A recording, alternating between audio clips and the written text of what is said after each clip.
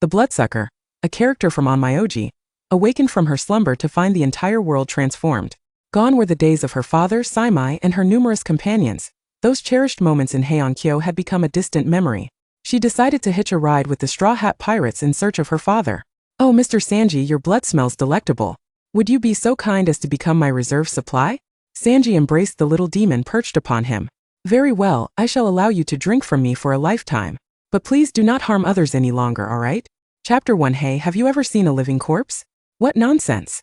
A corpse is a corpse. What do you mean by living corpse? In the East Sea, 2 trainee pirates from the moored pirates huddled in a corner of their ship, whispering furtively. The cause of their agitation was recent. They had just fished up an ice coffin from the depths of the sea. The coffin was meticulously sealed, exuding a chilling aura that sent shivers down their spines. Peering into the ice coffin, the pirates were enveloped in a frigid mist, and amidst the shadows, they finally discerned a figure inside. To their astonishment, it was a young girl lying within. Her delicate features were pale as freshly fallen winter snow. Yet her lips were a vivid crimson, striking and opulent.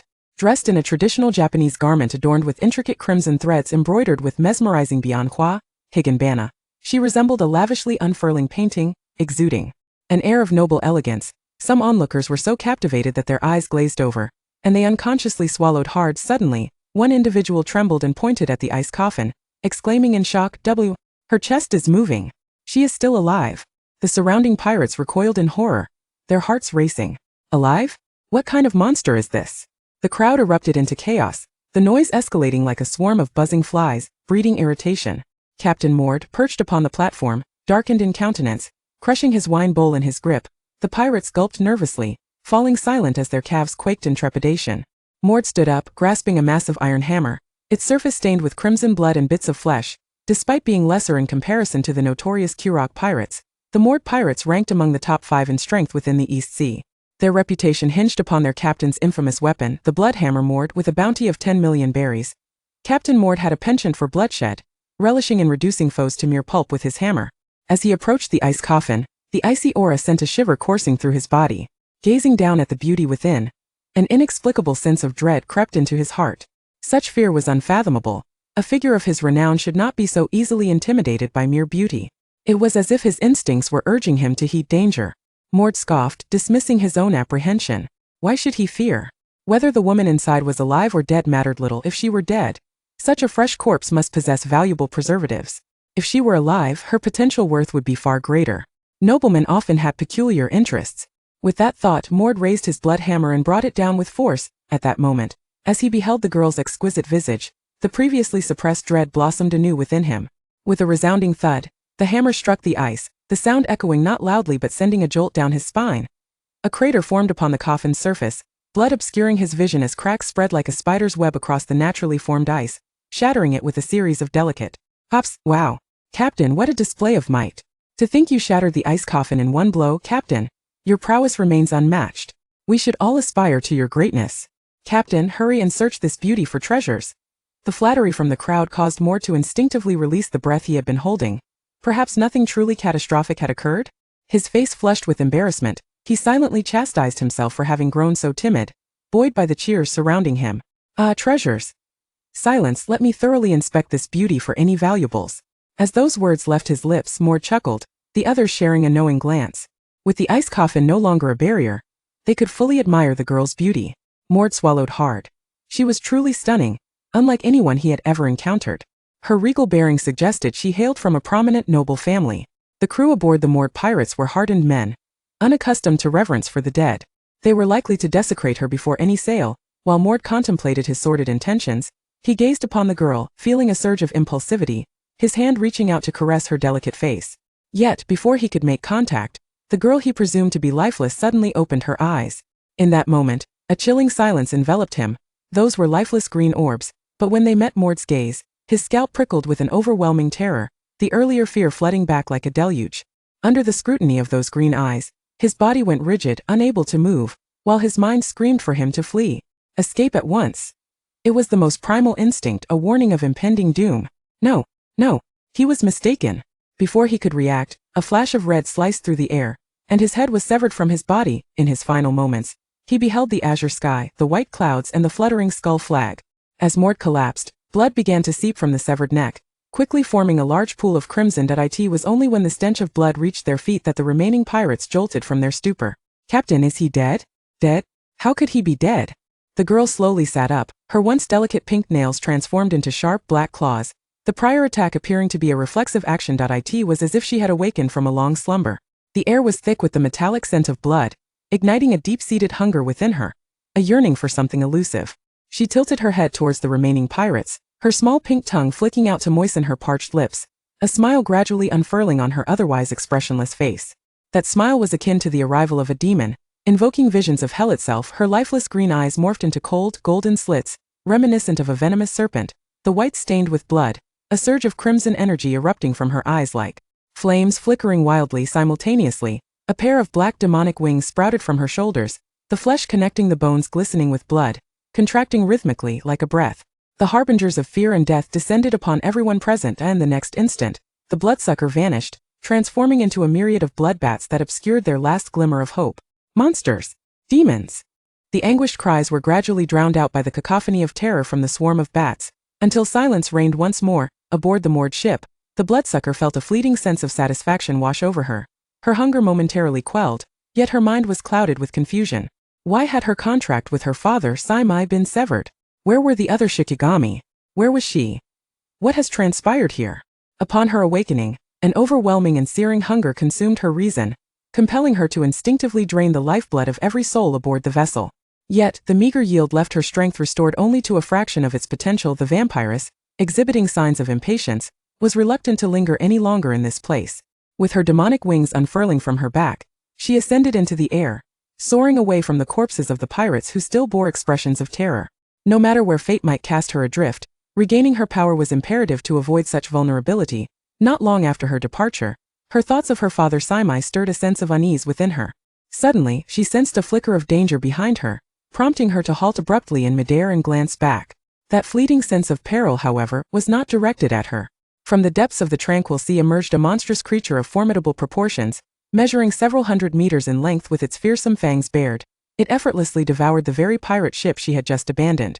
As if indulging in a feast, it plunged back into the water, creating a cascade that resembled a miniature waterfall. The resulting splash sent ripples that reached her beneath. The vampiress was taken aback. In Heiankyo, she had never encountered such a creature. "Is it a sea monster?" she murmured to herself, feeling a twinge of unfamiliarity. In the domain ruled by the Lord of the Arakawa, she had never laid eyes upon a beast of such immense size. Chapter 2. In the Naval Territory Lounge of Roguetown, a room enveloped in swirling smoke, the vampire lady lifted her teacup with a smile, though the agitation in her eyes deepened. "Mr. Smoker, I assure you, I am merely a law-abiding citizen. Might you grant me my freedom?" Enveloped in the haze, Smoker, seated across from her, habitually puffed on 2 cigars, the acrid scent stinging the vampire lady's eyes, causing the last vestige of her smile to evaporate. Colonel Smoky, the possessor of a Logia-type devil fruit, could transform his body into smoke at will, which explained his perpetual companionship with cigars. The devil fruits, akin to the peculiar abilities of her companions back in her realm, were indeed extraordinary, representing a form of supernatural power. The vampire lady could only lament her misfortune. She had inadvertently undergone a transformation in a secluded corner one day, only to be discovered by this naval colonel, who mistakenly assumed her to be a devil fruit user, leading to her frequent invitations to tea in the naval territory. Engaging in this charade with the colonel was exceedingly vexing. "Mr. Smoker, what more do you wish to ascertain from me?" Smoker's expression was stoic, his face exuding an air of authority without the need for anger. The girl before him was no longer the perilous sight he had first encountered. Her long, dark crimson hair cascaded smoothly behind her, and her green eyes glimmered with a lively innocence. The bat-like wings and demonic horns had receded, rendering her a pitiful figure devoid of the fearsome bloodlust that once surrounded her. Though the girl cooperated in their dialogue, her responses were rather nonsensical. She had coincidentally arrived in Roguetown, inadvertently consumed a devil fruit, and was yet unable to fully control her transformation, having committed no wrongdoing. Without evidence, it would be unreasonable for the Navy to apprehend her. A month prior, this enigmatic girl had materialized in Roguetown without drawing much attention until Smoker's serendipitous encounter. The aura of bloodthirst that surrounded her was palpable, instilling a deep-seated fear in those who beheld her. She was a born witch, an embodiment of malevolence. Subsequent inquiries revealed that on the same day the girl appeared, nearby waters were besieged by sea kings attacking pirate ships, resulting in total annihilation. Was it merely a coincidence? Smoker's inner turmoil intensified, his brow furrowing tighter as he contemplated his unfruitful attempts at investigation. He decided to be forthright. Roguetown is no place for your machinations. Your sojourn here should come to an end. The vampire lady chuckled in disbelief, covering her now crimson eyes with one hand, her fingertips swirling with bloodlust. With a languid sigh, she lamented, "Oh dear, I have shown such restraint and decorum. Yet there are always individuals who harbor malice towards me. I cannot be blamed for that." Smoker's expression hardened, his weapon drawn, ready for combat. Colonel Smoker. A novice Marine rushed in, interrupting their imminent confrontation. The Straw Hat Kid, the one with the 30 million bounty, has appeared. At the execution platform, the Marine gulped nervously, sweat beading on his forehead. Rigid with tension as he saluted Smoker and reported. It seemed their altercation would have to wait. Their dedicated naval officer, Colonel Smoker, was now called to fulfill his duty of justice. The vampire lady retracted her claws, finding little amusement in the prospect of disturbing the decidedly ungentlemanly Smoker as he attended to his official business. "I shall take my leave, so you may proceed with your affairs," she said, her tone deceptively warm, with an underlying chill in her gaze. The novice Marine, just now noticing the beautiful girl beside the esteemed Colonel Smoker, was taken aback. She did not possess an aggressive demeanor, rather, her beauty was enchanting, and her mere presence was like a refreshing breeze. Could it be that the Colonel was in the company of a romantic interest? The vampire lady caught the Marine's gaze and, with a friendly nod, watched as a flush crept across his face, leaving him awkwardly scratching his head and grinning foolishly. "I'm off now, rookie." It was only when Smoker urged him that the Marine snapped back to reality, trailing behind the Colonel. Once outside the naval base, the vampire lady exhaled a sigh of relief. While she was unperturbed by the prospect of confrontation with Smoker, it was undoubtedly a hassle. In this world, she had gleaned enough knowledge to understand her surroundings. There was no longer a need for her to linger in Roguetown. Over the past month, she had been diligently absorbing knowledge about this world. 80% of it was encircled by the 4 great oceans, with the Grand Line spanning in between. She had never even heard of such things. There were no Heiankyo, no Shikigami, no monsters or demons, nor her father and many companions. As a vampire lady, she felt somewhat out of place. This was not Heiankyo, yet it was more vibrant and free than she could have imagined. She did not cling to the hope of her father's survival. Rather, she merely wished to find traces of his existence, or any signs of her familiar companions from her realm. If only she could discover even a hint, she would not feel so lost. Having tasted the warmth of companionship, being alone in this strange world felt exceedingly lonely. Chapter 3. Today seemed to be a particularly special day, as Roguetown buzzed with an unusual fervor. In truth, due to Colonel Smoker's fearsome reputation, pirates seldom dared to venture into Roguetown, and those who did were often naive and foolish. They might boldly attempt a robbery only to find themselves incarcerated in the naval prison moments later. Surely, those whom the naval colonel personally dealt with were not ordinary scoundrels. The Marine had mentioned the Straw Hat Kid. She hoped he would successfully escape. It would surely be a delight to vex Smoker. As the vampire lady strolled through the bustling streets, her ears were suddenly filled with the enthusiastic announcement blaring from a loudspeaker. The annual cooking competition is about to commence. Who will claim this year's grand prize? A colossal bluefin tuna, the ocean's treasure, a miraculous ingredient. Who shall take the title of the East Blue's finest? Let us wait and see. The vampire lady halted in her tracks. Cooking food desserts. She licked her lips, her watery green eyes narrowing in delight. Cuisine, blood. Her 2 great loves.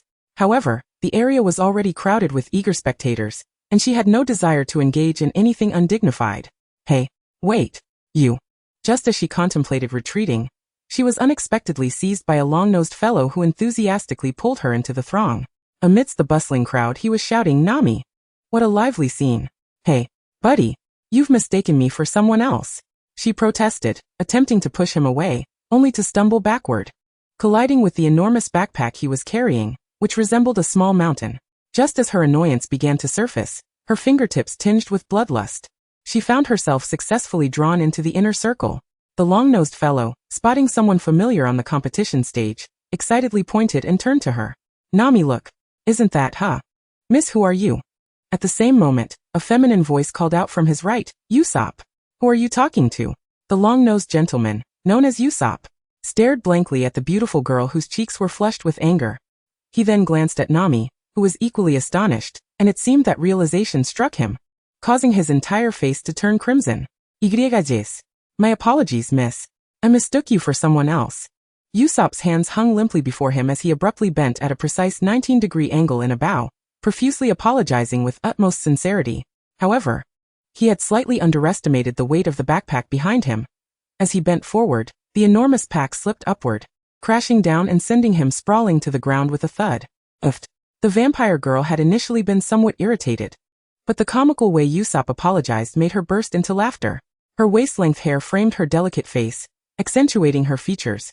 With her sparkling green eyes and rosy lips radiating captivating beauty, Usopp, Nami, the orange-haired girl, covered her face, feeling quite embarrassed by the spectacle. Nami, help!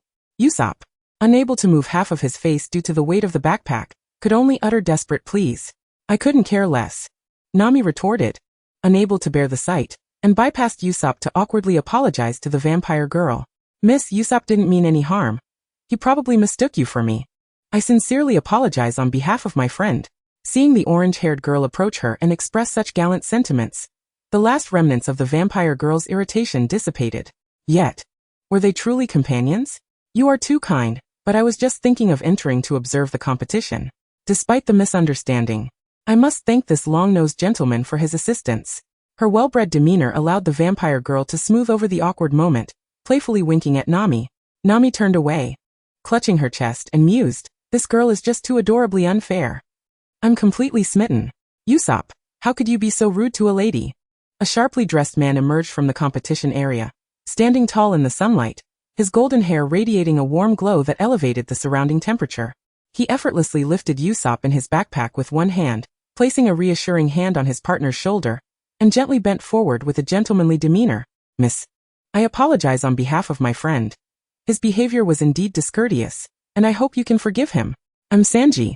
Usopp, steadied by Sanji, scratched his head in embarrassment, bowing again slightly to the vampire girl. She smiled, not taking offense. It was a trivial matter to her, and the camaraderie among the three sparked her interest. It's quite all right, I have no qualms. Let us overlook this minor mishap. As Sanji listened to her words, his heart raced with genuine affection, and a grin broke across his face. He shifted his feet, yearning to step closer but hesitated, instead bowing slightly to the vampire girl with a chivalrous knightly gesture. Thank you for your forgiveness, dear lady. You are the kindest and most beautiful woman I have ever encountered. May I have the honor of knowing your name? His voice, deep and melodic like a cello, carried a charm that was hard to resist, though his words were laced with exaggeration. The direct compliment caused her cheeks to flush with a hint of pink. Nevertheless, she gracefully inclined her head in return. You may call me Shiso. It is a pleasure to meet you. As for the name she had once known, it had long slipped from her memory, and thus she adopted the name Shiso. She vaguely remembered relishing a dish called Shiso long ago, along with memories of her parents, now fading into the background. Hello, Shiso. I'm Nami. The orange-haired girl pointed to herself. This clumsy fellow is Usopp, and the gentleman before you is Sanji. Shiso nodded slightly, her eyes sparkling with mirth. Mr. Sanji, are you participating in the competition? She inquired, tilting her head slightly. Indeed, I am a chef, beautiful Miss Shiso, Sanji replied, surprised by her question, bowing slightly. He was a chef? Given Sanji's poised demeanor, Shiso found it hard to believe, yet the confidence and joy in his voice elevated her perception of him. Memories of her father, who had always cooked for her and their companions, flooded back, and a soft smile graced her lips. The meals prepared by her father were her favorites, providing her with a fleeting sense of normalcy. Yes, Shiso. Sanji's cooking is exquisite. You simply must try it. Usopp chimed in enthusiastically. Sanji cleared his throat, as if to mask something, the blush on his face betraying him. Mr. Sanji, your competition is about to begin. Please make your way to the stage. The host announced at that moment.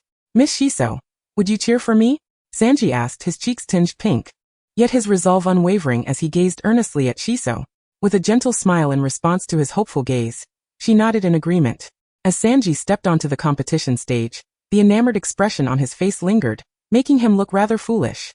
He felt he had encountered true love. Shiso-chan, how beautiful.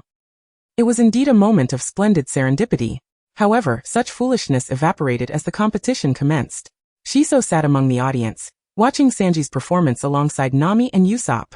The term appreciating was no exaggeration. Sanji was intensely focused as he cooked on stage. His hands moved swiftly, executing a fluid sequence of motions grounded in solid knife skills. A true visual feast. The passion in his gaze while he prepared the ingredients was evident, a reflection of his profound love for cooking. Shiso was surprised to see how radiant he appeared while cooking. So silly yet so handsome, she thought with a quiet chuckle, admiring him. As the competition concluded, the host excitedly announced, the champion of this culinary contest is Sanji. Oh yay, we won. The prize must be a mountain of gold, haha. Nami excellerme, embracing Shiso, herregud laid bara. On stage, Sanji's gaze landed directly on Shiso, and he joyfully waved his arms. Overwhelmed by Nami's embrace, Shiso gave Sanji a thumbs up, her face beaming with a silent message of congratulations. You did wonderfully. Chapter 4. After the competition, as the crowd began to disperse, Usopp, brimming with excitement at having made a new friend, suggested, Shiso, why don't you come with us?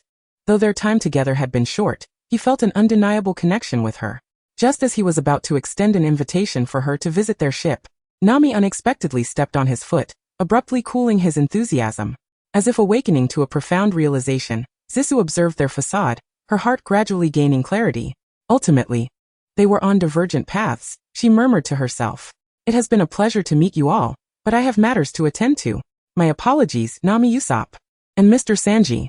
Perhaps fate will reunite us another time?"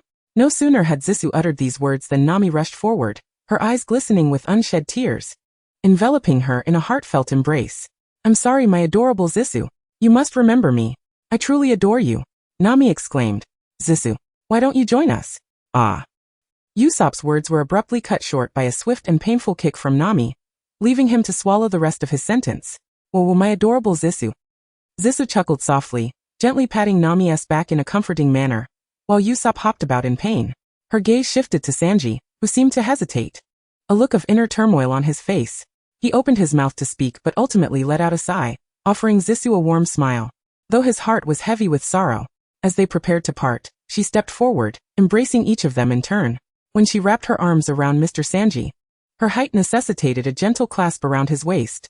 The moment their bodies met, she felt the warmth radiating from beneath his shirt, the fervent rhythm of his heartbeat, and the unique, alluring fragrance that lingered just beneath his skin.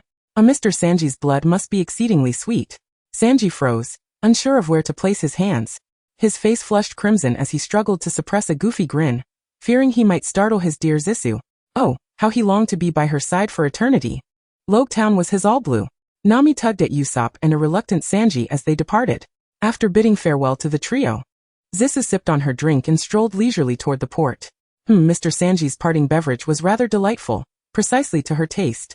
The sky appeared to darken, a gentle breeze stirring her hair as she absently chewed on the straw, a slight frown creasing her brow. Why did she feel as though this town was enveloped in an odd aura, as if under surveillance? As light rain began to fall, Zisu discarded her empty drink into a nearby trash bin, her mood turning somewhat somber. She detested gloomy, rainy days. The dampness clung to her, sending a chill through her body. Although her temperature was slightly lower than average, she still cherished warmth. Zisu's heart remained uneasy, the sense of danger she had sensed earlier still lingering. Suddenly, the drizzle intensified, and fierce winds swept through, ushering in a torrential downpour.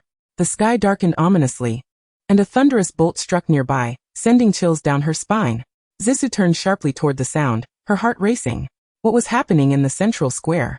As she hesitated, contemplating whether to investigate, gunshots rang out near the port, accompanied by the thunderous roar of cannon fire. Were the Navy attacking someone? Zisu quickly stepped out of the port, her gaze widening in shock as she spotted the three individuals she had just parted from. The winds howled violently, and the waters surged. Only Nami and Usopp were aboard the ship, which had already set sail and could not be halted, while Sanji was still on the shore, battling against the Navy soldiers. The Jolly Roger of a skeleton pirate, adorned with a straw hat, fluttered in the wind, revealing the truth they had concealed. So they were pirates. No wonder they had hesitated to speak. They must have feared her disdain upon learning the truth. However, the straw hat on the skull seemed vaguely familiar, as if she had heard of it somewhere before. Suddenly, a dozen Navy soldiers emerged from a nearby alley, weapons drawn. Zisu's expression hardened, her magical wings unfurling from her back as she vanished into thin air, reappearing before the soldiers in an instant. A subtle smile graced her lips, and a crimson hue rapidly filled her eyes, transforming her irises into serpentine golden slits. The bloodlust surged like a fiery red flame, enchanting and sinister, ensnaring those who beheld it in a trance from which they could not escape. Sleep now. Zisu's voice, languorous and melodic, resonated like a lullaby, imbued with an enchanting power. The Navy soldiers, upon meeting her blood-red gaze, fell one by one, as if struck by madness. Previously, Zisu had left the impression of an innocent, pure-hearted girl. Now, every smile and frown she wore exuded an alluring wickedness, emanating a formidable and intimidating aura that stirred the very blood within those who witnessed it. It was both terrifying and irresistibly captivating, drawing them into her depths willingly. She exhaled in relief, poised to take flight with her magical wings to assist Sanji when a sudden chill ran down her spine. Years of combat experience cautioned her against complacency. Zisu soared into the sky. A violent gust swept past her previous position, as if seeking its target. The wind. It felt oddly sinister. Within the gust, an echo of draconic roars lingered, compelling Zisu to dart toward an opening with urgency. On a rooftop stood a cloaked man, enveloped in layers of fabric, with a small gust of wind swirling at his fingertips, an echo of the tempest that had just passed. His presence radiated a dangerous and potent energy, tightening Zisu's expression. Yet at that moment she comprehended. Was this a trap? Frustration sparked within her, and she fixed him with a fierce glare. Rather than retreating, she accelerated, doubling her speed to reach the cloaked figure in an instant. With a swing of her magical claws, a blade of blood surged forth, aiming to cleave her adversary. You thought me an easy target. The blood blade, upon connecting with the man, unexpectedly transformed into a gust of wind, rendering her strike futile. The crimson energy dissipated only after severing a corner of the rooftop. Zisu let out a low huff, her eyes narrowing, her bloodlust intensifying, causing the surrounding winds that had encircled her to hesitate a mere half-meter away, unsure of their approach. Zisu understood that with one failed strike, the tide had turned, and she descended to the ground. She had no doubt that the winds surrounding her could shred a person to pieces in an instant. Haha. It has been ages since I encountered such a brave young lady. Despite your youth, your prowess is impressive. I cannot deduce the species of your zoan fruit. The voice from beneath the cloak was hearty, imbued with the charm of a mature man. Zisu did not allow herself to be swayed by the man's slight admiration. She was aware that engaging him would yield no favorable outcome. The man's strength chilled her to the core. Unbeknownst to her, the cloaked figure was equally astonished at her speed. Such swiftness was rare to behold. Had he not preemptively transformed his body into wind, her blood blade would have surely cleaved him in two. The tumult of his blood still surged within his chest. The girl's magical wings, her heterochromatic eyes, and her obsidian claws were manifestations of a zoan-type devil fruit. However, he could not discern its exact nature. Her audacity to press forward, undeterred by her disadvantage, intrigued him. He was curious whether she had any hidden cards up her sleeve. May I inquire your identity? Why have you lured me here? Zisu did not respond to the cloaked man's question, but instead coldly inquired, contemplating whether to fight to the death and drain his blood, or to seize the opportunity to escape while he was unprepared. And you, young lady, what draws you to that pirate ship? The cloaked man regarded her with curiosity, pondering whether she might be interested in joining their revolutionary army, which was in need of more personnel. A pirate ship? Did that cloaked man refer to Nami and the others? So, the sensation of being watched that I felt earlier was indeed him? Zisu's already cold expression grew even more displeased. What concern is it of yours? Zisu's words remained firm, unfaltering by the man's intimidating presence. She had never subscribed to the notion of subservience in her life's creed. Unexpectedly, the man did not take offense at Zisu's haughty retort. Instead, he patiently offered an explanation. The captain of that pirate ship is my son. After delivering this shocking revelation, he deemed it fit to further advise her, little girl, should you harbor any ill intentions towards that ship, I suggest you abandon such thoughts promptly. Truly, what a stroke of misfortune to encounter a man overflowing with paternal affection. Zisu found the situation absurd, yet her own vulnerability forced her into a state of indignation, being warned and apprehended like a criminal. Was this a farewell to send her son off on his journey? Fury ignited within her instantly. Regardless of the world, the law of the jungle, survival of the fittest, remains immutable. In the distance, hurried footsteps approached. A contingent of Navy personnel headed in their direction, with Smoker leading the charge. Smoker stared, momentarily bewildered by the standoff before him. That cloaked man was none other than. Upholding the justice of the Navy, Smoker had no time to concern himself with the witch beside him. He drew his baton-like weapon and shouted at the cloaked figure, Dragon, what is your intent here? The world government has long sought your head. The world government, Dragon? He is a member of the Revolutionary Army? Zisu's eyes widened with astonishment. The only person opposing the world government named Dragon was none other than Monkey D. Dragon, the leader of the Revolutionary Army. This man. She could not allow her emotions to dictate her actions against someone of such stature.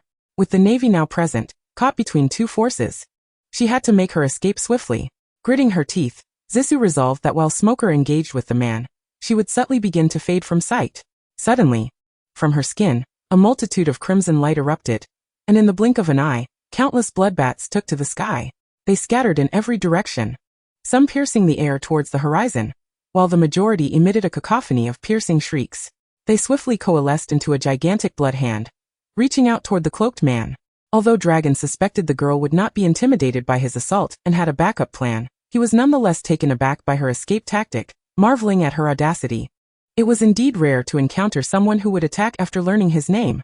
The shrill cries of the swarm of bloodbats disoriented him, and as the blood hand advanced, Dragon instinctively retaliated. Yet overwhelmed by their numbers, he suffered several injuries, some from bites, others from scratches, each wound seemingly laced with corrosive properties, causing his blood to flow profusely. However, the bloodbats only attacked once. Those that survived withdrew, joining their brethren in the distance. Dragon chuckled, clearly amused by her vengeful spirit. The countless bloodbats that perished in the gusts, along with those he dispatched, numbered in the thousands. Those that landed upon rooftops or the ground seemed to dissolve into pools of blood as if corroded. A glance was all it took for Dragon to understand. This girl would rather injure herself than concede defeat, determined to escape using her own strength. Thank you for your warning. I am indeed set on boarding that ship. Smoker, reeling from the sonic impact, collapsed to the ground, glancing back only to find his subordinates incapacitated. Immediately, he heard the girl's brazen words and Dragon's booming laughter. Haha. Little girl, welcome to the new world. If you find yourself without a place to go, you may join my Revolutionary Army. This which had managed to elicit an invitation from Dragon to join the Revolutionary Army. Furthermore, that gust of wind had propelled the Straw Hat Pirates to set sail. What was the intention of the Revolutionary Army leader Dragon appearing in Roguetown? The more Smoker contemplated it, the more astonished and enraged he became. If not for Dragon, that Straw Hat Kid would have been captured long ago. Could he truly venture into the Grand Line? Smoker shouted in anger, Dragon, what is your purpose here? Why assist those pirates? Dragon laughed heartily, his mirth wild and unrestrained, arms outstretched as he gazed out at the vast sea, his eyes filled with depth. What reason is there to hinder others from setting sail? Smoker furrowed his brow tightly, staring at the distant ocean for a prolonged moment before seeing his subordinates encircling him. He seemed to reach a decision. Turning to his lieutenant, Tashiji, he commanded, prepare yourselves. We are heading to the Grand Line. Since that Straw Hat Kid slipped through my fingers, I shall have the means to capture him once more. The matter of Dragon aiding the Straw Hat Pirates, and the perilous which must be reported to higher authorities for further action. Chapter 5. Above the distant sea, a swarm of blood-red bats gradually converged and vanished, and a figure emerged from the crimson glow, with her magical wings fluttering to stabilize her form. Ziss's pale visage bore no color. She clutched her chest in discomfort and coughed up a small amount of blood, forcing a hint of crimson to grace her pallid features. The bloodbats were manifestations of her own life force. That attack against the Revolutionary Army leader Dragon was a double-edged sword that wounded her as much as it harmed him. For each bat that perished, a fraction of her vitality was lost, and with every fragment she sacrificed, her power would only grow. Zissou smiled faintly, extending her tongue to taste the blood-stained lips, as if savoring an exquisite delicacy. Ah, indeed, the blood of a powerful man is delectable, she mused. No wonder she would willingly sacrifice her own vitality to experience the flavors of others. Oddly enough, the leader of the Revolutionary Army had shown her some restraint, sparing her. He even extended an invitation to join his ranks? Did he take her for a fool? Joining the Revolutionary Army comprised a band of lunatics shouting liberation from old regimes. She preferred to leisurely explore the world, and perhaps search for her father. So, where had his son's pirate ship ventured? Given the warnings from such high-profile individuals, it would be unreasonable for her to disregard their advice. She was determined to seize that ship. At that very moment, the Straw Hat Pirates, having evaded the Navy's pursuit, spotted the guiding light and steered towards it, the destination being the entrance to the Grand Line. They appeared to be engaged in some celebratory ritual, encircling a barrel of sake that stood at half their height. To celebrate our imminent entry into the magnificent ocean, let us conduct a launching ceremony, Sanji proclaimed, stepping atop the sake barrel, cigarette dangling from his lips, still clad in his impeccably tailored black suit. Yet, beneath the vastness of the ocean, his typically composed demeanor had transformed into one of carefree exuberance. His lips curling into a smile, the stars glimmering in his eyes. I am here to find all blue. Following closely behind, a boisterous straw-hatted boy chimed in with glee. I am here to become the Pirate King. Upon seeing the straw hat atop his head, Zissou lifted her gaze to the pirate flag adorned with the same emblem, and suddenly recalled that she should recognize this individual. The Straw Hat Kid, with a bounty of 30 million, the son of Dragon. The moment she laid eyes on the captain's son, a surge of irritation surged within her. Who dares to disturb me? Zissou's feet, previously swinging from the railing on the second floor, abruptly halted. Have I been discovered so soon? She has managed to conceal her presence quite effectively. This individual possesses an extraordinary sense of perception. Zissou's unique eyes flickered slightly as she regarded the man who brandished a blade towards her. With green hair and 3 swords at his side, one of his hands rested on a blade, which had been drawn a mere half-inch, assuming a stance of aggression. Luffy, who are you? Sanji, Miss Zissou. Nami, is that really Zissou? Usopp, Zissou? Aside from Luffy, who tilted his head in inquiry, the other 3, Nami, Sanji, and Usopp, expressed their astonishment. Zissou perched on the railing, lowering her gaze while offering them a gentle smile. Nami, Sanji, Usopp, it's wonderful to see you again. Her blood-red eyes glimmered with a predatory allure that sent chills down one's spine. The pair of demonic wings on her back, connected by membranes between the bones, resembled something out of a child's illustrated tale. An ominous figure who might whisk you away if you misbehaved. Her face retained its pure and radiant beauty, yet the excessively red lips added a striking allure, making her resemble Zissou, yet somehow different. Is it truly you, Zissou? Nami exclaimed. Upon hearing this, Sanji exhaled a relieved sigh, placing a hand on Zoro's sword-bearing arm, shaking his head earnestly. It's me, Nami. Zissou rested her chin on one hand, smiling at Nami with a twinkle in her eye. My apologies for interrupting you. Before the Straw Hat Pirates could respond, Zissou seamlessly shifted the conversation, inquiring nonchalantly, are you headed to the Grand Line? In the ship's conference room, the 5 members of the Straw Hat Pirates sat on the left, while the restored Zissou maintained her deceptively harmless demeanor on the right. Propping her chin on one hand, she rhythmically tapped the long table with her fingers. Undeterred by their curious stares, she appeared utterly at ease. After her inquiry, they transitioned to the ship's conference chamber. Though small, the space was well equipped with kitchenware. Ingredients in the corner, a refrigerator, and what seemed to be the helm, shaped like a sheep's head. Suddenly, Sanji stood side, and gazed into the girl's pure green eyes. A hint of crimson crept up his ears as he cleared his throat awkwardly, his voice soft as he asked, Miss Zissou, you must be hungry. What would you like to eat? I can prepare something for you while we talk. Just call me Zissou Sanji. May I call you Sanji? Oh. I'd like a medium-rare steak, and could I also have a dessert? As the tapping ceased, her watery green eyes blinked playfully, offering Sanji an elegant smile. Sanji froze mid-step, unable to suppress a goofy grin as his heart raced. Of course, Zissou. It would be my honor. Luffy, I want meat, came the rumbling voice of Luffy, his stomach growling. Sanji, I want one too. Usopp chimed in, riding the wave of excitement. All right, you little rascals. Sanji waved them off as he approached the cooking station. Miss Nami, I'll prepare a dish for you as well. Thank you, Sanji, Nami replied with a cheerful smile. Now tell me your purpose. It was Zoro, the first to discern her true identity, a swordsman of considerable skill, albeit overly cautious. I wish to journey to the Grand Line, and would like to board your ship, Zissou declared, resting her chin on her hand and blinking earnestly. But this is a pirate ship, Nami interjected, her concern evident. It could be quite dangerous for you. Previously, they had refrained from inviting Zissou, having been misled by her delicate appearance, assuming such a seemingly frail beauty would have no place among pirates. Rest assured, Nami, I can take care of myself. Was that display earlier your ability? Have you consumed a devil fruit, Zissou? Usopp asked, his excitement bubbling over. Devil fruit. Though Zissou's earlier demeanor seemed ominous, he found it undeniably cool. Well, sort of, but it comes with certain side effects, Zissou replied hesitantly. Explaining that she was a vampire was rather complicated, though her abilities did align closely with those of a devil fruit user. A playful smile crossed her lips as she turned to Usopp. Do you know what I must consume? Meat. Usopp ventured, slightly uncertain. Then he beheld Zissou's eyes narrowing into slitted crimson pupils, her aura transforming into that of a ravenous beast, closing in on him. I must drink blood, until I turn a person into a desiccated corpse. Zissou flashed Usopp a dazzling grin. Amidst Usopp's startled yelps and his clumsy fall onto the ground, a sharp blade sliced through the air, only to be intercepted by Zissou's conjured dark claws.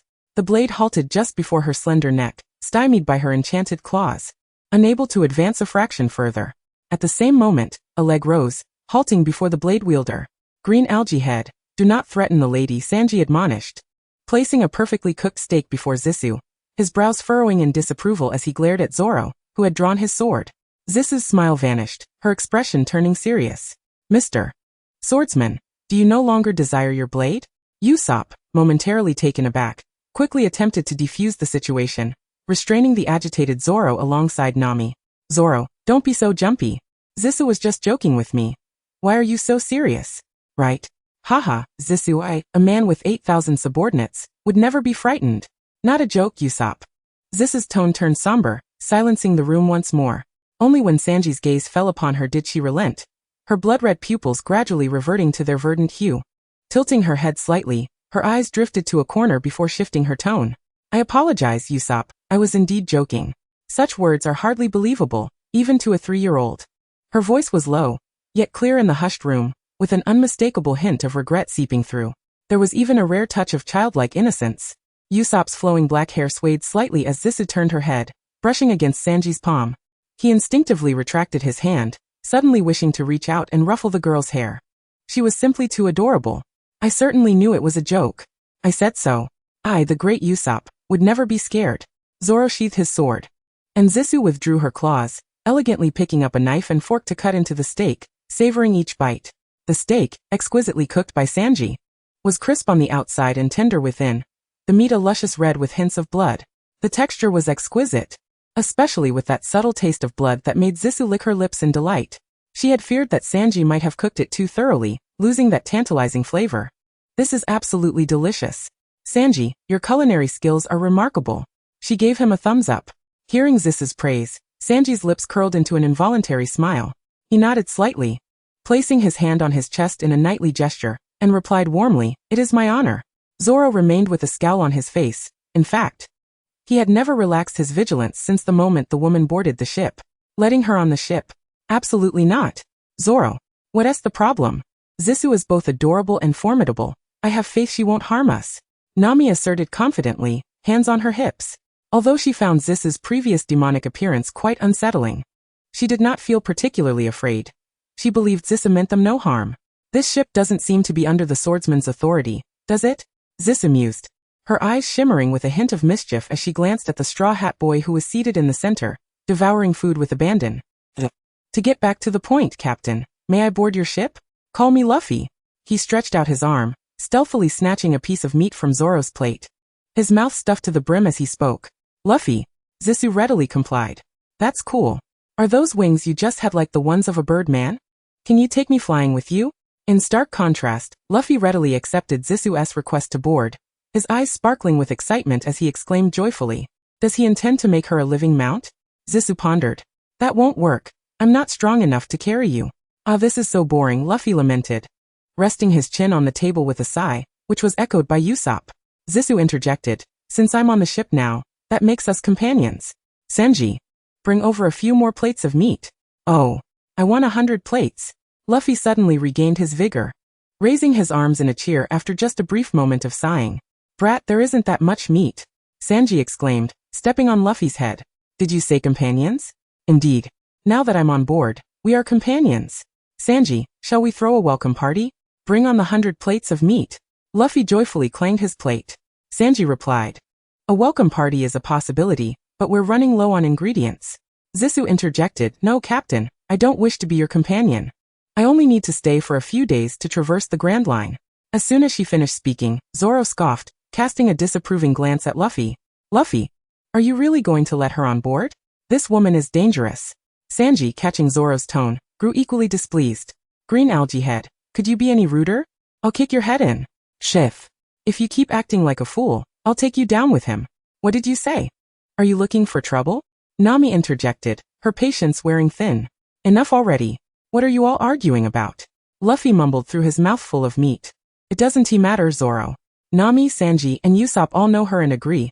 That means she's not a bad person. Really? This single-minded fool's reason for letting her on board is that simple?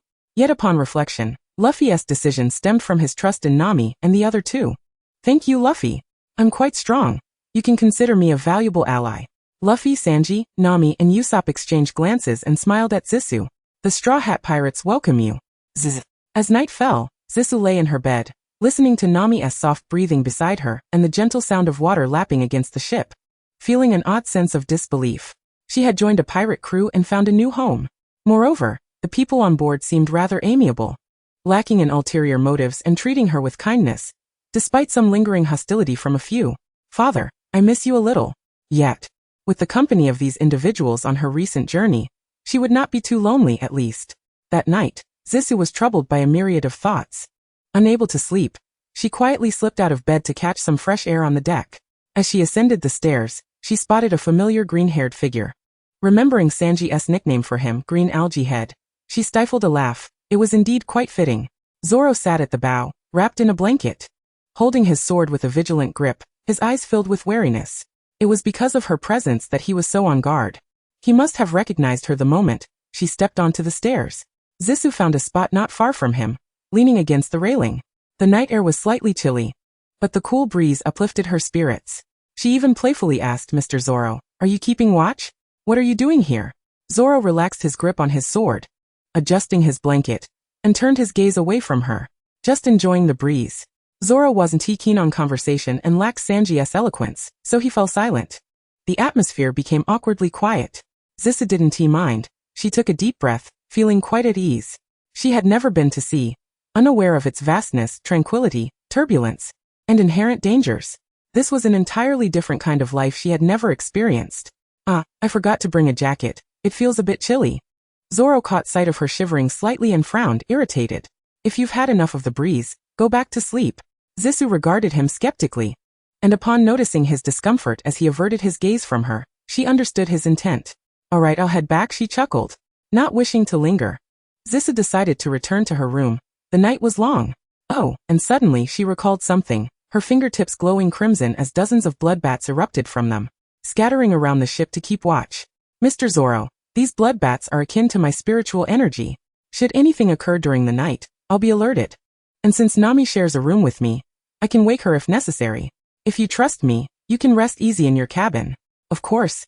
It's fine if you wish to continue keeping watch. Good night, Mr. Zoro. With a genteel bow, Zissou descended the stairs to her room.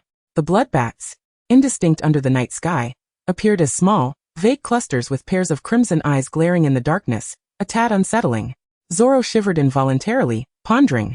This woman surely doesn't intend to catch me off guard and strike me down, does she? His expression darkened further, and that night passed under his heightened vigilance. Of course, the efficacy of those bloodbats in providing protection would soon become evident through the enthusiastic reception of the other crew members in the days to come. A month later, Zissou's original plan was to disembark once they reached the Grand Line, parting ways with the Straw Hat crew. However, to reach the Grand Line, they first had to traverse a mountain known for its treacherous slopes. The Straw Hat Pirates, having weathered numerous storms, shot upwards from the turbulent waters. But as they descended the slope, Luffy foolishly provoked a colossal, injured whale, resulting in the entire ship being swallowed whole along with its crew. Only Zissou, in her demonic form with wings unfurled, managed to escape, clutching the reckless captain in her claws. Now the two of them sat atop the whale, gasping for breath. As Luffy stared at Zissou with wide, frantic eyes, utterly at a loss. Zissou, what do we do? Everyone else got eaten. What good is panicking now? It's all your fault for being such a reckless captain. Zissou retorted with an exasperated roll of her eyes. To depart now would indeed reveal a profound lack of conscience. But fret not. They shall not perish so swiftly. We must devise a means to compel that whale to regurgitate them. Ah, indeed. Hey, you foul whale, spit it out. Return what is mine. Return everyone to me. Luffy, as if he had discovered a newfound resolve, swung his fists and struck the whale repeatedly. Yet its hide was so impenetrable that not a single wound was inflicted. Another tremor shook the creature, and Zissou struggled to maintain her balance. Luffy, gazing at the increasingly imminent water surface, was overwhelmed with panic. This is bad. The whale is sinking. If it descends into the depths, how shall we ever locate it? With each passing moment, the situation grows ever more dire. Hey, do you wish to plunge into the ocean? Halt. Stop this instant. Return, my comrades. We still have adventures to embark upon together. They are of utmost importance to me. Luffy continued to furiously stomp on the whale, while Zissou, with a swift glance, suddenly appeared to have made a discovery, her eyes sparkling with realization, albeit tinged with disbelief. Luffy, cease hammering. I see a door. What? A door? As the whale descended beneath the waves, Zisu grasped Luffy's arm and, following that mysterious door, they plunged into the creature's interior. Within the whale, a passageway? As Zisu's feet touched the artificial corridor, disbelief washed over her. She was, after all, inside a whale. Where are we? Luffy adjusted his straw hat and bounced excitedly. Inside the whale, it matters not. We must follow this path and locate Sanji and Nami. Not long after they took flight, a violent jolt shook the corridor, sending Zisu reeling. Grasping Luffy by the collar proved futile, and he was propelled further down the passageway by sheer momentum. Zisu. I feel so dizzy. Luffy. With a weary sigh, she unfurled her magical wings and pursued him. Luffy, propelled by speed, reached the end in an instant, bursting through the door with the force of a cannonball. Beyond the corridor lay a world of wonder. The Straw Hat cruise ship floated serenely upon the gastric sea, their safety assured. Luffy, laughing heartily, stretched his arms to grasp the mast of the merry-go, launching himself like a cannonball. Hey, is everyone all right? Zisu, Luffy, are you both unharmed? Zisu followed closely behind, but just as she was about to step onto the railing, two heads suddenly emerged from the gastric sea, gasping for breath as if they had narrowly escaped death. Before Zisu could secure her footing, she paused, intrigued, hovering above the sea, arms crossed, gazing down at the man and woman. They bore weapons that resembled rocket launchers. Ah, how splendid it is, Zisu. You can flaunt your aerial prowess. Grant me your wings. Luffy, filled with envy, slumped against the railing, his yearning palpable, causing Zisu great discomfort. Bang. Luffy's head met with a merciless blow from Nami. What do you mean by grant? Refrain from such unrealistic notions. Nami. But who are those two? The man and woman who had plunged into the gastric sea thought their lives were forfeit. Just as they surfaced, still reeling from their near demise, a pair of slender ankles came into view. Upon looking up, a scream lodged in their throats, sending them into a faint. A demon? A witch?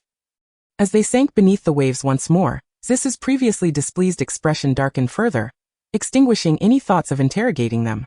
She turned and returned to the deck, retracting her wings. Zisu, fly me once more. How magnificent. Zisu, I want to join you. Back aboard the ship, Luffy and Usopp, two simpletons, clamored around her incessantly. Zisu was on the verge of exasperation, lamenting why she hadn't simply departed earlier, now back on the ship, feeling quite out of sorts. Hey, you two brats, step aside. Don't swarm, Zisu. Sanji is coming to shoo you away. The two who had fainted and sunk were rescued by the kind-hearted crew of the Straw Hats. Wishing to avoid the chaos, retreated to her quarters. Whatever transpired next, she had no desire to involve herself. Zisu perused the volumes on Nami's shelf, casually selecting a travelogue, lighting an oil lamp, and settling in to read leisurely. Only when hunger began to gnaw at her did she stretch, meandering into the kitchen. By that time, Sanji was already present, deftly wielding a boning knife, expertly dividing a bizarrely shaped long fish in half, revealing its neatly arranged bones. Zisu leaned against the doorframe, the warm hues of the setting sun casting a gentle glow upon her, as she pondered. Is this the award-winning fish from Logue Town? Ah yes, the elephant tuna, Sanji explained, swiftly switching to another knife and skillfully slicing off a portion of the meat. He approached the counter, observing Zisu's languid demeanor with a hint of affection. There's cream pudding prepared in the fridge, especially for Miss Zisu. Zisu's eyes sparkled momentarily as she entered the room and eagerly opened the refrigerator. Indeed, there it was. Sanji, she drawled, her mood brightening from gloomy to sunny in an instant, lazily and sweetly calling his name as she retrieved the pudding, leaning against the countertop, spooning the dessert into her mouth while watching Sanji cook with keen interest. To allow a lady to go hungry is a chef's dereliction of duty. Sanji smiled, and as he engaged in his beloved task, he seemed to shed his usual irreverence, adopting a gentlemanly and gentle demeanor. He even became somewhat talkative and witty. Why is Sanji so chivalrous towards women? Zisu pondered, perplexed. Is it due to his upbringing? Or perhaps a conscious effort? Or merely a facade to win women's favor? Propped on her chin, beneath the dim yellow light, her watery green eyes shimmered as she observed the golden-haired man beside her, his expression serious yet tinged with confusion. Yet that upward tilt of his eyes and languid, sweet tone imbued him with a certain allure. That very allure was particularly mesmerizing. A button of his shirt had come undone, revealing the contours of his collarbone, and the pronounced Adam's apple bobbed enticingly with each swallow. Zisu gazed at his exposed collarbone for a long time, her teeth grazing against each other, her tongue, tinged with the sweetness of pudding, gliding over her lips, as a fleeting crimson flickered in her eyes, reminiscent of an unstable traffic light. Sanji's blood, she mused, must surely be as sweet and delectable as this pudding. She was genuinely curious. She had never encountered someone so devoted to protecting women, genuinely embracing it as a principle and putting it into practice, regardless of age. In his eyes, women appeared to be the inherently weaker sex, deserving of male protection. Sanji paused in his butchering, seemingly oblivious to Zisu's unusual demeanor, and a reminiscent smile graced his lips, his gaze softening. For protecting ladies, that has been the custom since the age of dinosaurs. Ah. Zisu let out a brief, incredulous sound, as if she had heard something unbelievable. After a moment, she chuckled softly. Sanji, do you think you can protect me? Her question carried an air of disdain, born from her own strength, dissipating like wisps of smoke in the air. Sanji, however, bore no trace of dissatisfaction from her words, nor did he ever feel offended. He consistently exhibited a gentle demeanor towards women, speaking softly and showing great consideration. His expression remained warm and serene, undisturbed even after Zisu posed her question, with his knife hand unwavering in its task. Just as he was about to respond, Zisu abruptly tossed her empty plate into the sink, the crisp sound of porcelain shattering his impending reply. Stretching languidly, her tone reverted to its usual languor. Forget it, don't bother answering. I'm leaving. Miss Zisu. Aren't you having dinner? He inquired. I'm not eating, I'm on a diet. Then allow me to save a portion for you. And I shall have Nami deliver it to your room after dinner. You know how that rascal Luffy always sneaks into the kitchen at midnight looking for food. As Zisu approached the door, she grew impatient with his incessant chatter. I said I'm not eating. Just as she was about to exit the kitchen, she added with a tinge of irritation. And please inform them that I'll be sleeping for a few days. Don't disturb me unless it's urgent. Without waiting for Sanji to respond, she waved her hand and departed the kitchen, standing for a moment at the railing to feel the cool breeze. Her gaze tranquil as it swept across the endless ocean and the azure sky dotted with drifting clouds, before she returned to her room. Chapter 7. Sanji was entirely oblivious to any issues with Zisu's earlier remark, merely contemplating that perhaps she was in a foul mood. The taste of the elephant tuna was exquisite, and combined with his heartfelt cooking, the flavors were elevated to new heights. He had deliberately set aside the most tender and nutritious cuts of meat, intending for Nami to deliver them to her room after dinner. Upon returning, Nami called out for Zisu repeatedly, but to no avail. When she touched Zisu's body, panic surged through her.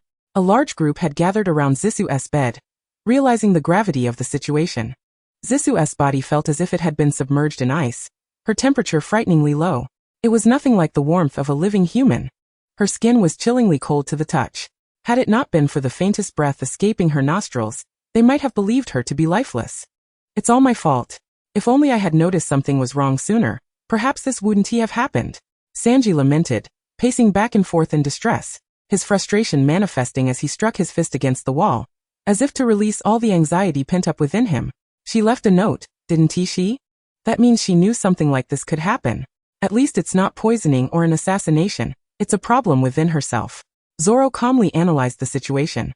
Though the tension in his brow betrayed his usual stoicism, Luffy's precious tears had become worthless. He had turned into a blubbering mess. Nami, what do we do? Is this going to be okay? Usopp's eyes glistened with unshed tears as he wiped his face. Where can we find a doctor for her now? Doctor? Nami. Nami tirelessly rubbed a steaming towel over Zisu's limbs, desperately trying to warm her, but it only provided minimal warmth. Luffy, Usopp, go boil some hot water. Zisu can't stay this cold. Zoro, check the course outside. If anything seems off, let me know. Sanji, go fetch some warm clothing and cook some hot soup. I only know the basics of care, but we need a doctor. Until we reach the next island, Zisu will have to rely on our efforts. Understood. Nami. We're counting on you. The boys sprang into action, while Nami guided Zisu into the shower room. The Mary's hot water supply relied on human effort, with Luffy and Usopp laboring tirelessly to draw water from the sea, while Sanji and Zoro joined in, and thus, the group spent a sleepless night. Zisu had sensed something was amiss when she felt a thirst for blood. Upon reflection, she realized she had been in a state of injury since boarding the ship, with her blood supply dedicated to healing her wounds. After days at sea without a single drop of blood replenishing her, she now faced a critical shortage. Among the Straw Hat Pirates, Sanji had always been the kindest to her, and with his deeply ingrained protective instinct towards women, Zisu thought that whatever she desired, he would surely fulfill. That night, she truly contemplated such thoughts, but in the end, felt an overwhelming sense of ennui. She gazed at the sea, contemplating escape from the frail vessel, yet ultimately did nothing and returned to her room, exposing her frail state to the outside world. When Zisu awoke, She was nearly suffocated beneath the weight of 5 or 6 thick blankets, her own Nami's, and those of several boys. What was going on? It appeared as if every blanket had been tossed onto her. She was not on the familiar Mary. It felt as if she had disembarked and been placed in a dwelling, yet the Straw Hat crew was nowhere to be seen.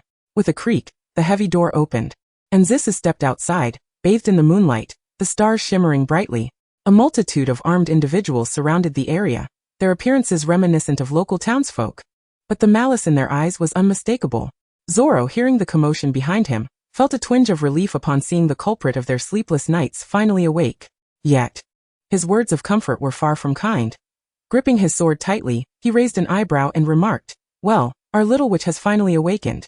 Zisu's inorganic green eyes glanced at Zoro, her delicate hand resting against the doorframe, her entire being radiating an aura of pallor as if she were gravely ill. Zoro hesitated, words caught in his throat, but upon seeing her ashen complexion he felt compelled to add, "Hey, if you need to rest a bit longer, I can deal with these guys first." Zisu, however, paid him no mind. She stepped into the moonlight, her green eyes transforming into golden vertical slits. The whites of her eyes stained crimson, and her demonic wings unfurled behind her. She completed her transformation before the astonished onlookers. With an enticing flick of her tongue, she licked her lips, her sharp teeth glistening as her otherworldly gaze fell upon the throng of 100 or so. As if they were mere delicacies laid out before her, her eyes filled with insatiable craving. "Mr. Zoro, it seems you won't be able to handle all these people alone. Let me assist you and take care of a few." "You." Just as Zoro finished his sentence, he witnessed Zisu's eyes narrowing, a wicked smile curling at the corners of her mouth. A gunshot rang out, like a stone thrown into a tranquil lake, causing the gunman's hands to tremble uncontrollably. Terror etched across his face as he muttered, Which? The bullet, impossibly, passed through Zis's form, embedding itself into the wooden door behind her. Blood began to seep from her skin, and her figure momentarily blurred, transforming into a swarm of bloodbats. Each pair of crimson eyes, glimmering like red beans in the moonlight, coalesced into a grotesque, enormous grin, reminiscent of a ravenous demon lunging at its prey. Ah, fresh blood. What the hell is that monster? The devil has descended. Stay away. Help. Help. The bloodbats, swift and diminutive, ensnared their targets, their fangs piercing flesh and draining blood. That crazy woman. Zoro cursed under his breath, once again gripping his sword firmly. Finally, it was time for his three-sword style to shine. After a protracted battle, the bloodbats, now sated and well-fed, regrouped and coalesced into a singular shadowy figure. Gazing at the moonlit sky, elegantly stretched, while behind her lay a scattering of thieves, gasping for breath, their bodies marred by the cruel bites of the bloodbats. Where were Zoro and Nami? Her spirits were buoyant, and she felt no inclination to address Zoro with any veneer of respect. Zoro, blocking a sharp blade that lunged towards him, heard Zis's appreciative whistle, causing a vein to throb at his temple, his tone tinged with impatience. Who knows? They are probably lost in a deep slumber, dreaming blissfully. Is that so? Zisu surveyed her surroundings, noting that her position effectively obstructed a narrow path, sealing off the exit. As she turned, a girl with lake blue hair became visible, unable to escape. What a plump duck. However, it was not the trembling girl who captured Zis's attention, but rather the large yellow duck beneath her, which drew her gaze. Kuru, run. Quickly. Quack. The girl shouted urgently, and the large yellow duck, displaying remarkable intelligence, took a few steps back before swiftly dashing away, seeking to distance itself from the bloodthirsty demon illuminated by the moonlight. A fierce gust of wind whipped the girl's hair, and beneath its veil, the witch hovered before her, arms crossed. Under the fierce scrutiny of those crimson beastly eyes, the girl widened her gaze, her scalp prickling with dread. On the verge of collapse. That duck of yours is quite impressive, I'll take it. I could bring it back to Sanji for a soup. It should taste delightful, wouldn't it? From around a corner, Nami, clutching a small pouch of gold and silver treasures, unexpectedly spotted the awakened Zisu and rushed forward with unrestrained joy. Zisu, you're finally awake. Are you alright? Is your body fine? Zisu landed gracefully on the ground, catching Nami in her embrace, her eyes softening, a smile blossoming on her lips. Nami, I'm perfectly well now. There's no need for concern. We were utterly terrified. You mustn't do that again. At that moment, Zoro had finished his own cleanup and stepped into the alley to join them. Upon seeing Nami, he appeared notably surprised. Weren't you supposed to be fast asleep, Nami? How did you end up here? Nami regarded Zoro with disdain. In a bizarre little town that welcomes pirates. Who would dare sleep? Are you the only one with any sense? With that, she waved her pouch of coins, exclaiming in frustration, "This town is unimaginably poor. This pouch of 100,000 berries is real. But I won it in a drinking game. It's infuriating." After being ruthlessly rebuffed, Zoro suppressed the urge to draw his sword, muttering, "Ah, this damned woman." The girl with lake blue hair watched the seemingly amiable exchange among the three, biting her lip, yet did not consider escaping. Instead, she slowly dismounted from the large yellow duck. The duck gently nudged her shoulder for comfort, while the girl tightened her grip, her fingers digging into her palms, crimson droplets trickling from her fingertips. Zisu keenly detected the scent of blood. She crossed her arms, tilting her head slightly to signal Nami and Zoro, her demeanor remarkably relaxed. Zoro furrowed his brow and called out, "The Baroque Works, what trickery are they planning now?" Baroque Works? She recalled this name, which belonged to a notorious criminal organization, and suddenly recognized the girl before her as one of those she had frightened into unconsciousness in the belly of the whale. After a struggle of self-encouragement and inner turmoil, the girl with lake blue hair seemed to have made a resolute decision, her expression hardening. "Ladies and gentlemen, I am not an employee of Baroque Works. In truth, my real identity is Princess Nefertari Vivi of the Alabasta Kingdom. May I hire you to escort me safely to Alabasta?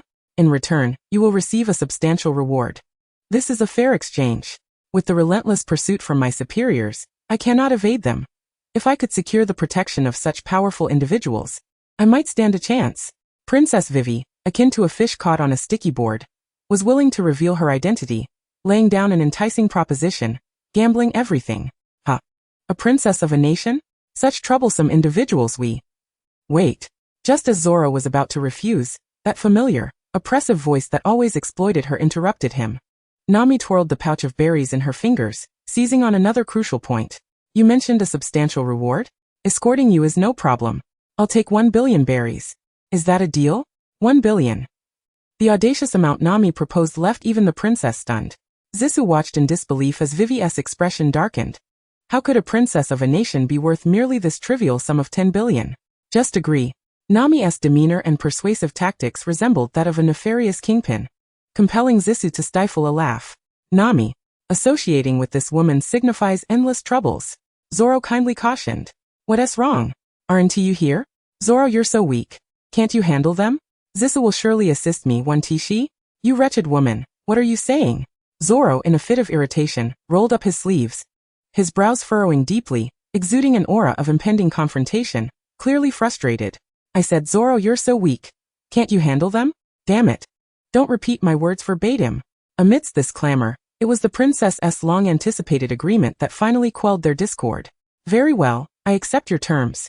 Nami's eyes sparkled with delight, her words imbued with the lightness of success. "Then the deal is struck." Chapter 8. Just as the agreement was reached, a sudden explosion erupted from behind. Emerging from the thick smoke were a man in sunglasses and a girl in a short skirt, holding an umbrella. The man pulled a photograph from his trench coat pocket, casting a cold gaze upon Princess Vivi amidst the crowd. "Nefertari Vivi, we have been dispatched by the Baroque Works boss to claim your life." Princess Vivi cried out in terror. "Mr. 5. Miss Valentine's Day. These two. They are both devil fruit users." Zisu, upon hearing this, whistled and waved her hand toward Zoro. "Zoro, go." Upon hearing this, Zoro exploded. "You go. Why are you calling me? I'm not that perverted cook. Don't order me around." As he spoke, he noticed the two devils gazing at him with expressions that seemed to mock his weakness. "How could you not handle these two? And you still have the gall to call for us?" He felt stifled, veins popping on his forehead, resigned to draw 3 swords, biting one of them, and advancing toward the enemy. "Let us first wake Luffy and the others. They've likely been drugged and are still asleep." Nami waved her hand, and Zisu had no objections, with Princess Vivi and her Duck Knight trailing behind. "What about that swordsman?" Vivi couldn't help but glance back.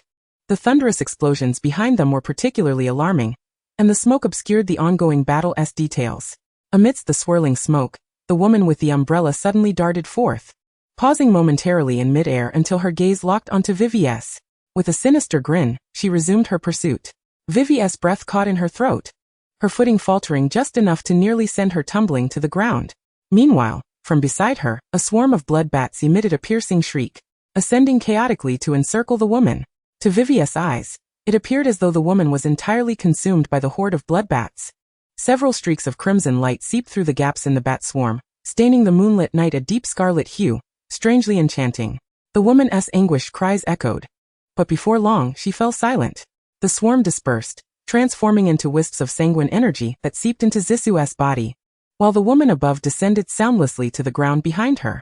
Zoro has conveniently dealt with one for you. No need for thanks, she thought bitterly. Damn that woman. Vivi's heart raced with thunderous dread. Who exactly had she entangled herself with?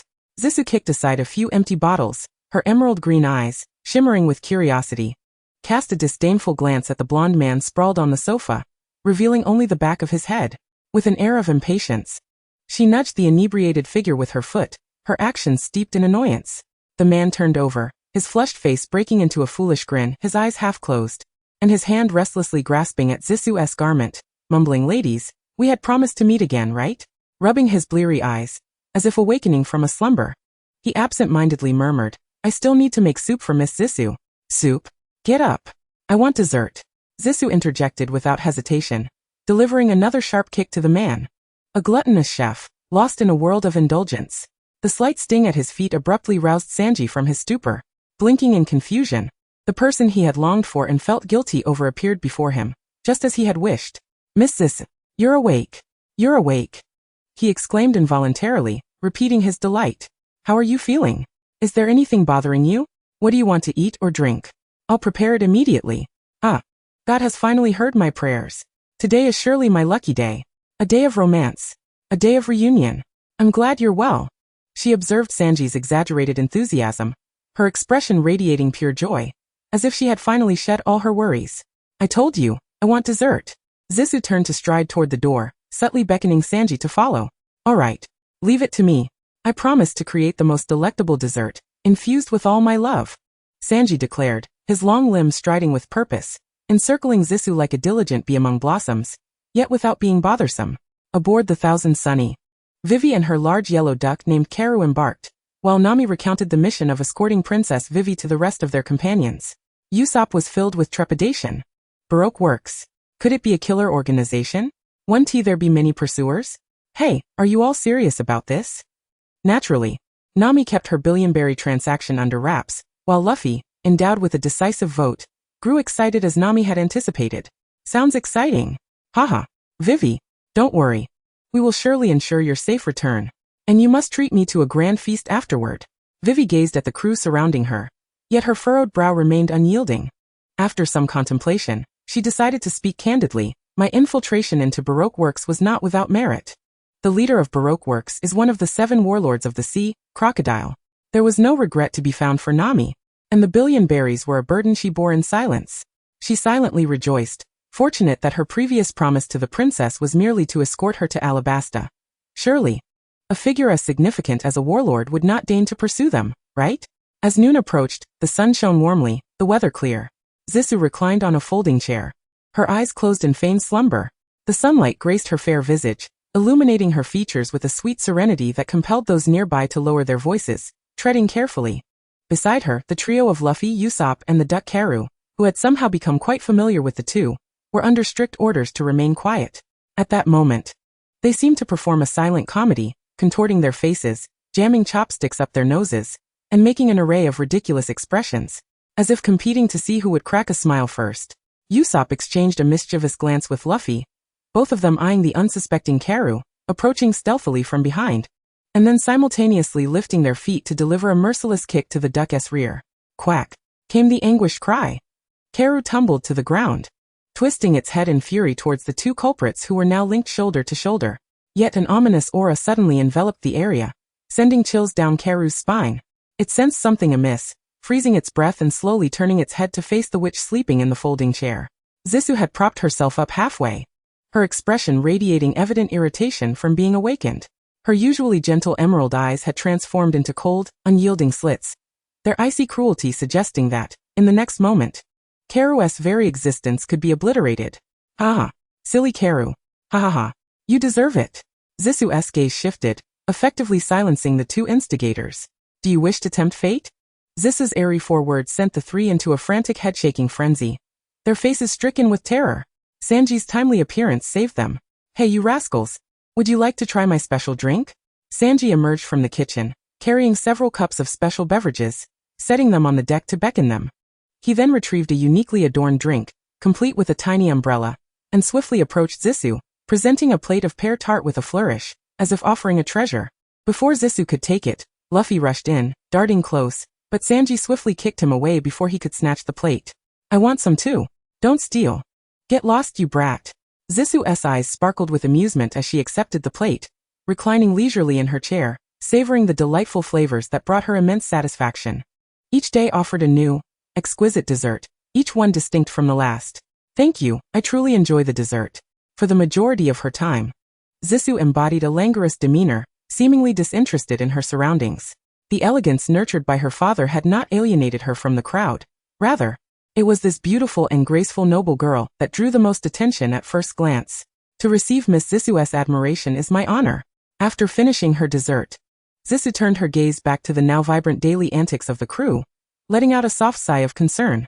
The primary reason she remained aboard the ship thus far was likely her unwillingness to part with the delightful delicacies. Following the compass's guidance, they were poised to sail toward the next island. The verdant foliage along the shore gradually thickened, and amidst the dense jungle, one could occasionally hear the hoarse and piercing roars. A thunderous, inconceivable sound erupted from the depths of the island, causing the vessels to sway and a cloud of dust to billow forth.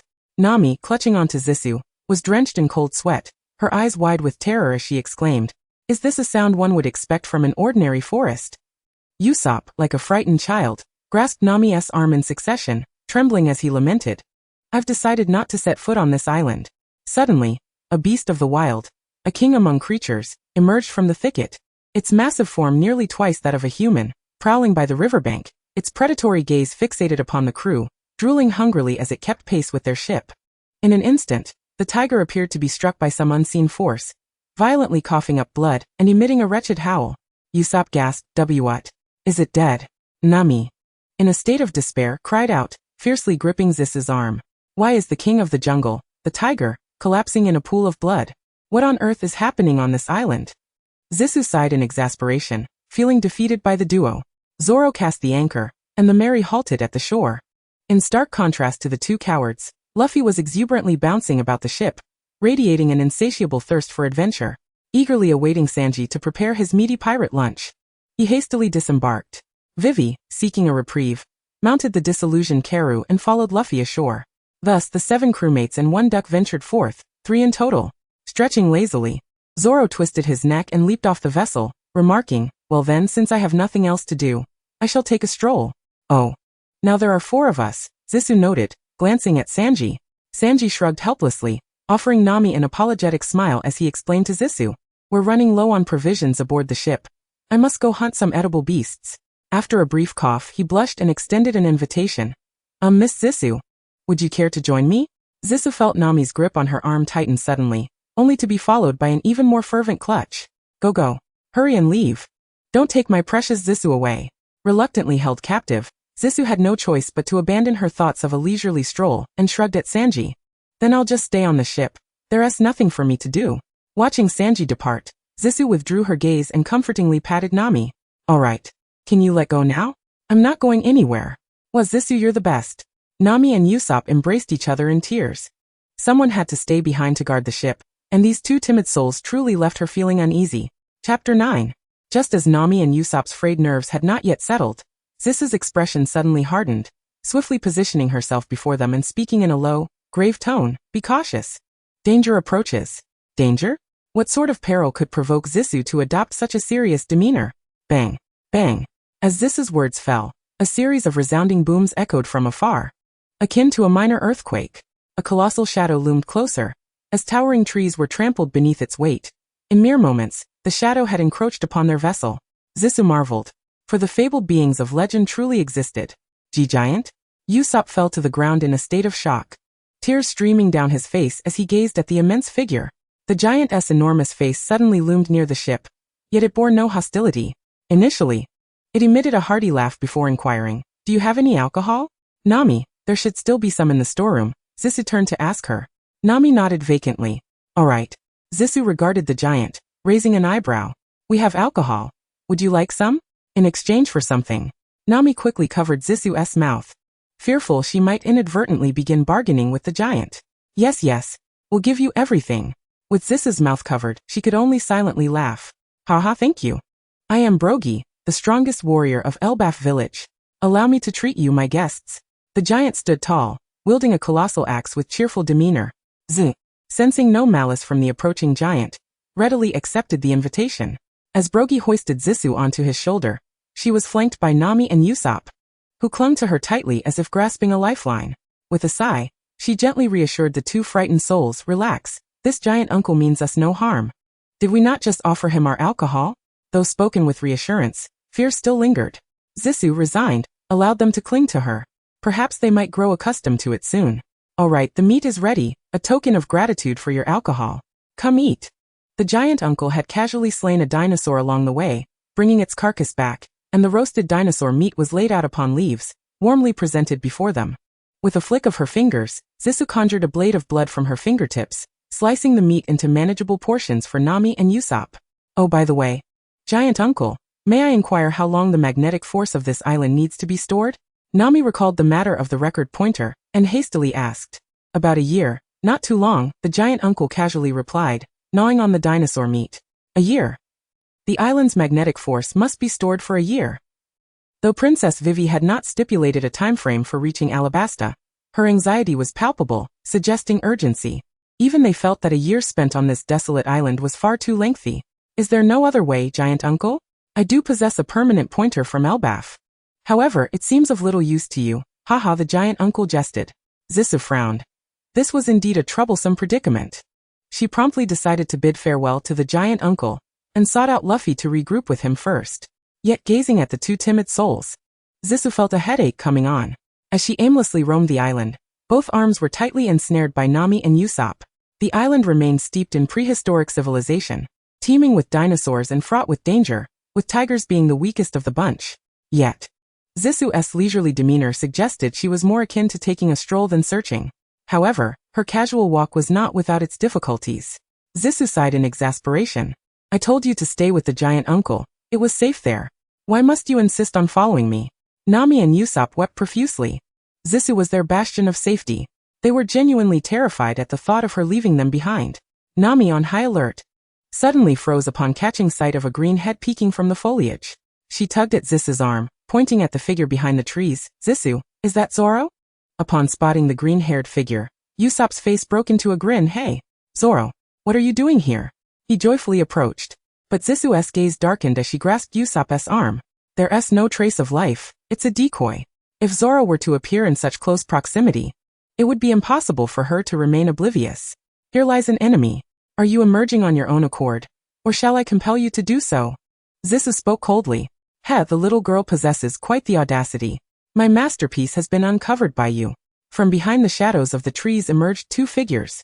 The man who spoke adjusted his thick glasses resembling beer caps and sported an oddly shaped 3 atop his head, his expression one of contempt. Beside him stood a girl with twin ponytails, adorned with a pink hat and carrying a sketchpad on her back. Zissou wasted no words and pointed at the false Zoro. This green-haired man, is he among you? She found it difficult to believe that Zoro could have been captured, given his prowess. However, who else could have crafted such a lifelike imitation if they had not encountered Zoro before? It seemed he had met with unfortunate circumstances. Oh, you refer to him? He was captured with ease, hardly any effort was required. What, do you wish to join him? The man with the 3 examined his nails, a hint of boredom evident. Zissou paid him no heed. Her emerald eyes transformed into golden slits, the whites rapidly overtaken by crimson. Her slender fingers morphed into black claws. Her crimson lips parted slightly. Her voice sultry and laced with irresistible desire. Be a dear and tell me, where is this green-haired man? Mr. 3, entranced, seemed to have fallen into a beautiful dream from which he could not awaken, uttering vacuous words. In the woods. Mr. 3. The girl urgently called out to him, splattering some red paint from her palette onto Mr. 3. Zissou let out a soft gasp. Sensing that her control had been unexpectedly disrupted, Mr. 3 suddenly appeared like a frenzied bull, regaining a semblance of his senses. The girl's ability was indeed intriguing. Her control technique had been surreptitiously learned from Lord Yama. If uninterrupted, it seldom faltered. Miss Golden Week, Mr. 3 exclaimed in alarm, his face reddening with rage as he cast a fearful, furious glance at Zissou, his eyes now brimming with murderous intent. No one dares to toy with me thus. Candle prison. The flame atop the 3 on his head ignited, and with a swift motion, a torrent of candle wax surged toward Zissou. But it was too slow. With wings of magic unfurled, she soared into the air, effortlessly evading the assault. Candle wax. He flung 2 more globs into the sky, their speed lacking and utterly unremarkable. Now it is my turn. Just as the wax was about to strike Zissou, she lifted her gaze, a subtle smile gracing her features, her form suddenly flickering. And with unparalleled speed, she materialized above him. Candle wall. Mr. 3 looked up, startled, barely managing to raise a small barrier in time. Blood surge. Zissou's lips parted, her claws slicing downward, manifesting blades of blood that effortlessly pierced through the candle wall, blossoming upon his form. Blood gushed forth, staining the verdant grass as Mr. 3 collapsed, grievously injured, deep gashes visible to the bone, soon transforming him into a bloodied figure. The girl stared wide-eyed, retreating in horror. No, it cannot be. Mr. 3's candle hardness rivals that of steel. How could you possibly sever it? You should be grateful that the candle before him possessed such hardness, otherwise, it would not merely be a severe injury, Zissou remarked with ease, for she was nurtured into a vampiric strike specialist by her father. Mere steel is nothing. Zissou stepped forward, seizing the girl, a smirk playing at her lips. Mr. 3 is of no further use, so you shall guide us to Zoro, if you please? She beckoned the 2 distant figures, signaling the end of the skirmish.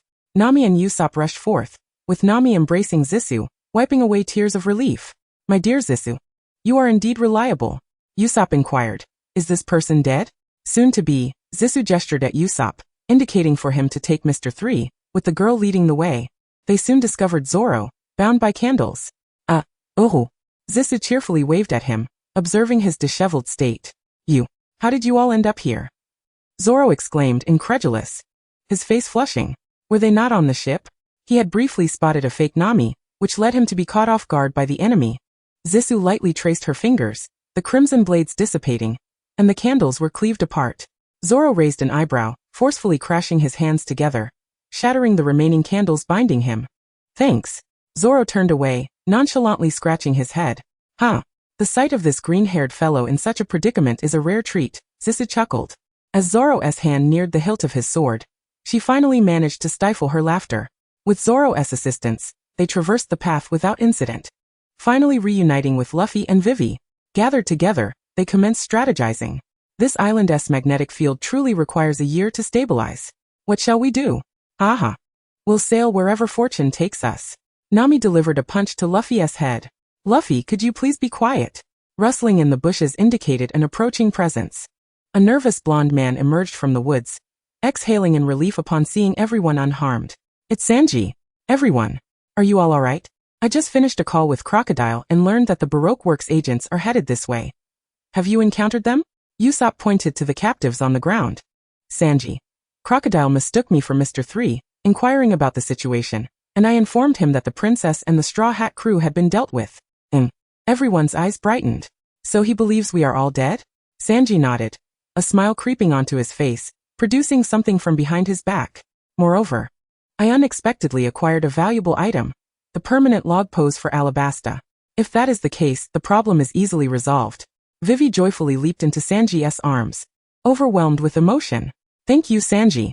I was at a loss for what to do. Sanji stood frozen, caught off guard by the sudden affection. Happiness had come too suddenly. He parted his lips, intending to utter some heartfelt words to win Vivi's favor, but from the corner of his eye, he noticed Zissou, arms crossed, observing with keen interest as if watching a play. Sanji. For some reason, the multitude of sweet nothings he had intended to share fell silent within him. He could only maintain his customary gentleness, speaking softly, Miss Vivi, no need for thanks. Chapter 10. With the log post secured, many troubles were alleviated. After bidding farewell to the giant, the group prepared to set forth once more. Zissou was engaged in light conversation with Nami when she casually glanced and noticed a small red bump on Nami's left waist, prompting her to poke at it.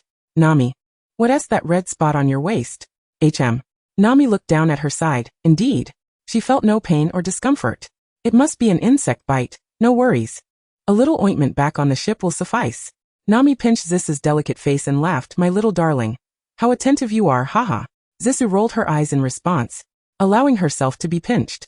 Sanji had just caught a gigantic dinosaur, which lay sprawled by the ship's edge, waiting for him to prepare some of its meat before they set sail towards Alabasta. On the Mary, Luffy and Usopp were once again slinging their arms around each other's shoulders, humming a discordant tune. Karu the duck was running amok, quacking loudly. Sanji busied himself in the kitchen, creating desserts. Zoro, seemingly motivated by something, was lifting a barbell that appeared excessively heavy, claiming it was to grow stronger. Nami was focused on the navigation, engaged in light conversation with Vivi. Zisu lounged lazily in a folding chair, having just finished a plate of dessert. Sanji brought it out for everyone to share, and he separately handed a portion to Zisu. Nami-san, Miss Vivi, would you like some dessert? Thank you. Vivi replied with a forced smile. She glanced at Nami, who was silently leaning against the mast, unusually quiet, which was unlike her. Nami, would you like some dessert? Nami's complexion appeared somewhat abnormal, flushed with a hint of redness as she leaned against the mast, gripping the eternal pose tightly. A bead of cold sweat trickled down her forehead, and her breathing became slightly hurried. When she heard Vivi call her name, she took a moment to collect herself before replying, I don't know why, but I feel a bit tired, Vivi. I'm going to head back to my room for a rest. Can you help me keep an eye on the course? Of course, Nami. Is something wrong? Vivi asked. Concern etched on her face. This area of the sea was supposed to be autumnal. Why was Nami sweating so profusely? Moreover, the flush on her face seemed quite unusual. I'm fine. However, before Nami could finish her sentence, it was as if all her strength had drained away. She collapsed onto the deck, drenched in cold sweat. Her lips pale and gasping for breath, unable to utter a word. Vivi froze, and in the next moment, she rushed to support Nami. She placed her hand on Nami's forehead and exclaimed, What is happening? Nami has a high fever. A fever. Inside the female crew's quarters, Vivi placed a damp towel on Nami's forehead, her expression grave. Familiar faces surrounded Nami's bed, all looking at Vivi and Nami at a loss. A high fever of 40 degrees. We need to find a doctor for Nami. Is there anyone on this ship who knows anything about medicine? Luffy and Usopp pointed at Nami with innocent expressions. If this fever continues, Nami's life will be at risk. Zisu's movement abruptly halted. The only one on board with any knowledge of medicine was Nami herself. The other boys had grown up without any ailments and were in robust health. Even after becoming a vampire, she hadn't fallen ill. In the past, although her father had been sick at times, there had always been knowledgeable companions around to help him recover swiftly. If she gets sick, surely eating some meat will do the trick, right? Right, Sanji? Luffy mused cheerfully. Sanji seemed to suddenly awaken to the situation. Right, I'll go prepare some food suitable for patients. However, as soon as he spoke, his expression fell. This could only be considered patient care, and might not actually cure her. Usopp anxiously turned to Vivi. Once we reach Alabasta, there will definitely be doctors, right? Vivi, do you know how much longer it will take? Vivi lowered her head in silence, her voice thick with emotion. I don't know, but it definitely won't be within a week. An oppressive silence settled over the group, and everyone felt somewhat helpless. A week? Could Nami hold on that long? Nami! Vivi exclaimed as she noticed Nami regaining consciousness, quickly supporting her. The heat radiating from Nami's skin felt like fire. Nami, lacking strength, leaned against her, offering a weak smile. Vivi, there's a newspaper in my drawer. Could you please fetch it for me? Upon hearing this, Vivi retrieved the newspaper, but as she glanced at it, her entire being froze in shock, collapsing weakly to the ground, gripping the paper tightly, her eyes wide in disbelief. How could this be? You found out about the civil war in Alabasta? What? How could this happen? 300,000 royal troops have defected to the rebels. It was originally a suppression battle of 600,000 royal troops against 400,000 rebels, and now the situation has completely reversed. If this continues, soon the country will be drenched in blood. The war is about to erupt.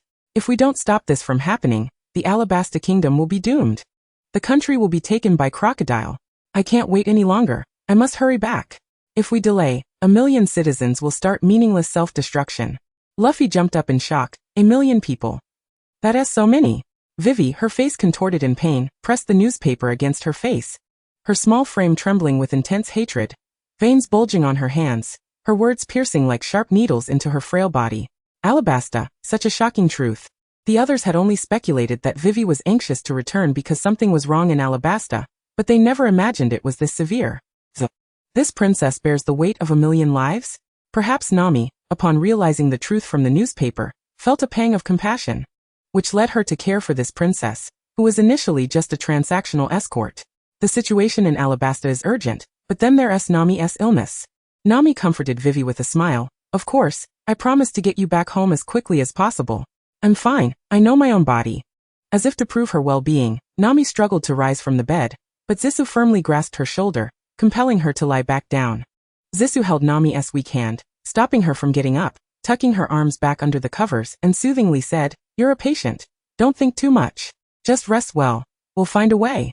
Zissou approached Vivi, squatting down to meet her gaze, asking, "Princess, what are your thoughts?" Vivi looked up at Zissou, her emerald eyes lacking their usual sparkle, now filled with an indescribable weight. There was no trace of a smile. Her gaze was piercing, as if probing deep into Zissou's heart. "Everyone, I know what I'm about to say may seem excessive, but my country is facing a grave crisis, and I cannot afford any delays. I hope this ship can travel to Alabasta at the fastest speed possible." Having said this, she did not wait for the group's reaction and continued urgently, "Therefore, we need to find an island with a doctor as quickly as possible. First, we must treat Nami's illness, and then we can head to Alabasta. That is the fastest course for this ship." Upon hearing this, Zissou, after spending so many days together, finally felt a semblance of admiration for this princess. "Indeed, there is no faster course than this," Luffy chimed in cheerfully. Zissou stood up, took a deep breath, and kicked the few useless fellows out of the way, declaring, "All right, stop disturbing Nami's rest. Let Vivi take care of her. You lot, follow me outside. Don't be a hindrance. I'll take care of finding a doctor." "Understood."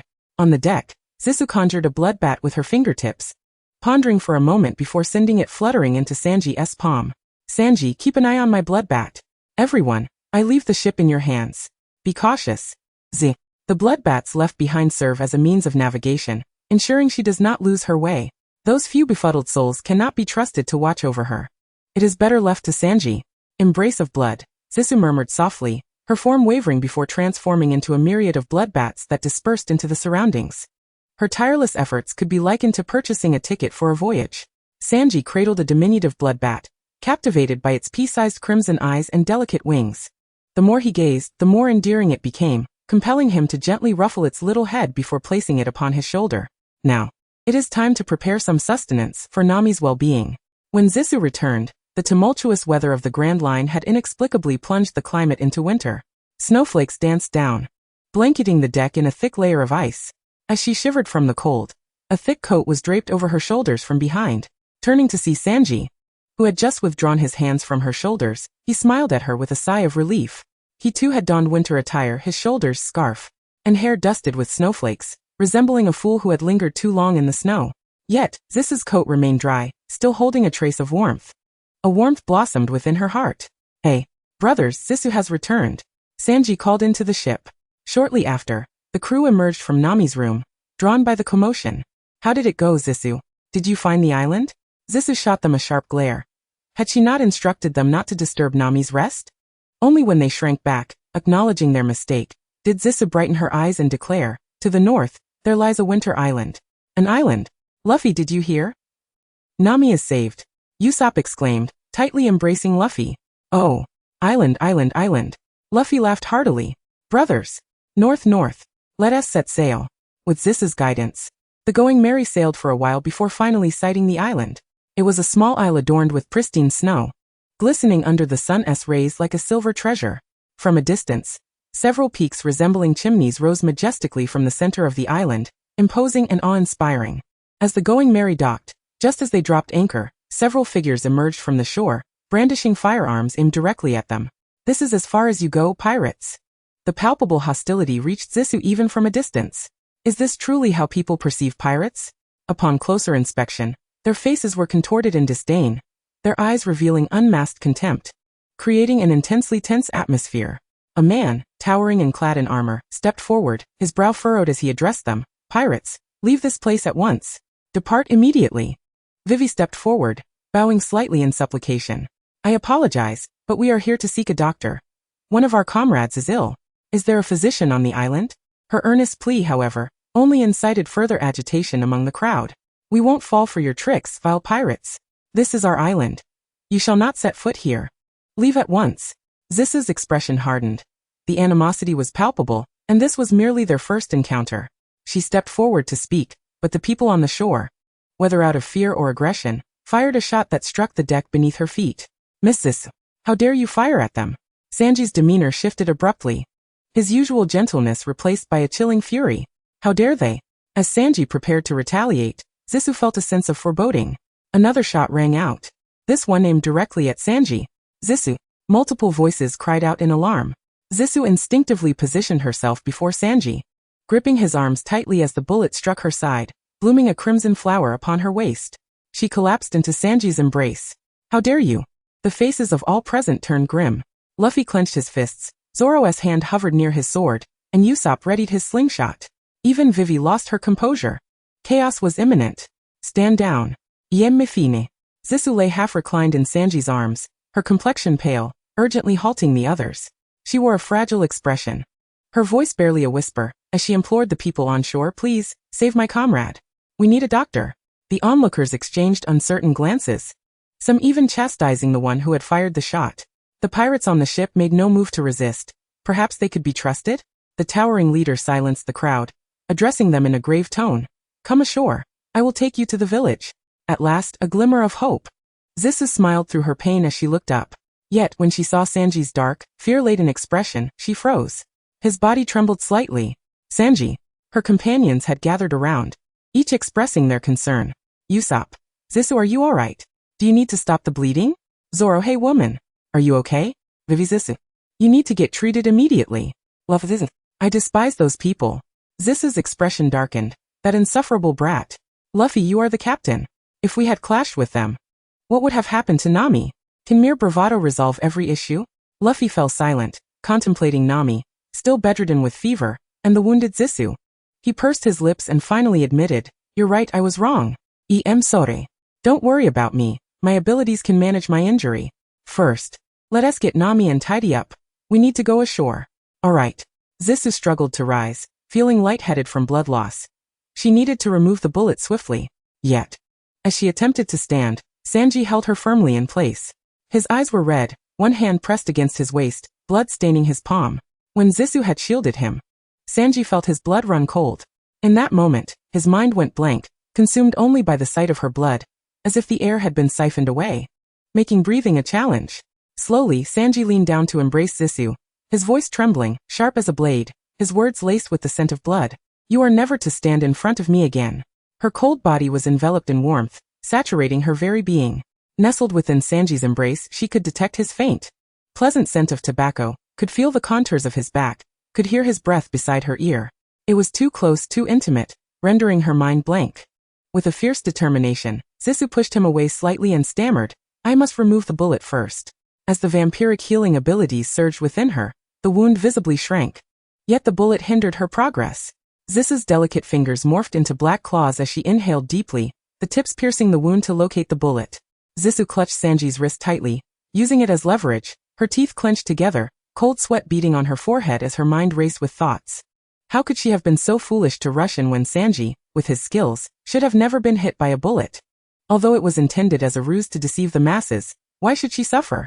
It would have been better for her to shield Luffy from the bullets, leaving everything unscathed. What thoughts occupied her mind at that moment?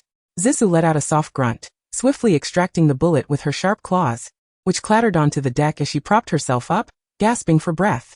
Sanji, with one hand firmly gripped by another, felt no pain, while his other hand clenched into a fist, the knuckles whitening from exertion. He had allowed Miss Zissou to be harmed. This pain was rightfully his to bear. Vivi had just emerged from the room with some hemostatic medicine and bandages, staring in astonishment as Zissou had already removed the bullet. She attempted to step forward to staunch Zissou's bleeding, but Sanji, with an air of nonchalance, took the items from her hands, sprinkling the powder on the wound before bandaging it. The bandages wrapped around her waist, his cool fingertips brushing against her pale skin, causing Zissou to flinch slightly.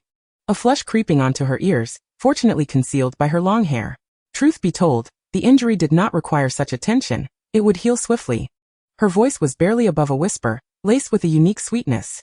Once Sanji had finished dressing the wound, he gently adjusted her clothing. Usopp secured Nami onto his back, while Vivi tended to her, and Zoro remained behind to watch the ship. Just as Zissou was about to rise, the man beside her swept her up into his arms, leaving her bewildered. Sanji, I can walk, she protested, though her tone was infused with feigned innocence, hoping to avoid detection. Surely, she was the one who had taken the bullet for Sanji. Thus, Zissou was carried weakly, in a state of denial, into Dalton's chamber. Dalton, the towering leader they had seen on shore, claimed to be the island's guardian. The armed crowd was not a protective brigade, but merely the local inhabitants. Upon entering the room, Zissou hastily leapt from Sanji's embrace. Her wound was of little consequence and was nearly healed. However, her seemingly unscathed demeanor startled Dalton, who soon comprehended the situation and offered a nonchalant smile. A person willing to endure such injuries for their comrades posed no threat to the village. Usopp gently laid Nami on the bed, and Zissou furrowed her brow, inquiring, "So, where is the doctor?" Dalton moved to the window, gesturing toward the tallest peak outside. "There is but one doctor on this island, the witch Dr. Kureha. Do you see the central peak that resembles a chimney? A castle sits atop it. She resides there." Zissou gazed at the swirling snowflakes and biting winds. Along with the towering mountain, her tone sour. Why must she live so far away? Moreover, the doctor descends only at her whim. We have no means to contact her. Dalton sighed, adding with a hint of apology as he bowed slightly to them. Nami's condition could not afford delay. Zissou lifted her gaze to Luffy, who seemed to understand her expression and flashed her a smile. "Then let us climb the mountain." Ignoring the glances of others, Zissou settled at the edge of the bed, gently rousing Nami. "Nami, listen to me. We must climb the mountain. If we don't, we won't find the doctor. Can you hold on?" Vivi gasped. "Luffy. Zissou, don't be reckless. That mountain is too high. How could we possibly ascend? And Nami's condition may worsen." Zissou cast her eyes downward. "Shall we simply wait here? I can carry Nami up, trust me." Usopp urgently advised. "Zissou, you were just injured. Don't push yourself. Nami is still unwell." Luffy also regarded Zissou disapprovingly. "Zissou, I can climb too. I'll carry Nami." Zissou shot Luffy a pointed glance. "Stating the facts, I can fly faster than you. Then I must go too." Luffy retorted, turning away in frustration. "You are both unbelievable."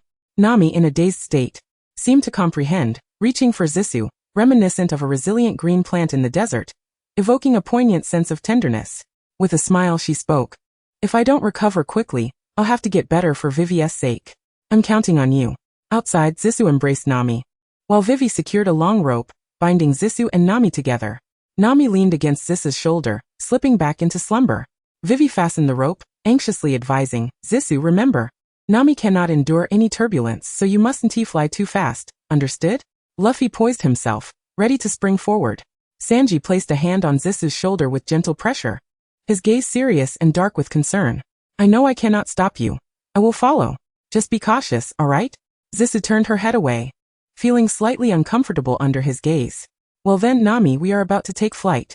In an instant, Zissou soared upward, her magical wings unfurling as she ascended toward the mountain peak.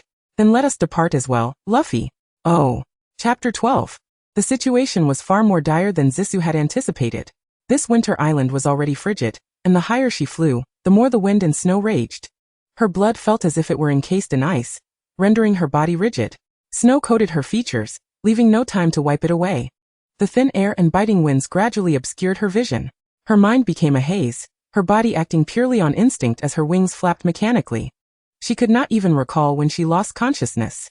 Zissou jolted awake in bed, her emerald eyes surveying the unfamiliar decor of the room. What was happening? Where was she? Had they arrived? Nami. Where is Nami? Barefoot, she flung open the door, colliding with a soft object that fell into her arms.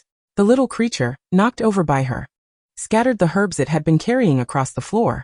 Zissou squinted down. The small being was fluffy, wearing a pink hat, resembling a raccoon. Yet, do raccoons walk on two legs? You're awake?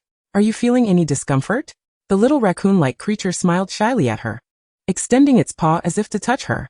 Zissou squatted down, reaching out to meet its paw, speaking amicably. "Little one, did you save me?" The creature, appearing quite bashful, seemed startled by her reaction, quickly retracting its paw, its wide eyes blinking in surprise before it hurriedly scurried away on all fours, disappearing in an instant. Such a timid little thing, Zissou chuckled.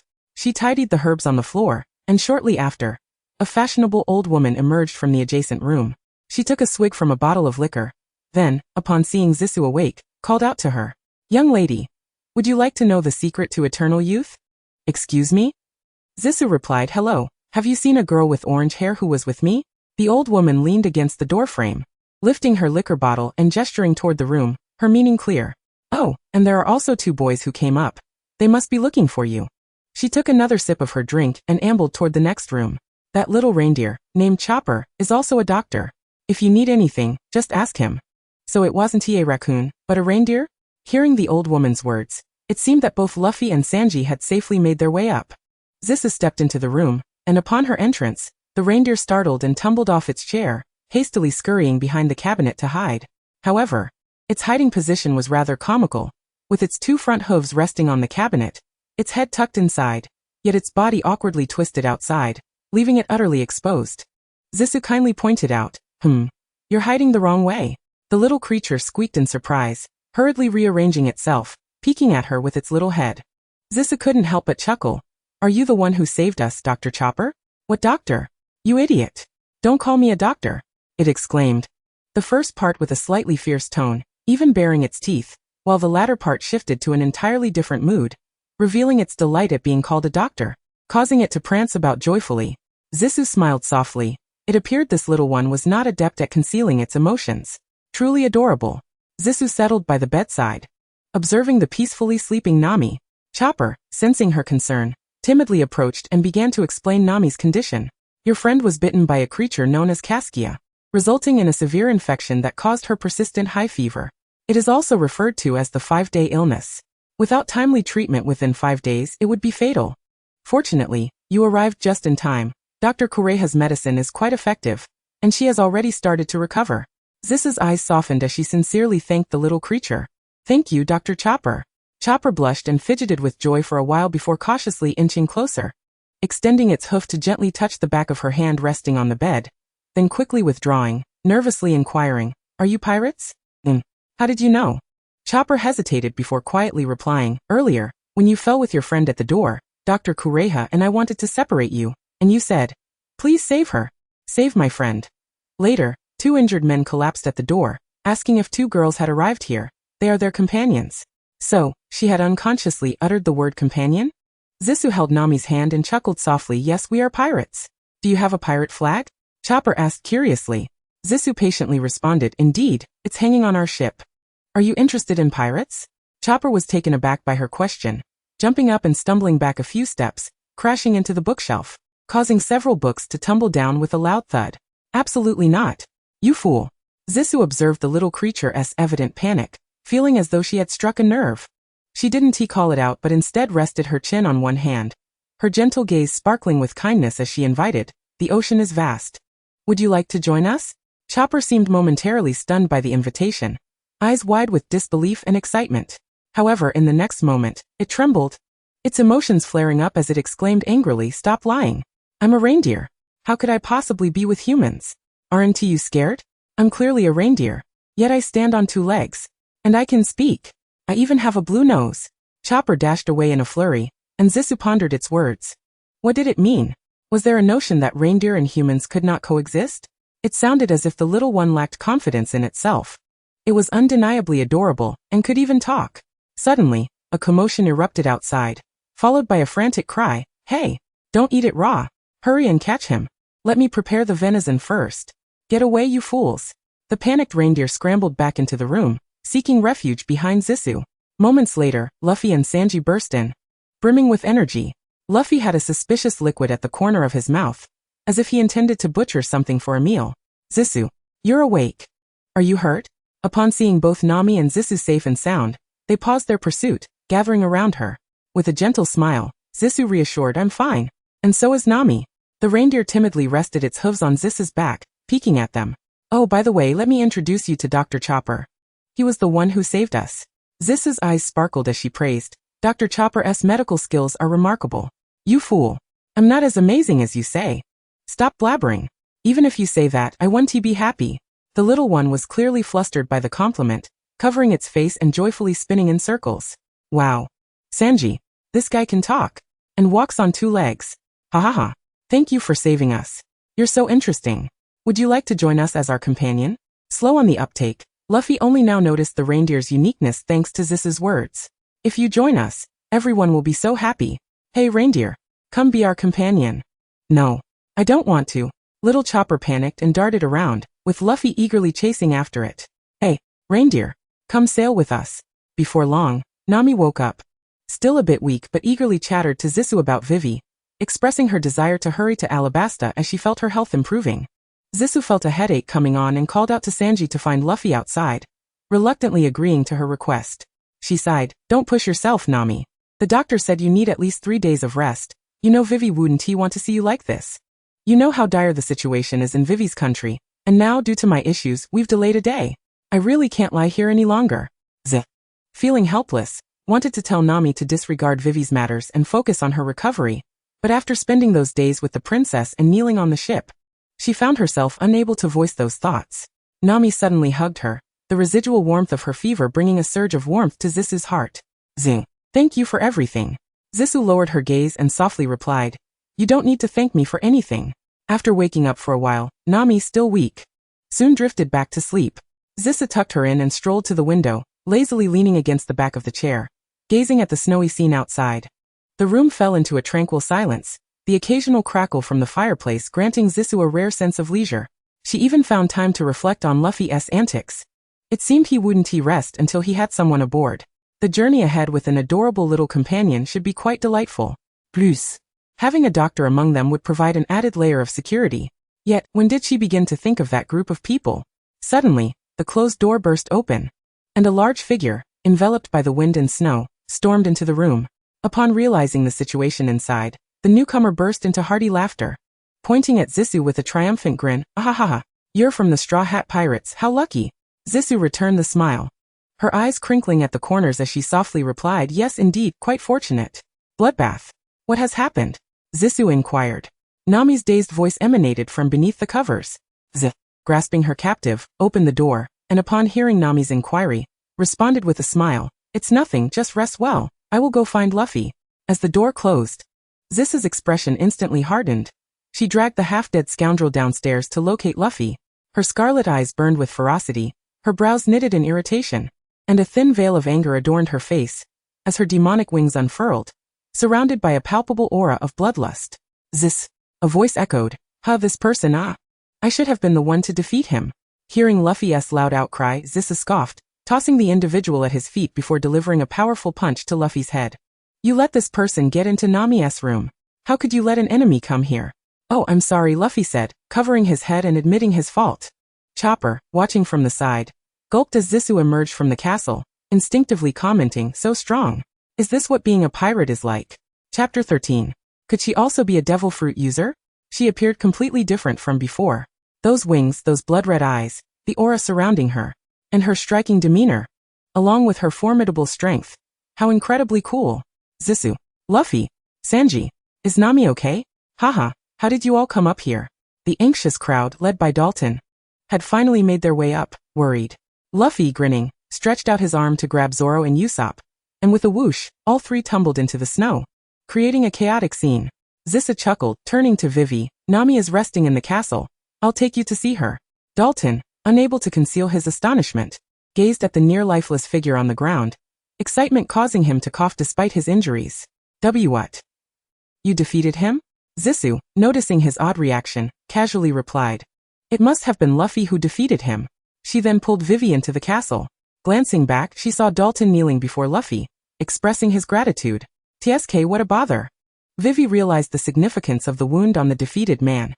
It was similar to the one Mr. 3 had. She smiled at Zisu. That man was the former king of this country after all. He is not a good person. Zisu, you've done a good deed. Zisu shrugged. If I wanted to fight, I would have. It has nothing to do with me. Upon seeing Vivi, Nami refused to rest any longer. And despite their attempts to persuade her, Nami's resolve was firm. Reluctantly, they had to drag her back downstairs. Thank you for inviting me.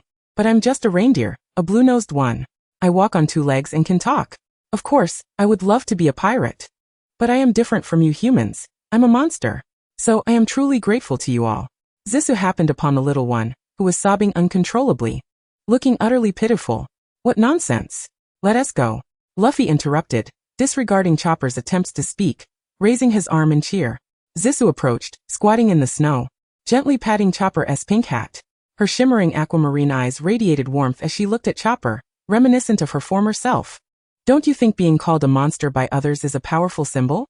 It's because you're so remarkable that people feel fear, which leads them to label you a monster. Why should you feel sorrow for their weakness? It's not your fault, Chopper. Usopp, dazed, nudged Zoro beside him. Hey? Is it really okay for Zisu to educate him like this? Zoro raised an eyebrow. At least it seems effective. The others watched Chopper, who was crying uncontrollably, and began to chuckle. They had just escaped from the old woman, Dr. Kureha, who had hurled axes and knives at them. Chopper pulled a sled with them seated atop. Sliding down the cable, the wind and snow whipping through Zisu's hair, lifting her spirits. A series of cannon blasts erupted behind them, and they turned to see the swirling white snow-tinted pink, resembling cherry blossoms fluttering down, creating a beautiful spectacle that reminded her of her days back in the dormitory. There had once been a grand cherry blossom tree in front of the dormitory. Her father loved to practice calligraphy beneath it. The wind would blow, and the blossoms would fall, creating a breathtaking scene. So beautiful, Zis amused. This old woman has a rather unique way of bidding farewell.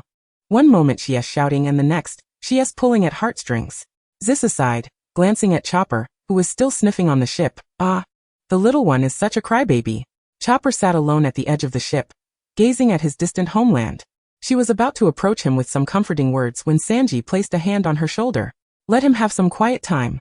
He is experiencing what it means to embark on a journey as a man. Zis turned to Sanji, who wore a serious expression. Suddenly curious, she asked, so Mr. Sanji, did you cry when you set sail? Cough. Cough cough. The fool. How could I? Sanji was abruptly choked, coughing loudly. His face flushed. He hurriedly denied it. I could never. I would never cry. Zissou, you must believe me. This is a matter of a man's pride. Is.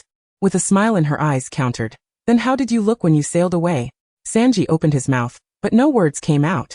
I left calmly. He thumped his chest in excitement, reiterating, I could never cry. Zis. Miss Zissou, you must believe me. It seemed that Ziss's disbelief was more unbearable to him than the truth itself. It was a far more significant blow to his pride. He cried, you know. Zoro, sitting nearby, casually affirmed while stroking his sword. Yeah, he cried pretty badly, no exaggeration.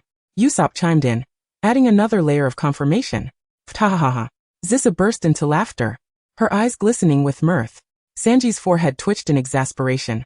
Raising his foot, he gritted his teeth. You lot. Do you want to die? Stinky seaweed head. Did you cry when you were defeated by Mihawk?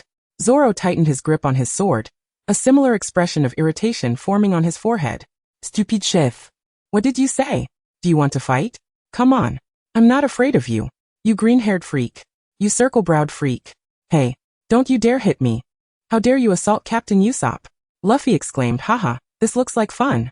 Why didn't you call me? I'm in. Thus, a grand melee ensued among the four. Nami, wanting to be the caring older sister to Chopper, tried to intervene multiple times, but was repeatedly interrupted by their raucous noise. Her patience wearing thin. She finally could endure no longer. Clenching her fists, she stepped into the chaos, delivering 4 resounding punches, accompanied by her furious shout, You four, quiet down. The 4 stood in a row, covering their heads, dejectedly complying. Vivi, anxiously crouched beside Karu, wiped its feathers with a dry towel. Karu, are you okay? How did you end up freezing in the river? Karu trembled, wailing in despair. Ga ga ga. Vivi, bewildered, could only stare in confusion. Zoro scoffed. It must have slipped off the ship, due to its own clumsiness. Karu let out a mournful gaga. Chopper looked at Karu, nodded seriously, and then turned to everyone else. He recounted how a person named Zoro had been swimming in the river, and suddenly vanished. Thinking something was amiss, he jumped in after him, leading to this predicament. Perched disdainfully, Nami glared at Zoro. You foolish swordsman. Zoro raised an eyebrow. Who are you calling a fool, you blood-sucking witch? Nami, anger flaring, rolled up her sleeves. Huh? You think I'll go easy on you just because you're a guy? With a resounding thud, Zoro was knocked out by a swift move from Nami, who could no longer tolerate his antics. Zoro lay there, while Nami smirked, secretly enjoying the attention. But Chopper, you can actually understand Karu? Vivi exclaimed in surprise. Chopper scratched his head, feeling a bit shy. Well, I'm an animal too, so I can talk to them. Haha, Chopper, you're amazing. Nami praised, ruffling his fur. Your fur is so soft. It feels delightful, she thought with a gleam in her eye. Luffy sat at the head of the table, raising his drink with a contagious grin, gazing at his companions. So, let us celebrate our new crew member. For the beautiful cherry blossoms. Let us feast. Everyone lifted their drinks in unison, clinking them together. Oh. Chopper shyly smiled and whispered to the group. Today is the happiest day for me. After departing from Winter Island, they had been sailing towards Alabasta for 3 days. Having grown familiar with everyone, Chopper had become lively and spirited. On the deck at the ship's stern, Zoro, Usopp, and Sanji found themselves unexpectedly engrossed in a serious card game. Zoro had several white strips of paper affixed to his face, his former noble elegance completely diminished. appearing almost silly. Sanji, as her mentor, had been subtly feeding Zoro cards, resulting in quite a few strips on his face. Zoro, not particularly adept at card games, sported a similar number of strips as Sanji. Meanwhile, the nefarious capitalist Usopp flaunted a clean face, his boastful voice audible at the bow of the ship. Just then, Chopper frantically ran up, circling them multiple times, shouting, "This is bad." Luffy was taken away by a bird monster. Zoro discarded a card, diverting some of his attention to Chopper, raising an eyebrow. Did Luffy call for help? Chopper shook his head. No, he didn't. Zoro's eyelids drooped again as he focused back on the game. Then let us not worry about him. But with Chopper's anguished scream, a shadow loomed over them, and they instinctively dove aside, sensing danger. Luffy plummeted from the sky, riding a giant bird, crashing onto the deck precisely where they had just been. Zoro swatted away Sanji's hand that had been wrapped around him, raising an eyebrow as Luffy cheerfully waved at them. "Hey Sanji, I brought back meat." Just like that, Luffy had ruined their card game. Zoro, irritated, tore off the white strips from his face and stuck them onto Luffy instead. Zoro! Zoro! Zoro descended the stairs, waving his hand. "Sanji, I want grilled meat." "Me too." "Me as well." "Alright. Miss Zoro, you look stunning today. I shall prepare the most delicious grilled meat with love." "Understood, you rascals." On this leisurely afternoon, their journey towards Alabasta continued to progress. Chapter 14. The weather was calm and pleasant, heralding yet another beautiful morning on the deck of the Going Merry. "Speak. Was it you?" Zoro tugged at Luffy's swollen face, furiously interrogating him. "Why did you take your eyes off me, Luffy? Tell me." "My dessert. Did you eat my strawberry pancakes?" "No, Zoro, I don't know. I know nothing." Luffy, desperately struggling, was drenched in cold sweat, his gaze darting about, still attempting to wriggle free.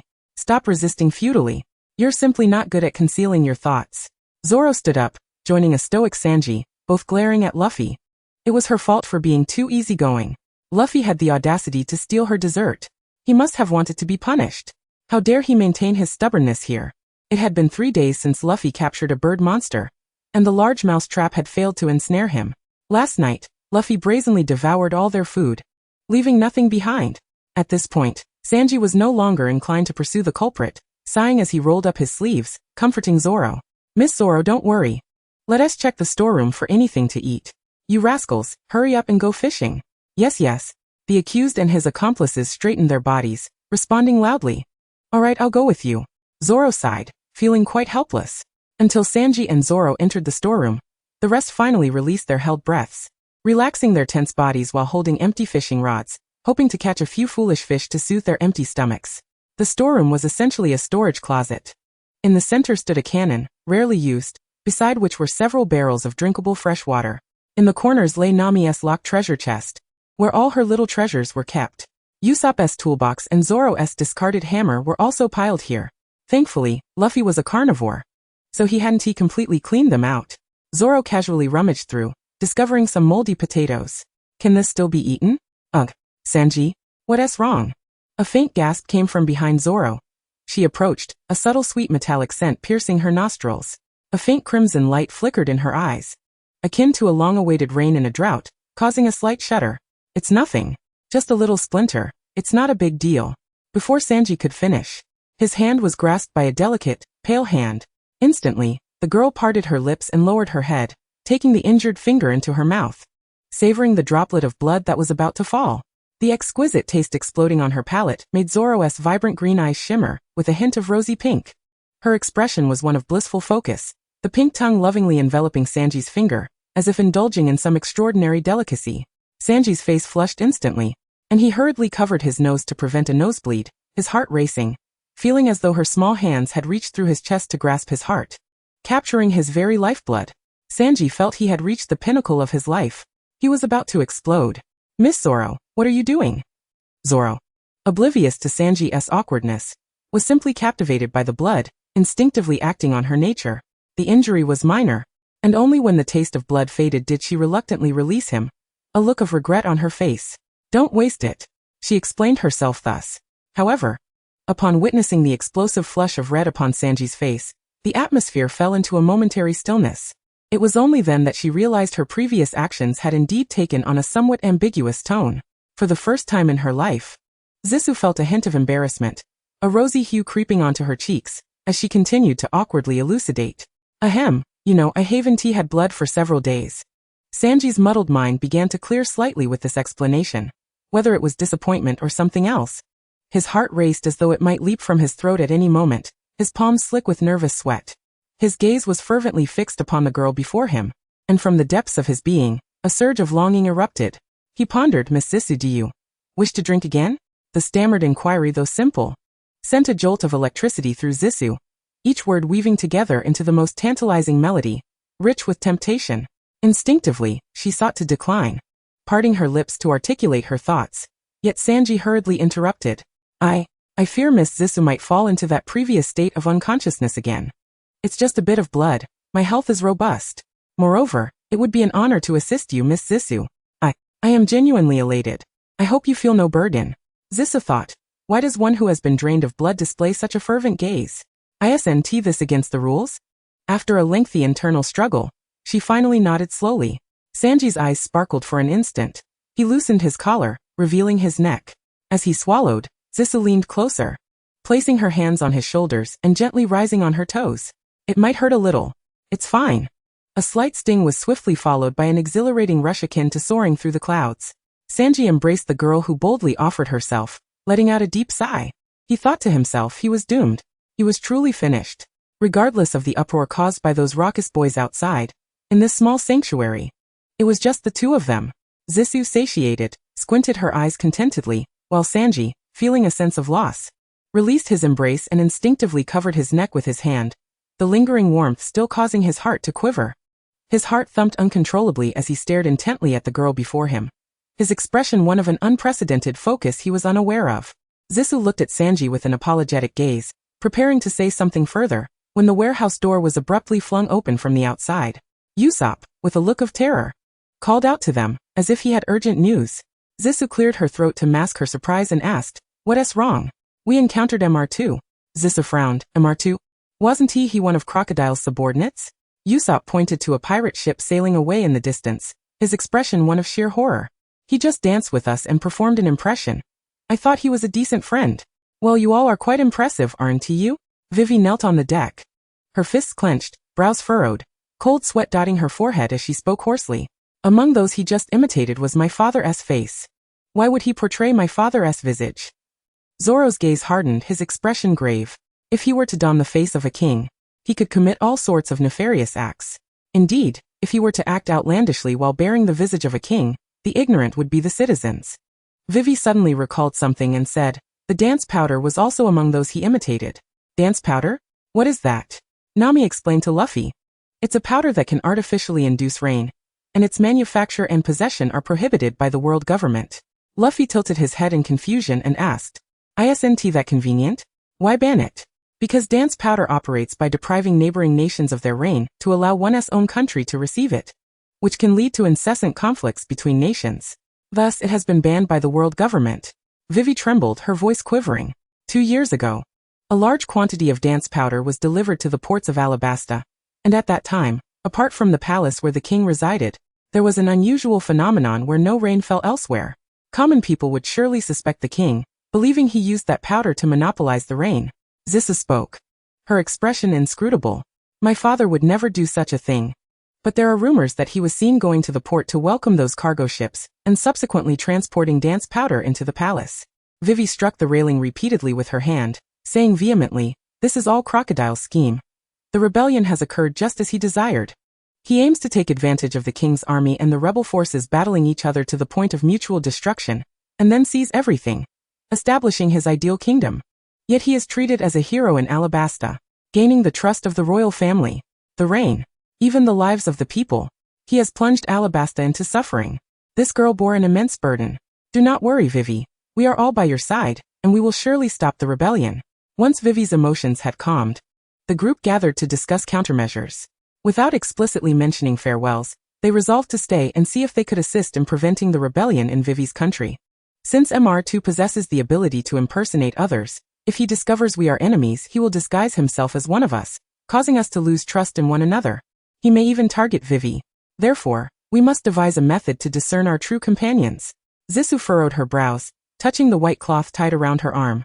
Casting a surprised glance at the green-haired swordsman, unable to believe her eyes. Zoro, did you actually conceive of such a dual-marking idea? Zoro, gritting his teeth, drew his sword menacingly. Watch it, or I'll slice you, you foul woman. Zisu rolled her eyes, indicating her disinterest in engaging with him. Everyone, prepare yourselves. Alabasta is upon us. Nami called out. Vivi, touching the mark on her arm, finally revealed a slightly relaxed smile. Listen closely. I must state this up front. Please do not act on instinct without consulting. The Going Merry had docked, and as she listened to Nami's chatter, Zisu pointed toward the distant figure that had already run far away, letting out a sigh. The one who should heed those words is no longer here, Nami. She vaguely heard Luffy shouting something about a restaurant. Well, never mind. Luffy is someone you cannot rein in. He always finds his way to the liveliest places. Chapter 15. The location where they docked was a port in Alabasta, where the locals wore attire rich in exotic flair. According to Vivi, this port would not be their long-term stop, as they would soon need to traverse the desert to an oasis named Yuba, the stronghold of the rebel forces, where Vivi intended to first quell the uprising. Zisu and Sanji were dispatched to gather food, water, and some clothing, while also searching for Luffy. The moment they set foot on land, they were met with the glaring heat.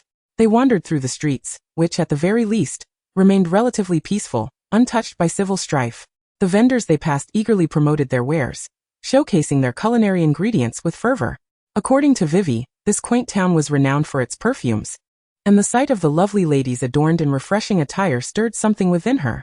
Speaking of beauty, a certain dandy, who had previously been as exuberant as a lovesick monkey in his attempts to flirt, now seemed unervingly subdued. However, recalling her recent escapades aboard the ship left Zisu at a loss for words to share with Sanji. The intoxicating sweetness of that delightful blood, a taste so exquisite it lingered in her memory, prompted her to squint her eyes and surreptitiously lick her lips. Ah, had she lost her mind? Meanwhile, Sanji, preoccupied with thoughts of the enchanting Zisu, found little inclination to pursue any other ladies. Today marked yet another occasion to extol Miss Zisu's beauty. Though he had always found her charming, today she captivated him even more. He longed to touch and embrace her, clutching his rapidly beating heart. He could not help but display a foolish grin. They traversed the streets in a comfortable silence, completing their shopping in an atmosphere of harmony. The sun in Alabasta shone brightly, prompting Zisu to don her newly acquired light-colored sunglasses. The lenses had a subtle pink tint, accentuating her cheeks, which bloomed like peach blossoms, while her sparkling green eyes narrowed slightly. Through the lenses, she possessed a unique allure. Since leaving Roguetown, each visit to the island had been a hurried affair. Such leisurely shopping was a rare treat. It was amidst the busy streets that Smoker spotted Zisu, a floral beauty, leisurely browsing the stalls, accompanied closely by a golden-haired man who resembled a devoted knight. The man wore matching brown sunglasses and carried a large backpack, as though he were out procuring supplies. It's you. Which? Zisu was taken aback by a familiar voice, raising her gaze to find a menacing figure not far off, with a face that exuded ferocity, clad in a coat adorned with a row of cigars, and wielding a recognizable staff-like weapon on his back. Smoker? What was he doing in Alabasta instead of overseeing Roguetown? Where was that straw hat kid? Had he followed Luffy here directly? Now as a member of the pirate crew, her stance was adversarial to Smoker S, particularly considering his bothersome smoke-smock fruit abilities. Without a moment's hesitation, Zisu seized Sanji's hand and fled. Dashed to the Marines. Conduct a thorough search of the entire city. We must locate the Straw Hat crew. Smoker commanded as he witnessed their escape, dispersing smoke as he pursued them. Suddenly, a searing flame descended from the sky, obstructing the dense smoke. A man stood before Zisu and the others, his fingers still ablaze as he adjusted his orange cowboy hat, a smirk of audacity gracing his lips. Are you companions of Luffy? Who are you? Sanji pulled Zisu protectively behind him, furrowing his brow in suspicion. Me? I am Luffy's brother, pleased to make your acquaintance. The man bowed politely. Zisu and Sanji exchanged incredulous glances. A brother? That foolish Luffy has a brother? The man nodded slightly, then eagerly inquired. Do you know where that little rascal is? Probably off searching for something to eat, Zisu replied, her tone deadpan, eliciting a hearty laugh from the man, who seemed nostalgic. That little brat hasn't he changed a bit? He raised his fist, his muscular shoulder flexing as flames erupted from his fist, striking a dashing pose against Smoker. You all should leave. I'll handle this guy. Zisu and the others did not hesitate. Recognizing the flame still dancing upon his form indicated his Logia-type devil fruit abilities. Confronting Smoker would be no small feat encountering Smoker. And now the entire Marine force was mobilized to pursue them. If Vivi and the others were discovered, it would spell trouble. As for Luffy, let him indulge in food somewhere in a corner. They successfully evaded the Marines and reunited with Vivi, returning to the ship, where Nami wasted no time in setting sail. Is this all right?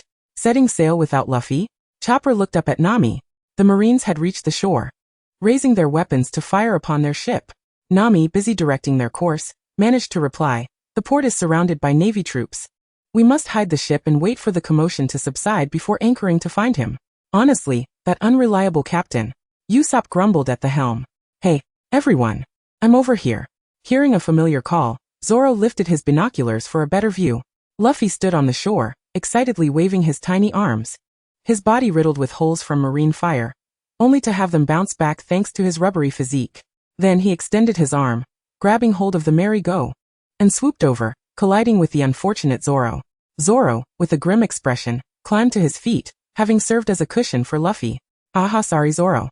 Zoro, seething, grabbed Luffy by the collar and shouted furiously, "You little brat, I'm going to kill you. By the way, where's Ace?" Luffy craned his neck to look back. "Ace? Is he your brother?" Zisu asked, crossing her arms. The others exclaimed, "Brother? Wait, Luffy, you have a brother. Is he your real brother?" "Haha, Zisu, have you met Ace?" "Yeah, he just helped Sanji and me escape." "Haha, really? Ace is strong, right?" Chopper inquired, his round eyes wide with curiosity. "Absolutely. Ace is incredibly strong. Before he ate his devil fruit, I never won a fight against him," Luffy said proudly, rubbing his nose. "What's there to be proud of if you never won?" "Haha, but now I would definitely win." Just as Ace jumped onto the ship from his small boat, he even greeted them before overhearing his brother's boast, and he chuckled, pulling Luffy into a firm embrace. "I ask you, who can you possibly defeat?" Seeing his brother, Luffy beamed with a radiant smile. "Oh, Ace, these are the companions I mentioned to you earlier." Squatting at the mast, Ace immediately adopted a serious expression, bowing courteously to them. "I truly appreciate you all looking after my brother." The crew hurriedly bowed in return. "No, it was nothing. You're too kind." Then Ace smiled warmly, saying, "My brother has a bit of a temper. You must find him quite troublesome, so please bear with him." "No, not at all." After exchanging pleasantries, Sanji waved at Ace. "You two must have plenty to discuss. Please come inside. I'll brew some tea." "Oh, thank you, Sanji," Luffy exclaimed, adjusting his hat with a silly grin. "Apologies for the intrusion." "Oh, it's no trouble." With Ace visiting the ship, the crew organized a splendid gathering. It was said that Ace set sail 3 years before Luffy, and was now the 2nd Division commander of the Whitebeard Pirates. He had come to Alabasta in pursuit of a certain man. The man is known as Blackbeard, a subordinate who has committed an unforgivable sin by slaying his companion and fleeing the ship. Thus, Ace has embarked on a pursuit to apprehend him and resolve the matter personally. According to his intelligence, Blackbeard is currently in Alabasta, and their destinations align, allowing them to travel together for the time being. The ocean is truly wondrous. How could someone as foolish as Luffy have such an admirable older brother? Possessing immense strength yet treating others with utmost courtesy. Everyone is left in awe. Zisu, having never experienced the desert, can only imagine the tales told by Vivi, but it is only when she stands upon the arid sands that she realizes the true agony it brings. The heat is so intense that it inspires a genuine lament for the cruelty of nature. Zisu wraps herself tightly, revealing only her emerald-hued eyes, which droop with exhaustion, her steps faltering, and she scarcely wishes to utter a word. Beside her, Luffy, clutching a branch he had scavenged, sticks out his tongue, gasping and shouting in disarray. It is unbearably hot. Yet, she must remain bundled tightly. Chopper has succumbed to heatstroke, laid upon a small plank and dragged along by Zoro. It is hardly surprising. His fur protects him from the cold, but does not withstand the heat. Moreover, they tread upon shifting sands rather than a flat stone path, having to traverse numerous dunes, which only adds to their fatigue. As night falls, the temperature inexplicably drops, chilling them to the bone. Terrifyingly, they encounter a sandstorm. 2 days have passed in the desert, filled with unspeakable suffering. Of course, most of their tribulations are instigated by Luffy, the troublemaker. Upon discovering that the clues regarding Blackbeard were mere fabrications, Ace handed Luffy a small piece of paper, instructing him to keep it safe before bidding them farewell. Zisu, having lost all inhibitions, sprawls across Sanji's back, drowsily yearning for sleep. Her feet ache to the point of immobility, prompting Sanji to offer his assistance and carry her. "Everyone, once we reach that rock, we will be close to Yuba. Let's push forward," Vivi encourages, pointing towards a distant rock. Instantly, the group feels invigorated. Are they finally nearing their destination? Yuba! Yuba! Luffy joyously charges ahead. Zisu, are you alright? Would you like some water? Sanji softly inquires of the girl on his back. Zisu's voice drips with fatigue as she expresses a desire for freshly squeezed orange juice. Her gentle words brush against his ears, sending a tingling sensation coursing through him, causing his ears to flush. Hearing her response, Sanji chuckles softly. Let's have some water first, shall we? Once we arrive at Yuba, I'll prepare some for you. Zisu reluctantly agrees. Well, alright. As Sanji sets Zisu down, the sky has grown dim. The distant town is obscured by the swirling sands, leaving an ominous impression. The wind and sand are too fierce, and the city appears devoid of light. Isn't Yuba supposed to be an oasis? The desolate bricks and withered trees along their path weigh heavily on their hearts. Yuba is not an oasis. Rather, it is a city consumed by the storm. Vivi kneels in disbelief, her eyes a mix of shock and fear. How could this be? Chapter 15. There are sounds. Zoro furrows his brow stating. It sounds like shovels striking the ground. Is someone there? Vivi rushes forward. Before her lies a pit dug by a frail old man, who continues to labor with his shovel. Upon noticing their presence, he does not cease his work but greets them. Are you travelers? The desert journey must be exhausting, yes? After a moment, he adds with a hint of regret, I apologize, but this city has run dry. He shifts his tone to one of consolation. However, you may rest well. There are inns scattered throughout the city, the best places left here. The group falls silent. The transformation from oasis to dead city is too cruel to bear. Vivi, covering her face, inquires old man, may I ask if the rebel army is in this city? The old man's hand pauses, his gaze sharpens, and he angrily flings some dirt towards them. What do you want with the rebels? Are you looking to join them? No. We just... Vivi's voice trails off disheartened. The old man sighs deeply. Those fools are no longer here. They left not long ago. What? After all this journeying just to find the rebels, and you tell us they have already departed? What is the point of our arrival? Yuba has been eroded by storms for 3 years, with rain, transport, and food all cut off. Those wretched youths have simply relocated. Vivi covers her face, collapsing in disbelief upon the ground.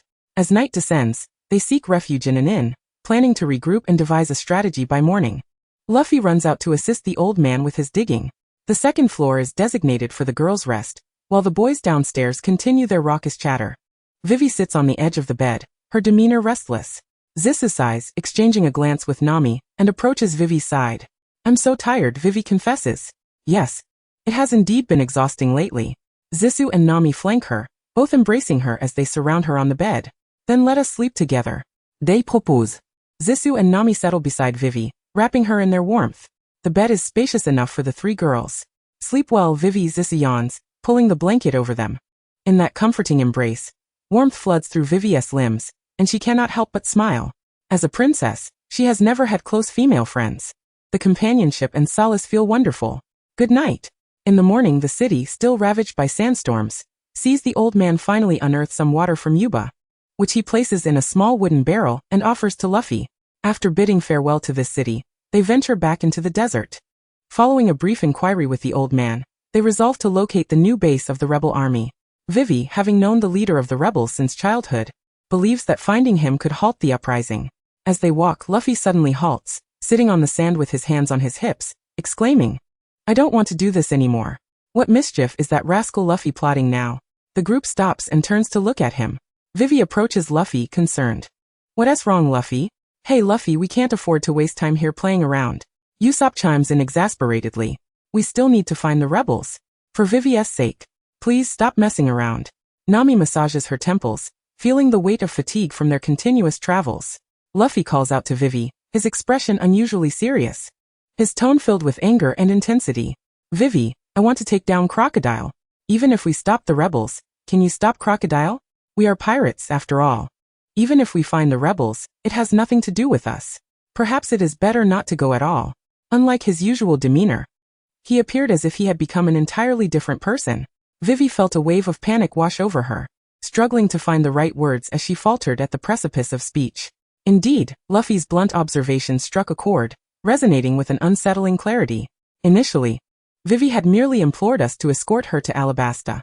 Upon arrival, her singular intention was simply to locate the rebels and halt the insurrection. Yet, this approach utterly failed to address the turmoil plaguing Alabasta. As long as Crocodile remained at large, it was akin to quenching thirst with poison. In Vivi's strategy, There had always been a solitary gamble, and even when we expressed our desire to assist, she merely smiled, deftly diverting the conversation. How could one individual's strength possibly quell a civil war involving millions? How could it be devoid of casualties? Luffy's gaze darkened, his brow furrowing deeply as he regarded the dazed Vivi, his words cutting through the air like knives. You wish for no one to perish in this war, not the citizens, nor any of us. Yet, we are up against a member of the 7 warlords. This is a conflict that undeniably involves the fate of countless lives. How can you still desire for everyone to emerge unscathed? Do you not find that to be naively optimistic? Vivi clenched her fists tightly, panting heavily, her teeth gritted, her eyes wide with fury, her very blood feeling as though it had turned cold. What is wrong with that? I do not wish for anyone to die. What is inherently wrong with that? Why must they perish? What crime have the citizens committed? Why must lives be sacrificed? Luffy continued to look seriously at Vivi and quietly uttered, everyone must eventually face death. Vivi could no longer contain her rage. With a swift motion, she struck Luffy, sending him sprawling to the ground. Her voice, hoarse and filled with a chilling fury, bore down upon him. Do not utter such words. If you continue, I will not forgive you. Luffy, why must they die? This is all Crocodile's fault. Luffy, rising once more, delivered a fierce punch to Vivi, shocking her back into the harsh reality of their situation. Gasping for breath, he shouted in anger, then why are you wagering your own life? Hey Luffy, that is crossing the line. Can't we speak civilly? Must you resort to violence? Vivi, sprawled on the ground, felt her emotions burst forth like a dam breaking. Wiping the blood from her lips, she quickly rose and lunged at Luffy, unleashing her despair, fear, sorrow, and rage upon him with relentless fists. Luffy, refusing to retaliate, continued to provoke her with words. What can you wager with just your life? It is simply insufficient. What then should I wager? Vivi paused, covering her face, despair creeping into her voice. I have no other resources left to gamble. Luffy grasped her hands, veins bulging on his forehead, his fury reaching its zenith, dismantling Vivi's ideals and thrusting her into a bloody reality that left her in tears, unable to voice her sorrow. At the very least, stake our lives. We are companions, are we not? In all the time they had known each other, Vivi had never once been seen in tears. She had always endured alone, her obstinacy reaching its peak. I know you are the one who is most unwilling, the one who longs to defeat Crocodile the most. To risk your life for your comrades is only natural. We will all stake our lives for you, Vivi. Tell me, where is Crocodile? After a prolonged bout of weeping, as if all her emotions had been purged, she turned to the group, her gaze resolute. Everyone, I have made my decision. We must stop the rebels and defeat Crocodile. There is only one place where this must happen. The Palace of Alabasta, ruled by my father. They will ultimately converge there. It will take only a day's journey north from here to reach it. Though her nose remained slightly red from crying, her eyes shone with a fierce determination as if infused with newfound hope. Those eyes locked onto Luffy's, genuinely expressing her gratitude. Thank you, Luffy. Without your words, I could not have made such a decision alone. Luffy, adjusting his straw hat, beamed with a radiant smile. Hee, no need to mention it. Without delay, let us set off. To the palace. Chapter 17. Luffy was a person of intertwined fortune and misfortune, though the latter often outweighed the former. Yet he always managed to turn peril into fortune. On the way to the palace, Luffy provoked a moving crab. Before it could grow angry, he struck it down with a punch. After a brief negotiation orchestrated by Chopper, the crab obediently became their steed to the palace. Thanks to Luffy, this wide crab shell carried the group swiftly, far faster than they could walk, and they would reach the palace in a matter of hours. Luffy marveled at the speed of the moving crab, sitting at the front, his eyes sparkling with excitement as he clapped the crab shell. Amazing! Zulfust! As he clapped, a suspicious liquid dribbled from the corner of his mouth as he affectionately caressed the crab shell. It must taste delicious. Luffy earnestly looked at Vivi, clenching his fist. Vivi, please treat me to a meal. Once I defeat Crocodile, make sure to feed me until I burst.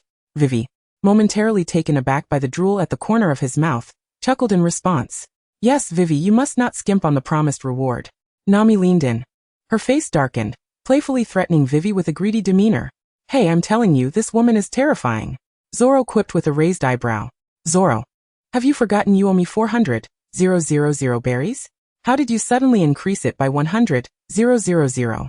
Just as the group relaxed in this rare moment of leisure, a fierce wind whipped up a sandstorm from behind, obscuring their vision. Ah! Zoro's heart sank. That shout had come from Vivi. Chopper quickly halted the moving crab as the dust settled, revealing two figures emerging from the haze. A woman lagged slightly behind a man, wearing a purple cowboy hat. Tall and possessing an undeniable allure.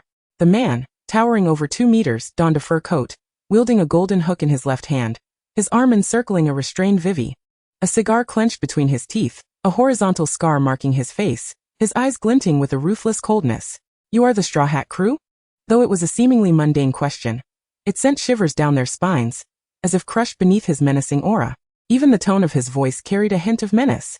Luffy extended his arm, delivering a powerful punch at the man, bellowing, "Let Vivi go." The man regarded the attack as if it were inconsequential, a chilling smile gracing his lips. The moment Luffy's fists connected, the man's head disintegrated into swirling sand, only to reassemble into his grinning visage. A user of a Logia-type devil fruit. Are you Crocodile? Don't be so hasty, Straw Hat Luffy, Crocodile replied calmly, puffing on his cigar. Suddenly, a figure plummeted from the sky, unleashing a barrage of ammunition upon Crocodile. Dust and sand erupted, obscuring the battlefield. In the next moment, a massive talon emerged from the haze, seizing Vivi and soaring into the air. Vivi clearly recognized the newcomer, exclaiming in delight, "Bell!" As the colossal falcon soared into the sky, before the sudden turn of events could elicit any joy, several hands inexplicably sprouted from its neck, deftly twisting its wing joints backward. Accompanied by the falcon's agonized cries, it plummeted from the heavens along with Vivi. Miss All Sunday, with a smirk gracing her lips and arms crossed before her chest, watched as the falcon transformed into a furious human form, brandishing a blade in her direction. It seemed as if petals were dancing in the air, while more hands inexplicably emerged from various joints of his body, rendering him immobile as he bent backward with great force. A sickening crack echoed, and Bell fell unconscious, evidently gravely injured and left in a state of uncertainty regarding his fate. "Bell!" Vivi cried out in desperation. Miss All Sunday chuckled softly, leaning slightly to gaze down at Vivi. "The strongest warrior of the kingdom is not so formidable after all." Crocodile, appearing somewhat impatient, furrowed his brow. "Such futile resistance. The banquet has already commenced, has it not, Miss All Sunday?" "Yes, boss. The agents are stationed at the city gates, and the rebel forces are well armed, having launched a full-scale assault. The royal army is also preparing for an all-out confrontation," Miss All Sunday reported candidly, as if maliciously wishing to impart this information to them. Crocodile laughed heartily, raising his hand as if he had already seized absolute power, with no one left to thwart his vision of paradise. He regarded Vivi with great amusement, relishing the anger reflected in her eyes as if she were a mere jest. How tragic it is, for the concern for one's country has led to its ruin. Zissou appeared beside Vivi, his blood-red eyes calm yet brimming with palpable malice as he cast a glance at Crocodile, a chilling smile curving his lips. With his magnificent wings unfurled, he stirred up a whirlwind of dust, whisking Vivi back to the crab shell. The speed was so swift that there was no time to react. Vivi was rescued before she could comprehend. Crocodile, half surprised and half enraged, raised his right hand, conjuring a sandstorm to pursue the Straw Hat Crew. In that instant, Luffy thrust his fist downward, dispersing Crocodile's entire form. "Your opponent is me, Crocodile." The sands reformed into Crocodile's shape as he turned to Luffy, coldly regarding him with a hint of mockery. "Kid, do you find death too slow?"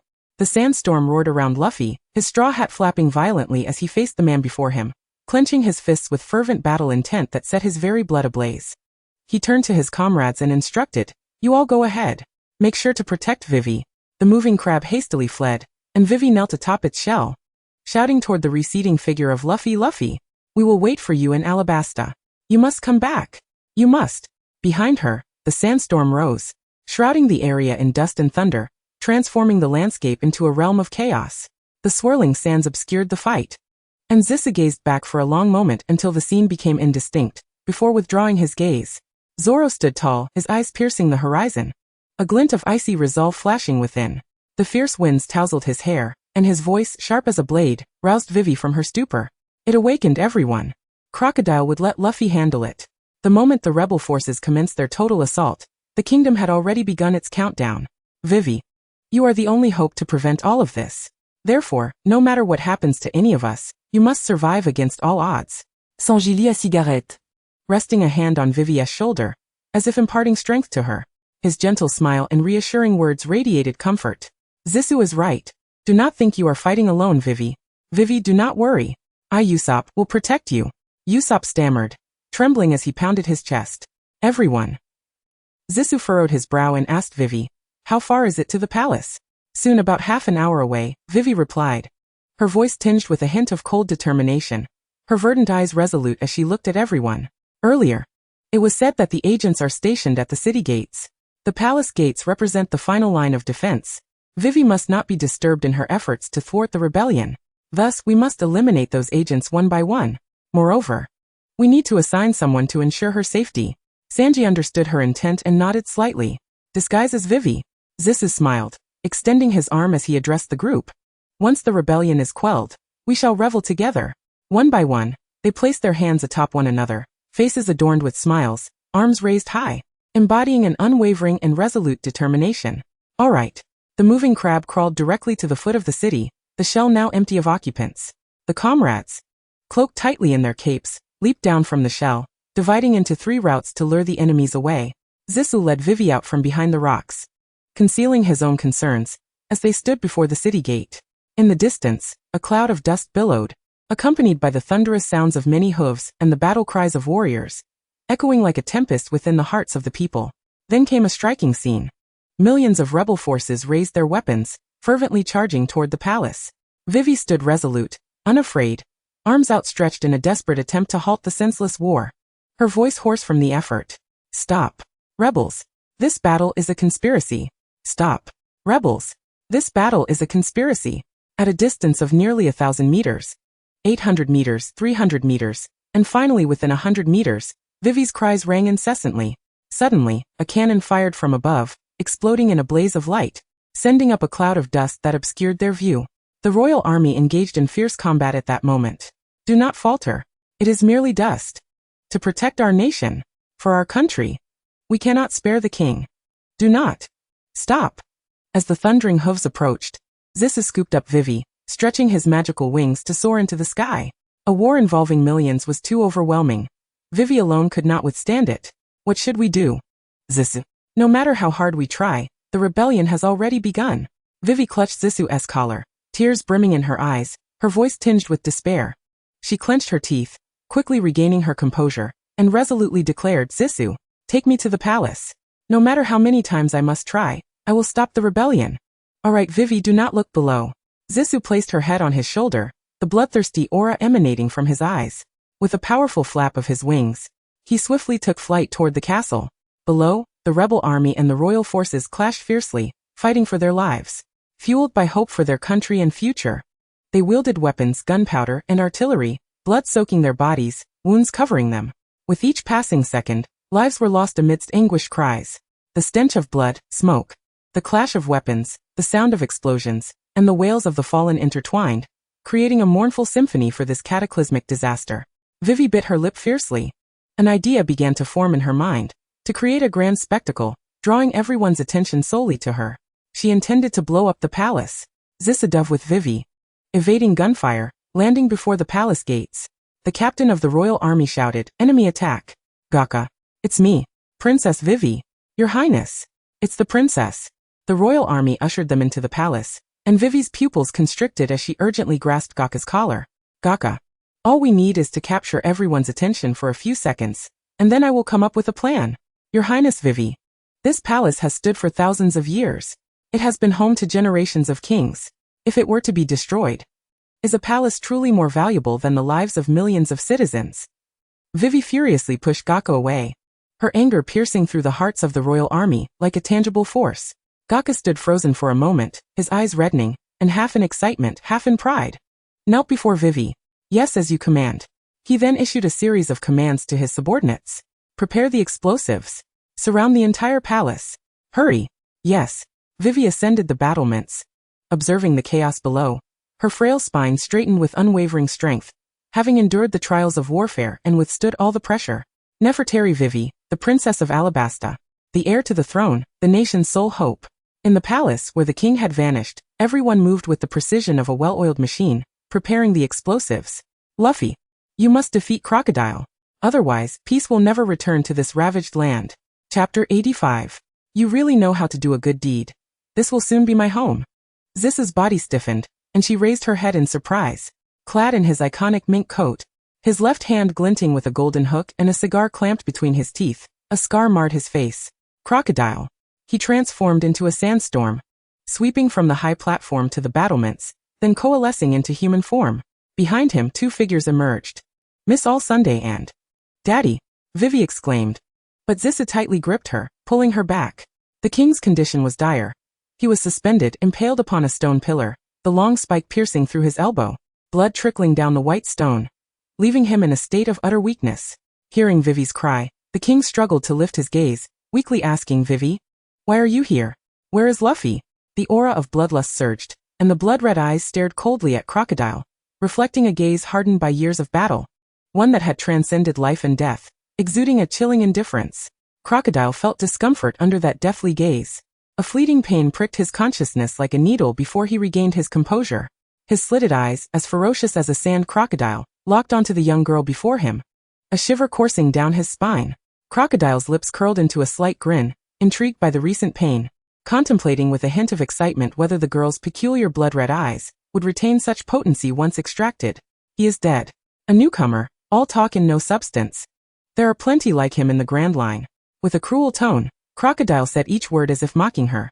Will you seek revenge for him? Listening to Crocodile's malevolent and slightly teasing words, Zissa's blood-red eyes narrowed. She unfurled her demonic wings, her fingers curling, crimson energy swirling around her fingertips. You will not die. The one destined to perish is you. Spinning flower. Zissa's body froze mid-charge as several hands sprouted from her arms, twisting and contorting, dislocating her joints, forcing a muffled groan from her lips.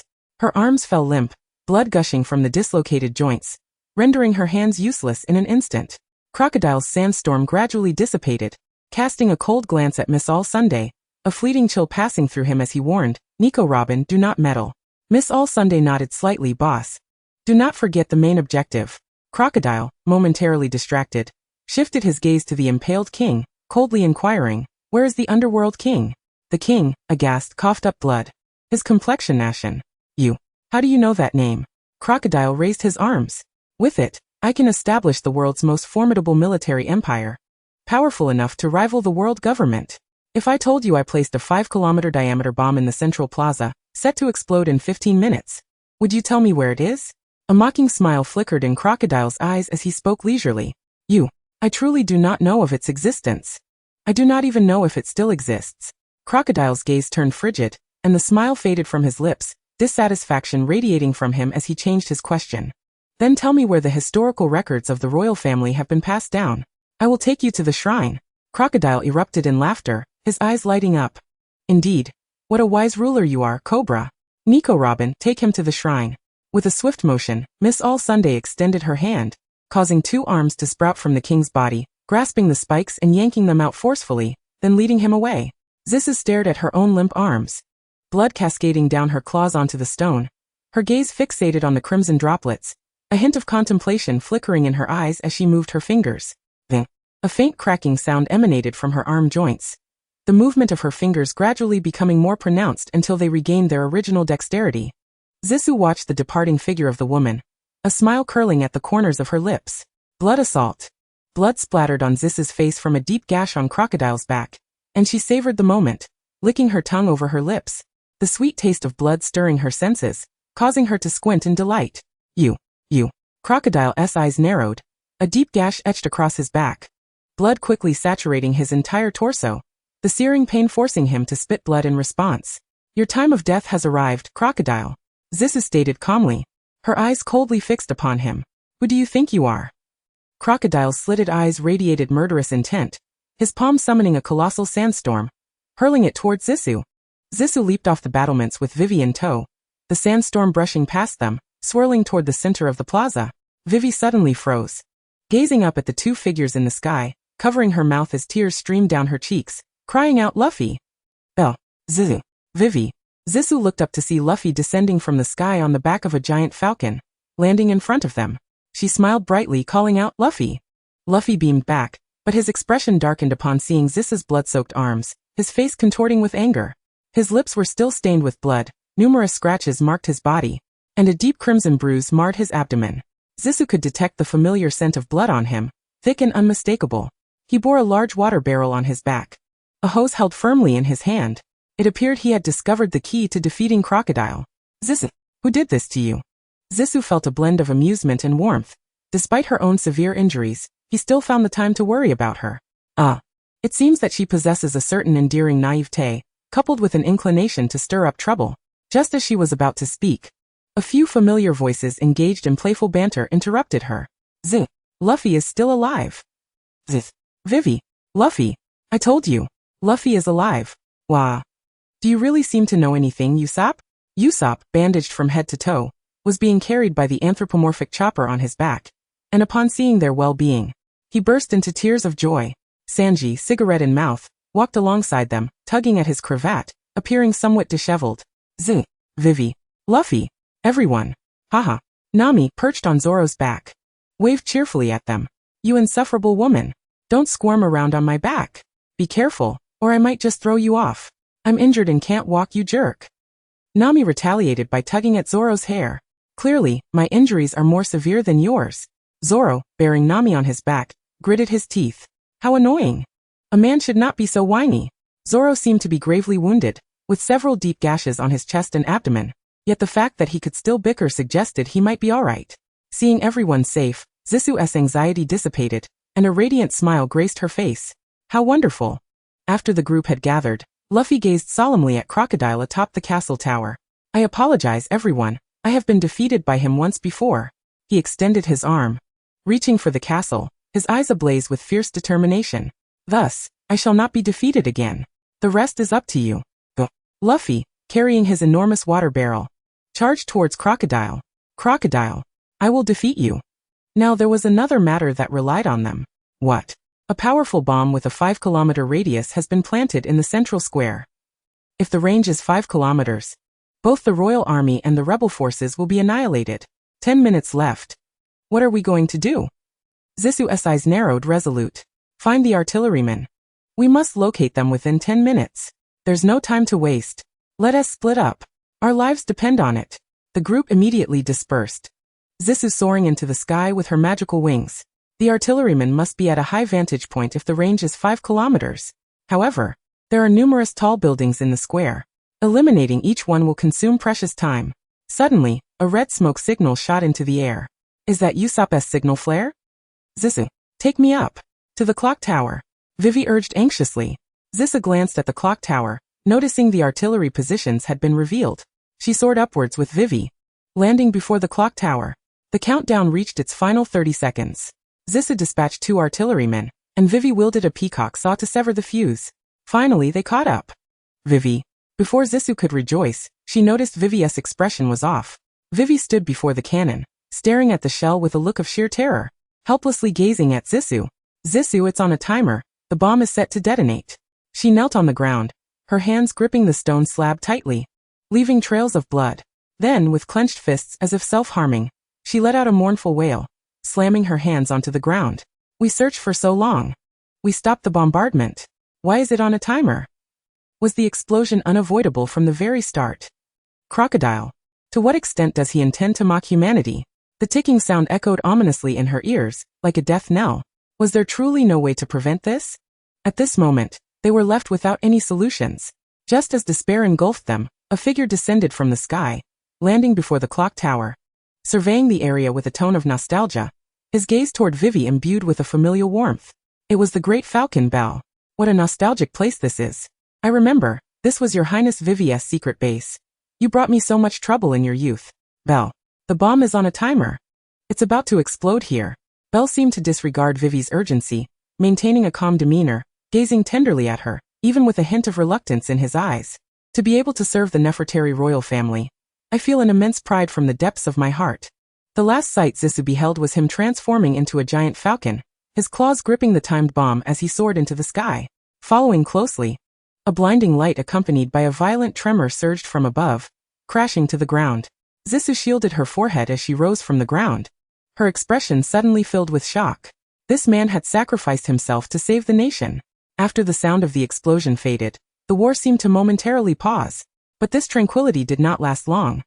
Soldiers in the square staggered back to their feet, eyes bloodshot, weapons raised, mindlessly engaging in battle as if they were soulless. Clearly, they were blinded by rage. Zissou silently observed the central square, where the sandstorm continued to rage, obscuring her vision and muffling sounds. Please everyone, do not continue fighting. Please. Everyone, do not continue fighting. Vivi, please everyone, do not continue fighting. Stop shouting. Chapter 19. Zissou gazed at Vivi, who was pleading desperately, her voice hoarse. Step by step. They had arrived at this point. Her heart had long been punctured by countless wounds, yet she had never considered giving up. Zissou took a deep breath. This princess was undeniably deserving of sympathy. Her expression hardened. At the very least, she ought to assist Vivi in minimizing the casualties of this war. Zissou leaped from the clock tower, a flash of blood appearing. Countless bloodbats surged into the battlefield. The bloodbats enveloped the entire combat area. A piercing sound wave emanated from their mouths, creating a shockwave that surged towards the battlefield. The soldiers who were the first to be affected felt a sudden sharp pain in their heads, the sound piercing through their eardrums, reaching the depths of their minds. They fell unconscious without any resistance. Yet someone finally noticed the anomaly. Gunfire erupted, striking the swarm of bloodbats. Blood poured from the sky, droplets splattering onto the ground. Groups of soldiers fell. We cannot engage. We must protect the civilians. The fighting intensified as they moved deeper into the battlefield. Zissou and Usopp looked up at the bloodbats shot down by the artillery, their expressions filled with horror. Zissoushi. Those bats were all made from Zissou's blood. A small bloodbat, shot down, lay in Sanji's palm, convulsing before quickly transforming into a puddle of blood. He clenched his fist tightly, blood dripping through his fingers to the ground.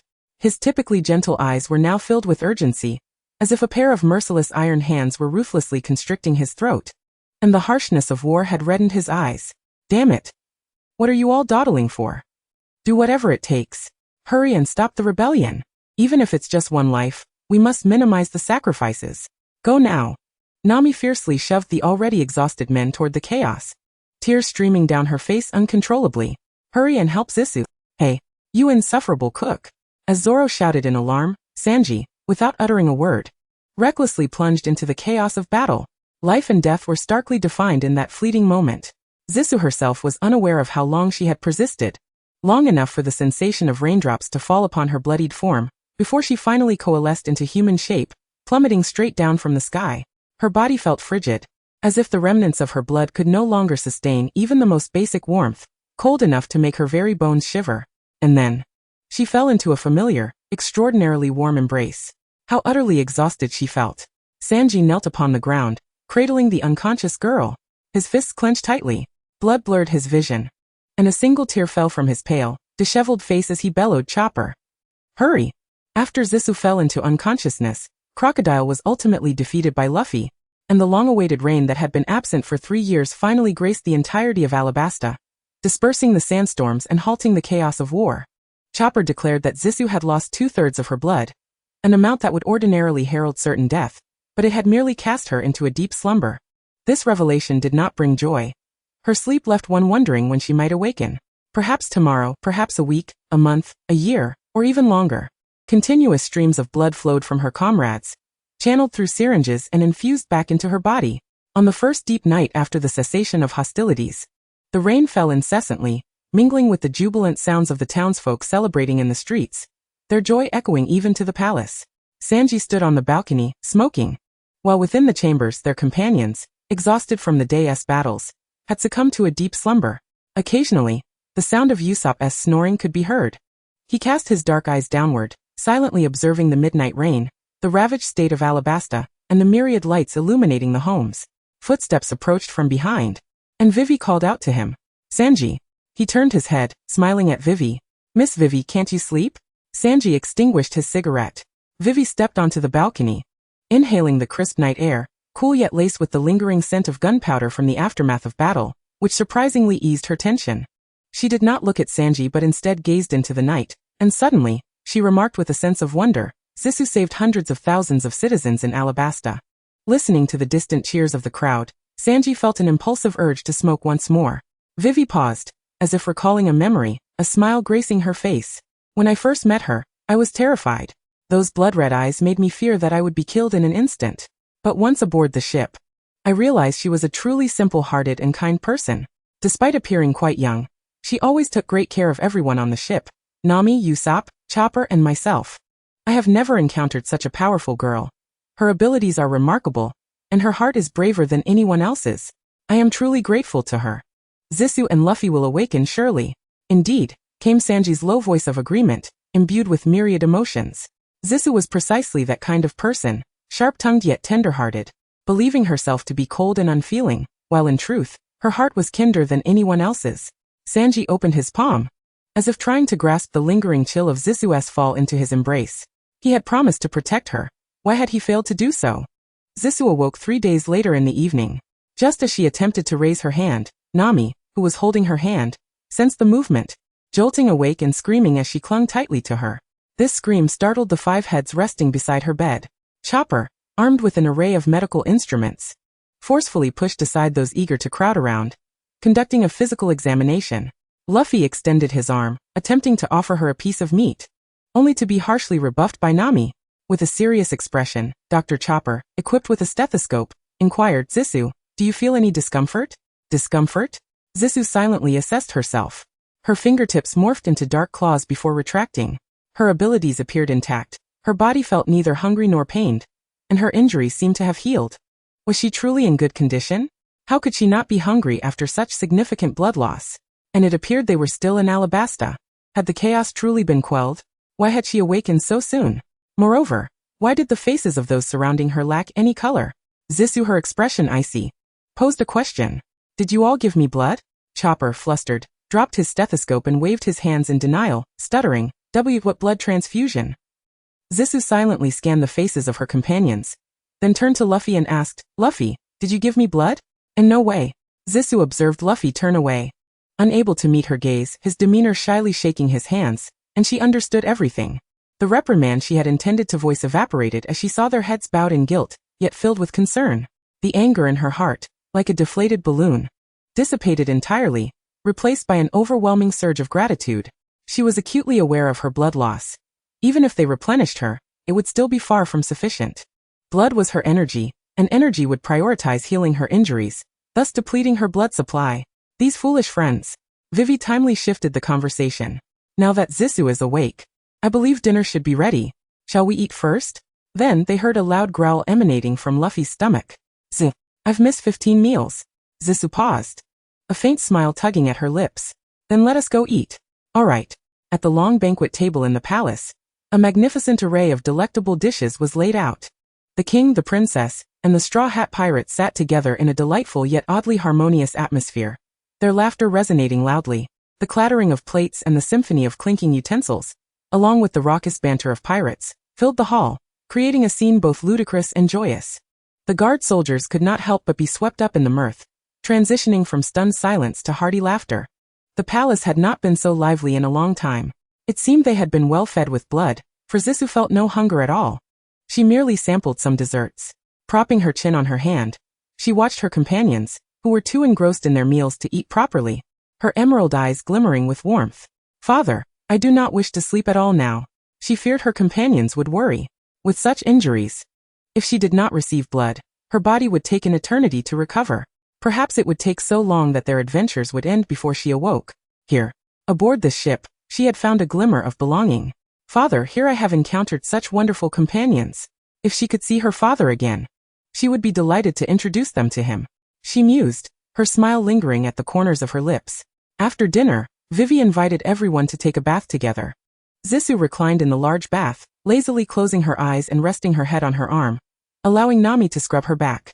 Vivi animatedly recounted her 2 years of adventures at sea, her lips curling into a smile, her eyes brimming with yearning. "Would you like to join in?" Zissou lazily inquired, her eyes half closed. "We are likely to depart from here tonight," Nami remarked while assisting Zissou in drying her back. "Really?" Vivi was taken aback. "Well, we have no compelling reason to linger here," Nami replied, giving Vivi a gentle wink. "So, would you care to join us on our adventure?" Vivi's face lit up with anticipation, her mouth opening slightly before falling silent. Sensing the hesitation on Vivi's face, they chose not to press further. After all, inviting a princess to become a pirate was an utterly fantastical notion. Moreover, Alabasta had just begun to flourish anew, and she was such a responsible princess. A decision like this could alter the course of her life entirely. It was precisely because she was a princess that they extended the invitation. Otherwise, they would have simply whisked her aboard without a second thought. Upon returning to their quarters after a bath, Nami conferred with the boys, and they reached a unanimous decision to set sail that very night. Vivi lay silently on her bed, cradling Karu, her companions having already departed with a parting message to await her at noon the following day at East Harbor. The journey from here to East Harbor would take 4 hours even on Karu's back. Then we shall rise at 8 in the morning, she concluded. Karu, you wish to join them, don't you?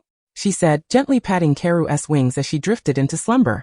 Upon reaching the harbor, they swiftly dealt with a few naval guards and set sail under the cover of night. However, it wasn't long before the Navy caught wind of their escape, pursuing them relentlessly, blocking all exits with 8 warships. Their long-range weaponry rained down upon them, cannon fire and iron spears pummeling the Mary, leaving it riddled with holes through which seawater began to seep. Chopper busied himself with patching the breaches beneath the hull, but if they remained so passive, it was merely a matter of time before the ship would sink. Zissou, incensed by the incessant annoyance of the Navy, declared, if we miss the appointed hour, I shall drain every last one of them dry. I'll take care of the Navy to the east. Nami. Zissou's fiery resolve met with Nami's downcast gaze, overwhelmed by a profound sense of helplessness. Brothers, follow Zissou's lead, Luffy shouted exuberantly. The Mary began to sail eastward, yet the Navy, alerted by their movement, unleashed a barrage of cannon fire. Zissou surged forward, her aura ablaze with a fierce bloodlust, leaving behind a trail of crimson afterimages. Then, a multitude of red beams emanated from her being, transforming into a swarm of blood-sucking bats that descended upon the naval soldiers, feasting on their lifeblood. The Mary sailed steadily past the eastern defensive line. Zissou, now in her human form, licked her lips with satisfaction as she soared back aboard the ship. They arrived at East Harbor, only to find no sign of Vivi. The clock had already passed noon. Vivi's voice, filled with resolve, mingled with the sea breeze, carrying a bittersweet tang. Zissou leaned against the ship's railing, letting out a sigh. She probably won't come now. It's already past 12. We should leave. Impossible. Vivi would never forsake us. Luffy lamented, his head resting despondently. Let us disembark and search for her. She must be on her way. Hey. The Navy is upon us again. Damn it. How many ships do they have? We don't have time to wait, Luffy. Set sail. Just as they had distanced themselves from the harbor, a familiar voice rang out behind them. Everyone. It was not a distant, unreal sound from a loudspeaker, but a true, heartfelt call from the shore. She is here. Quick. Turn the helm. Let us go get her. Vivi, I'm here to say goodbye. I cannot accompany you. What did she just say? Usopp, who was at the helm, froze, and everyone stared at her, stunned. I truly appreciate everything you've done for me up until now. Though I yearn for adventure, my love for this country prevails. Hence I cannot leave. Ah, so this is a farewell, Vivi said, her voice trembling with emotion. Even though I must stay here, if we ever meet again, will you still call me a companion? Don't cry, Vivi, Nami exclaimed, firmly clamping a hand over Luffy's mouth to prevent him from uttering a word. We cannot respond to her. The Navy has already noticed Vivi. If they discover a princess has ties with us, it could endanger her. Suddenly, Zissou recollected the mark of comradeship. Although they had never truly utilized it, she unwrapped the bandage from her arm to reveal the X mark. This was proof of their bond. Vivi stood on the shore, tears streaming down her face as she gazed at the small pirate ship drifting further away. A vessel that had carried her through the darkest storms toward the glimmer of hope, breaking through the shadows of Alabasta. Then, she beheld her friends standing at the ship's bow, their backs turned to her, all raising their arms in unison. Finally, she broke into a radiant smile. Farewell, my companions. Chapter 20. Thus, the adventure in Alabasta drew to a close. Though they had lost a dear friend, those remaining set forth on a new journey. Alabasta was exceedingly impoverished. For the sake of her friendship with Vivi, the money-loving Nami ultimately decided against demanding a fare for their escort. Therefore, they remained a penniless pirate crew, pursued relentlessly by the Navy. The water had risen so high that it nearly flooded the ship's bottom, weighing it down and slowing their progress. At this rate, it was only a matter of time before the Navy caught up with them. Zissou felt a pang of concern for the Mary, almost tripping over something beneath her feet. Why are there so many iron spears scattered across the deck? Nami, glancing at their heading, replied casually, Oh, Usopp thought they might be useful, so he left them here. These must be the spears that struck our ship, Zissou mused, stroking her chin in contemplation. Then, she glanced back at the 3 Navy ships trailing them, a smile creeping onto her lips. Luffy, what is it? Luffy exclaimed as he rushed over. Zissou pointed at the iron spears. Luffy, throw those things onto the ships behind us. Luffy extended his arm, grasping the spears and flung them back, tilting his head in confusion. Is that how it works? Yash. Zissou laughed as she watched the Navy ship become riddled with holes. She exchanged a high five with Luffy. Nami interjected, it's not that the enemy is weak. It's that we are simply too formidable. Get used to it. Taking a deep breath, she declared, all right. Now's our chance. Let us shake them off. On the first day without Vivi, they found themselves missing her. Zoro's forehead twitched with a vein bulging, seemingly at his wit's end. The Navy isn't even pursuing us. What is wrong with you all? Zissou and the others hung limply over the railing, resembling defeated fish, with faint sounds of grievance escaping their lips. It feels so lonely. Don't give me that crying nonsense. If you didn't want to part with her so badly, you should have just forced her onto the ship. Zoro crossed his arms, looking at them with exasperation. Then he returned their glares in kind. You barbarians. Pathetic. Idiotic swordsman. Green algae head. Three-sword style. Hey Luffy. Three-sword style isn't an insult. Four-sword style. Zoro rubbed his forehead, feeling defeated by their antics. It seems we've already left the island. Zoro instinctively murmured. You all have worked hard. However, a sense of unease slowly crept upon him. Miss all Sunday. The call from his companions confirmed his suspicion. Zoro had already drawn his sword, its blade aimed at the woman before him. Was he seeking vengeance for the organization? I shall be your opponent. The chill in Zoro's eyes sharpened as he raised his claws. This woman, who had lingered beside Crocodile, had disclosed his weakness at the cost of breaking her own arm. Whether this was a mere accident or a calculated revelation remained uncertain. When had she boarded the ship? How had she emerged from the storage room? Moreover, was that not the very folding chair where she often reclined? The dull ache from her broken arm could not simply be overlooked. Nico Robin adjusted the folding chair, tugged at her collar, and turned to Nami. This is your outfit. Right. May I borrow it? Nami hesitated, contemplating whether a refusal would provoke violence. What do you intend to do? The members of Baroque Works. Nico Robin languidly reclined in the folding chair, her long legs crossed, resting her chin on her hand, a smile gracing her lips. Menki de Luffy. You haven't forgotten what you did for me, have you? The others gasped, what? Hey, Luffy, what did you do to her? Zoro said impatiently. Luffy scratched his head in confusion, his expression twisted. Hey, don't lie, I didn't do anything. In the shrine, you saved me when I was desperately seeking death. So you must take responsibility. Luffy, you actually saved an enemy? Zoro's fist slammed into Luffy's forehead with force. Zoro. Luffy turned to Nico Robin, struggling to comprehend. You truly are perplexing. What do you want me to do? A fleeting warmth flickered in her blue-black eyes, and with a gentle, elegant smile, she softly spoke. Allow me to join your crew. What the hell?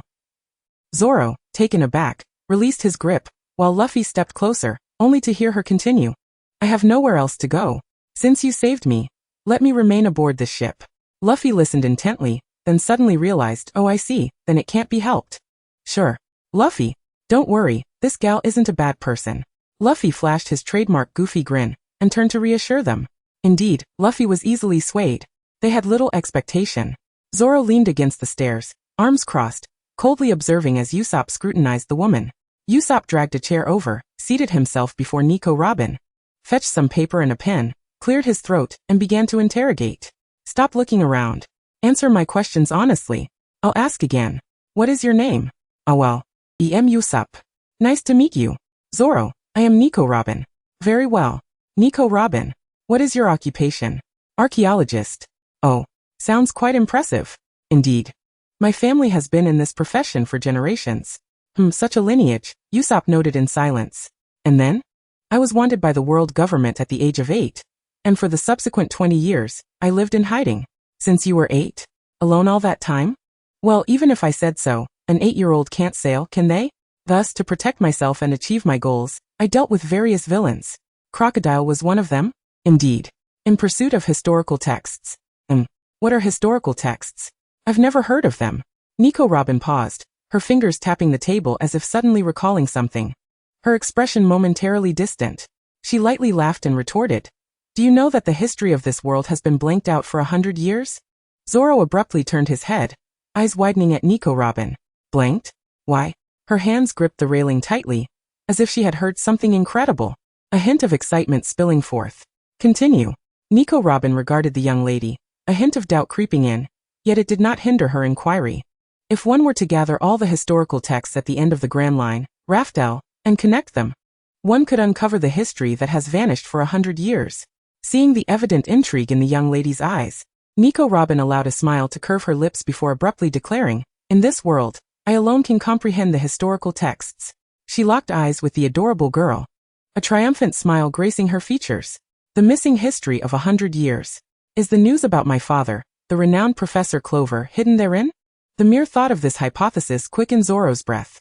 Regardless of the outcome, she had to verify it. Nico Robin, indeed, was astute, laying her cards on the table early on. Zoro straightened suddenly, his voice cold. "I have no objections to Robin boarding." Zoro. Amid the gasps of the crowd, Nico Robin chuckled softly. "Thank you, lovely lady." At that moment, Sanji emerged from the kitchen, bearing desserts and red tea, puzzled by the scene on deck. He placed the treats before Nico Robin, bowed slightly, and with a gentle smile, declared, "This beautiful, enchanting lady, I have prepared these desserts and red tea for you. Please enjoy. It is truly a divine encounter to meet you on this pleasant afternoon. Today must be my lucky day." "Ah, Zoro," Sanji yelped, clutching the back of his head in pain as he glanced back at Zoro in bewilderment. Zoro retracted his hand, a look of annoyance on his face as he warned, "Shut up. Do not flirt with the enemy." "Ah, the angry Zoro-san is both lively and adorable today." Sanji momentarily cast aside all principles, joyfully beaming as he exclaimed, "It's Zoro-san.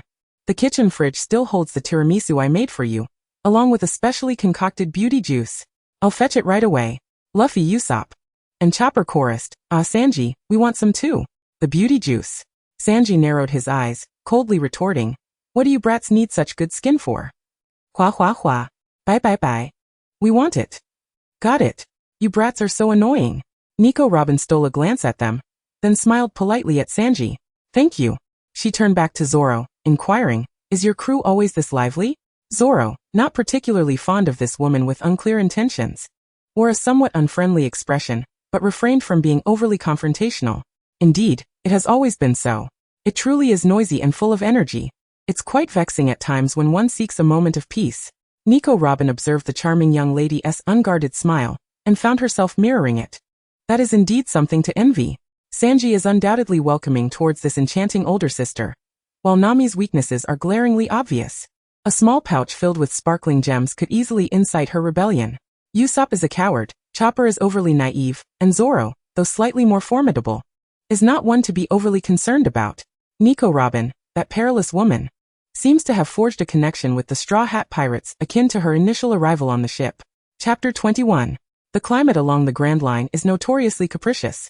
What had been a clear sky transformed into dense fog in an instant.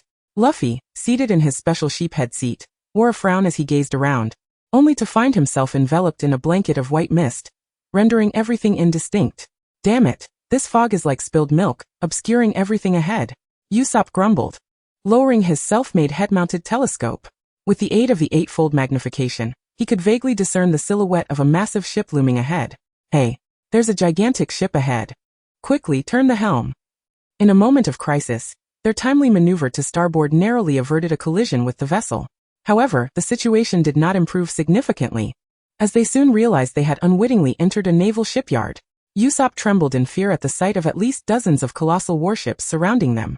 Nami fell into contemplation. Even the navy would be immobilized in such thick fog. The best course of action now was to escape under the cover of the mist. "Everyone, be cautious and remain silent. Especially you, Luffy." "Okay," Luffy responded. Nami pointed at a child standing precariously on the mast of a warship alarmingly close to the Going Merry. In the next moment, the child inadvertently locked eyes with them, lost his balance, and tumbled off the ship. In a frantic attempt to save the child, Sanji instinctively leaped towards the edge, but was halted by Zissou, who unleashed a flurry of blood bats, catching the child mid-fall and returning him to their ship. In the storage room, the child slowly regained consciousness. Upon opening his eyes, he was met by a circle of curious faces, including a raccoon-like creature checking his pulse, which startled him into near fainting. "Who are you? Where am I?" "This is the ship of the Straw Hat Pirates," Luffy declared. "Pirates?" Nami chimed in. "Don't you remember? You just fell from the ship's roof." He had been rescued by a band of pirates? Sanji stepped forward, offering a bowl of rich soup to the child, bending down to say, "Here, eat something first." The child clenched his fists, suppressing his fear, and retorted, "I refuse to accept food from pirates. You must be planning to ambush the navy." Zissou raised an eyebrow, clicking her tongue in disapproval. What an ungrateful brat. Usopp, feeling irked, exclaimed, "What's wrong with this kid? We saved him on purpose." Robin, resting her chin on her hand, remarked, "It's understandable. After all, he is a Navy kid." Sanji, unfazed, countered, "Oh, is soup made by a pirate's chef inedible? Afraid I might poison you?" He chuckled lightly. "Just drink a little to settle your nerves." After a moment of hesitation, the child finally raised the spoon to his lips and took a sip of the soup. Once he started, he couldn't stop. The delightful flavor ignited his taste buds, illuminating his eyes with evident satisfaction and surprise. Laughter erupted around him. For Sanji's culinary skills were renowned, infused with the chef's utmost dedication, love and patience, yielding a taste of pure bliss. The child gazed at Sanji with newfound admiration. "My name is Taji, and I am a chef's apprentice." In Taji's account, he inadvertently spilled the curry meant for lunch, prompting the head chef to demand he redo it. However, as an apprentice, he had spent 6 months merely washing dishes and peeling vegetables, never having cooked a single dish.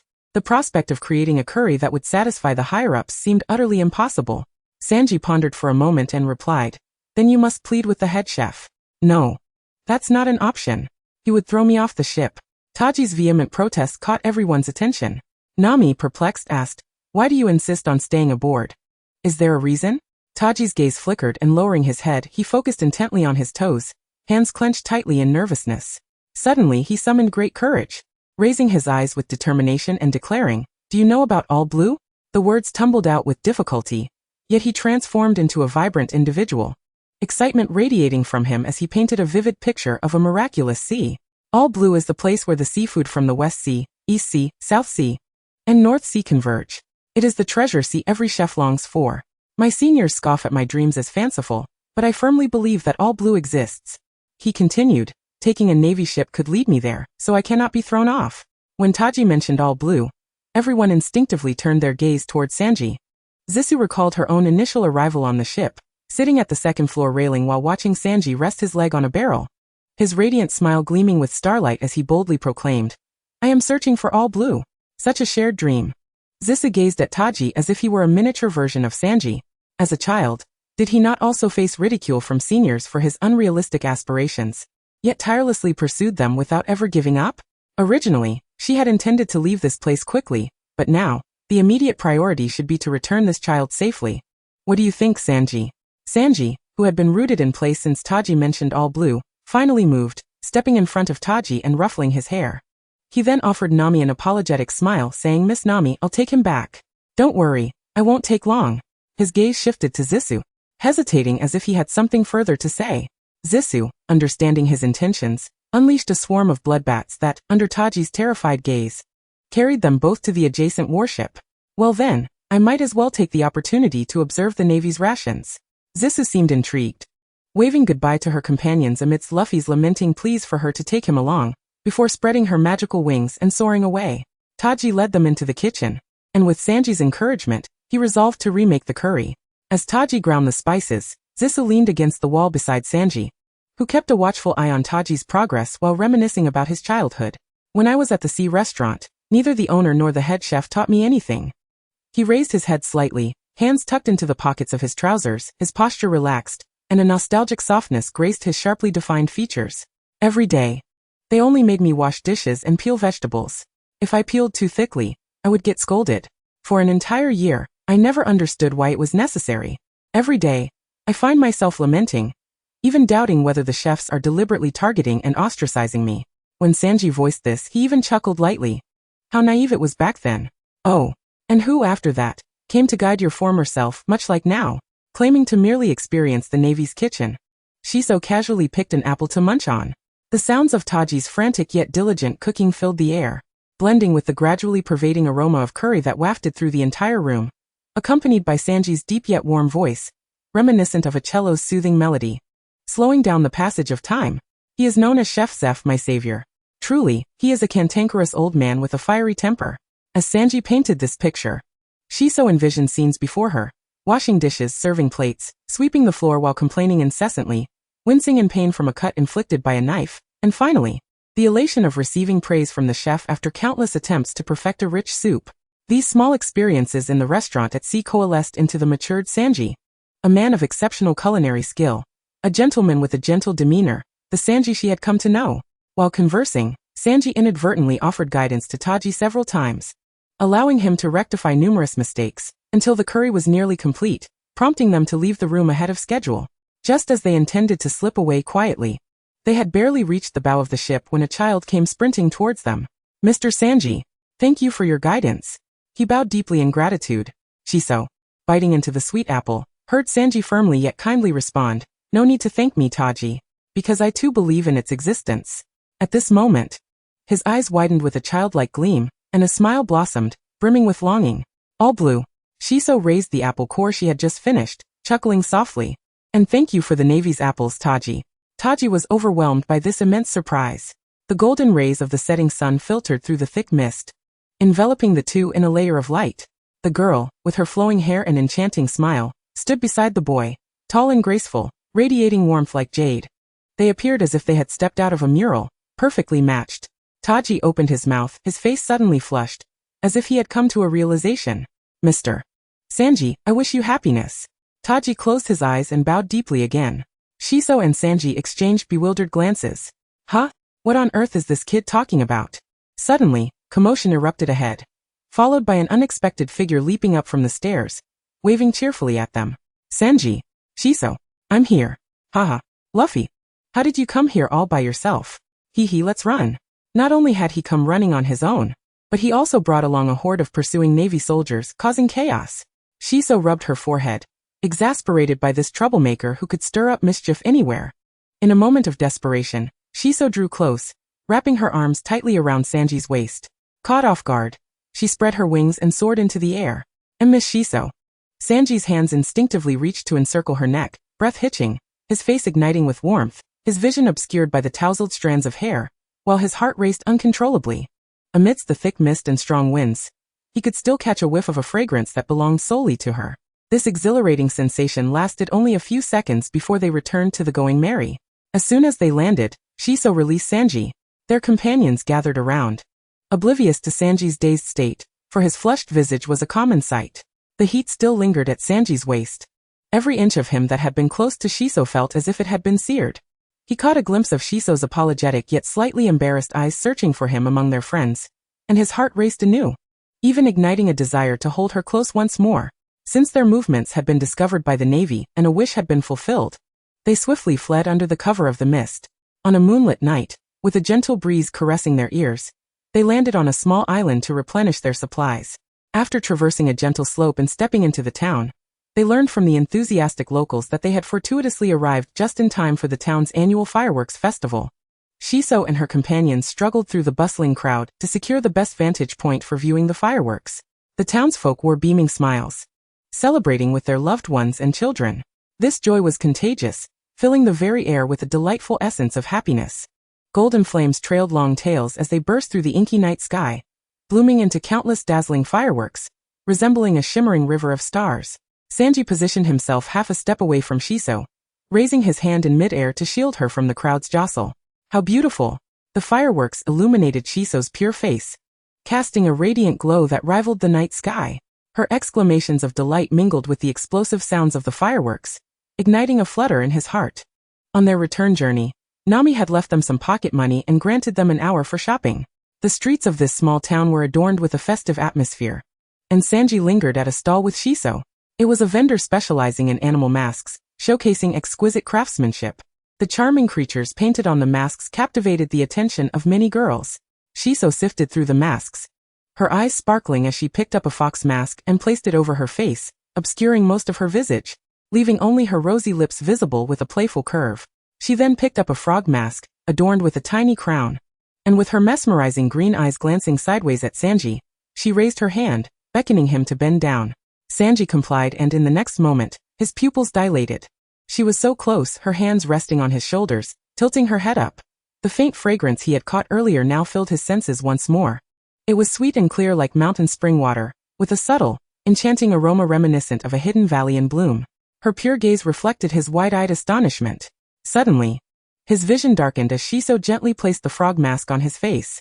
With a playful tap on the frog's tiny crown, she laughed joyfully. It suits you, Sanji. You shared so many stories this afternoon. Consider this a token of gratitude. The frog mask, somewhat adorably silly, carried a hint of playful teasing in its gift. Sanji's heart, having just settled, surged with renewed fervor at her gentle touch, beating rapidly in response to her presence. While a charming smile lingered on her face, she was abruptly pulled into a warm embrace, filled with the scent of tobacco and the unique musk of masculinity, causing her cheeks to flush. Above her, Sanji's deep, melodious voice, rich like fine wine, resonated. "Thank you, I really like it. Hey, are you trying to take advantage of me? I'll count to 3. And then you let go." Still not letting go. Bang. As night fell in the boys' crew quarters, Sanji tossed and turned, unable to find solace amidst Usopp's thunderous snoring. Clutched in his hand was that foolish frog mask, which elicited fits of giggles and moments of melancholic sighs. Suddenly, his mind was flooded with countless little purple basil angels conversing with him, while the words spoken by Taji before his departure echoed repetitively in his ears. "I wish you happiness." Sanji placed the mask over his face, concealing his flushed cheeks, while a foolish grin of utmost joy adorned his lips. It was settled. He had fallen for purple basil. This affection was genuine, the kind that yearned for romance and marriage. Chapter 22. Something was amiss with Sanji. Although he typically blushed at the mere sight of purple basil, recently, his behavior had become increasingly peculiar. As purple basil accepted his specially crafted heart-shaped drink, she gazed at the man who walked away in a daze, seemingly lost in his thoughts, leaving her utterly bewildered. What was going on with him? "Hey, purple basil, it's your turn." Usopp's boisterous voice urged her to hurry with the card game. Snapped back to reality, purple basil focused intently on the game, pondering deeply. Recently, she had taken to gambling to pass the time, emboldened by the ample pocket money Nami had given her, and thus embarked on this perilous path. Her card companions, Usopp, the foolish swordsman, and the adorable Chopper, were present. Today, however, was an exceptionally unlucky day. She had already lost a significant amount of her pocket money. Purple basil took a sip of her special drink, and for the first time, her usually indifferent expression bore traces of deep frustration. Withstanding Usopp's arrogance, Zoro's taunts, and Chopper's naive concern, she enlisted Robin as her ally. She made room for her sister Robin half-heartedly. To be frank, it was somewhat a waste to utilize Robin's abilities for this endeavor, yet the results were undeniably effective.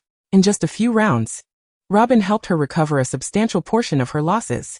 Chopper, being a novice, believed every boast Usopp made and became his little fan. "Ha! My sister Robin is here. Let us see how Usopp can keep boasting now." Finally, a glimmer of hope appeared on Purple Basil's face as she picked up Sanji's special drink and took another small sip. Suddenly, a loud splash interrupted her thoughts, causing her to halt and wipe her face. The drink's surface rippled as a small wooden block floated atop, splashing her with its remnants. "Ouch!" Purple Basil exclaimed.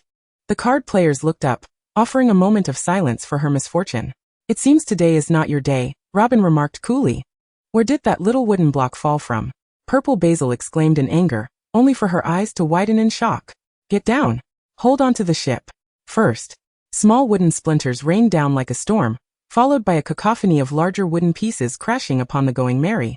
The massive ship was battered, and the sails plummeted from the sky, creating towering waves that rocked the vessel. "What on earth is happening?" Nami screamed, clinging tightly to the mast in terror. "This must be a dream. It has to be a dream," she thought, attempting to calm herself before slowly opening her eyes. "Ah, skeleton bones. Don't throw that at me, Usopp." Robin quietly caught the skull that Nami had tossed. As the tumult subsided and the Going Merry steadied, Purple Basil exhaled a sigh of relief. What a bizarre occurrence. The ship fell from the sky? She pondered. Usopp and Chopper, trembling together for warmth, momentarily forgot their fear and joined Luffy in excitement. "So, you're saying the sea is floating above us, and there's an island up there?" they exclaimed in unison. "Let us go see it. Full speed ahead, mates." Nami massaged her temples, exasperated, and delivered a punch to the trio. "Are you all idiots? Can a ship's will even turn upwards?" Robin calmly interjected. "Honestly, I've never seen a sky island, nor do I know much about it." "Exactly. It's impossible. How could an island and the sea float above? The record pointer must be broken." Nami continued to express her disbelief. "Navigator," Robin raised her hand to point at Nami, gazing at her intently.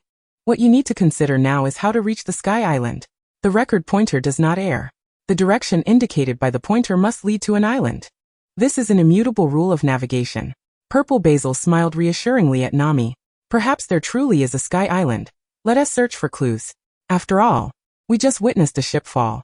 Robin, clutching the skull, began piecing together fragments of the ship that had fallen from the sky.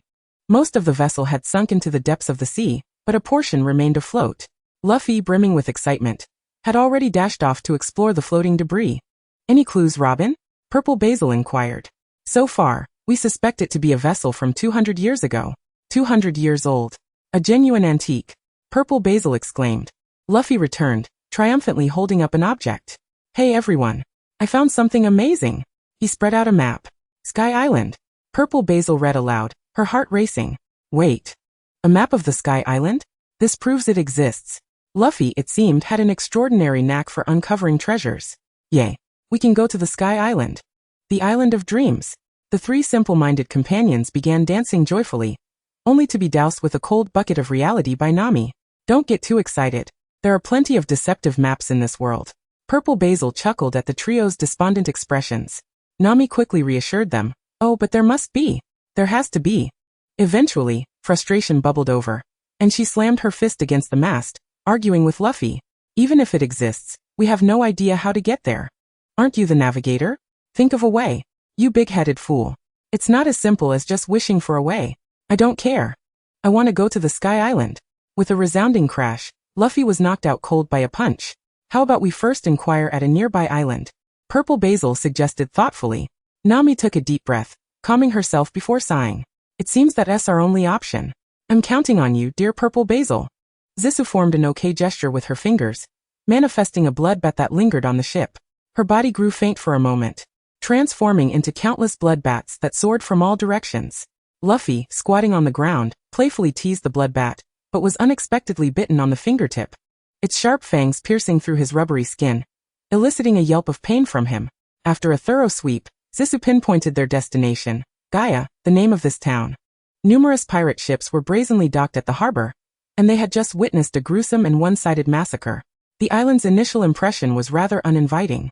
They were merely here to gather clues about the Sky Island, and could not linger.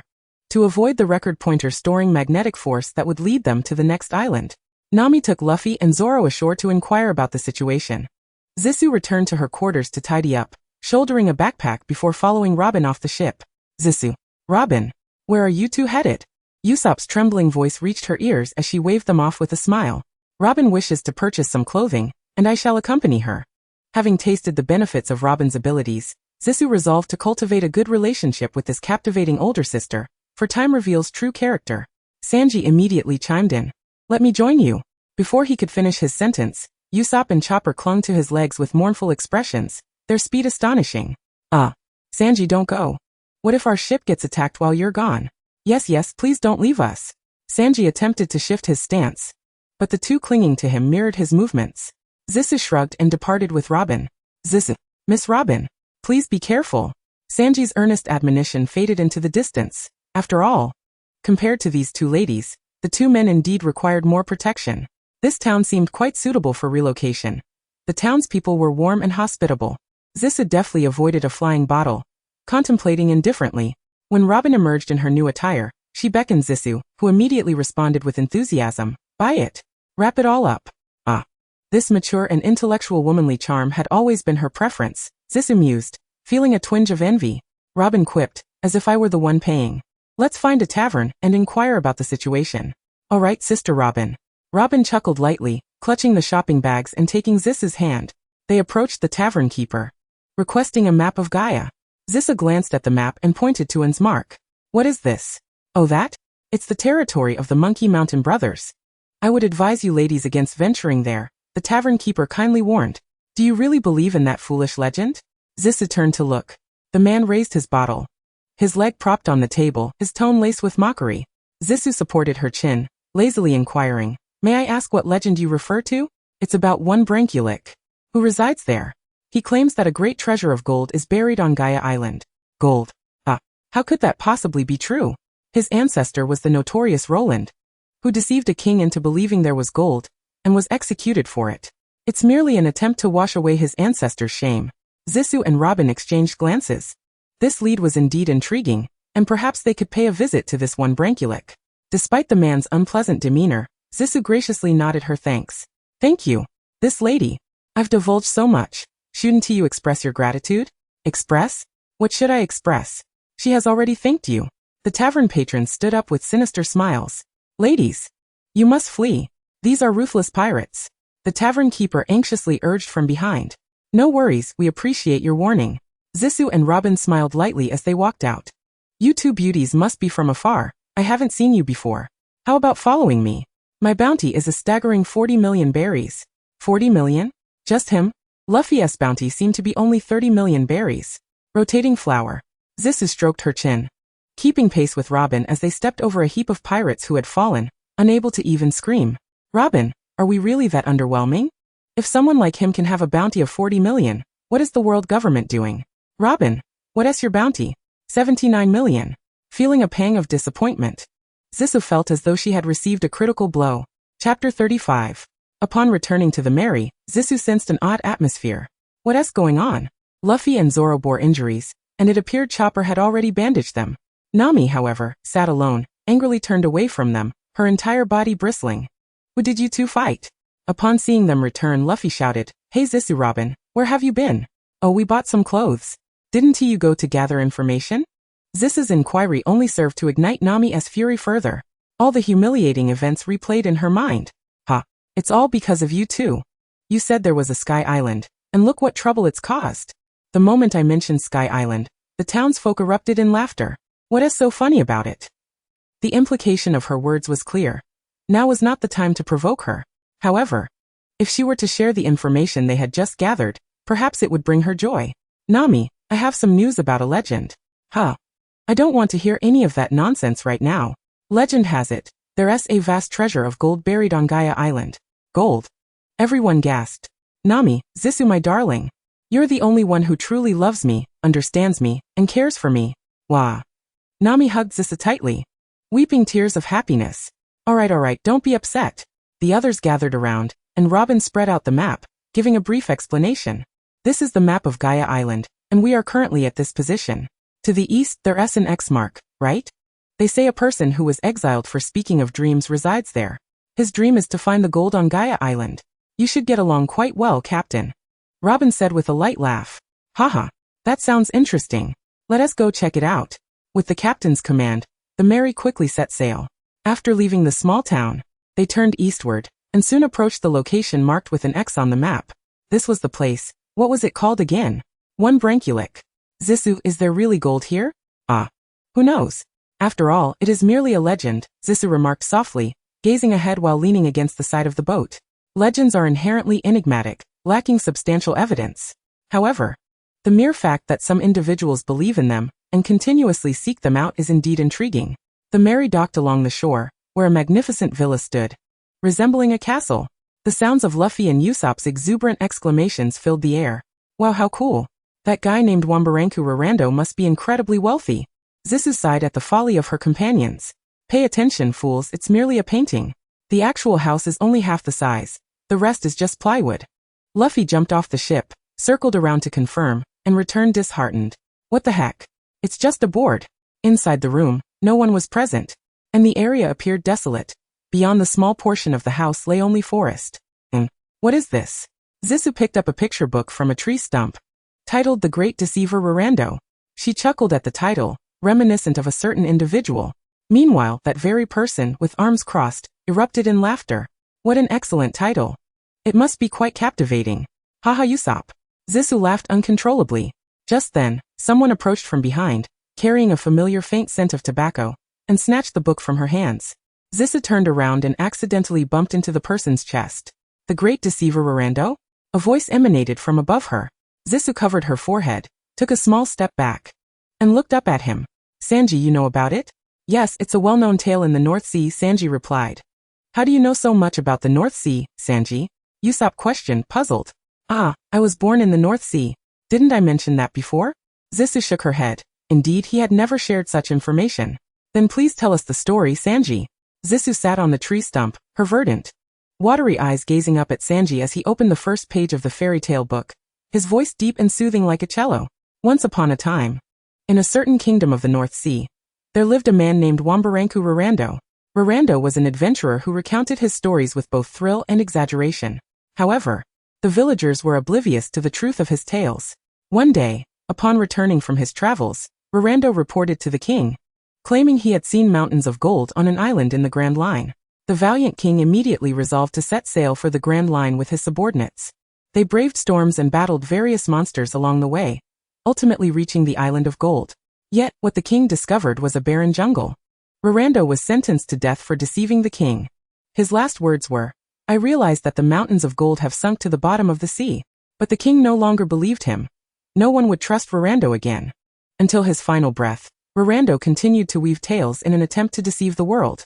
The people referred to him as the great deceiver Rorando. Sanji closed the book and added, "Though it is a fairy tale, the character Rorando truly existed." Zisu rested her chin on her hand, her gaze distant as it lingered on Sanji, seemingly lost in thought. "Zisu." Sanji waved his hand in front of her eyes. "Huh, is it over?" Zisu snapped back to reality, instinctively applauding. "That was wonderful." She awkwardly got up, redirecting her gaze to the shore, her cheeks slightly flushed. Sanji's deep and gentle voice had intoxicated her like a fine vintage wine. What had Sanji just said? What story? Damn it, such an embarrassing moment must not be discovered by Sanji. He would surely revel in her discomfort. A loud splash and a scream abruptly rescued Zisu from her embarrassment. Luffy, that reckless fool, had stumbled off the shore into the water. "Luffy!" Usopp exclaimed, determinedly leaping into the sea to rescue him. But the next moment, a burly man with a chestnut head suddenly emerged from the water, charging toward them without a word.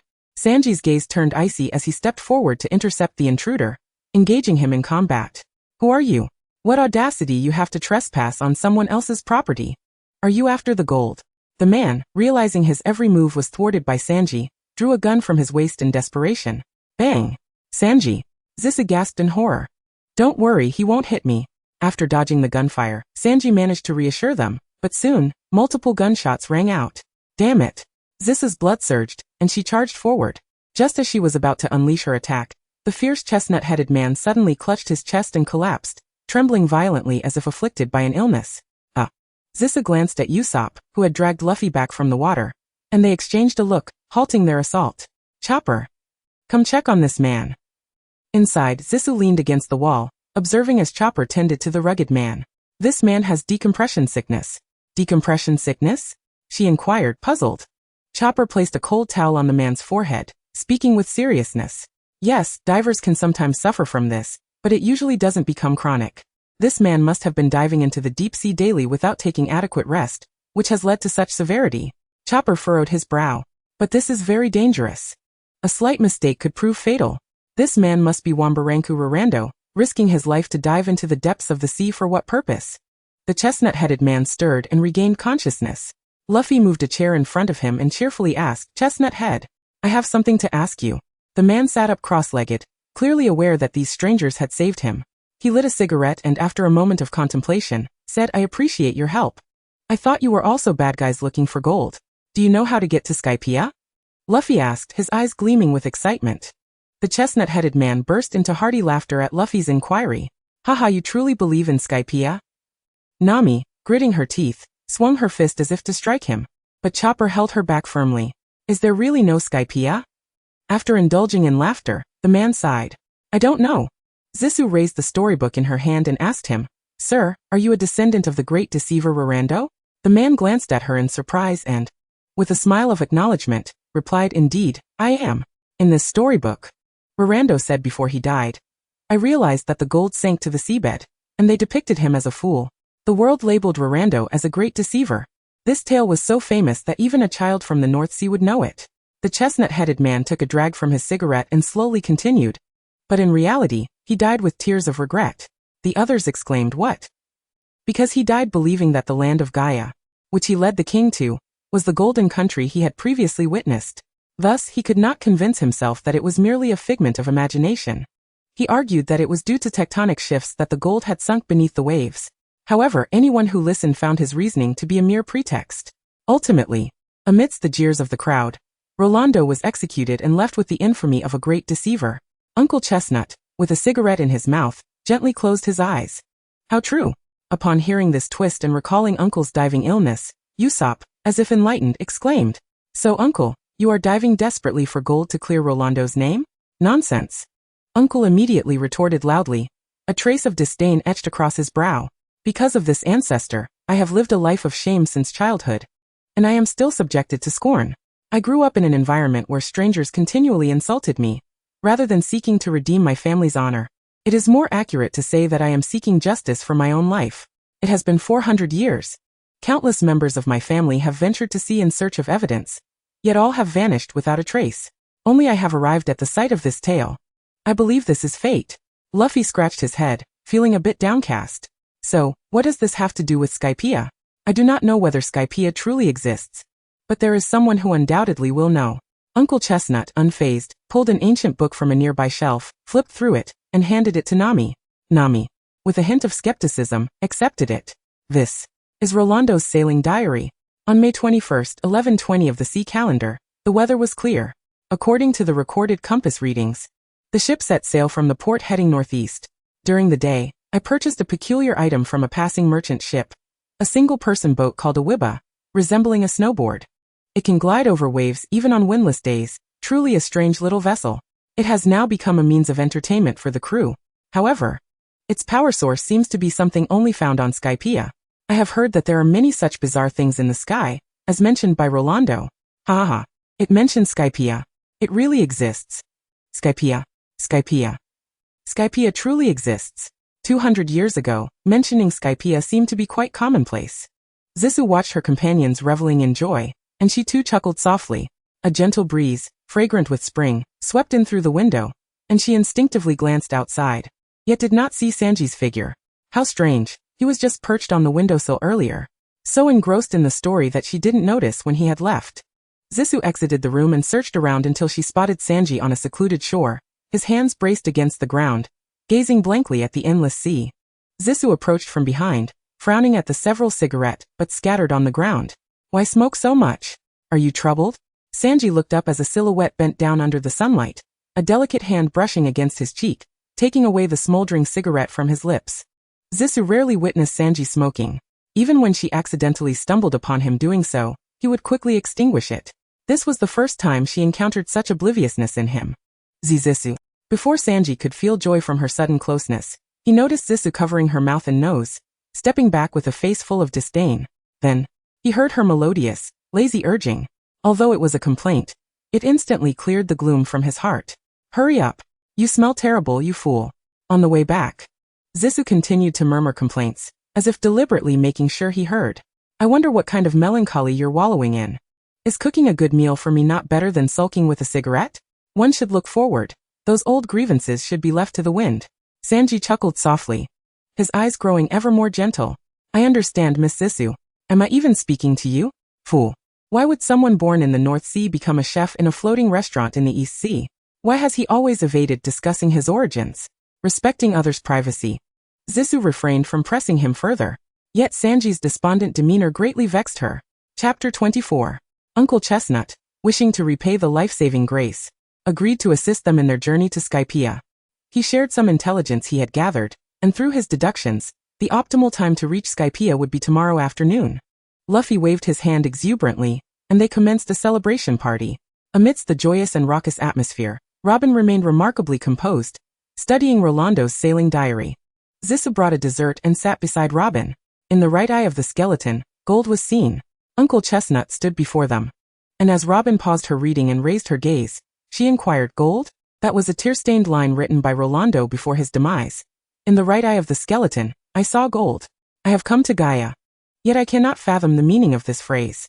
Perhaps it may be of assistance to you. Uncle smiled, then with a hint of pride, presented a bundle as he stepped into the crowd. Wow. Upon unveiling the cloth, several golden bells were revealed. After years of diving in the depths, I have reaped some rewards, haha. Nami could no longer contain her excitement as she clutched one of the golden bells, her eyes filled with adoration. Does that not mean the land of gold truly exists? Ah. Luffy joyfully chewed on a piece of meat. This little bit cannot serve as evidence. Even ordinary ruins can yield this much weight. However, Rolando's diary preface mentions a peculiar bird. Uncle stated, unveiling another cloth bundle. Wow, there's more. What appeared was a monstrous bird fashioned from gold, boasting a gigantic beak. This bird is called a Nanangian bird, and it still resides on this island. Emitting a strange cry. Upon mentioning the bird, Uncle seemed to suddenly recall something and shouted in alarm. Oh no. What? What's wrong? Hurry to the southern forest and catch one of these birds. Catch a bird? Why? Listen closely. The ocean current you will encounter tomorrow is directly south of this island. Do you know how to reach the south? This is the Grand Line. Nami suddenly realized. Right. The goal this time is not the island but the ocean current. The compass is not useless after all. But how do we get there? The unique trait of the Nanangian bird is that it possesses a special magnetic field in its head that always points south. Therefore, now, hurry and catch one. Go quickly. Uncle bid them farewell at the door, thumping his chest, promising to reinforce the merry. Zissa gazed at the night sky, the moon shining brightly, accompanied by a gentle cool breeze. Where's the bird? Luffy boldly strode ahead. If only we knew where the bird was. Would we need everyone to search for it? The only clue we have is the strange cry of that bird, resembling that of a golden bird. What could be considered a strange cry? Who knows what it sounds like? Cheep. The group fell silent. A strange cry. Yoshi. We can only force it now. Let us split into 3 teams. Oh. Let us set off. Though the vampiress possessed commendable night vision, Zissou had yet to catch sight of that wretched bird. Draped in Sanji's suit jacket, she walked ahead, with Sanji leading the way and Usopp closely trailing behind. The chill in the air was palpable, and the forest exuded an eerie aura. Zissou inhaled deeply, dispatching hundreds of bloodbats to scour the surroundings. Curiously, Usopp inquired from behind, Zissou, do those bloodbats serve any purpose? Can they catch the bird? If they stray too far, I lose my sense of them. Well, it's better than nothing. If we do encounter them, they will return to inform me. Provided that the bird remains at our destination, she replied. Catching the bird doesn't imply killing it. Zissou shrugged in exasperation. This bird is quite cunning. Despite the cacophony of its calls echoing through the forest, I have yet to catch even a glimpse of it.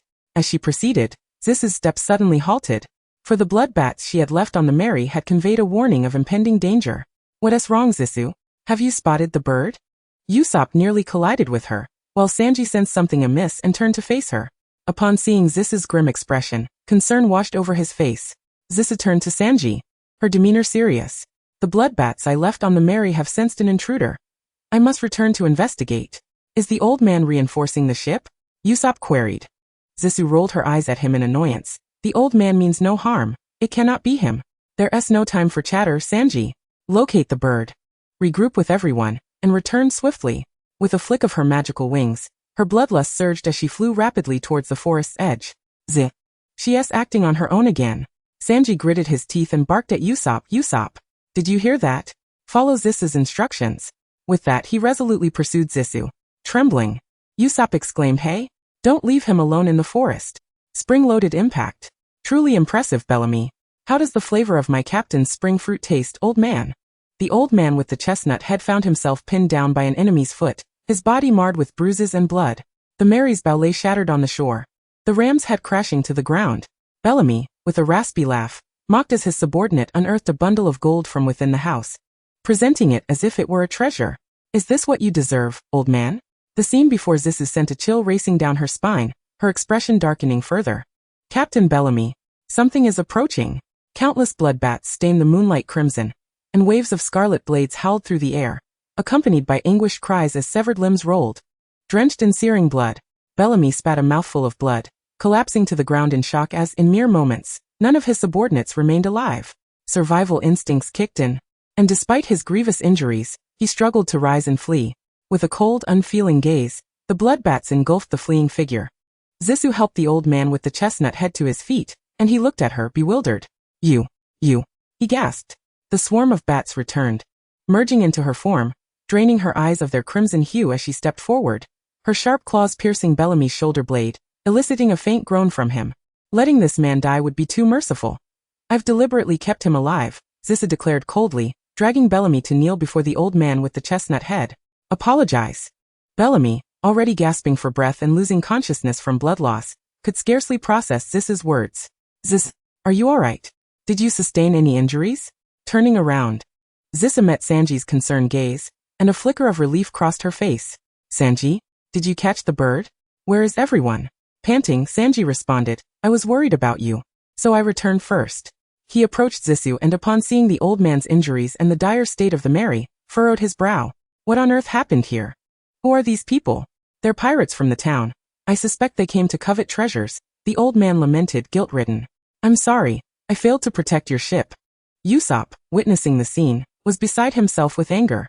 Their ship had already suffered significant damage in previous battles, and now, an outsider had compounded their troubles. Zissa took a few steps forward, dragging Bellamy across the ground, leaving a trail of blood. The weight seemed lost on her as she callously tossed him before the ram's head of the Mary. Stop pretending to be dead, apologize properly. Had this girl not appeared in time to alter fate, it was likely he would have fallen to Bellamy. Who were these individuals seeking the secrets of the Sky Island? If they were the ones, could they truly uncover the island's mysteries? Zimbronco's eyes rekindled with a long-lost light. Not long after, Luffy and the others returned, bringing the elusive bird with them. Usopp, seeing the state of the Mary, felt a pang of sorrow but was held back by Zissa's earlier intervention. Realizing he might have truly sought revenge otherwise, Chopper hurried to tend to the old man's wounds, yet he did not rest.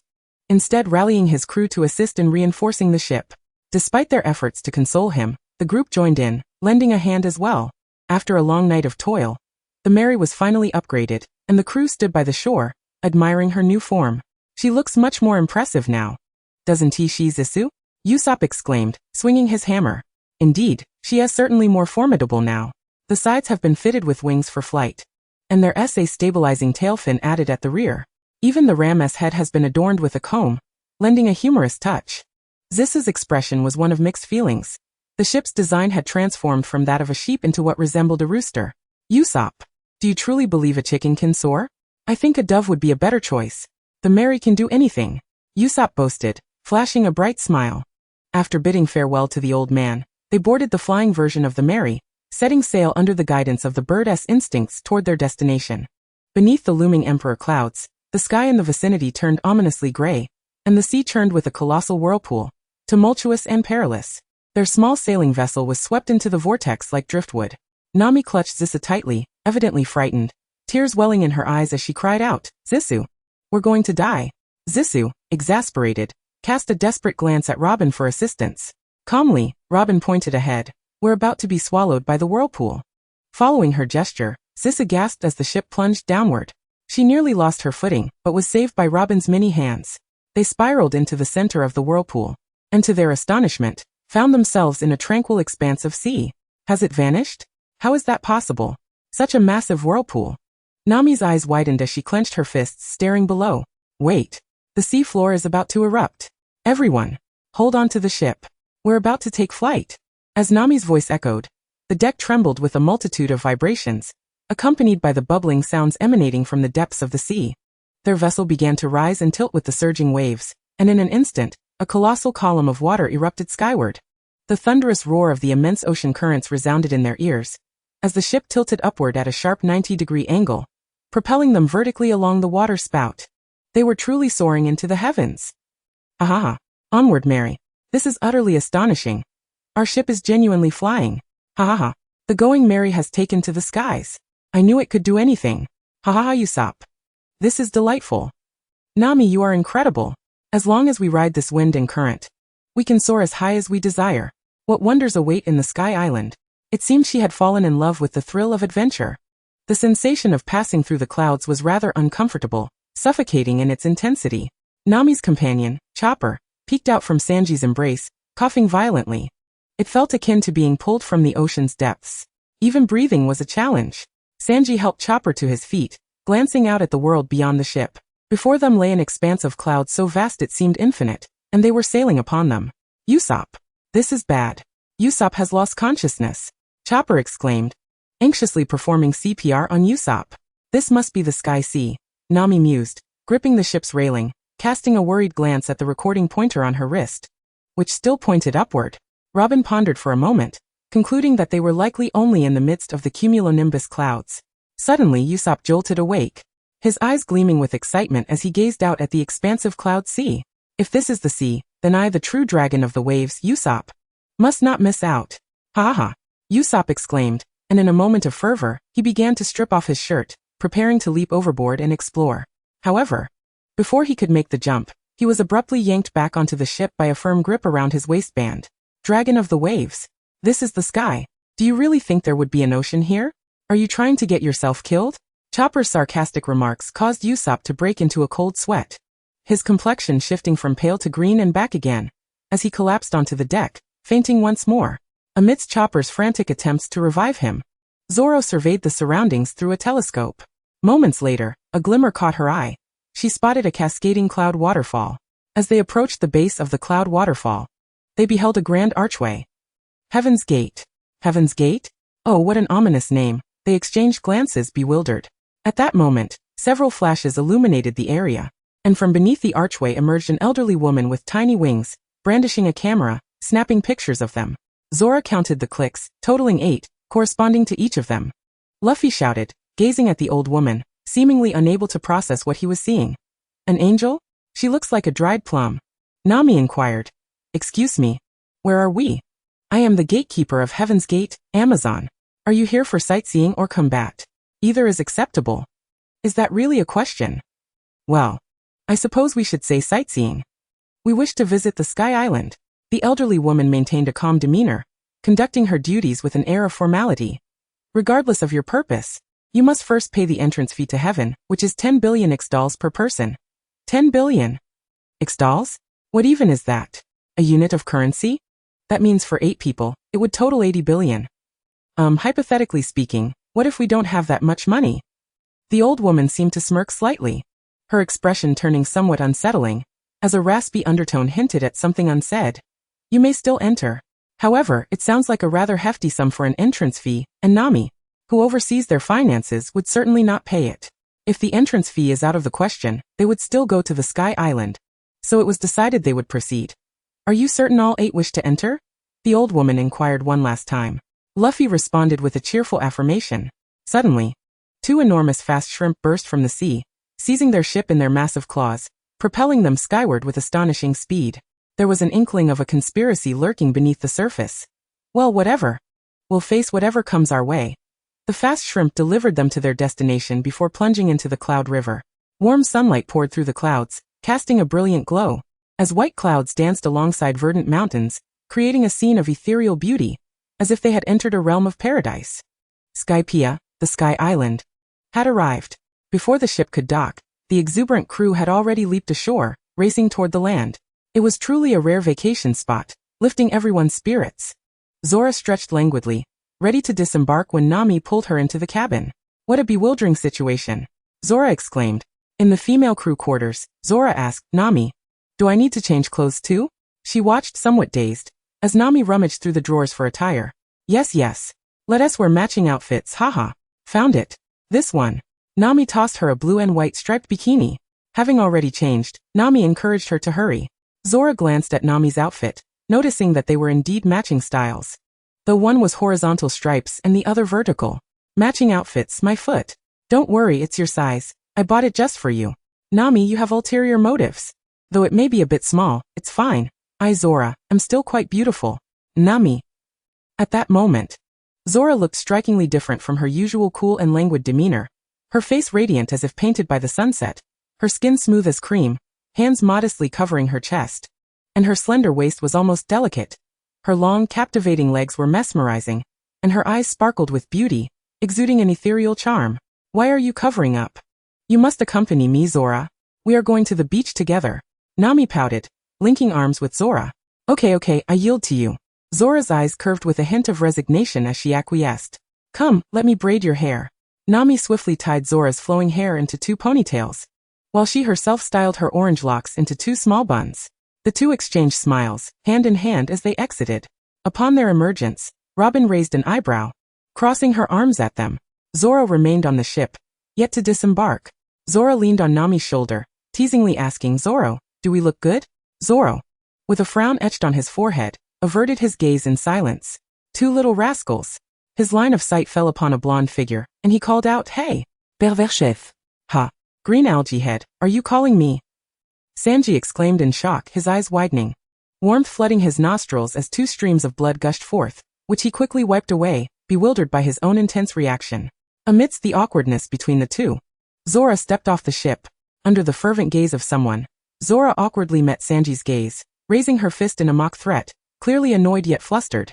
Then, she caught a glimpse of the faint blush spreading across Sanji's cheeks, a subtle smile emerging. What the heck? Zissou turned her gaze away from him and followed Nami into the pavilion on the island. As she stepped onto the fluffy clouds, the soft sensation beneath her feet allowed her to momentarily cast aside her slight awkwardness. She reclined comfortably on the couch alongside Nami, which appeared to be made of clouds as well, feeling remarkably akin to fur. It seemed that the Sky Island had developed a cloud manufacturing industry. A delightful sound of a harp disrupted Zisu's musings, prompting her and Nami to exit the pavilion and follow the melody. To their astonishment, they discovered a golden-haired girl with angelic wings standing atop a cloud, her delicate fingers dancing across the harp strings, producing enchanting melodies. A resident of the Sky Island, perhaps? She ceased her playing, turned towards them, and smiled radiantly. Aso. What does that mean? The golden-haired girl approached them with a friendly demeanor. Are you from the Blue Sea? I am Cornus, a resident here. Welcome to Angel Beach. If you have any questions, I would be happy to share. Surprised by the girl's amiable nature, Nami felt a surge of joy in her heart, and engaged in conversation with her. Amid their banter, the golden-haired girl even taught Luffy how to enjoy the fruits of the Sky Island. Were the inhabitants of the Sky Island always this hospitable? Zisu sensed no malice from the girl.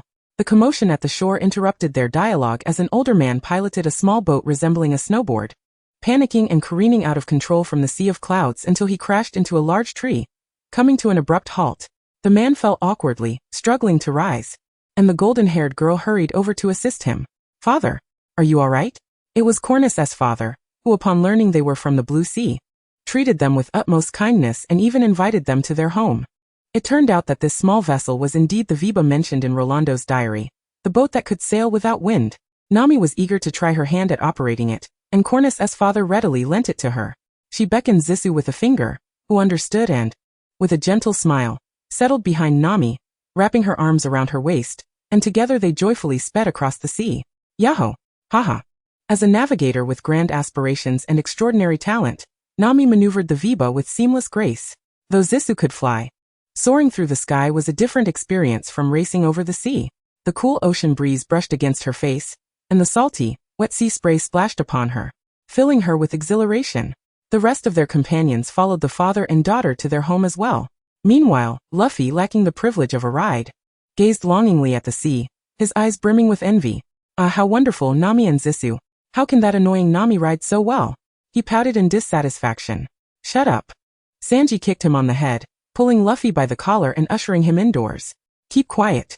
We might as well prepare some Sky Island cuisine before they return. I'm quite interested in these rare ingredients. After consulting with Cornus's father, Sanji crafted a sumptuous meal using the island's specialties, then stepped out onto the balcony to gaze for Zisu and Nami, but saw no sign of them. Hey, where are Zisu and the others? Cornus was still explaining the island's unique shell energy to the group, while Luffy and Usopp stuffed their mouths, carelessly responding, aren't they out at sea? No. I haven't seen them. They must have wandered off to play somewhere else. Don't worry about them.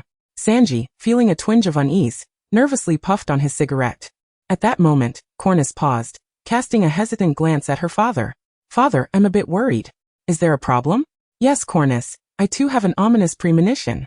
Sanji turned sharply. What do you mean? Cornus, seated on the sofa, spoke with a troubled expression.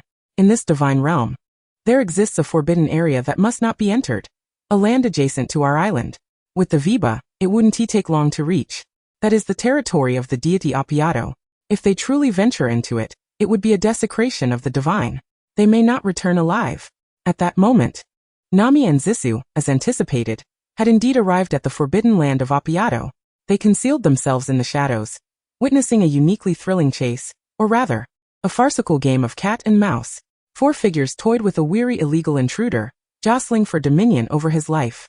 Subsequently, a bolt of lightning struck from the sky, as if a divine punishment, hitting the intruder and creating a deep crater where he stood. The sheer force darkened the skies. Even Zisu couldn't help but gasp in astonishment.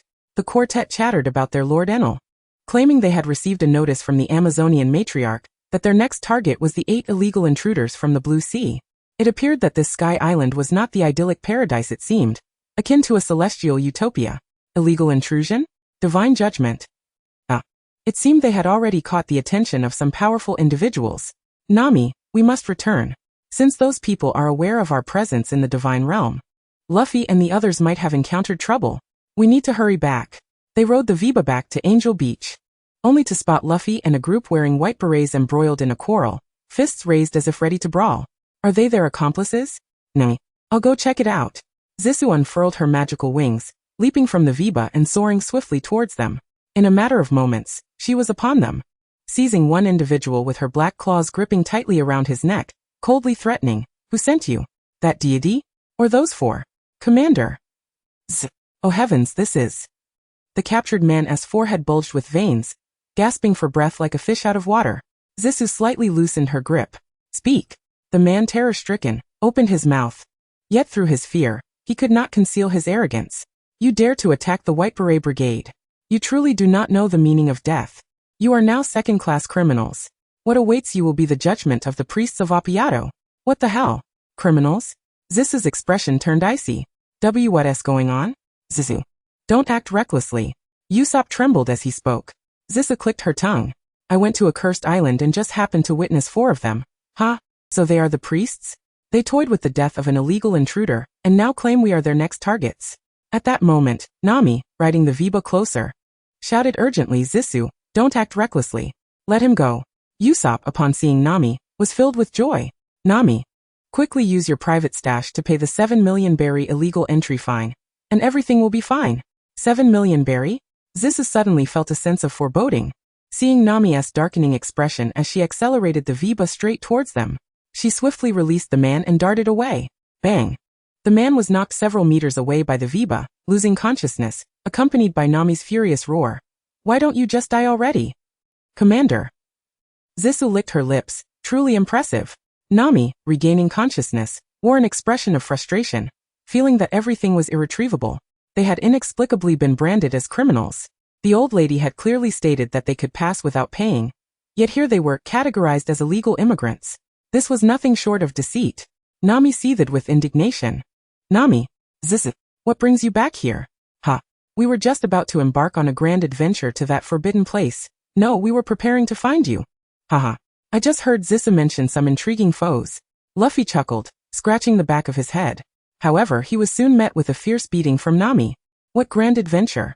The inhabitants of that island are perilous. You wouldn't dare speak such nonsense if you had seen it. I will never set foot on that wretched island again." Nami forcefully composed herself and addressed the group. "Everyone, we must hastily leave this country. Set sail." "No, I refuse. I desire adventure." "Which is more important, adventure or life, you fool?" "Adventure, of course. Life comes first. Money follows." Zisu sighed. Luffy's decision was unchangeable. "Nami, you might as well resign yourself to fate." She always felt that they would inevitably return to that cursed island. "Regardless, let us board the ship first," Luffy declared, insisting on packing food from Konis's home. Sanji accompanied him, and Usopp prepared to borrow some ship repair tools from Konis's father. The remaining crew stayed on the ship, awaiting their return. Zisu returned to her room to change, as her swimsuit had been soaked during the surfing escapade. Upon stepping out, she was taken aback to see the Mary sailing away at an alarming pace. What is happening? Luffy and the others haven't even disembarked. There's something beneath the ship. Just as Robin's words echoed, a colossal express shrimp burst forth from the depths, propelling their vessel forward with great speed. Where is it taking us? Zoro leaped overboard to strike the shrimp's sturdy shell, but only managed to create a small crack. This is futile. Come back. Zisu fixed her gaze on the swarm of gigantic sky fish emerging behind them, speaking sternly to Zoro. I fear that divine retribution has arrived. At Konis's home, Sanji sensed something was amiss with the Mary. Tension coursed through him as he angrily questioned Konis and her father. Where have they taken them? Damn it, a moment's neglect, and we've fallen into the hands of the gods. The express shrimp was typically a means of transporting offerings to the gods, destined only for a living sacrifice altar located to the northeast of Oppiato. You mean a living sacrifice? Offered to that vile god? Sanji gripped Konis's father's collar tightly, speaking each word with a chilling intensity, his dark eyes gleaming with murderous intent. At the altar atop Oppiato, this truly is an extraordinary place. It seemed they had arrived at the very island Nami and she had visited before, the inner sanctum of Oppiato. 2 bonfires blazed atop the high platform. Ancient inscriptions adorned the stone walls, and a staircase led directly into the sea, encircled by a sea of clouds. In the distance, colossal trees loomed, evoking a sense of isolation. This appears to be the altar for living sacrifices, Robin concluded coolly. The implications of her words were terrifying. Nami and Chopper were understandably shaken by Robin's deduction. Zisu searched for something, slicing a vine from the wall and tossing it into the sea of clouds. A hollow shark suddenly leapt from the water, its gaping maw swallowing the vine whole. Zisu crossed her arms and whistled. and it was clear that more than one awaited them. Chopper screamed in alarm. The Mary was unceremoniously hurled onto the high platform by the express shrimp, leaving them powerless to return it to the sea. Suddenly, Zissou seemed to recall something and jumped from the ship. Indeed, as the Mary was roughly cast upon the platform, its hull sustained damage. She crouched down, lightly touching the ship's body, her eyes cold. How outrageous, they have treated you so poorly, Mary. With the Mary in such a state, it was impossible to return to the water. Zoro followed her off the ship and witnessed the scene. Addressing Chopper, Chopper, you need to find a way to repair the ship. Huh? Me? Zissou raised an eyebrow. You want Chopper to fix the ship, so what will you do? Zoro remained calm. I intend to venture into the forest and confront this so-called god. Luffy and the others will undoubtedly come looking for us. And since the ship cannot return to the water, let us use this as our stronghold and scout the forest. Zissou understood and reminded him, Zoro, if you encounter the god, be cautious. His powers are likely related to thunder. The sudden lightning column that descended from the sky is quite concerning. Understood, you foul woman. Zoro replied dismissively. Zissou thought to herself, what a fool. Robin withdrew her attention from the ancient inscriptions on the stone wall. Swordmaster, may I accompany you? This altar has likely stood for over a millennium. The longer a place endures, the more relics it harbors. If I could find a few shards of gemstones, it might help fund repairs for our ship. Nami, shards of precious stones. I want to go too. Nami, don't go. Chopper exclaimed in panic. Nami squatted down, patting Chopper's red hat with a greedy expression, declaring with great righteousness, I am off to explore history. Zissou contemplated for a moment, conjuring a dozen bloodbats with her fingertips, issuing them a command to fly far away. I think I will remain here with Chopper to watch over the ship. If we find Luffy and the others, the bloodbats will bring them to us. Zoro, take good care of Nami and Robin. Got it. Zoro, Robin, and Nami stood on the shore, waving farewell. Chopper, you are a man. The ship is entrusted to you. Oh, you can count on me, Chopper assured, thumping his small chest. After Zoro and the others departed, Zissou smiled and pinched Chopper's cheek, teasing, Chopper, man of valor, I rely on you for protection. Chopper's face turned crimson, clutching his red hat to cover his wide, watery eyes. I will, Zissou. Chapter 27. The enlarged Chopper wielded ship repair tools, while Zissou handed him planks of wood. Zissou, with you here, I feel much more at ease. Zissou cast a surprised glance at Chopper, a gentle smile gracing her lips. Is that so? Am I truly such a source of comfort for you? Chopper nodded softly, then murmured, Zissou, you are so strong, always protecting everyone. I am still too weak. Chopper slightly turned away, and though Zissou could not see his expression, she sensed the disappointment in his words. This child was certainly not one to conceal his feelings. Why must you be so lacking in confidence, Chopper? Zissou lightly patted his back. Have you forgotten what I told you on Winter Island? I remember. I remember it well. Monsters are a symbol of strength. I am a monster. I will protect you well. Ziss. As Chopper spoke, he appeared somewhat bashful, instinctively reaching to touch the back of his head, only to forget that he was still holding a hammer. In a moment of carelessness, the hammer slipped from his grasp and landed squarely on his foot. Ouch. Chopper cried out in pain, instantly shrinking in size and clutching his foot, nearly stumbling off the stone steps. Fortunately, Zissou caught him just in time. Are you all right, Chopper? I'm fine, Chopper replied hastily. Just as Zissou was about to admonish him for being so careless, a chill ran down her spine, a primal instinct warning her of impending danger. She swiftly yanked Chopper to the side. A long spear whistled through the air, striking the very spot where she had just stood, its tip igniting in flames and slicing forward. The man wielding the spear was mounted on a colossal bird, donning a pilot's cap and goggles, looking down at them with a tone of disappointment. Is it true that the only sacrificial offerings that can be slain are merely two? This man was one of the 4 from the island. A priest, perhaps? Very well, offer your lives to the god Enel.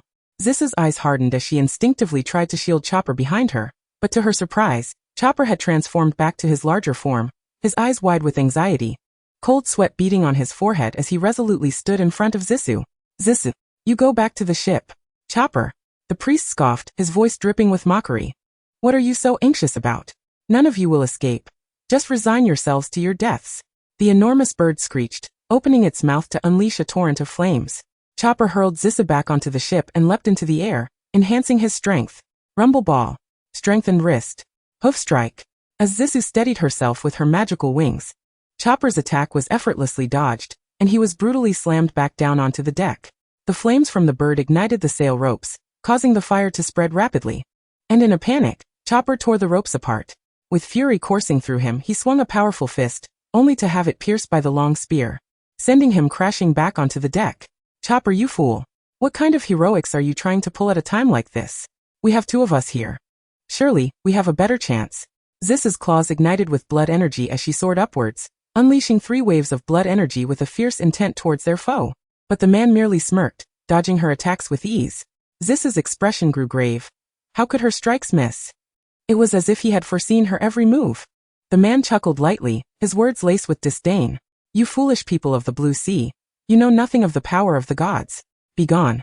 What nonsense. Zisu's blood energy surged violently, and from within the thick, dark red aura, countless blood bats emerged, screeching with a deafening resonance, their scarlet eyes gleaming as they charged toward the intruder. Zisu advanced, ready to follow up on her advantage, when a burst of flames erupted from the blood bats, aiming directly for her face. It was as if he had anticipated her every action.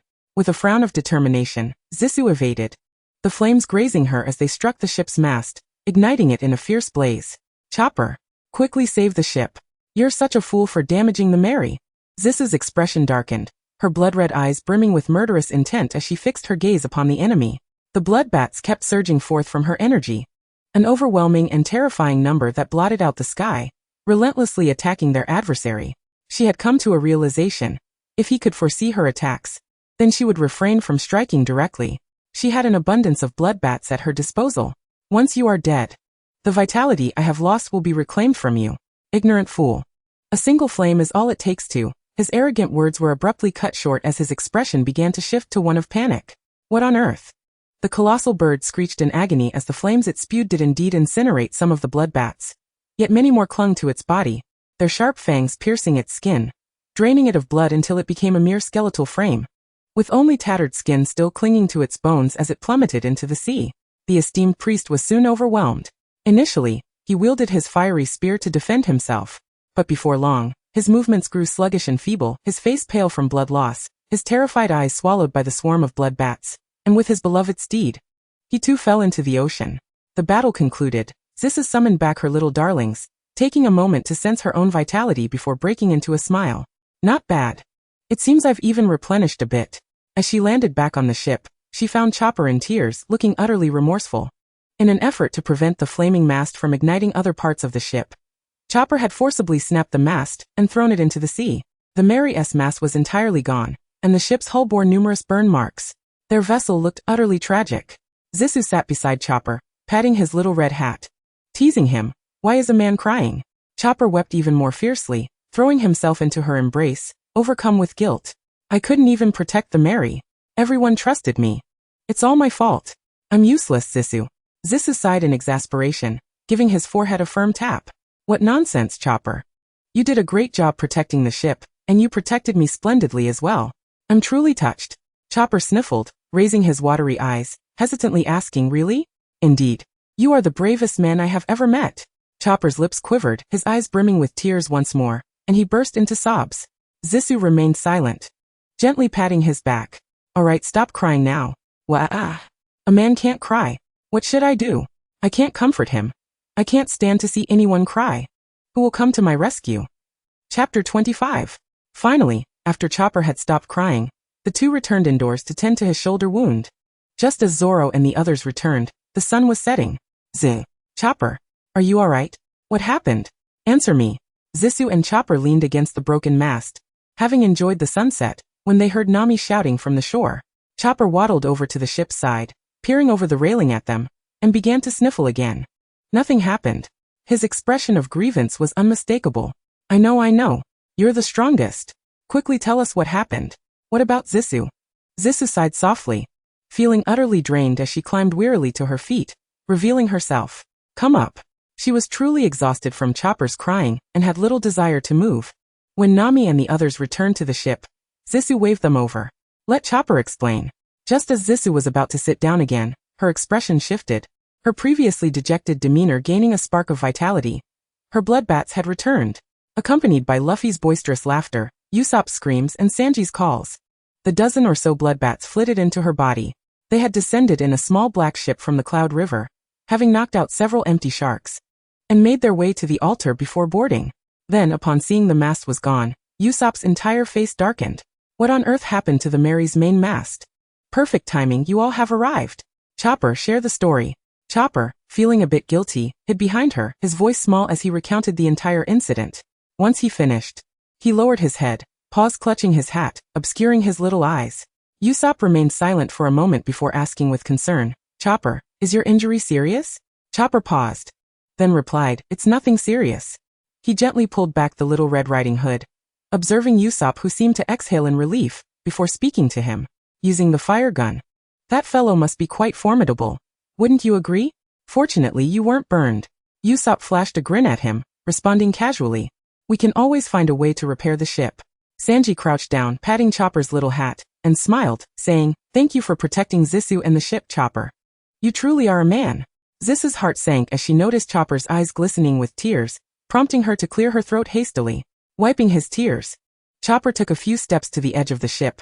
His spirit ignited like a blazing fire, and shouted defiantly at the sky. I will become a more reliable man. Zissou chuckled, but as Sanji stood up, towering over her, he looked at her with concern and asked, are you really okay? Are you hurt? You seem exhausted. The warmth in his deep voice warmed Zissou's heart, and she shook her head, offering a gentle smile. I'm fine. It's Chopper who has had a harder time. After a brief pause, she added, though, I could really go for some dessert. Unable to resist, Sanji ruffled her hair. Alright, I'll make you some. I'm just glad you're alright. As night fell completely, the merry-go was in such disrepair, and with enemies lurking nearby, the crew had no choice but to camp on the shore. Gathered around the campfire, Zissou took small bites of the dessert on her plate, while Luffy tossed the empty shark carcasses to Sanji to grill. With one grilled, he would eat it. Usopp clapped his hands to get everyone's attention, clearing his throat. So let us share our intel. I'll summarize afterward. Sanji spoke first. On our way to find you, we encountered a priest and teamed up to defeat him. However, the headache remains that he possessed a power called the Heart Net, which can see through our actions. Zissou interjected, the priest I defeated could foresee my next attack as well. Oh, by the way, what happened to the priest we defeated? Usopp asked curiously. Zissou flashed a bright smile, giggling he tasted quite good. Usopp shivered, silenced by her words. It seems everyone has endured quite a bit, Nami remarked, while Robin pondered thoughtfully before stating a key point. However, we discovered that this island, called Appiato, is actually the other half of Gaia Island. The land of gold did not sink to the ocean floor. It has floated up to this sky. Really? This is an unexpected delight, Zissou exclaimed. So, does that mean the island we stand on is the so-called land of gold? Excellent. Thank you all for the information. Here is my summary. First, the two priests have been defeated, leaving two remaining. Second, they possess a power called the Heart Net that allows them to predict our actions. Third, and most importantly, this island is indeed the land of gold that Uncle Chestnut has been searching for. Luffy, having finished another grilled shark, clutched the skeleton in astonishment at Usopp's words. His eyes wide with disbelief. Is that true? After the initial shock, he leaped up joyfully. This is the land of gold, everyone. Ha ha ha. A grand adventure. A great treasure. How exhilarating. The group erupted in laughter. Well, they are pirates, and how could they ignore treasure? I've made up my mind. Everyone. Tomorrow we shall go search for the gold. Nami replied, stroking her chin thoughtfully. But how do we find it? Suddenly reminded of Uncle Chestnut's words, Robin spoke up. In the right eye of the skeleton we saw the gold. Nami jolted awake, as if struck by a revelation, and urgently said to Usopp, Usopp, give me the Sky Island map. Oh, okay. Nami retrieved the map of Gaia Island that she had previously acquired with Robin. She laid the two maps side by side. Smiling brightly, the others gathered around and lo, it unmistakably formed the shape of a skeleton. The right eye of the skeleton, then, must be where the treasure lies. Nami's eyes sparkled with affection as she looked at Robin, saying cheerfully, thank you for the reminder, Robin. Love you to bits. Once composed, Nami took charge with remarkable leadership. Alright, let us discuss tomorrow's battle plan. We must seek the gold. But we also need to prepare for a quick escape. I've decided. We'll split into two teams. An exploration team, and an escape team. She pointed to a corner of the map. This is our current position. Tomorrow, the exploration team will head straight south to this right eye. There should be some ruins there. As for the escape team, after repairing the merry-go tomorrow, we'll find a way to get her back into the sea, then leave this island. We'll rendezvous at the coast near the ruins. Nami pointed to the eastern coast. This eastern coast will be our meeting point. Once we find the gold, we'll leave immediately. Nami cleared her throat and glanced at the others. Did everyone understand? Understood. After discussing, the crew entered a dream filled with hopes of treasure. The next morning, everyone gathered around the ship, staring in disbelief at the main mast that had been re-erected. Astonishingly, the merry-go had been repaired. According to Usopp, he had seen someone working on the ship through the fog at night, thinking it was a dream. Yet, it was genuinely fixed, albeit somewhat clumsily. Just raising that heavy mast must have been quite a feat. There are still good people in this world. Luffy mused with crossed legs. Who would come to help us repair the ship? Inapiato, aren't we surrounded by enemies? Zissou asked calmly. Moreover, this kind-hearted person restored the merry-go to its former state, removing the rooster comb, wings, and tail. Usopp pondered, looking up at the black pirate flag. Suddenly he asked whimsically, Mary, who could that person be? Zissou patted Usopp's shoulder. It could be Mary herself healing. Don't dwell on it, Usopp. It's not a bad thing. Chapter 29. The group temporarily set aside this matter, using some clever methods to lower the merry-go from the platform. Alright. Exploration team. Be cautious of the enemies. And bring back the gold. Luffy, Zoro, Robin, and Chopper, as members of the exploration team, ventured into the forest, heading towards the southern ruins. Nami, Zissou, Sanji, and Usopp set sail on the merry-go towards the eastern coast near the ruins.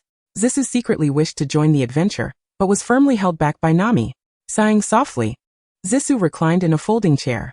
How lonely. Just listening to the sounds of battle from the forest was enough to set her heart racing. Sanji, Zissou, you two must protect me, Captain Usopp. Usopp declared proudly, standing at the ship's bow with his hands on his hips, though his voice trembled slightly as it carried through the wind. After all, Lord Usopp is quite fearful of this forest, she lamented in agreement. All right, Captain Usopp, Sanji remarked disdainfully, carrying the fruits he had gathered from the forest into the storage, a cigarette clenched between his teeth. Shut up, I only protect Perona and Nami. Perona languidly basked in the sun, feeling somewhat drowsy. It was unavoidable.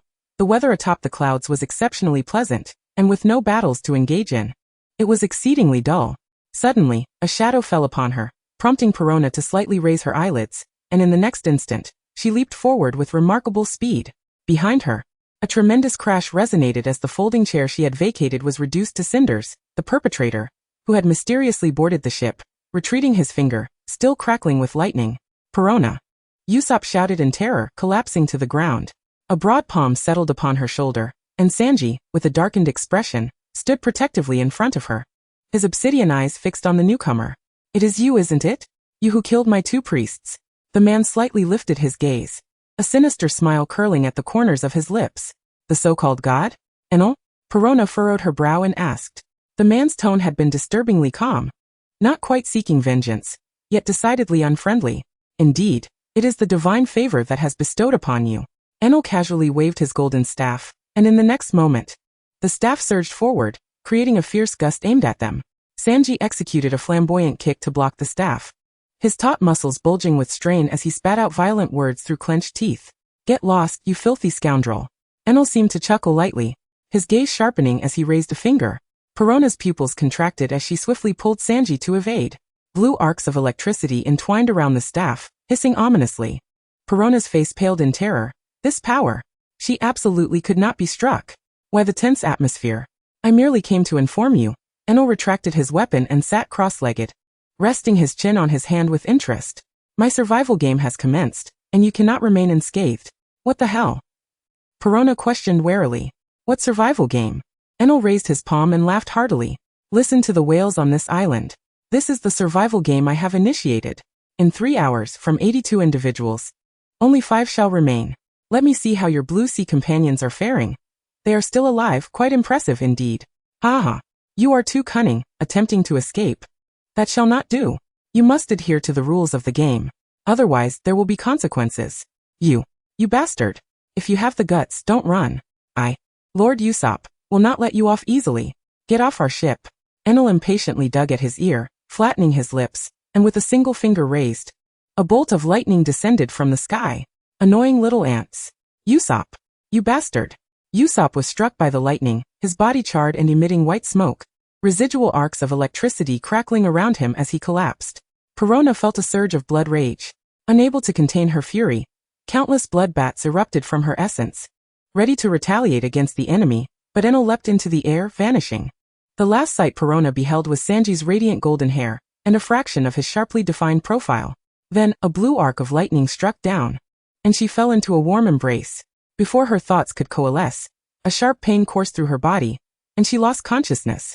Enel reappeared on the ship, casting a blank look at the charred blue sea man and woman beside him. He spoke with indifference. Foolish. Oh, I forgot to mention. I too am one of the participants in this survival game. When Perona awoke, Nami was silently weeping, holding her tightly, unwilling to let go. Perona raised her hand. Aside from a few scorched marks, she had already healed. Sanji and Usopp lay beside her, wrapped in bandages, still unconscious. It seemed that the god Enel had departed, thankfully. Nami was unharmed. Nami bit her lower lip tightly, her voice choked with sobs. Em sore, pero una. I'm so weak. When the enemy arrived, she had cowered in the corner out of fear, not daring to make a sound. After the three of them were defeated, she lacked the courage to avenge her comrades. Day in and day out, she had to rely on a girl even younger than herself for protection. She felt utterly useless. Fortunately, Perona is okay. Perona paused momentarily, a heavy feeling settling in her heart. This was the second time she had heard such words from her companions. Her gaze softened, and she gently stroked Nami's back, smiling faintly. All right, stop crying. Aren't you the world's greatest navigator? You're so annoying. Let me cry a little. I am truly a great sinner for making our navigator weep. Nami, exasperated, roughly wiped her tears, released Perona, and pinched her cheek fiercely, gritting her teeth. Are you trying to mock me? Ah. Haha, I wouldn't dare. I'm so scared. Ah. Truly. After their playful banter, Perona turned her attention to the two injured. Are they all right? I don't know. Their heartbeats are very weak. I can only provide basic care. If only Chopper were here. Nami smiled at her. I understand your concern. Go ahead, don't worry about me. I will take care of them. Nami. As Nami had stated, while Luffy and the others were formidable, Enel's lightning was indeed an unfathomably powerful force of nature. And as for Chopper, it would be best to retrieve him swiftly to treat Sanji and Usopp. Yet, she was uneasy about leaving Nami alone on the ship. All right. I will go find Chopper. You must be cautious. If the number of bloodbats decreases, I will return immediately. Perona took a deep breath, resolved, and accompanied Nami to the deck, her blood energy surging, hundreds of bloodbats swirling around her, vigilantly guarding the ship. With her demonic wings unfurled, Perona soared into the sky, a streak of light darting into the forest, disappearing from sight. Chapter 30. The Southern Ruins. Perona swept over the forest, smoke billowing around her. Below, the defeated and eliminated could occasionally be seen, the sounds of cannon fire dwindling, as if heralding the imminent conclusion of this survival game orchestrated by Enel. A tremendous crash echoed from the south, as a colossal pillar of lightning struck from the heavens.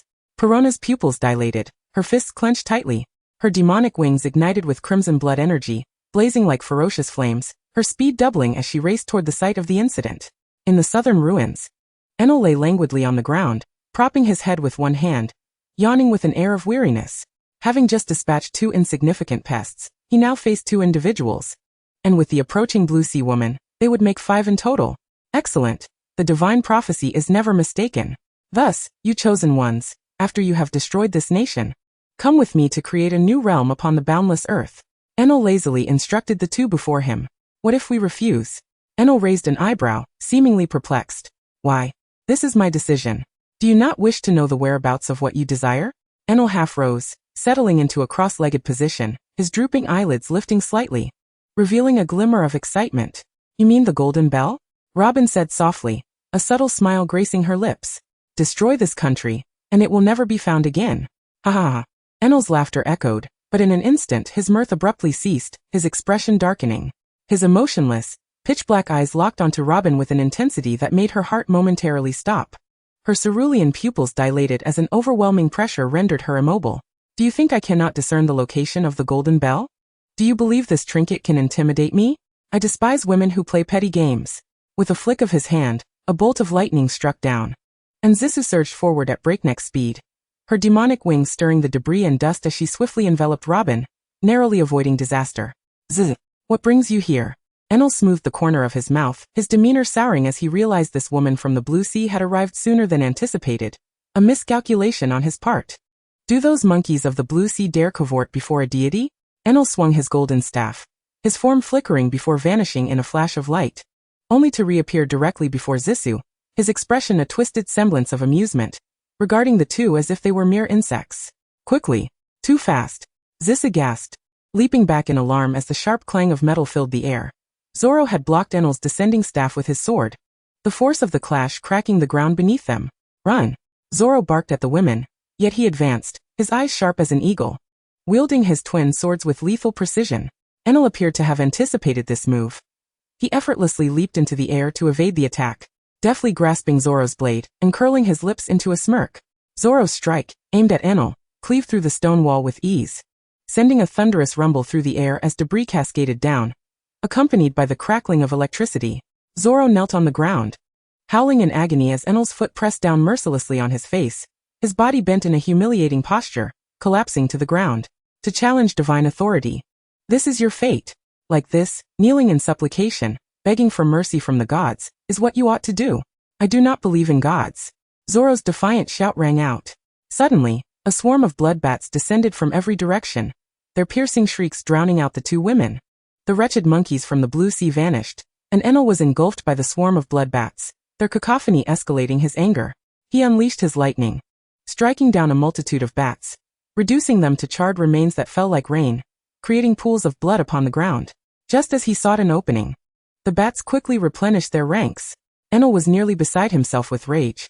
How dare they attempt to ensnare him with such trivial tricks? That woman! She was utterly deserving of her fate. 50 million volts Raijin. Zissou let out a pained groan, spewing forth a mouthful of blood, her complexion paling as she collapsed. Supported by Robin, who propped her up, a gigantic dragon of lightning burst forth from the bat's confines, emitting a furious roar as it charged forward. Zoro positioned himself before Zissou and Robin, his expression fearless as he stared down the lightning dragon, his resolve hardening as he bit down on his sword's hilt, his aura igniting with fierce intent. 1 against 3, in this grand world. Amidst a blinding flash of lightning, Zissou's eyes widened, tears streaming down her cheeks as she shielded her eyes from the brilliant light. Before her hand could reach Zoro, he had already collapsed. Enel, wielding his golden staff, descended from the skies, his brow furrowed, fury blazing in his eyes. He raised his left hand, his wrist crackling with electricity, and a massive pillar of lightning erupted from his palm. Robin instinctively shoved Zissou behind her, positioning herself as a shield. Zissou, overwhelmed by fear and dread, knelt on the ground, tears flowing anew as she hesitated to touch Robin's charred form. Enel seemed to relish the final struggles and despair of the insects before him, taking his time as he laughed heartily, stepping closer to the two. He raised his hand above their heads, the crackling of electricity reverberating from his palm, embodying the disdain of one accustomed to power. Your feeble strength is utterly impotent before a god. Judgment, divine retribution. She is beyond salvation. What have you done to my friends? Zissou cried out, raising her head in desperation, just as a familiar figure sent Enel sprawling backward in disarray. Zissou, Zoro, Robin, are you a god? In his line of sight stood the boy in a straw hat, his fists clenched tightly, radiating an intense fury. Zissou dazed asked, Luffy, can you hit him? Ha, what kind of question is that? Zissou, are you hurt? And Zoro and Robin, did that god do this to you? Enel emerged from the rubble, his expression momentarily betraying a hint of fear. Where had this blue sea monkey come from? His web of perception had failed to capture him. His body should have been impervious to physical attacks. Why had that blue sea monkey struck him? He had never experienced such pain before. That elongated arm. It should merely be a paramecia ability, insignificant before his lightning. He grinned maniacally, raising his arm, his wrist transforming into lightning as a colossal bolt shot forth once more. Blue sea monkey, you shall die. Divine judgment. Luffy enveloped the three, extending his arm to place them at a safe distance just as Enel's attack struck, engulfing him entirely. Luffy. As the lightning dissipated, the distant rock wall crumbled. Luffy remained unharmed, standing resolutely in place. Had he evaded it? 50 million volts Raijin. Another colossal lightning dragon surged towards Luffy. Zissou's heart raced as the blue lightning obscured her vision. The dragon vanished, yet Luffy stood unscathed. Enel leaped into the air, one palm poised against Luffy's forehead, his eyes wild with rage as the intense lightning surged forth. 100 million volts. I ask you, have you had your fill of playing? Luffy grasped Enel's wrist with one hand, swinging his arm with all his strength before yanking it back at full extension, driving it fiercely into Enel's abdomen. Bang! Enel coughed up blood midair, his body propelled away by the force of the blow. Zissou gaped in disbelief, unable to comprehend. Enel's lightning had proven ineffective against Luffy. No. Upon reflection, The truth became clear. The weakness of lightning. Luffy, he was rubber. Chapter 31. Enel vanished. Whether from disbelief or terror, as he was sent flying, Zissa glimpsed the expression of shock and panic intermingled on Enel's face, twisted to a comical degree. It was as if he had been bested by an unknown power, akin to witnessing a deity. Luffy searched fruitlessly, only to discover Chopper, unconscious and hidden behind a stone wall. Alongside Luffy was a small girl. Isa, where is Enel? Take me to him. I want to send him flying.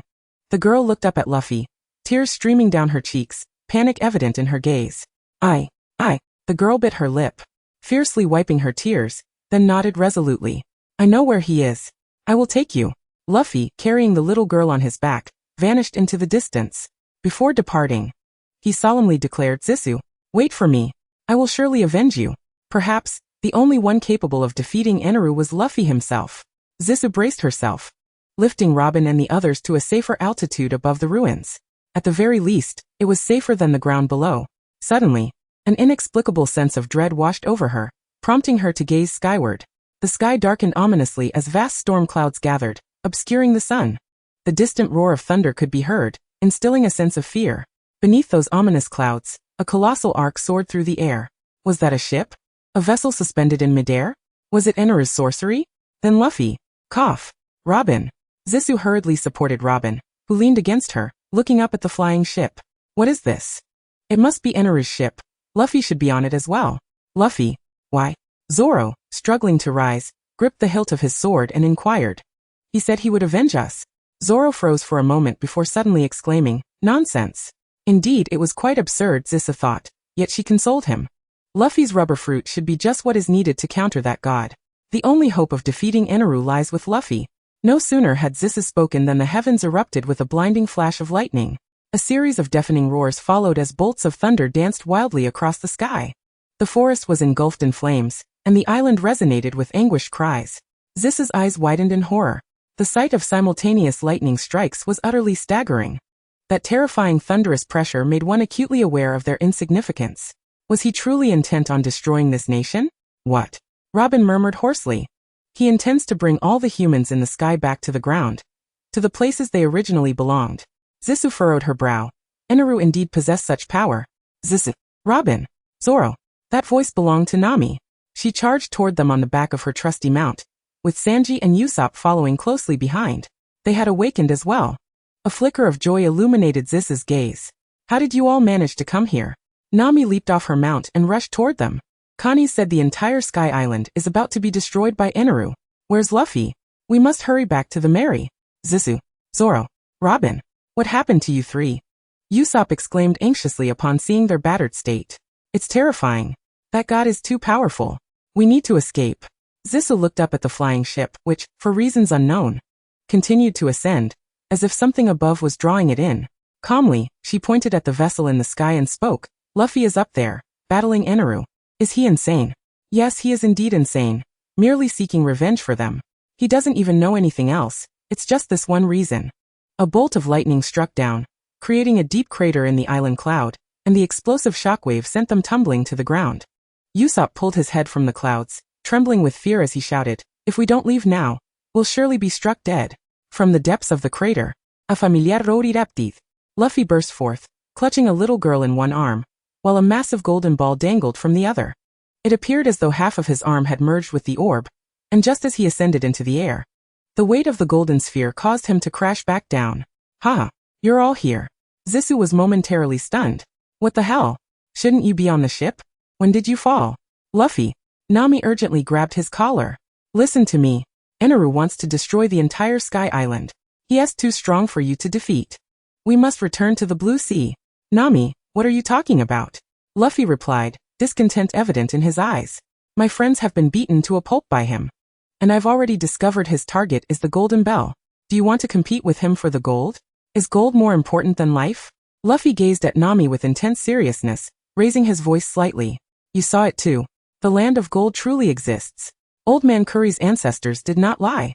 If we ring the Golden Bell, Old Man Curry below should be able to hear it.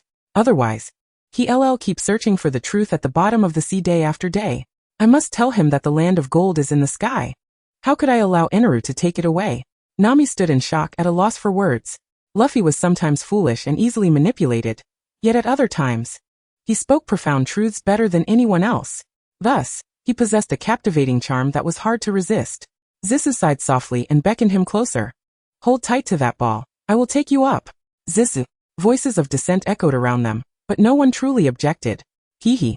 Luffy, clutching the enormous golden sphere, leaped in front of Zissou and grinned foolishly. Zissou pressed her finger against his forehead, stopping him from getting too close, and warned sternly, but if you get me struck by lightning, I will drop you. Don't worry, Zissou. I will protect you. You little brat. If you let me down, I'll take your head off and use it as a ball. Got it, Sanji? Luffy replied, somewhat aggrieved. Zissou unfurled her magical wings and ascended slowly into the sky, pursuing Eneru. Damn.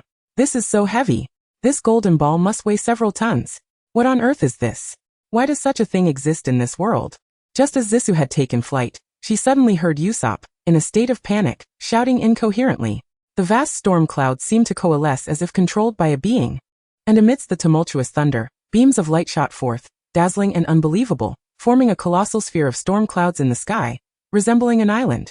It descended slowly, carrying an overwhelming and terrifying pressure, with the power to annihilate everything in its path. Then came the deafening sound of a tremendous explosion. The shockwave was so intense that Zissou staggered backward. Once she regained her footing, her complexion paled, and a chill ran down her spine. Angel Island was gone. There were still so many inhabitants on the island. Zissou, we must go. Illuminated by the lightning, Luffy's face bore an unusual gravity, mixed with an unfathomable fury. Without uttering a word, Zissou ignited her magical wings with a crimson glow, propelling herself to her utmost speed. They needed to reach the sky quickly. It seemed Eneru had already acquired the Golden Bell. The Sky Island held no more allure for him, prompting him to carry out its destruction. Angel Island had been obliterated. Therefore his next target must be Appiato. Her friends were below. There was no way she could allow Eneru to succeed. As if Eneru had sensed their intentions, colossal bolts of lightning struck down like pillars. Zissou positioned herself protectively in front of Luffy, dodging the onslaught of lightning strikes. Eneru stood atop the arc, his brow furrowed, as he observed the two blue sea monkeys drawing near enough for him to discern their figures. His lightning attacks were being blocked entirely by that rubber man. Though he had no desire to engage him, he had no choice but to hurl him off the arc. Unexpectedly, that fool has come back again. And that flying woman from Qinghai. How foolish to stand against the chariot of fate. In that case, I shall obliterate both the person and the island in one fell swoop. The monkeys of Qinghai, you are exceedingly bothersome. Enel, with a mad gleam in his eyes, raised his golden staff and pointed it defiantly towards the heavens. A tremendous bolt of lightning erupted from the staff, accompanied by a resounding roar. The sky filled with thunder as it seemed to respond to his command, slowly coalescing into a spherical form, radiating an even greater and more terrifying pressure, descending upon them. Thunder strikes. Enel. Luffy roared in fury, his presence rivaling even Enel's in ferocity. Thank you, Zissou. With this proclamation, Luffy suddenly shoved Zissou aside, using the momentum to charge directly into the colossal thundercloud sphere. The terrifying blue lightning instantly engulfed his figure. This was the very lair of the storm. Zissou stumbled and fell onto a nearby cloud, her face betraying an unmistakable panic and concern. She cursed in her heart, exasperated, this madcap. 10 lives would not suffice to quell his recklessness. He had better come out unscathed. Enel's maniacal laughter echoed across the sky. In the face of such formidable power, what could one like you, the rubber man, possibly do to resist? Yet gradually his laughter faded. Inside the lightning sphere, the rapid sound of fists pounding accompanied Luffy's furious roars, slowly drowning out the thunderous din. As the lightning surged wildly, countless bolts of lightning crashed through the sphere's walls, radiating outward. Zissou raised her arm to shield herself from the blinding light, bewildered by the situation. This abnormal discharge. It was as if the entire thundercloud sphere was about to explode. With a wave of his hand, Enel doubled the sphere's descent speed. It seemed he sought to annihilate Appiah before Luffy could breach the barrier. But alas, it may already be too late. Through the gaps in her fingers, Zissou stared in shock at the ever-widening fissures in the sphere. Give me. Open. Boom. That silent, terrifying pressure dissipated in an instant. The explosive blast resonated, ringing in Zissou's ears, causing her to clutch her head in pain, kneeling on the cloud as nausea washed over her.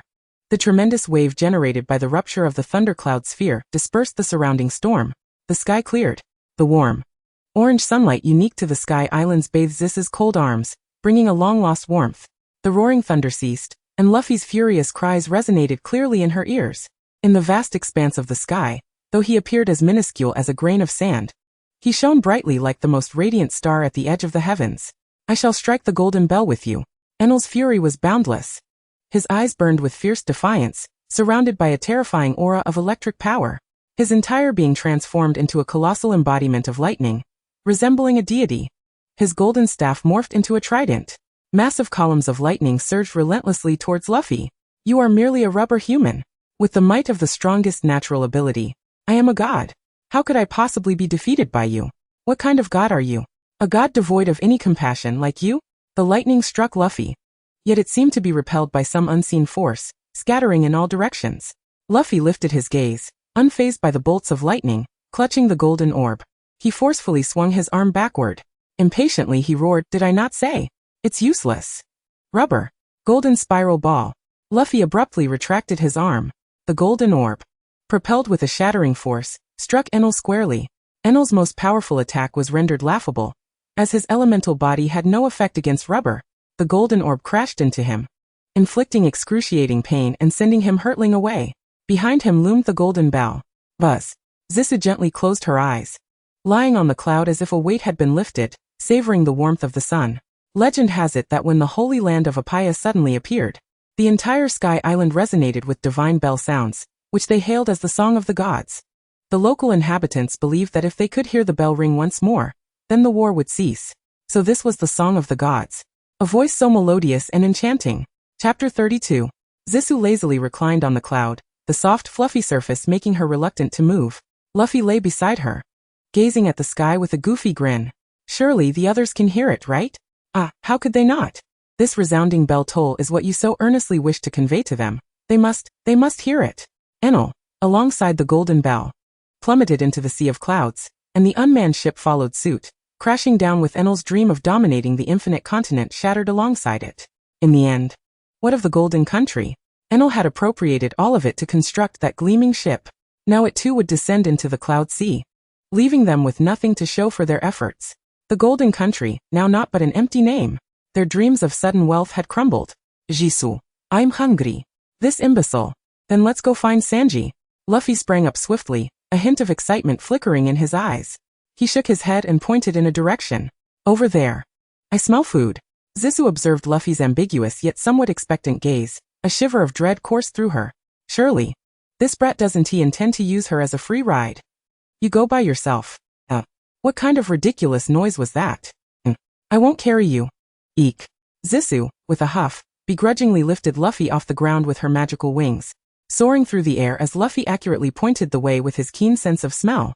Soon, they arrived at their destination. This appeared to be the temple where Enel once resided, now ravaged by lightning, yet it had also shattered the door to the food storage. Luffy cheered and rushed inside, feasting to his heart's content, while Zisu furrowed her brow, pondering how she might manage to eat.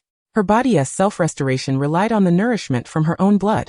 After continuous battles and blood loss, she was utterly exhausted. She couldn't help but feel envious of that brat, who could simply gorge himself to recover. As for her, she had to sneakily find a way to eat. Zisu crossed her arms and paced, swatting away the hefty chunk of meat Luffy offered her. Hurry and eat. I won't wait for you. After Luffy had filled himself, Zisu, through a mix of shoving and scolding, packed up the remaining food, shouldering a hefty load to reunite with their companions below.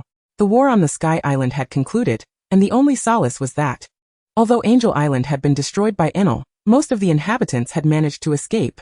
Their homes lay in ruins, and they could only head towards Apaya, the sacred land in their hearts, the sole redemption after the war.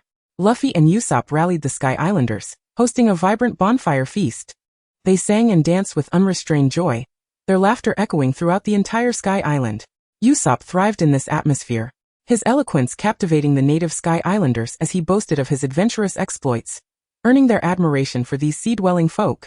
While the festivities unfolded, Zisu transformed into a swarm of bloodbats, meandering through the forest, preying on the unsuspecting.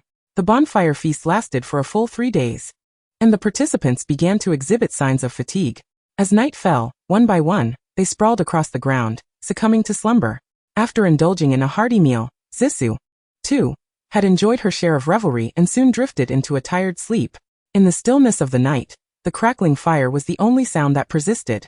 Amidst the chorus of snores, two distinct, light-footed patters suddenly broke the tranquility, one tiptoeing, the other boldly striding. They came to a halt beside Zissou, the boisterous one, without restraint. Slapped her shoulders twice, only to receive a sharp punch from the other, who yelped in pain. Awakened by the commotion, Zissou rubbed her eyes and rose to find two shadowy figures before her. "What's the matter, Nami Luffy?"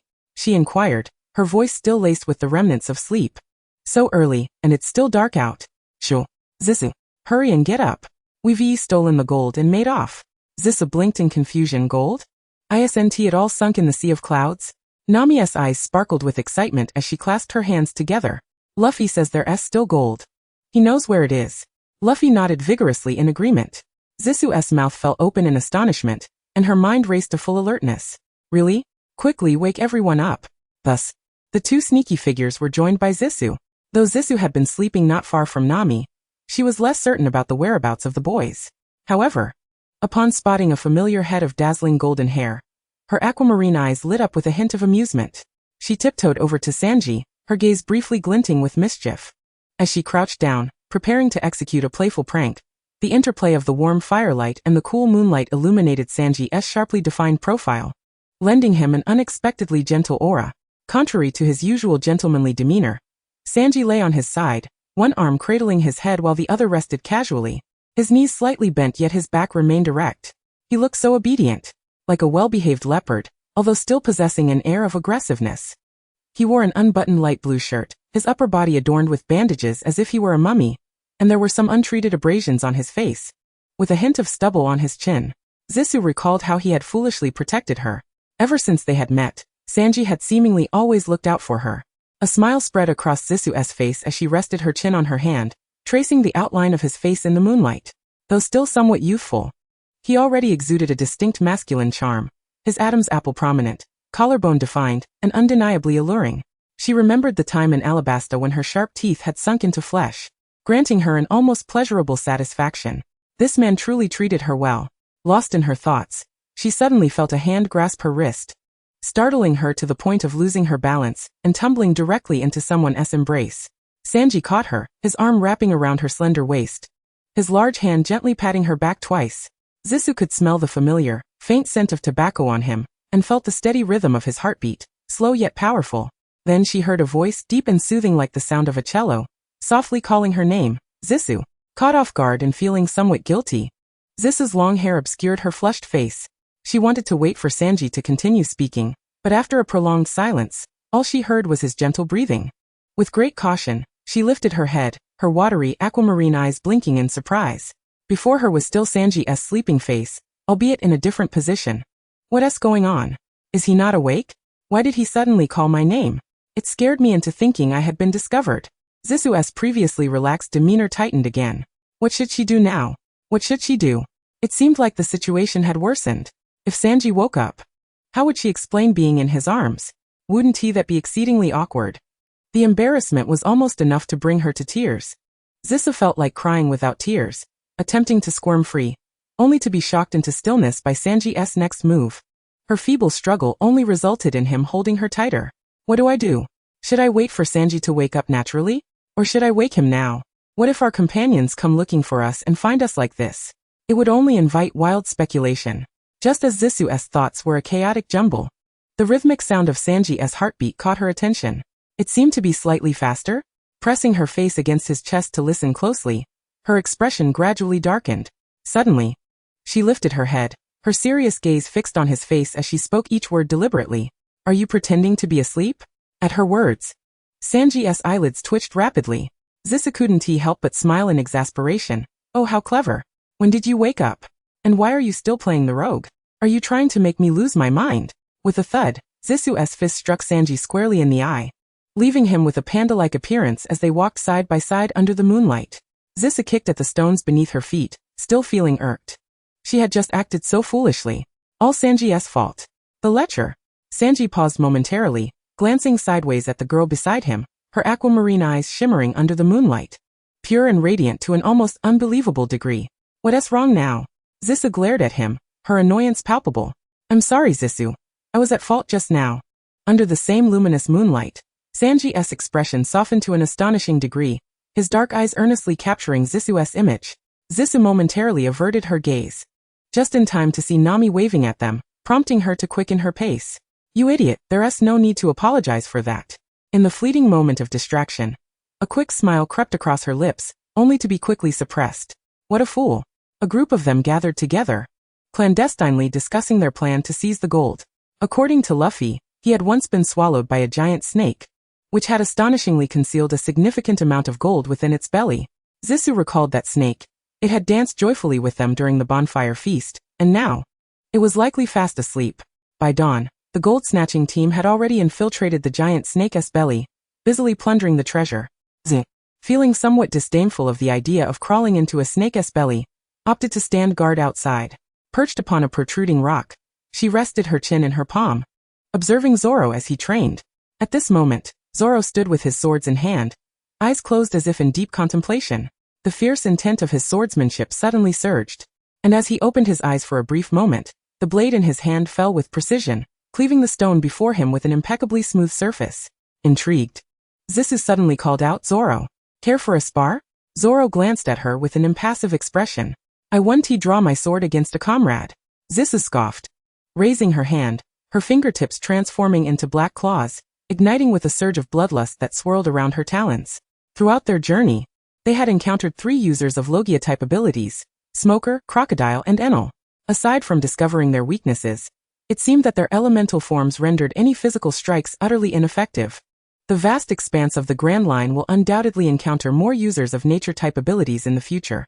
Must one always remain powerless against them? What then should one do to strike at their elemental forms? While Sea Prism Stone serves as the nemesis to Devil Fruit users, crafting a weapon of it, though effective against foes, would still pale in comparison to her own adept slashes. However, the Heartnet ability of the priest on Skypiea warrants further exploration. To put it plainly, it is a form of perceptual power. If she could sense an opponent's attack and transform into a bloodbat in advance, could she not become akin to those nature-type users, rendering herself immune to physical cuts? With this thought, Zisu sighed deeply. Although her battle instincts were keen, they scarcely reached the level of foreseeing an adversary's assaults. Such woes.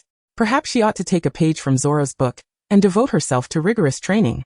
Once Luffy and the others had stealthily escaped with several bulging bags of gold aboard the Mary, guided by conies, they reached the edge of Skypiea. Following the river of clouds downward led them to the blue sea. Luffy, slumped on the sheephead VIP seat, lamented softly, are we really going down? Indeed. The thought of descending filled him with reluctance. The pristine clouds and the beauty of Skypiea were hard to part with. How wonderful it would be to return here someday. Chapter 33. The octopus balloon slowly drifted their ship downwards, and nearly a day had passed. Yet below them, the expanse remained boundless. In the conference room on the second floor of the Mary, their spoils of gold gleamed on the long table. The brilliance of the gold illuminated the entire room, casting a glow that was nothing short of magnificent. Gold. Dazzling gold. Luffy and his 3 companions began to jovially sing their self-composed song about gold. Zisu smiled brightly as she envisioned a prosperous future. They were to become wealthy. Finally, they could bid farewell to their days of frugality. Can I have a colossal statue made of copper? Fool. It's unwise to buy copper with gold. We should purchase cannons. 10 more for the Mary. Can I get some medical books? I want a locked refrigerator. Exercise equipment. History books. A blood bank and desserts. Nami, her expression devoid of emotion, raised a hand to signal silence. We'll divide the treasure after we descend from here. Chopper, puffing and panting, climbed onto the cooking table, extending his hooves towards Nami with his round, earnest eyes. Please buy me books. Nami, with no mercy, clamped Chopper's little mouth shut, letting out a resigned sigh. If I let you all spend freely, no amount of money would suffice. As soon as Nami finished speaking, she was met with accusatory gazes. Her fierce glare sent them recoiling, and they fell silent. Nami pounded the table. Listen to me. The gold will be evenly divided. The room brightened with excitement. Surely I can have my statue now. We can drink to our heart's content. Medical books. The finest in the world. A blood bank. Endless desserts. New cooking utensils, tableware. And a locked refrigerator. Hold on. Nami gestured for everyone to calm down. First, I need to keep 80% for my personal savings. Everyone what? Nami. A piercing glance from Nami silenced Usopp instantly. Although it's my private stash, it's also meant for repairing the ship. Repairing the ship? The Mary? Yes. This vessel holds countless memories for us and has weathered many storms. Now that we have money, we can finally fix it up properly. Reflecting on it, the Mary had indeed endured a great deal of wear and tear during their time on Skypiea. Only Usopp on board possessed the skills to mend it, and even then, his abilities were rather rudimentary. They still had many voyages to undertake with the Mary. It was essential to find a shipyard for repairs. So, do you all agree with my suggestion? Agreed. As for the remaining 20%, we shall hold off on distributing it for now, as we are unsure of the repair costs. With that, the group slumped back onto the table disheartened. Suddenly, the ship jolted violently, a sensation of weightlessness enveloping them. They exchanged panicked glances and hurriedly rushed outside. A powerful gust of wind surged from below, and the octopus balloon, which had been suspended above them, innocently shrank back to its normal size, crawling wetly on the deck. Damn it! They were plummeting downward at a rapid pace. If this continued, they would meet their demise at the ocean's depths. Perhaps not even the ocean's depths. Quick, think of something. Damn it. Leave it to me, Usopp declared, slipping on his specially designed octopus shoes. He jumped onto the ship's edge, momentarily hesitating before taking a deep breath and leaping onto the ropes. Securing himself at the bottom of the ship, he quickly fastened a row of wind shells to stabilize the Mary, which began to descend more gently. Yet, the previous moment of freefall had intensified their speed, and the surface of the sea was now visible below. Before long, the Mary crashed into the water, a colossal wave surging upwards, flooding the ship with seawater. Zisu was drenched from head to toe. Sanji pulled her up, and as the cool sea breeze enveloped them, she shivered slightly. Sanji removed his jacket and draped it over her, murmuring, "Go change into dry clothes." Zisu clutched the jacket tightly and couldn't help but sneeze. Her wet hair clung to her face, and in her dazed expression, she appeared somewhat vulnerable. Sanji's heart ached for her, and he gently added, "I'll fetch some hot water. You go change first and take a warm bath. Nami, Robin, you should also change. I'll prepare some hot water for you." Zisu, shall we take a bath together? Sure. The ship was equipped with a water-pumping device that required manual operation. Before Sanji left, he overheard Nami and Zisu's conversation and stifled his wandering thoughts, rubbing his nose. Due to the abrupt descent, the ship had veered off course, but fortunately, they had escaped unscathed. Around them lay a field of coral reefs, and not far ahead was an island, but Nami declined to land due to poor visibility as night fell. Zoro cast the anchor, and the group decided to rest for the night there. After Zisu and Nami finished bathing, Robin entered next. With 8 people on board, waiting for a turn to shower could be quite tedious. However, as one of the female crew members, Zisu was bound to receive some preferential treatment. Sitting cross-legged on her bed, Zisu allowed Nami to dry her hair with a towel from behind. Enjoying an orange freshly picked from Nami's orange tree, she also remembered to share a few segments with her benefactor behind her. Grasping a strand of hair that fell across her chest, Zisu inquired, "Nami, should I cut my hair shorter?" "Cut it. Long hair looks so much better." Zisu pouted. Her hair, which had once reached her chest, was now almost down to her waist. "Short hair is much more convenient." "Convenient? Nonsense. You're a girl." Zisu turned her head, her emerald green eyes sincerely gazing at Nami. "And you?" Nami momentarily paused, recalling her habit of keeping her hair short from her days as a thief, a practical choice for her clandestine activities. Over time, she had never considered growing it long. "Nami, let us grow our hair together." In those days, she was all alone, bearing the weight of countless hardships by herself. Who had the luxury to think about long hair then? But now? All right. She heard her own voice, pleasantly agreeing to Zisu's suggestion. Now, she had comrades she could trust and rely upon. After helping Nami tidy her hair, Zisu glanced at the suit jacket draped over the armchair, feeling a pang of annoyance as she checked the time. After a moment's contemplation, she grabbed the jacket and dashed outside. At this hour, Sanji should still be in the kitchen. Zisu hurriedly made her way to the conference room on the second floor. "Chef, I've come to return your jacket." Zisu leaned against the doorframe with a beaming smile, her watery emerald eyes fixed on the tall figure at the cooking station, shirt sleeves rolled up, revealing strong, muscular arms as he washed the dishes. Sanji turned around, warmth flickering in his gaze upon seeing Zisu. She placed the jacket on the table, then, familiar with the surroundings, retrieved a glass of special drink from the fridge and approached him, watching him wash the dishes. After finishing her drink, she innocently handed the empty glass to Sanji. He accepted it with a resigned sigh, rinsing it in the sink while teasingly asking, "Did you wash my jacket too?" He was met with an incredulous expression from the girl. "You wish. Why would I wash your jacket?" After her retort, Zissou suddenly remembered that his jacket was slightly damp and indeed needed washing or at least airing out. Sanji chuckled, agreeing, all right then. What would you like for dessert tomorrow? She hesitated for a moment, caught off guard by the change of subject, but then her eyes lit up. Chocolate mousse? Sure, chocolate mousse it is. They exchanged knowing glances and shared a mutual smile. It's getting late. Hurry back to your room and get some sleep. Yes, chef. You should rest early too. Good night. Good night, Zissou. When Zissou returned to her room, Nami was already asleep, and Robin sat at the table, perusing a history book by the flickering oil lamp. Zissou quietly leaned closer, curiosity piquing as she peered at the pages. What's it about? Robin chuckled, pinching Zissou's cheek playfully. It's about the adventures of an explorer from 200 years ago. Zissou exclaimed in realization, rising to her bedside, and before drifting off to sleep, she reminded Sister Robin, don't stay up too late. Hearing the concern in Zissou's voice, Robin's eyes twinkled with affection. I know, I'll just read a bit longer. You go ahead and sleep. Zissou sighed softly, thinking, this woman is too stubborn. All right then, but do sleep early. Good night. Good night. Seeing that her pleas had fallen on deaf ears, Zissou surrendered and succumbed to a dreamless night. As dawn broke, Robin turned the final page, closing the book, the oil lamp having burned out. Feeling fatigued, she stretched and returned the book to the shelf. She had been so engrossed that she hadn't slept a wink. If Zissou knew, she would surely disapprove, and the thought brought a softness to her gaze. The noises behind her stirred her awake. Turning around, she saw Zissou had risen, and she smiled at her. Good morning. However, the girl did not respond with her usual bright smile, nor did she acknowledge her. Zissou's pure emerald eyes held a vacant expression, as if something essential was missing. Her complexion appeared cold, her brow slightly furrowed, and the tightly clutched blanket betrayed her inner turmoil. Robin felt a pang of concern. Could she be unwell? Zissou seemed off in a way that unsettled her. Approaching to check Zissou's forehead, she was taken aback by the girl's unexpected question.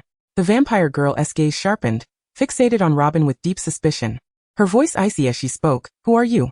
Chapter 35. Zissou. Robin called out in confusion, but upon seeing the unmistakable strangeness and wariness in Zissou's eyes, she finally grasped the gravity of the situation.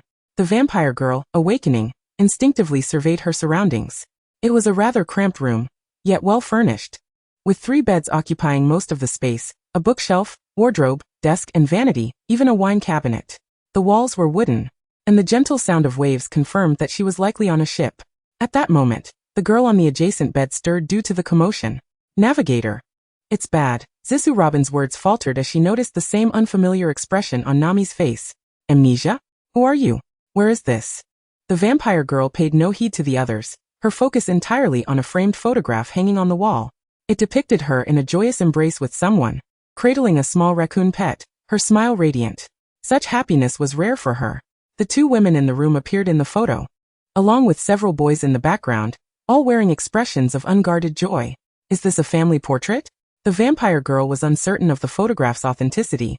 She had never known these people. Her memories were trapped in. The vampire girl stiffened, dread creeping into her eyes. Why? Why had her bond with father been severed? The bond could only end in 2 ways. The contract was voluntarily dissolved, or the contractor had perished. Father. Zissou. She staggered out of the room, Robin hurriedly following. The boys on the deck halted their play, and boasting upon hearing the noise and turned to look. Who are they? Are they your subordinates? I suppose so, Robin stammered. You've lost your memories too? In the hands of one straw hat boy was a struggling, screeching blood bat. The vampire girl's eyes glowed crimson, and with a flick of her wrist, the bat vanished into a burst of blood light, merging with her being, furrowing her brow. The vampire girl realized that her blood bats could only be summoned by her. How could someone else seize them? There were still a dozen outside, which she called back into her. Monster! Monster! A boy with a long nose stammered, trembling in fear. The girl cast a cold glare at him, silencing his outburst. Those bloodbats are summoned by you for night watch, Robin explained, sensing her suspicion. Night watch? This ship? How is that possible? I have no recollection of it. I finally understand the feeling of being hopelessly in love. Ah. 3 beautiful ladies. May I have the honor of knowing your names?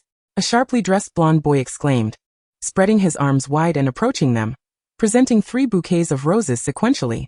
The vampire girl took a step back, politely declining, but the boy was undeterred, leaning closer to her. If this lady has time, would you honor me with a meal together? Apologies. She was unwilling to squander her time on trivial matters. It seemed that she was not a captive after all. What place was this? The youths before her posed little threat. The only one exuding any semblance of menace was the green-haired swordsman wielding 3 blades. He appeared to have grasped the situation, and directly inquired of the woman beside the vampire lady if these individuals shared his predicament. Then she was the sole source of enlightenment. Robin propped her chin on her hand, feeling somewhat pained as she organized her thoughts. The boys, who had been chasing after a newly discovered raccoon, stood frozen in place upon hearing Robin's words.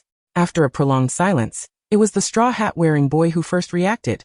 You mean to say, this is the Grand Line? Ha, is that truly the case? His tone suggested he was rather pleased.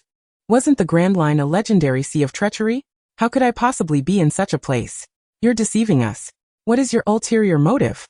The long-nosed boy vehemently countered, not believing a word of the woman's statements. Whether you believe it or not, we have indeed been sailing in this sea for quite some time. Your words lack any credibility. What reason do I have to sail with them? As Robin listened to Nami's skepticism, she lifted her gaze to the pirate flag fluttering in the wind, a smile gracing her lips. Because of that, the vampire lady's expression turned slightly cold at the sight of the pirate flag. She knew of pirates, a notorious band of scoundrels who wreaked havoc upon the innocent. So this is a pirate ship? How cool! The orange-haired girl exclaimed, her emotions flaring with disdain as she gazed upon the flag. As for the specifics, I'm afraid I can't say much. However, I believe that checking your navigational journal in your quarters should provide clarity. The green-haired swordsman tightened his grip on his sword, a smile playing on his lips, revealing his intrigue. As a bounty hunter, it is even less likely for me to be involved. The blonde man raised an eyebrow, lit a cigarette, and cast a glance at the others. By the way, you must be Roronoa Zoro. His black, round-toed shoes tapped against the deck as he continued in a deep voice. Coming aboard this pirate ship, you must not be planning to capture us all, are you? The atmosphere grew tense, a hint of gunpowder lingering in the air. Zoro drew his blade slightly from its sheath, his eyes dark and challenging. Perhaps that is indeed the case. Suddenly, the girl with wings appeared, interrupting them with her exclamations of delight. Wow, so cool. The long-nosed boy and the straw hat boy cried out, as the girl glided gracefully between them, and leaped onto the railing. Shiso. The girl turned, her small face devoid of emotion, her emerald eyes fixed intently on Robin as she spoke with a seriousness that bordered on cruelty. I'm sorry, but I am not the Shiso you speak of. I am the vampire lady. She needed to investigate the whereabouts of her father, and could not remain here to listen to matters that were beyond her comprehension. What was this Grand Line? What did pirates have to do with her? Just as she spread her wings to take flight, someone seized her wrist, gripping it firmly with considerable strength. It was the blonde man who had been conversing with her moments ago. Sanji's complexion turned pale, cold sweat trickling down his back. Upon witnessing the girl's intent to leave, he panicked, his heart racing as he rushed forward to grasp her hand. He could not fathom why an overwhelming sense of reluctance surged within him, causing him great distress. You cannot leave. The girl's eyes glinted crimson, her tone indifferent. Though her voice was languid, the words pierced Sanji's heart like a knife. Let go. In that moment, a chill enveloped him. Chapter 35. Sanji's dark pupils reflected the girl's ruthlessly frigid demeanor, his expression growing increasingly flustered as he cautiously spoke. The situation is unclear. If amnesia is indeed the case, then we should all remain together for mutual support. Where do you intend to go alone? Sanji's words tumbled out in a hurried, anxious stream, as if fearing her impatience. Please just stay for a while, will you? The vampire lady regarded the blonde man with a heavy gaze. A breeze ruffled her raven hair, partially obscuring her face. The blood-red eyes beneath her tousled locks sparkled with an intense fervor, like flames leaping forth. Her golden-slit pupils locked onto him, captivating his very soul. I said, let go. Unable to break free, Sanji found himself momentarily stunned, ultimately releasing his grip. The girl unfurled her wings and soared into the sky, vanishing in an instant. This is quite the predicament. Unless Shiso returns on her own, it will be exceedingly difficult for us to locate her. Sanji, regaining his senses, felt utterly lost upon hearing Robin's remark. Following Shiso's departure, the green-haired swordsman and the orange-haired girl also left the ship. The vampire lady flew above the ocean, her eyes filled with confusion. Was this a dream? Yet, why did it feel so real? Had the dream taper played tricks on her, pulling her into a dream realm? Stop joking around and let her out. Why could she sense no trace of supernatural beings? Why did everything around her feel so unfamiliar? Wasn't this sea governed by the Lord of the Wasteland? Why were there sea creatures she had never encountered before?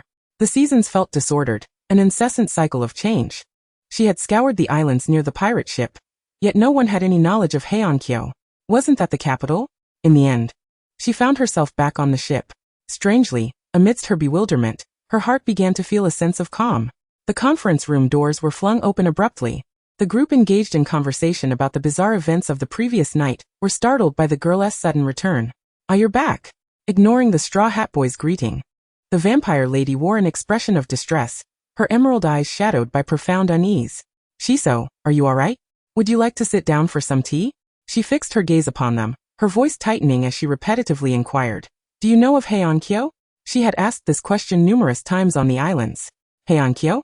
What is that? Is it food? Is it an island?" Her hopeful expression dimmed, turning to one of despair. A terrifying realization began to dawn upon her. The vampire lady bit her lip hard, her eyes reddening in an instant.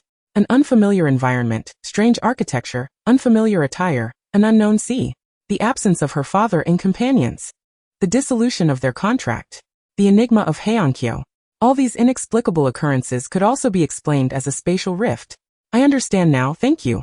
The door swung shut once more. The girl, appearing to flee in distress, looked utterly heart-wrenching. Had she been crying? Sanji found her at the bow of the ship.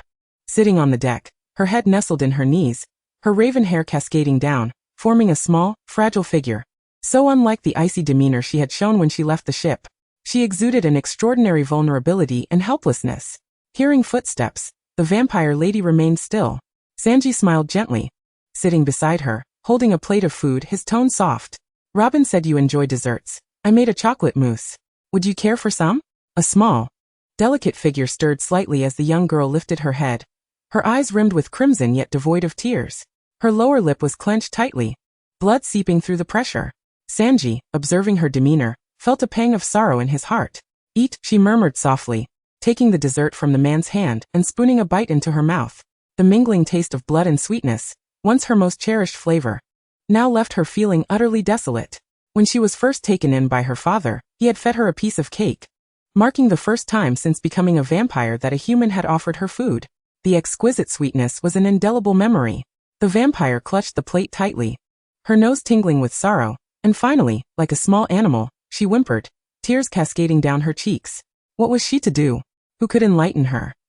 "Father Seimei, please don't abandon her, don't leave her all alone again." Suddenly, she was yanked into an embrace that enveloped her cold limbs in warmth, as if she had finally found a safe haven. Leaning against the man's shoulder, she sobbed loudly, unaware of the reason behind her profound sadness. "If I were truly the captain, anyone who dared to make my companions cry would surely face my wrath. Don't you know, Robin?" Robin and the others leaned over the railing, watching the girl weep, their hearts heavy with empathy. To them, the present Shiso was merely a stranger. Unlike them, Shiso had never disclosed her reasons for boarding the ship. It felt as though she were merely traversing the scenic route of life. Only when I mentioned the history that vanished a century ago, did she exhibit any signs of abnormality. It seemed she too was searching for the whereabouts of Heiankyo. A collective sigh escaped the group. Who could have stolen their memories? The familiar sound of a flute echoed in the dreamscape. "Where is it? Where are you?" A small boy, clutching a seahorse flute, leaped onto the ram's head. His previously confident demeanor faltered upon seeing the awakened expressions of the others, and his face darkened as he questioned, "Why are you all still awake?" Luffy leapt onto the railing, indignantly pointing at the boy, his voice rising in anger. "It's you. You're the one who stole our memories. And don't you dare stand on my special seat." Luffy extended his arm to grasp the ram's head, vaulting into the air, only to be thwarted as the boy kicked his hand away. Luffy lost his balance and fell to the ground with a thud. With a cold snort, the boy raised the seahorse flute. "If that's the case, I have no choice." The flute glowed with a fierce red light, emitting a blinding radiance accompanied by an even more disturbing melody that pounded painfully in the listeners' heads. Then a leg struck through the air with precision, sending the boy and the seahorse flute crashing into the sea. "Enough of this incessant noise," Sanji exclaimed, irritation evident in his gaze as he pulled Shiso up with concern. How rare it was for a young lady to embrace him, only for someone to disrupt the moment. The boy's kick landed squarely on the seahorse's belly, releasing a blue gas that enveloped the two, spiraling into their nostrils and disappearing without a trace. They stood dumbfounded for a moment. Shiso. The girl before him still bore traces of tears, but her crying had ceased. In her reddened sea-green eyes, there shimmered a familiar, pure smile. "Sanji. Oh." Behind them came Luffy's familiar, spirited shout. "Everyone. I've regained my memories." Shiso and Sanji exchanged glances, both breaking into smiles. Sanji gently wiped away the remnants of tears from her face and asked softly, "What has caused you to cry so?" Shiso hesitated. This recent bout of amnesia felt as though it had rekindled the panic of her arrival in this world. In the initial days after reaching Rogue Town, she had endured a similar solitude. Eventually, she had mustered the will to explore the town, delving into books to understand this new reality.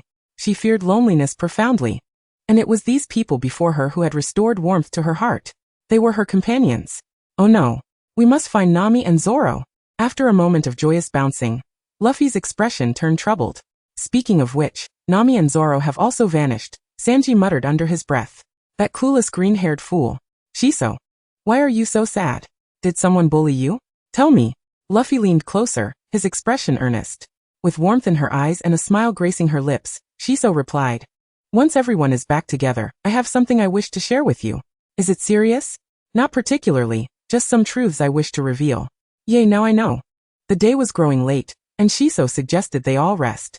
Wanting some solitude, she paused momentarily, recollecting something, then returned to Sanji's side, holding the half-eaten chocolate mousse she had prepared earlier. She smiled at him before retreating to her room. They had only just agreed to make chocolate mousse yesterday. She wondered if he was aware or merely forgetful. Nevertheless, it was truly delicious, a sweet that would linger in her memory forever. As dawn broke, Shiso awoke from her slumber to find Robin engrossed in a book. Hearing movement, Robin smiled and greeted her. "Good morning, Robin," Shiso replied, beaming her usual smile. After freshening up, they set forth, stepping onto the island, embarking on the quest to find Nami and Zoro. The sun-dappled path was inviting, and Shiso walked ahead, her face radiant with joy, a stark contrast to the coldness of the previous day. Usopp and Chopper were astounded by her transformation, whispering gossip behind her back. Shiso found their curiosity amusing. "Feel free to talk. Once you both regain your memories, it will all come back to you eventually." Zoro. Suddenly, a green-haired figure leaped forward, prompting Luffy to wave enthusiastically. However, the newcomer wore a grim expression, silent and menacing, wielding his swords with intent. Upon locking eyes with Luffy, a fierce glint flashed in his gaze, and he charged at Luffy. "Wait, what is happening? Why the sudden attack?" Usopp yelped, hiding behind the others. Luffy dodged the strike, retreating to a tree, adjusting his straw hat with a frown. "This is dangerous, stop fighting." Zoro's blade sliced through the air, causing trees to collapse. "It seems he is being controlled," Shiso concluded, observing Zoro's unusual behavior while stroking her chin. "Should we intervene?" Robin raised her hands, inquiring. "Not necessary. Luffy is serious," Shiso affirmed. Indeed, as Luffy dodged several strikes, Zoro's relentless assault compelled him to take the situation more seriously. Clenching his fists, he shouted, "You all go find Nami. I'll handle this." It appeared that unless Zoro was properly roused from this state, he would not heed their words. As the group departed, they unexpectedly encountered Nami in the village streets, riding the Wiba, a cart of gold trailing behind her. Upon seeing them, Nami hastily turned but was swiftly apprehended. Seated upon a bench, cradling her gold, she was flanked by a group of individuals who obstructed her escape. The scene bore a striking resemblance to an interrogation. "What must I do to secure my release? Would you accept 3/10 of the gold?" Zissa gazed at her with a knowing smile. Nami, perplexed by her expression, gritted her teeth and retorted, "Surely, half would suffice?" The mirth in Zissa's eyes intensified. Nami exploded in fury. "How much do you desire to be satisfied?" Yet, Zissou ultimately broke into laughter, leaning against Sanji's shoulder, clutching her stomach in joyous mirth. "What is so amusing?" she demanded. The mere thought of Nami, upon regaining her memory, discovering that she had pilfered her own treasure, is simply irresistible. The laughter erupted uncontrollably. Sanji cleared his throat awkwardly, embarking on an explanation about the previous night's upheaval, including their restored memories, and their intent to seek out the mastermind behind it all. Nami, skeptical yet intrigued, offered some clues. "Speaking of which, that little rascal visited me yesterday. I should know where he is." Suddenly, a childish yet feigned ominous voice broke through. "Are you here to find me?" A small boy, clutching a seahorse flute, stood atop the eaves, his cap pulled low to reveal a youthful face. Yet, the eerie smile that played upon his lips marred any semblance of innocence. "Then let us grant you a fate akin to that of the swordsman." The boy's eyes glowed with a sinister light as a chilling melody erupted from the flute, sending waves of agony through the air. Nami and her companions, clutching their heads, sank helplessly to the ground. A dark silhouette flickered above, surging forth with a violent intensity. The music abruptly ceased. The seahorse let out a wretched scream as Zisu struck true, sending it crashing back to the earth. Sanji's foot came down heavily upon the near-death creature. You wretched thing! Have you robbed us of our memories? The blue gas that spewed from the seahorse entered the mouths and nostrils of Nami and her friends, while some drifted far away. Zisu descended with the boy, his hands still cupping his ears, transforming into two delicate petals. Zisu blew a kiss towards Robin, the gesture exuding effortless grace. Even now, it is hard to fathom that it was this foul seahorse that consumed our memories. Nami, upon regaining her recollection, felt a vain throb at her temple, and with a fierce kick, she struck the seahorse's belly.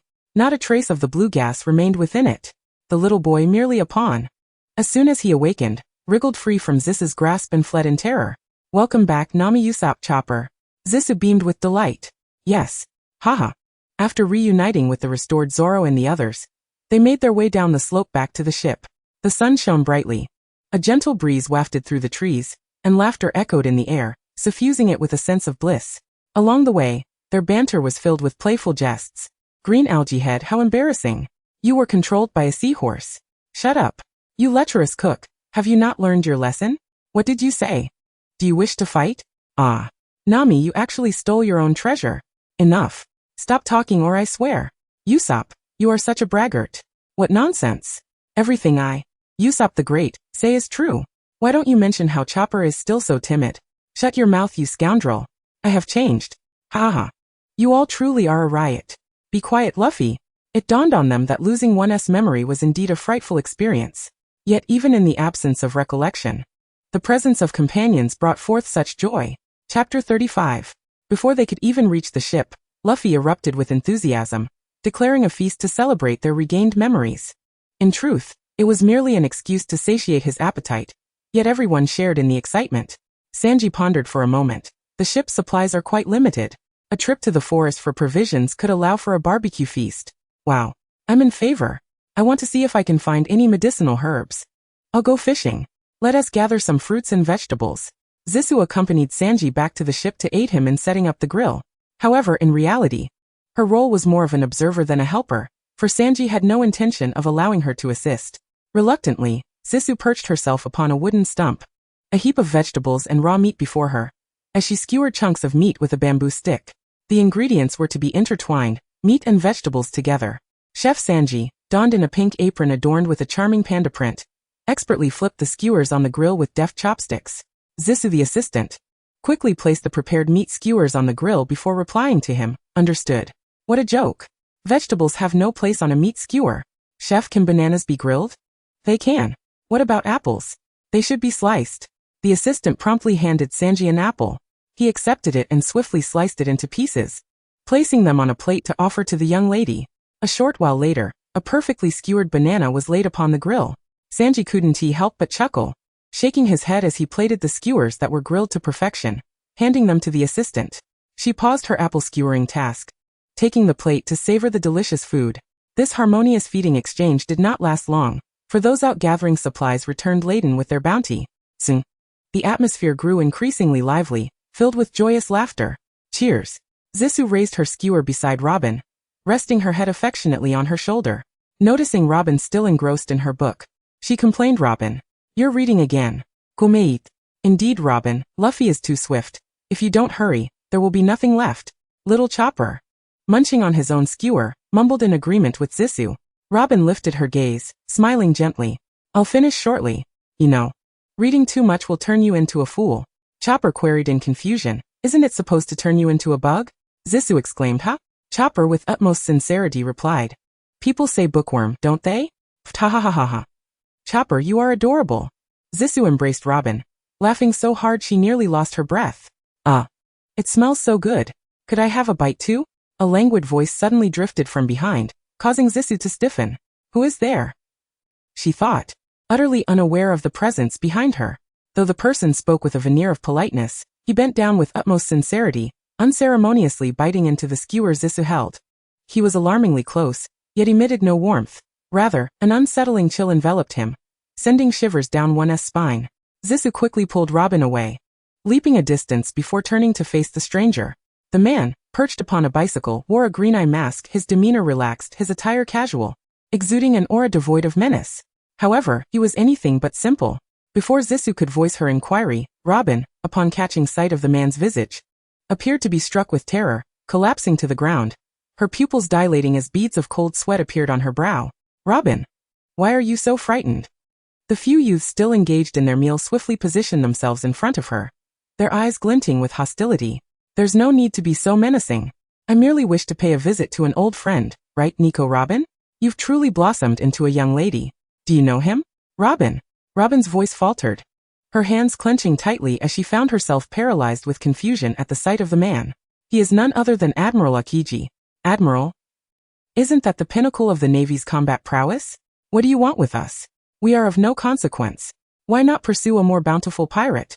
Aokiji scratched his tousled hair, exhaling in resignation. I merely stated my intention to visit an old friend. Oh, and you Monkey D. Luffy. Your grandfather has been quite generous to me in the past, and I thought it fitting to see you as well. Grandpa. At the mention of this word, Luffy instinctively shuddered, a cold sweat breaking out across his body. Aokiji continued in a languid tone. After the events in Alabasta, Nico Robin vanished. I surmised she had allied herself with you. She has always relied on hiding among pirate crews to evade capture, utilizing those she can and discarding those she cannot. It seems she has chosen you as her refuge. Admiral, retract what you just said. The atmosphere darkened as Zoro listened to Aokiji's nonchalant remarks, his expression hardening with mounting fury. His companions behind him were equally incensed. What enmity do you hold against Robin? Why tarnish her reputation so? She has been well treated here. We are happy to have her. If you intend to take her, we shall not let you. Aokiji regarded her with mild surprise, then glanced at the united Straw Hat crew, his expression turning contemplative. It appears you have grown quite close to them, Nico Robin. Do not say I did not warn you. He parked his bicycle and took a couple of steps toward them. As he straightened up, the towering stature of the man cast an overshadowing presence, making them feel diminutive. You will soon comprehend your predicament. Before long, you will lament harboring such a troublesome woman. To date, all who have been associated with Nico Robin have met their demise. I presume you will not be an exception. Enough. The past is the past. This is the present. What are his intentions? To sow discord. After all he has said, Zoro's disdain for the man only intensified. What do you truly wish to convey? If your goal is to arrest me, then come at me. Robin pulled up from the ground, felt an overwhelming surge of fury in response to Aokiji's words. Her previously trembling form now ignited with indignation. She unleashed her abilities, determined to obliterate the man before her. Robin. No. Claw. Usopp's terrified shout intermingled with Robin's cry, tightening the hearts of those who listened. Countless hands sprouted from Aokiji's body, seizing all of his joints and wrenching them backward. Yet, instead of the sound of breaking bones, there was only the resounding crash of shattering ice as coldness emanated outward. From the fragments of ice, Aokiji's towering figure re-emerged, an eerie and chilling sight. Zoro's expression darkened. A Logia-type user, freezing powers. The might of an admiral. Truly ruthless. I had spared you once before. Aokiji slowly rose, furrowing his brow, his aura exuding a palpable chill that made the very air feel as though it had frozen. The frigid atmosphere seemed to paralyze their very blood, sending shivers throughout their bones. With a breath, Aokiji exhaled, and in an instant, it crystallized into an icy blade. He took a step forward, addressing Robin. Today, you shall perish here. The clash of metal rang out as Zoro's sword intercepted the descending ice blade, and Sanji seized the opportunity to kick the weapon from Aokiji's grip. Luffy suddenly swung his fist towards Aokiji. The trio united, halting Aokiji's advance. Zoro's pupils constricted. Get away from him. However, this standoff did not last long. At Zoro's fierce command, Aokiji suddenly seized their limbs. The cold air surged forth, freezing the three of them in an instant. They fell to the ground, clutching their frostbitten hands and feet, utterly powerless. Aokiji leisurely approached Robin, while Zoro resolutely stood in front of her, his heart racing, his blood boiling with intensity. He unleashed his magical wings. Oh dear, such a lovely young girl. I almost feel guilty. Aokiji's words dripped with false sympathy as he raised his hand, gathering cold air in his palm, forming an ice pillar aimed at Zoro. Zoro's black claws swiftly slashed through the frigid air, shattering the ice pillar into a fine powder that scattered to the ground. Just as Zoro dispelled the attack, the imposing figure of Aokiji vanished, causing a surge of anxiety within her. Every cell in her body screamed danger. Yet simultaneously, a formidable pressure suddenly locked onto her.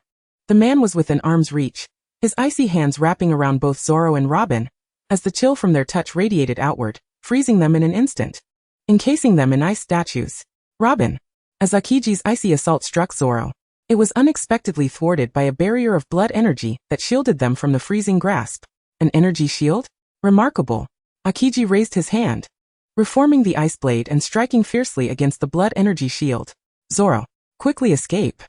The trio's eyes widened in horror as they scrambled toward Zoro, dragging their injured limbs behind them. The shield shattered like a cracked mirror, disintegrating into a pool of blood. What have you done to Robin? The girl's blood-red eyes ignited with a dangerous and intense murderous intent, her fury surging upward. In an instant, she transformed into a crimson shadow, charging forth like a specter. Clang. The clash of blood energy and ice blade resonated as their figures soared into the sky, engaging fiercely.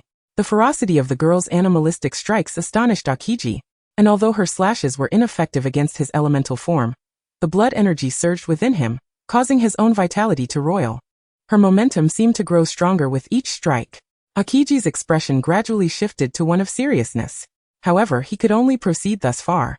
With a flash of cold brilliance, Akiji's arm suddenly turned ebony, as if clad in armor, and with a decisive grip, he seized the girl's wrist amidst her relentless assault, summoning 2 ice spears that shot forth. Zoro's anguished cry erupted as the ice spears pierced through her wings, creating 2 gaping holes, sending her crashing to the ground. Akiji landed, feeling a tinge of embarrassment. To resort to such measures against a mere girl. Zoro, how dare you? Why is he so powerful? Sanji hesitated to tighten his embrace around Zoro, fearing even the slightest movement would exacerbate the girl's pain. His eyes brimmed with fury, dark pupils laced with bloodshot veins fixated on Akiji. You scoundrel, I will end you. Chapter 37.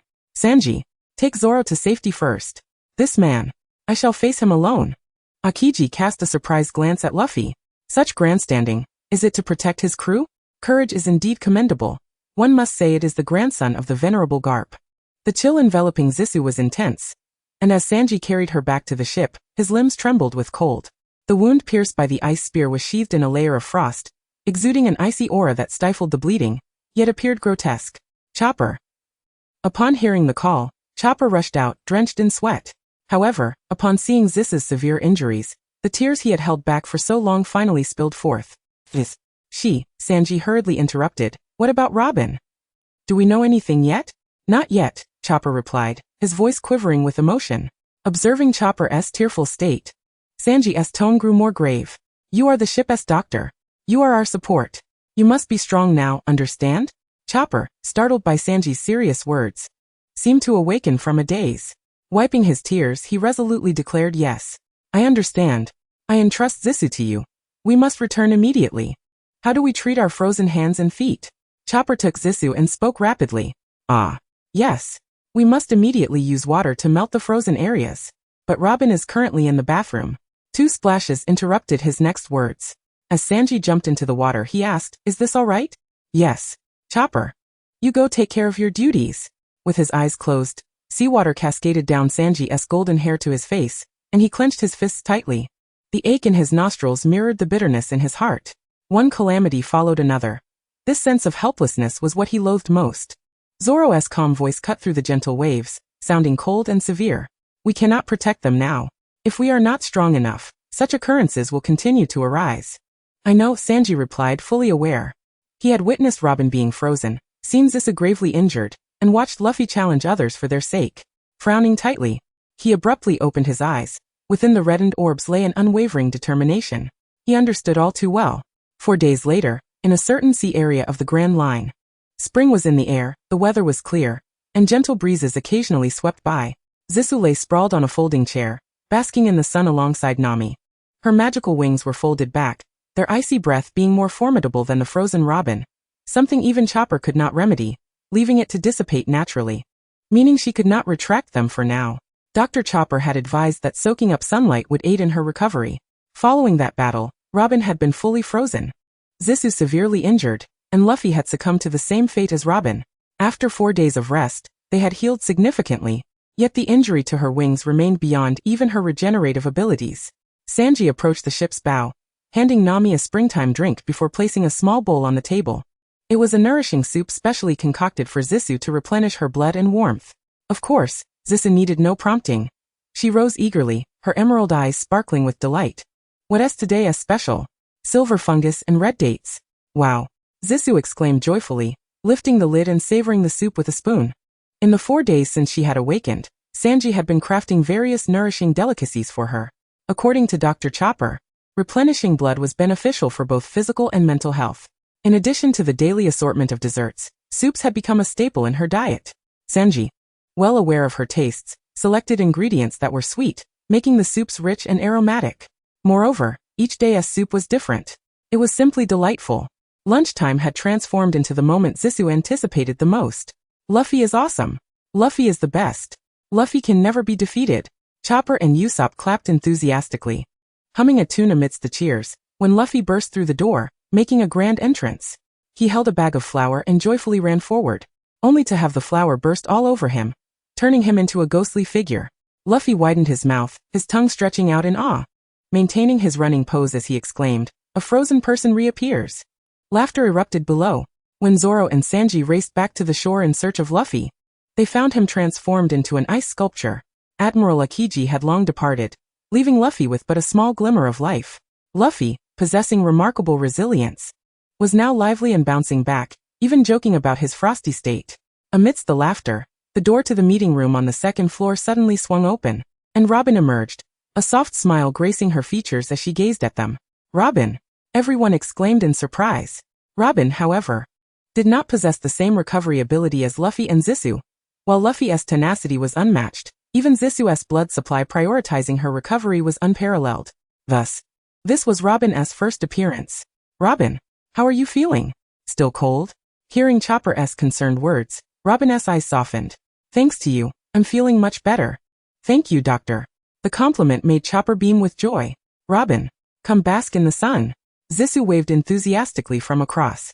Just as Robin was about to respond with a smile, the ship suddenly rocked violently as if it had collided with something. Zissou nearly toppled from her folding chair. But Sanji caught her just in time. Usopp pointed in astonishment at something ahead of their ship. "Hey everyone! Look, there's a giant frog swimming freely."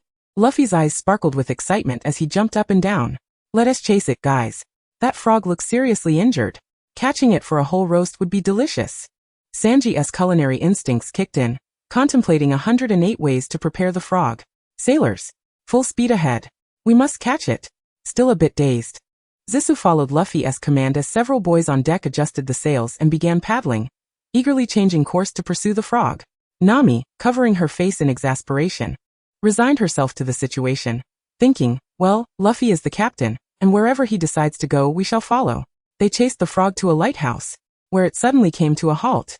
Just as they were about to seize the opportunity, the Mary was abruptly struck by something underwater, tipping it precariously. Then, a cacophony of sounds echoed from afar, accompanied by a warning bell's ringing. Nami shouted in terror, "Quick, get away! Turn around, turn around!" A complete 850-degree turn. In a moment of crisis, a smoking metal ship sped past them, driven by fierce winds. The frog, floating on the water's surface, was violently knocked away by the ship. The crew wiped non-existent sweat from their brows, dumbfounded. "That speed is incredible." At that moment, a little girl emerged from the lighthouse, clutching a rabbit. Upon seeing their pirate flag, she hurriedly called out for her grandmother. A drunken old woman swayed as she walked, holding a bottle of alcohol. And upon realizing they were pirates, she attempted to alert the authorities, but her telephone snail slipped from her grasp. After some communication, they became friendly. The little girl, stroking the rabbit's ears, curiously looked at Zissou. "Pretty sister, how do you have wings?" Zissou leaned against the railing, smiling brightly at the little girl. "The elder sister procured it from elsewhere. What do you think? Is it not cool?" The little girl pointed sharply at the 2 large holes. "However, it is broken." Zissou, a precise strike. Her smile was barely contained, her small face earnest as she addressed the little girl. "Well, it can be repaired. Just a bit of fixing will suffice." The crowd. With that topic concluded, the little girl proceeded to enlighten them on various subjects. It turned out that the smoking iron ship was a maritime train, and what they had just collided with was the track beneath the sea. This train was indeed one of a kind in the world. No wonder they had been so uninformed. Grandma Kokoro glanced at the chronometer on Nami's wrist and exclaimed with warmth, "Coincidentally, the place you are headed to is also its origin, Water 7. Home to the world's foremost shipyard." Grandma Kokoro sighed and took a sip of her drink. "A shipyard? World class." Luffy and Usopp clenched their fists, leaping with excitement. Since descending from Skypiea, they had been deliberating on how to give the Going Merry a thorough overhaul. They never anticipated their next destination would be the shipyard. During their voyage, they had also been discussing the need for a shipwright companion, someone professional, a reliable partner to sail alongside them. Oh, you are going to repair a ship? Let me write you a letter of introduction. Getting it repaired will save you a great deal of trouble. Ha ha ha. Grandma Kokoro entered the house and quickly returned with an envelope to hand to them. Thank you so very much, Grandma. Nami expressed her gratitude. Haha, we too shall soon return to Water 7. I'll treat you to drinks when we have the chance. Alright. After bidding farewell to Grandma Kokoro, they set forth towards Water 7, driven by the need to repair the Going Merry, and to seek new companions. Having heard Grandma Kokoro mention Water 7, they finally comprehended the island before them. Majestic and splendid, a bustling metropolis perched upon the waves, truly deserving of its reputation. The residents displayed extraordinary warmth, showing no sign of disdain upon seeing them as pirates. Instead, they guided them enthusiastically to a particular bay to dock their ship. As the magnetic forces of Water 7 would take a week to recharge, the group gathered, eagerly awaiting Nami to distribute their allowances. Zoro, somewhat disdainful of this behavior, prepared to stow the sails, but unexpectedly, upon his first touch, there was a resounding crack. The main mast broke in half. Zoro, startled, managed to hold it up just in time to prevent it from falling. Zoro, what are you doing? Usopp exclaimed, smacking his forehead in frustration. Zoro, at a loss for words, protested. I merely tugged at it gently. That's all. A bead of cold sweat formed on his brow. He had not anticipated the Going Merry to be in such disrepair. Usopp roared, you better fix it. Zissou, caressing the mast, spoke soothingly to the ship. Mary, just hold on a little longer. Soon, someone will make you beautiful again. She then shook her fist at Zoro in a mock threat. Zoro, you better fix it.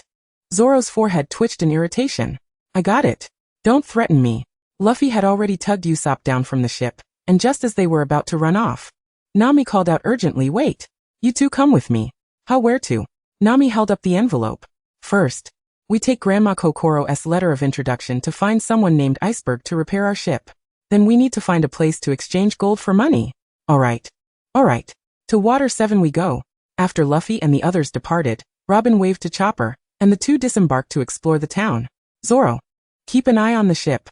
Zissa donned a cloak to conceal her magical wings, and waved goodbye to Zoro before joining Sanji for some shopping and a leisurely stroll. Got it, Zoro replied with a somewhat grumpy expression, laboriously working on the main mast. Sanji, do I look strange like this? Not at all. Really? But the back of the cloak is puffing up. Miss Zissou is the most beautiful in my eyes. Caught off guard by the confession, Zissa blushed. Let us go. You fool. Chapter 38. As Water 7 has more waterways than roads, traveling by water is a daily necessity for the residents. They have domesticated a creature called Brew to carry boats, resembling a large seahorse. Zissou and Sanji rented a two-person brew, stopping along the way to purchase a variety of ingredients for daily provisions, including items for Zissou's soup. Leaning back in the boat seat, Zissou joyfully raised her arms. The brew was swift and steady, the wind blowing through her hair, creating a delightful sensation. This city was the largest and most luxurious they had ever encountered. I want to stroll through the central shopping district, Sanji.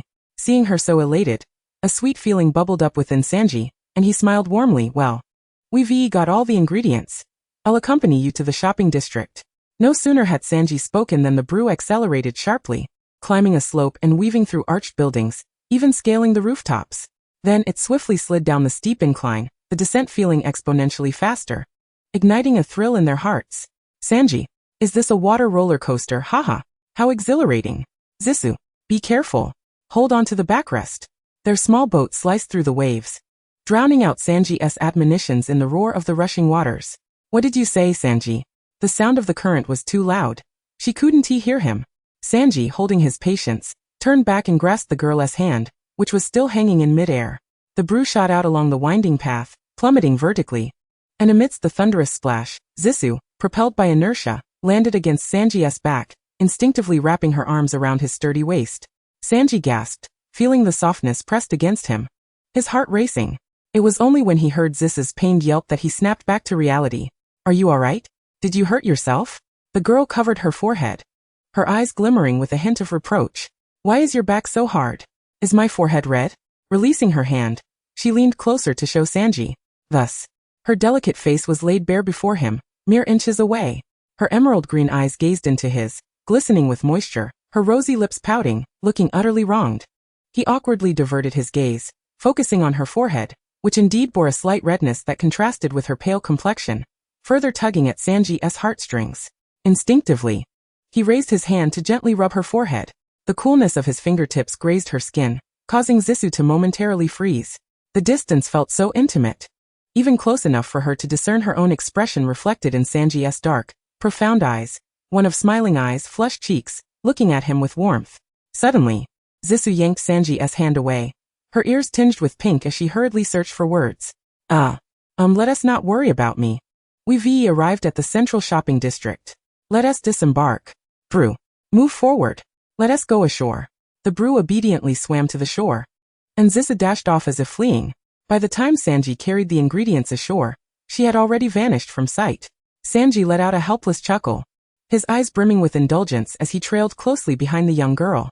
Amidst the cacophony of the bustling crowd, she was the sole figure that captured his gaze, radiating like the singular light in the tapestry of his existence. His hands were filled to the brim with whimsical trinkets purchased by Purple Perilla. Purple Perilla. Sanji. A familiar voice called out, halting them in their tracks. Turning around, they saw Chopper, resembling a reindeer, panting heavily as if he had been running for quite some time. Chopper? What are you doing here? Why are you alone? Purple Perilla exclaimed in surprise, to which Chopper frantically responded, Have you seen Robin? Huh. What do you mean? Isn't she supposed to be with you? Chopper's face was painted with frustration as he spoke rapidly. I went to the bookstore first, and since Robin never came in, I followed her scent, but suddenly it vanished. I searched for so long and couldn't find Robin. Then I caught your scent. What should we do? Robin is missing. As he spoke, tears welled in his eyes, and he transformed into his adorable two-legged form, leaping into Purple Perilla's embrace. It's all my fault for being so engrossed in my reading. Purple Perilla held the little Chopper close, soothing him gently. Perhaps Robin was suddenly called away for something urgent, and didn't he have time to inform you? You know how determined she can be. Let us return to the Mary and wait for her. If she finishes her business, she will surely return to the ship. All right. Chopper nodded earnestly. In a moment unseen by Chopper, she exchanged a grave glance with Sanji. Robin's sudden disappearance sent a ripple of unease through her. Purple Perilla recalled Akiji's earlier words, her brow furrowing. One day, you will regret this. She could only hope that, as he suggested, Robin had merely gone shopping on her own. Upon returning to the Mary, Robin was still absent. However, Zoro, who was guarding the ship, delivered a far more distressing message. You idiot swordsman, say that again? What do you mean it can't be repaired? Leaning against the railing with his hands behind his head, Zoro calmly reiterated. A shipwright just came by and said the Mary can't be fixed, no matter how much money we throw at it. Purple Perilla struggled to contain her outrage. Are you out of your mind? The shipwright said that? It's useless to curse at me. How can the Mary, which only has a few extra metal plates and a minor leak, be beyond repair? Isn't this the world's best shipyard? Their words should hold weight. Purple Perilla calmed down. As she angrily contemplated grabbing Zoro by the collar to confront him, Sanji restrained her. Zoro closed his eyes, avoiding her gaze, and spoke softly. Aren't we the ones who know best whether others' words are baseless? Chopper slumped on the deck, his tiny paws covering his eyes, his voice muffled as he lamented. I don't want this. I really love the Mary. Taking a deep breath, Purple Perilla fell silent, her heart heavy with despair. How could she possibly accept this? Everyone. Hearing the shouted call, Sanji rushed to the ship's edge, his expression suddenly shifting in alarm as he leapt overboard. Usopp. Nami. What happened to Usopp? Where's Luffy? Chopper. Come quickly. Nami struggled toward the shore, dragging a cart that bore the bloodied, unconscious form of Usopp. Our money. 200 million. 200 million berries. It was stolen. They hurt Usopp. Luffy has gone after them. Sanji. Zoro. You two must help him. With tears in her eyes, Nami cried out, a mix of anger and grievance evident in her voice. Usopp's injuries were horrific, casting a shadow of dread over the group, their faces taut with rage born from the gravity of the situation. Chopper rushed Usopp inside for urgent treatment. Multiple ribs were fractured, accompanied by significant internal bleeding. He was in such a critical state that he had lost consciousness, his face smeared with blood and tears. Nami explained that they found Usopp lying on the street, discarded like a dead dog, with a crowd gathered around him. At that moment, he was still conscious but too weak to move, crying out an apology, saying it was his fault for losing the money, and that it was his failure to even safeguard it. Purple Perilla squatted on the deck, hugging her knees, her nostrils stinging with sorrow. Did he not yet know that the Mary could no longer sail? Nami stood beside her, covering her face as she tilted her head back to hold back tears, softly affirming.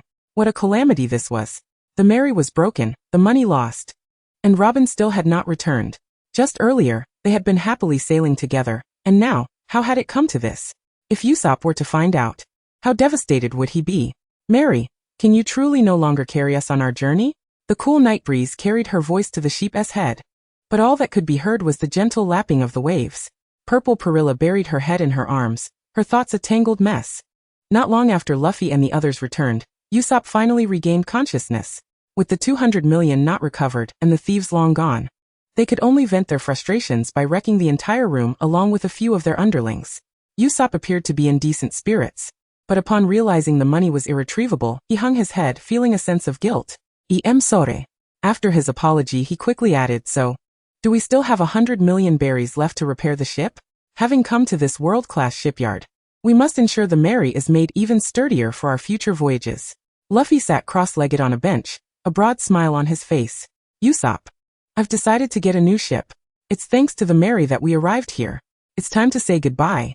Luffy had made this decision even before Usopp had fully regained consciousness. They were to bid farewell to the Mary. Yet, he was uncertain how to break the news to Usopp, knowing how deeply he cared for the ship. Luffy maintained his cheerful demeanor, and picked up a sailing catalog from the long table behind him, flipping through the pages. So I checked, and with 100 million, we can get a really good ship. Usopp seemed momentarily stunned, quickly waving his hands. Wait, are you joking? Is it because we don't have enough for repairs? Because I lost the money? Luffy's smile faltered. It's not like that. It has nothing to do with money. Usopp became increasingly agitated, glaring at Luffy. Then why are you speaking such ungrateful words about getting a new ship? The Mary can't be repaired. As Luffy shouted those words, a heavy silence enveloped the scene. Purple Perilla took a deep breath, suppressing the wave of sadness that threatened to overwhelm her. It truly could not be repaired, otherwise. How could she have come to such a decision? Cold sweat trickled down Usopp's forehead, but in the next moment he feigned nonchalance, denying this conclusion. What are you saying, Luffy? Is that what those shipwrights told you? How long have you known them to trust their words so readily? It's true. They said the Mary can no longer sail to the next island. How many storms has the Mary weathered? Don't we know that best? The Mary is invincible. The words of those shipwrights merely reflect their own perspectives. They belittle the value of others' vessels. This is our own ship. Naturally, we must protect it ourselves. Usopp exclaimed, passionately striking the deck beneath him, shadows flickering in his eyes. If that is the case, then let us rely on ourselves, just as we always have. I shall repair the ship. Haven't we navigated thus far in this manner? The going Mary is sound. He struggled to rise, leaning on his knees. We still need to buy some planks. We are running short. Luffy, observing Usopp's obstinate demeanor, felt all sense of reason evaporate. You aren't a shipwright, are you? Usopp, are you just going to watch the Mary perish? Luffy, those piercing words repeatedly pierced the hearts of everyone present. Usopp. Usopp turned his gaze towards Nami. Nami, have you not always cherished the Mary the most? Do you side with Luffy in agreeing to abandon her? Do you naively believe those shipwrights' words? His gaze shifted to the silent crowd. Are you all prepared to forsake the Mary? Nami met Usopp's hopeful eyes, a shadow falling over her own. Her voice hoarse as she spoke. Usopp, the Mary cannot be repaired. She is beyond saving. Sanji furrowed his brow and looked at Usopp. Usopp, calm down. You are not the only one who is distressed. None of us are feeling well. But Usopp could not heed their words, becoming even more agitated. His face cold as he spoke each word with chilling clarity. So, you intend to abandon our companion simply because of this reckless decision made by Luffy? Luffy's temples throbbed, grasping Usopp's shoulders and throwing him to the ground with force. He spoke fiercely. Do not go too far. Even as comrades, ships and people are fundamentally different. What difference does it make? The Mary has a will to live. It is you. You must be preoccupied with thoughts of a new ship. Which is why you have so quickly given up on the Mary. What nonsense. If you are so dissatisfied with my decision, then leave this ship at once. Bang. Luffy was violently hurled against a wooden barrel in the corner, splintering it to pieces. Sanji withdrew his foot, rousing Luffy, his face dark with displeasure. Luffy, what are you trying to say? Stay rational. Luffy propped up his straw hat, filled with frustration. I'm sorry, I just lost control, Usopp. Usopp lay on the deck, refusing anyone's assistance, And after a moment of silence, he finally spoke. That is your true feeling, isn't it, Luffy? No, it isn't. If you are going to abandon the Mary, then cast me aside as well. He staggered to his feet. Usopp, do not say such foolishness. No, I am serious. Frankly, I can no longer keep up with you formidable beings. I cannot even manage my own finances. Luffy, you don't need a weak companion, do you? I will only burden you from now on. Our paths diverge. Let this be the end. I will withdraw from this pirate crew. Chapter 39. Usopp stepped forward, leaving them with one final statement. At 10 o'clock tonight, he would duel Luffy, wagering the going Mary. The victor would claim her. Yet, how could he possibly defeat Luffy? Even if Usopp employed every tactic at his disposal, even if he pushed through his injuries and unleashed his might, he still lost the duel. Watching as Usopp fell to the ground like a defeated dog, unable to move after being struck by Luffy, Nami's heart ached with compassion, her eyes welling with tears. How had things come to this? Upon returning to the ship, Luffy was no longer the cheerful fool he once was. He pressed one hand against his straw hat, gritting his teeth to hide his tear-streaked face. This is so painful. Luffy relinquished the ship to Usopp. The remaining crew returned to their quarters to pack their belongings, preparing to depart from the vessel. Chopper, unable to bear it, left behind some medicine and bandages for Usopp's injuries. The going Mary was now devoid of the warmth of life, a haunting emptiness filling the air. Nami cast a final glance back at the Mary. Her emerald eyes filled with disbelief. Wasn't he the Mary akin to a home for them? With the loss of the Mary, Robin missing, and Usopp leaving them, could their future voyages ever be joyful again? It felt as if their pirate crew was on the brink of disintegration. She did not wish to leave at all. A cold little hand was grasped by a warm, large palm, as if it clutched her confusion, resolutely guiding her forward, shielding her from all storms. Nami could only see Sanji's silent yet dependable silhouette, and the warmth in her hand gradually grounded her heart, bringing her peace. They temporarily found a hotel close to the bay. After a day of exhaustion, none of them could find solace in sleep. Luffy spent a restless night on the rooftop. Buffeted by the cold wind, Nami dispatched some bloodbats to guard the bay, but Robin had yet to return.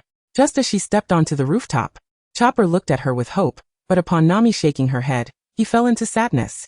Chopper tugged at his hat, feeling despondent. He had been feeling guilty, blaming himself for not keeping a closer watch on Robin. Nami, let us go look for her in the streets again today. Do you think we can find Robin? Nami fell silent. She had already dispatched her bloodbats to search the entire city that morning, but fearing public panic, she could only send a few. Water 7 is vast. Searching it thoroughly would require considerable effort. Yet to wait idly would drive her mad. Do not worry, Chopper. We will find her. I will go too. Sanji extinguished his cigarette and rose to his feet. After parting with their companions, they wandered the streets aimlessly, unlike the previous day's exuberance. The three were enveloped in silence. Gradually, they noticed the crowd buzzing with chatter, their expressions tinged with anger. Inquiring further, they learned that the mayor of this city, Mr. Iceberg, had been shot at his home last night and was still in a coma. That name sounded familiar. Wasn't he the person mentioned in Coco's letter of introduction? An attack on the mayor is a significant event for this city. Should we not go take a look? Whatever is happening now feels suspicious. Just as Nami finished speaking, the loudspeaker nearby suddenly blared an alarm. Attention everyone.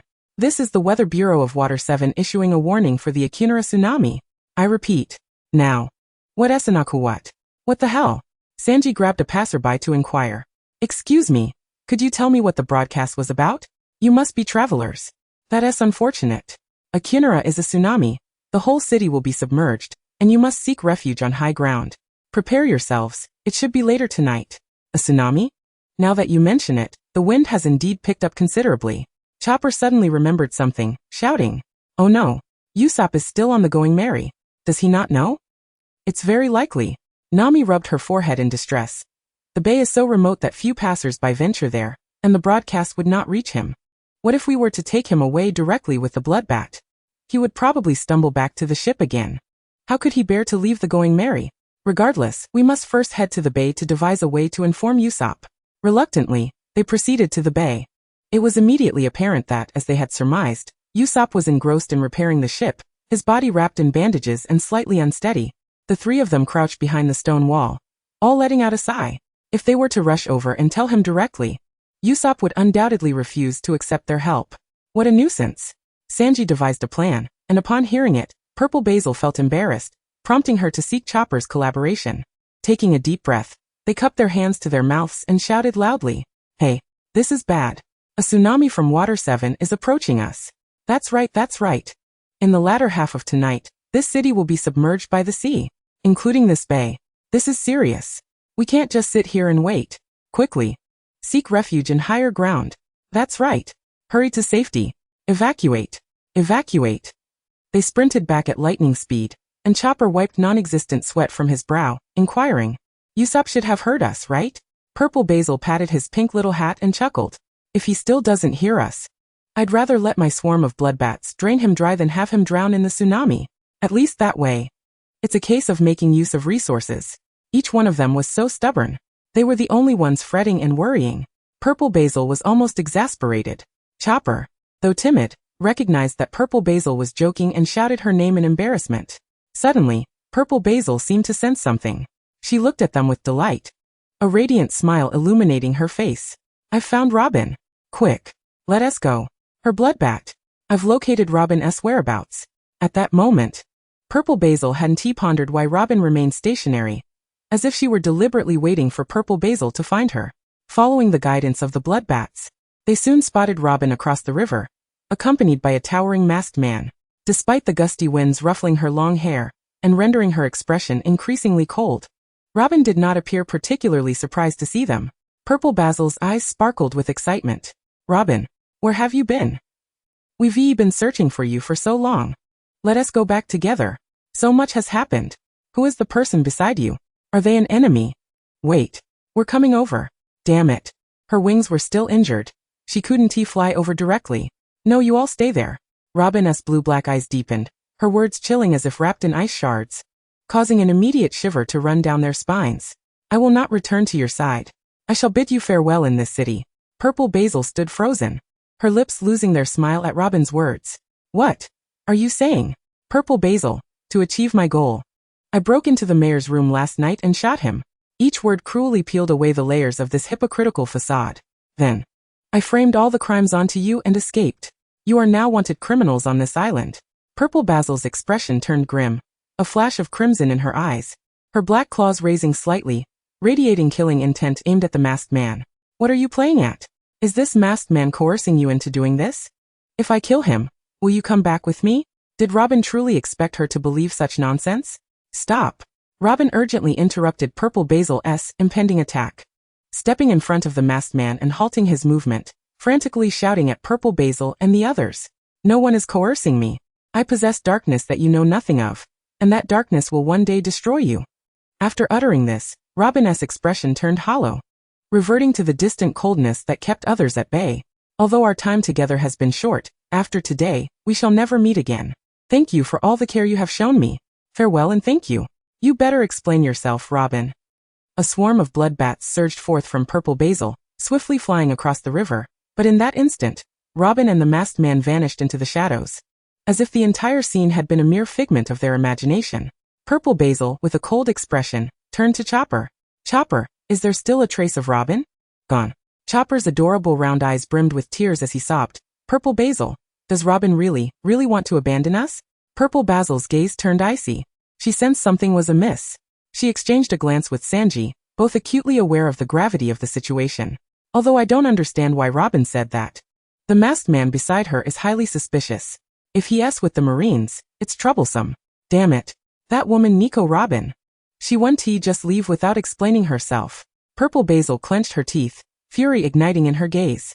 Sanji's expression shifted to understanding, and he gently crouched down, comforting Chopper with a pat on the head, his tone slightly serious as he spoke. Chopper, go find Luffy and the others, and tell them everything that just happened without omitting a single detail. Purple Basil and I will pursue Robin. We'll split up.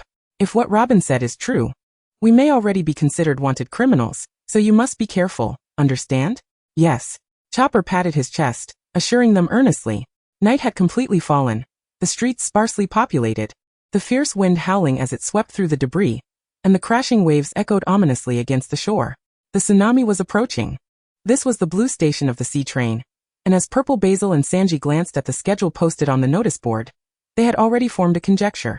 Today, the only train that could leave Water 7 before the tsunami arrived was this last one. Sure enough, they spotted Robin here, handcuffed and pushed along. She was boarding the final train in a disheveled state, surrounded by numerous guards, including both Marines and government officials. Purple Basil was furious. This deceitful woman. She could hardly contain her impulse to rush out from her hiding spot, but Sanji abruptly pulled her back, covering her mouth. Purple Basil glared at him. However, a familiar voice reached her ears. What bravery! Truly worthy of the esteemed CP9. Let go of me, you bastards. Where are you taking me? Bastards! I will never let you get away with this. Purple Basil's eyes narrowed. It was Usopp and several individuals referred to as CP9, held in a tone of respect and even fear by the Marines. Was this a government organization? The murderous intent exuding from these individuals was anything but trivial. Purple Basil's expression grew serious, and the thought of Usopp made her sigh silently. When they had fallen out earlier, he had been spouting some courteous words about being a nuisance, and now look at him, having distanced himself from the team. He was still causing them trouble. The last train departing from Water 7's Blue Station to Eni's lobby was leaving early due to the impending tsunami. The final train is about to depart. Please take your seats. The announcement echoed amidst the wailing of the whistle and the clattering of the train wheels, accompanied by the furious winds and waves. The maritime train has commenced its journey. Chapter 40. At the rear of the train, colossal waves drenched them entirely.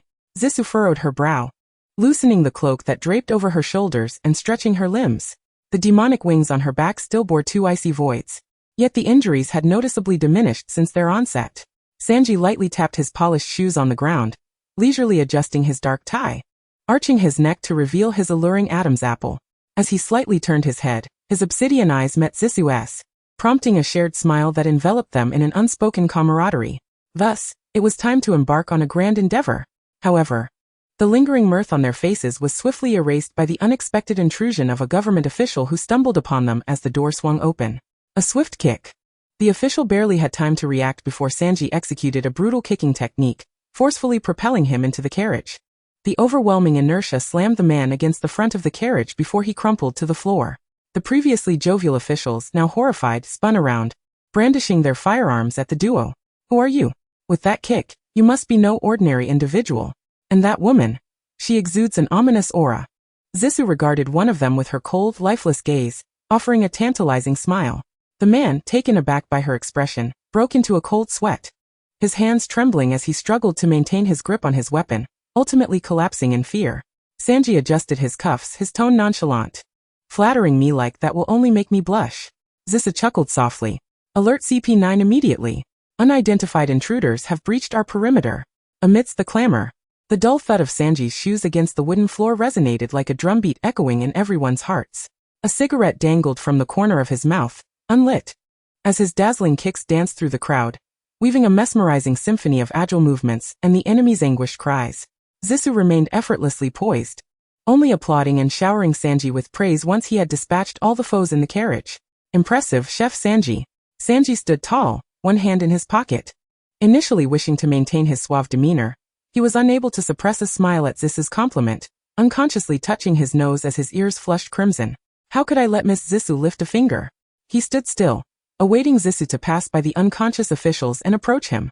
Thus he repeated his earlier action, kicking open the door to the next carriage. As they entered, Sanji positioned himself protectively in front of Zisu and stepped forward. Skewer kick. After dispatching the last of the government officials, Sanji reached the front of the carriage, only to be taken aback by the sight of two bound captives resembling caterpillars. One was a familiar long-nosed figure, while the other, sporting a slicked-back hairstyle and an iron nose, appeared somewhat deranged. Sanji, what are you doing here? Sanji was about to respond when he was interrupted by Zisu's delighted exclamation. Sanji, there are snail phones here. One of the wriggling caterpillars, Usopp, exclaimed. Zis. You're here too. Sanji quickly joined her side, observing several snail phones nearby. It seemed this carriage also served as a communication room. They had waited at the station for their companions to join them before boarding the train, but in vain, so they left behind a snail phone for contact. The entire city was on high alert, and they had no idea how Luffy and the others were faring. Finally, they could make a call. Zis. Sanji. Hello. Look at me. It's me. It was then that Zisu spotted the long-nosed snail on the ground, tilting her head in confusion. Who are you? Usopp, incredulous, was interrupted by the slick-haired man beside him, who spoke without courtesy. Hey you ominous woman, come and untie me at once. Zisu tilted her head again, her smile widening as she gently inquired, and who might you be? Usopp, drenched in cold sweat, recognized the familiar danger in Zisu's demeanor and immediately fell silent. The slick-haired man, oblivious, grinned smugly and declared, "I am the secret hero of Water 7, Ship Dismantler Frankie." Upon hearing the name, Zisu paused momentarily, while Sanji maintained a stoic expression and asked, "What did you say your name was?" Frankie. Frankie, still puzzled, was suddenly met with two long legs soaring towards him. Zisu, amused yet furious, ground her foot into his foul face, her black claws swirling with bloodlust. "You're Frankie. You bastard. You stole 200 million berries from us, didn't you? And you assaulted Usopp." Sanji growled, gritting his teeth. "You scoundrel. I'll slice you into pieces for bullying our long-nosed friend."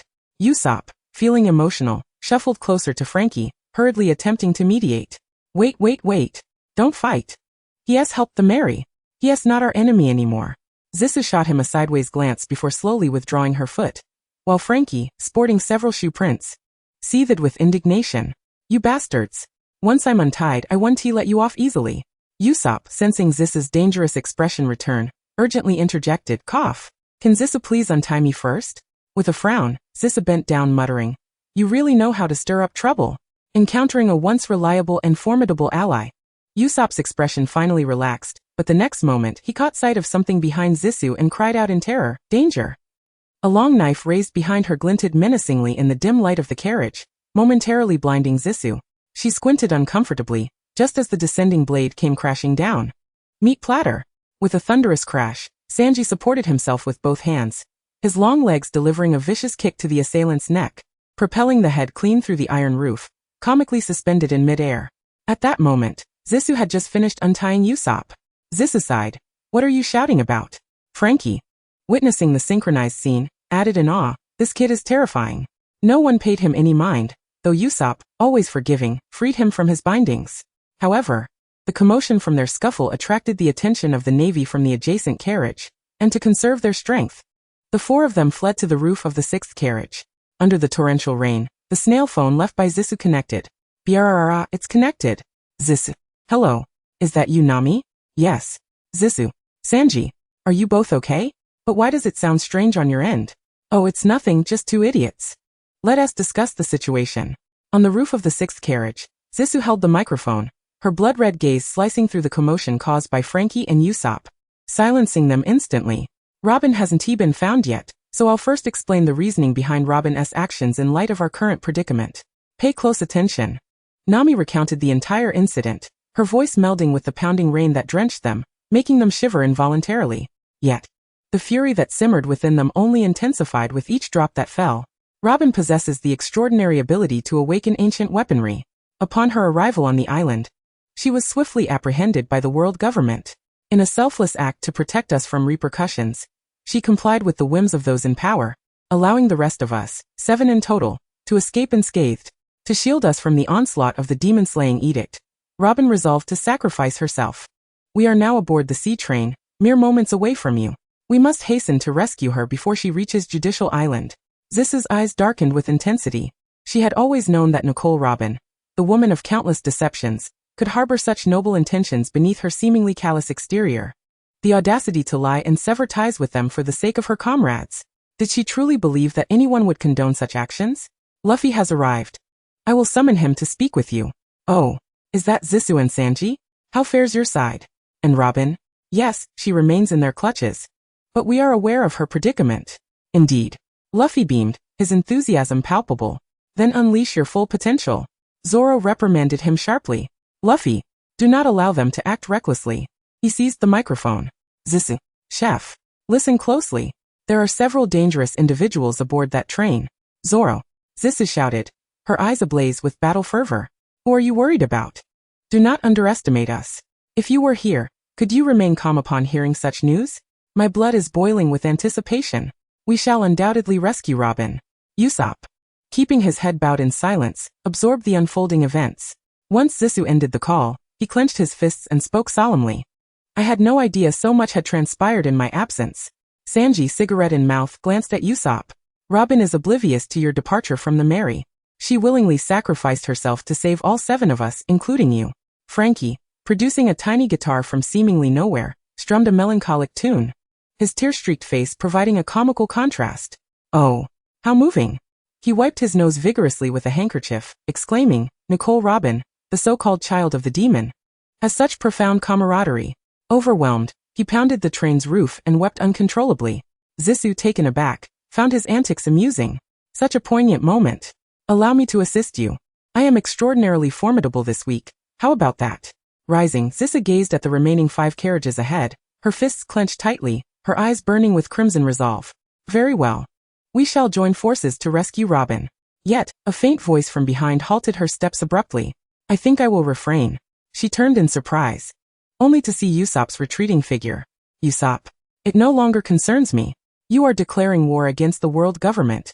I do not wish to be entangled in this. Moreover, you will soon reunite with Luffy, after my earlier tirade against you. What face do I have left to associate with you? Let us part ways here. What do you mean part ways? Where can you possibly go? Usopp. Zissou, let it go. He is merely concerned with appearances. Sanji's expression was cold. His brow furrowed as he restrained Zissou. Zissou, exasperated, exclaimed, this is utterly infuriating. We cannot afford to waste any more time. We must move swiftly. If we delay and reach Judicial Island, we will face overwhelming forces. To avoid fruitless battles that would drain their strength, they followed Sanji's strategic plan, luring the naval officers from the front car to the rear, effectively severing 2 carriages. The enemy numbers had significantly diminished. However, some core forces still posed a challenge. Sanji remained in the 4th carriage while Frankie battled atop the 3rd. Zissou raced past them, her fierce bloodlust slicing through the door of the 2nd carriage. Amidst the splintering wood, the 4 members of CP9 abruptly stood, their presence imposing. Zissou stepped inside, a smile gracing her lips, though her eyes glinted with fervor as she greeted them. Greetings. Where is Robin? A palpable aura of bloodlust enveloped her, heightening her excitement as she licked her lips. So, this is CP9? It seems the government has claimed many lives. A stern-faced man, with a dove perched upon his shoulder, regarded Zissou with cold indifference, his gaze as lifeless as that directed at a corpse. If you have come alone to rescue Nicole Robin, I advise you to abandon the endeavor. Such arrogance can lead to dire consequences. Zissou responded with a smile, her black claws radiating lethal intent. Nicole Robin is a natural-born demon. If the power to annihilate the world resided in an innocent 8-year-old girl, would it not be prudent for the safety of humanity to ensure her disappearance? Zissou's smile faded, her voice turning icy. Possessing such power is not inherently sinful. It is the malevolent use of that power to harm humanity that constitutes the greatest evil. Silence if you lack understanding. A malevolent, bloodthirsty smile crept across the man's face as his cold gaze bore into Zissou, the atmosphere thickening with murderous intent. Although I have promised Robin not to kill you, I believe I can still leave you half dead. I hold no compassion for women. Chapter 41. Rob Lucci felt a thrill. The chilling aura emanating from the intruding woman captivated him, barely suppressing the urge to transform and rend her asunder. I warned you not to be overly arrogant. It will lead to your downfall. Zissou's bloodthirsty aura surged, her crimson eyes narrowing as her black claws curled with fervent intent. If you wish to fight, then let us. In the next moment, both figures vanished, colliding with ferocity. The shockwave sent the remaining CP9 members staggering backward, their faces etched with dread. The girl's feral combat instincts matched even Lucci's. Experienced. Ruthless. Indeed, she even seemed to possess a tendency to surpass expectations, though the cramped carriage limited their movement. This was Rob Lucci, the strongest of all CP9. Zissou's gaze darkened as she faced the man's blindingly swift strikes. She charged forward, her claws entwined with bloodlust, unleashing a torrent of blood blades that sliced through the air. Rob Lucci sensed an impending crisis. His years of battle instinct urged him to defend. He swiftly retracted his claw, executing a series of vacuum slashes that collided with her blood energy. The force of his unique kicks diminished the blood aura, and when the weakened blood blades struck him, they only left a shallow wound. Zissou's lips pressed into a thin line, her dissatisfaction evident. In close combat, she had felt the man's muscles, as unyielding as iron. Such formidable defense. Her strikes barely breached his guard. Rob Lucci felt a pang of pain in his chest, and the usually emotionless gaze of his eyes suddenly brightened. The insatiable bloodlust within him made it difficult to contain his fervor, and he broke into a wide grin. Blood seeped from his wounds, staining his suit, rendering him a rather pitiable sight. He pondered that had he not defended himself with iron, he would have sustained far graver injuries. The fact that he could be harmed was astonishing. The members of CP9 stood in disbelief. To breach Lucci's ironclad defenses, this woman's attack must have been extraordinarily fierce. As Zissou contemplated pressing the advantage, the roof of the train car was abruptly smashed in. 2 figures descended. Frankie, wielding his ultimate hammer, sent the head of the third car tumbling down from the rooftop. Upon spotting her, he struck a rather peculiar pose and greeted her flamboyantly. "Hey there, woman." Rob Lucci snorted coldly, his indifferent gaze signaling the other CP9 members. "Capture Frankie." No sooner had he spoken than the sound of polished shoes echoed from within the car, growing nearer. A large hand settled on Zissou's shoulder, instantly bringing her some semblance of comfort. It was Sanji. Sanji stepped before her, his dark, deep-set eyes locking onto CP9, as he coldly stated, "Is this the woman who threatened Sister Robin?" At this moment, the 3 of them were finally reunited. Rob Lucci's eyes glinted with mockery. "You think adding 2 more will tip the scales in your favor? Let us see if your strength can speak for you." With solemn expressions, the trio assumed a battle stance. "Stop." Just as the confrontation was about to erupt, a familiar voice intervened. Robin forcefully pushed the door open and strode into the compartment, followed by a masked figure with an elongated nose, who anxiously gestured for Robin to stop. "Robin, are you alright? You're not hurt, are you?" Upon seeing Robin, Zissou finally breathed a sigh of relief. "Usopp, what are you doing there?" Usopp, flustered at being recognized, stammered, "I am not Usopp. I'm the Sniper King. I've come to rescue Robin." "What nonsense. Who else could you possibly be?" He frantically waved his hands in denial, desperately trying to conceal his identity. Yet, Robin unexpectedly utilized her powers to toss Usopp over.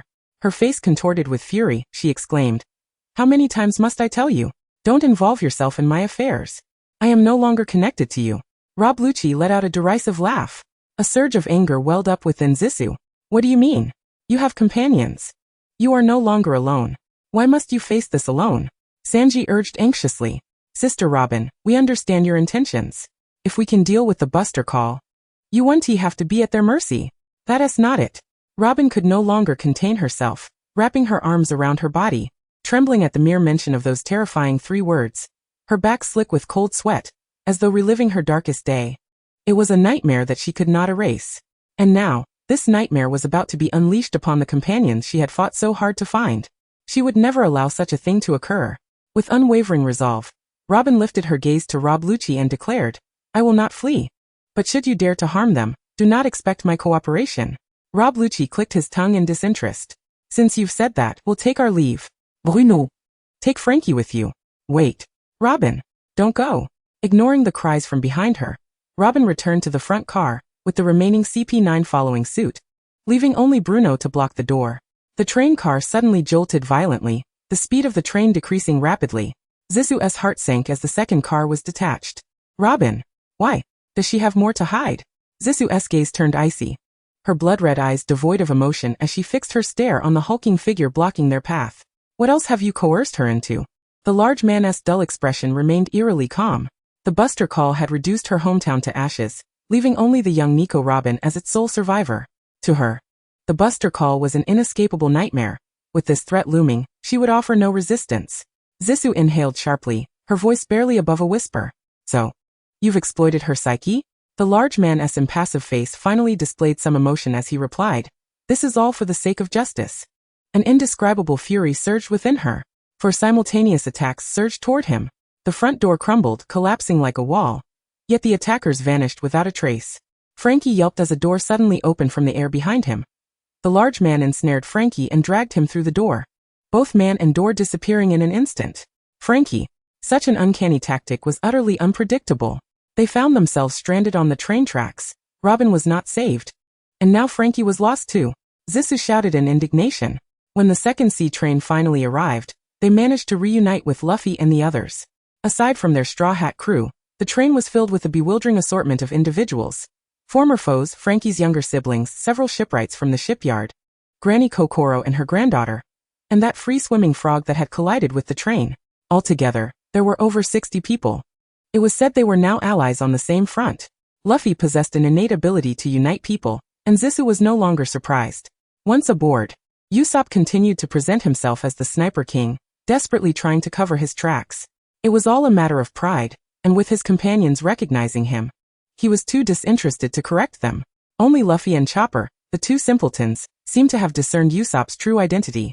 They idolized him as a hero, treating him with utmost reverence. Zissou sat silently on a bench, listening as Sanji recounted the events aboard the previous train, her blood boiling with unrestrained fury. A chilling murderous intent that made everyone's hearts race. Frankie's crew cowered in the corner, afraid to draw her ire. Was this truly the companion of that foolish Straw Hat boy? She was undeniably beautiful. Yet, why did she exude such an intimidating presence? It felt as though she might slay them in the next moment. A small vacuum formed around Zissou, as everyone feared to approach. Yet one person stepped forward to her. Zissou kept her head down, only catching sight of the polished round-toed shoes beneath black trousers, their steady cadence resonating on the ground. Then came a soft sigh, akin to the rich aroma of fine wine, as a large hand gently rested atop the girl's head, tenderly ruffling her hair, drawing her into his embrace. In that moment, Frankie's younger siblings were astonished to witness the once fierce sorceress suddenly retract her sharpness, enveloped in the arms of the golden-haired lad. Burying her face into his chest, her entire demeanor instantly softened. If it weren't for the menacing wings still protruding from her back, they might have mistaken Zissou for an innocent, harmless girl. Sanji caressed the back of the young girl's head, his voice low and soothing. Don't blame yourself any longer. Let us work together to rescue Robin. Upon seeing Zissou's unusual demeanor, he understood the turmoil within her. She resented herself for not rescuing Robin. Zissou emitted a muffled sound, yet the tumultuous emotions within her strangely calmed significantly. The announcement of the impending arrival at Judicial Island echoed through the air, as a boatman unfurled a rudimentary topographical map of the island, articulating the operational strategy to the gathering. Judicial Island comprised the main gate, the courthouse and the judicial tower, all encircled by iron railings, with the entire island suspended above a vast chasm of cascading waterfalls. At the pinnacle of the judicial tower lay the Gate of Justice, which led only to two locations, the Navy headquarters and the deep-sea prison. Thus, it was imperative for the group to rescue Robin before she reached the Gate of Justice. Otherwise, their chances of salvation would truly dwindle. Frankie's crew intended to take the lead, acting as vanguards to minimize unnecessary confrontations for the Straw Hat crew. Nami, deeply moved by this notion, was about to acquiesce when she turned to glance at her comrades. Wait. A wave of disbelief washed over her as her gaze drifted across the faces of her companions. Zoro, Sanji, Usopp, Chopper, and herself. Panic set in. Where were Luffy and Zissou? Someone in the front shouted, pointing at the two diminutive figures. Ah, it's the Straw Hat Kid and that witch. Nami hurriedly leaned out of the window, instantly feeling a headache coming on. At the top of the iron railings surrounding Judicial Island, Zissou dangled from Luffy's back as they rocketed forward like a cannonball. Luffy was one thing. He had always been disobedient. But why was Zissou following him into the fray? Zissou had her own reasons. Nami, do not fret just yet. Sanji, how can you say that too? Sanji fell silent. For at least Zissou had had the decency to inform him not to worry before departing. He impatiently tapped his shoe against the floor, a shadow passing over his eyes. How could he not be concerned? At the top of the Navy flagpole above the front gate, Zissou and Luffy were being shot at by the soldiers below. Inside the gate lay the main island, splendidly enveloped by the waterfall, where armed soldiers patrolled in dense formations. Luffy, you go find Robin. I need to replenish some energy. Luffy tipped his hat and replied with a grin, all right. I'm off. With a powerful rebound from his rubbery limbs, Luffy charged into the main island. Zissou leaped off his back, a smile dancing on her lips, her petite tongue caressing her blood-red lips, her body momentarily faltering, transforming into a myriad of crimson light. Embrace of blood, she exclaimed. Ah, fresh blood. The patrolling soldiers were momentarily engulfed in darkness, and as they looked up, they were struck with terror and collapsed to the ground. Swarms of blood bats darkened the sky, emitting hissing cries, their eyes glowing red and forming a grotesque, grinning visage adorned with sharp fangs swooping down ferociously. Run! Quick run! A soldier, paralyzed with fear, shouted. Yet, the speed of the blood bats was overwhelming, akin to a locust swarm, completely engulfing him. When Frankie and his crew broke through the two main gates, they were rendered speechless by the scene before them. What? What is happening? The entire main island was eerily silent, with soldiers sprawled in unconscious heaps, each bearing small wounds, their eyes wide open, faces pale and expressions filled with terror, as if they had suffered a violent onslaught. Simultaneously, they gaped at the mass of blood bats above the main island, which was shrinking in size, amidst the familiar dark red aura. Zissou hovered in midair, her demonic wings unfurling as she licked her lips with satisfaction. As if she had received a grand nourishment, her injuries had finally healed, significantly enhancing her speed. It appeared the Straw Hat crew were indeed formidable. Such a powerful witch leader. In the still center of the main island, the sound of hurried footsteps resounded. Countless soldiers poured from the town, and upon witnessing the gruesome scene, cold sweat dripped down their brows. This had depleted at least half of their forces. Rather than fear, they shouted furiously, "We cannot allow the invaders to breach our defenses." Zissou cast a glance at Frankie and his crew, nodding slightly. "Then it was up to you." Frankie's crew erupted in fervent shouts. "Go for it. Which leader? We entrust our brother to you." Chapter 42. In the conference hall of Judicial Island, CP9 Chief Fandom caressed the golden snail phone in his hand, his greatest asset. Before him stood two handcuffed figures, his tickets to a meteoric rise in power. The only one capable of awakening ancient weapons, Nico Robin and Frankie, who possessed the blueprints for Pluton. Just the thought of it filled him with delight, especially the expression of anger and despair intertwined on Nico Robin's face, which he found immensely gratifying.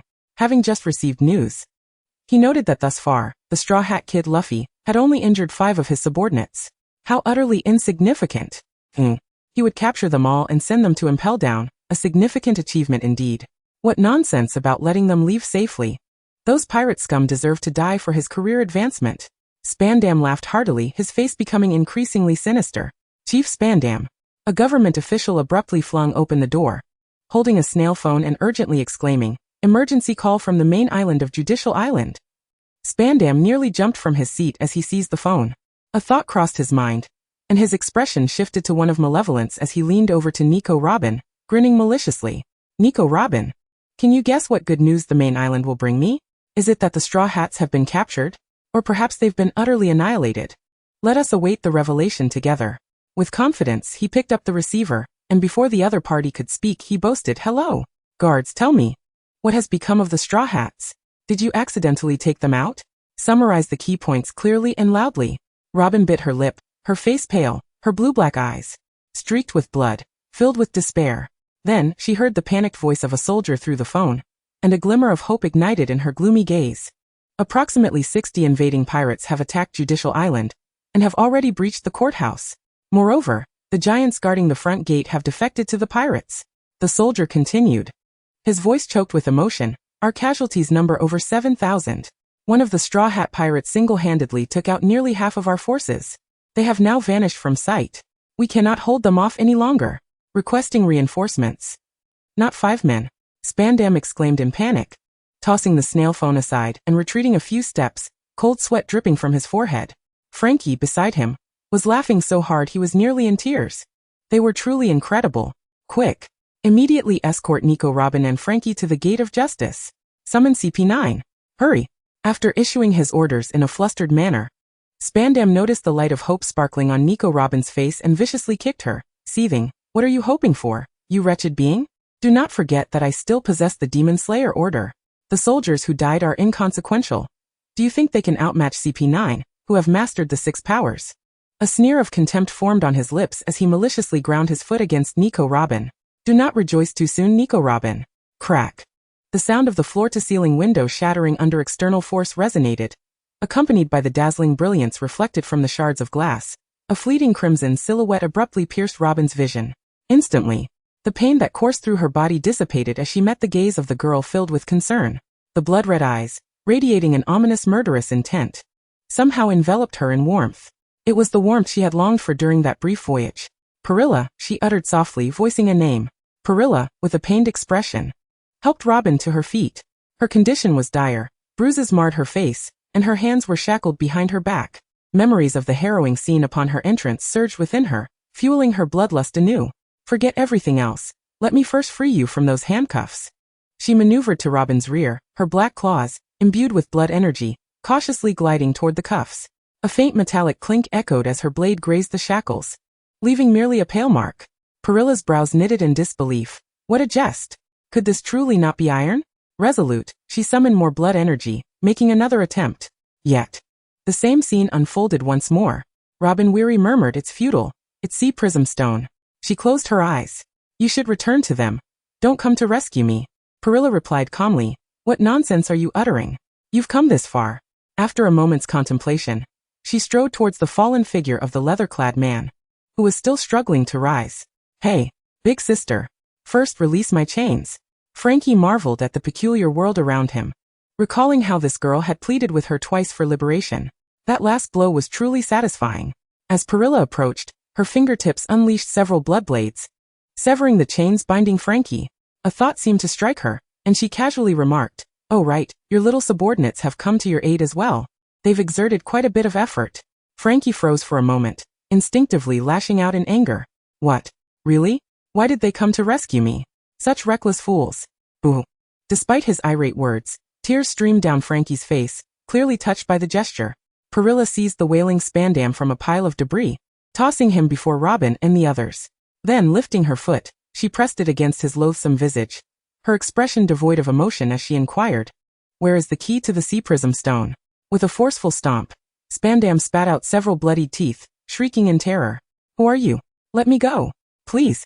Perilla coldly pressed down again. "Where's the key?" "What key?" I don't know." Bang. "Where is the key? How dare you harm me? I will ensure your demise." Perilla's chilling murderous intent surged forth, overwhelming. "I shall ask you one last time, where is the key?"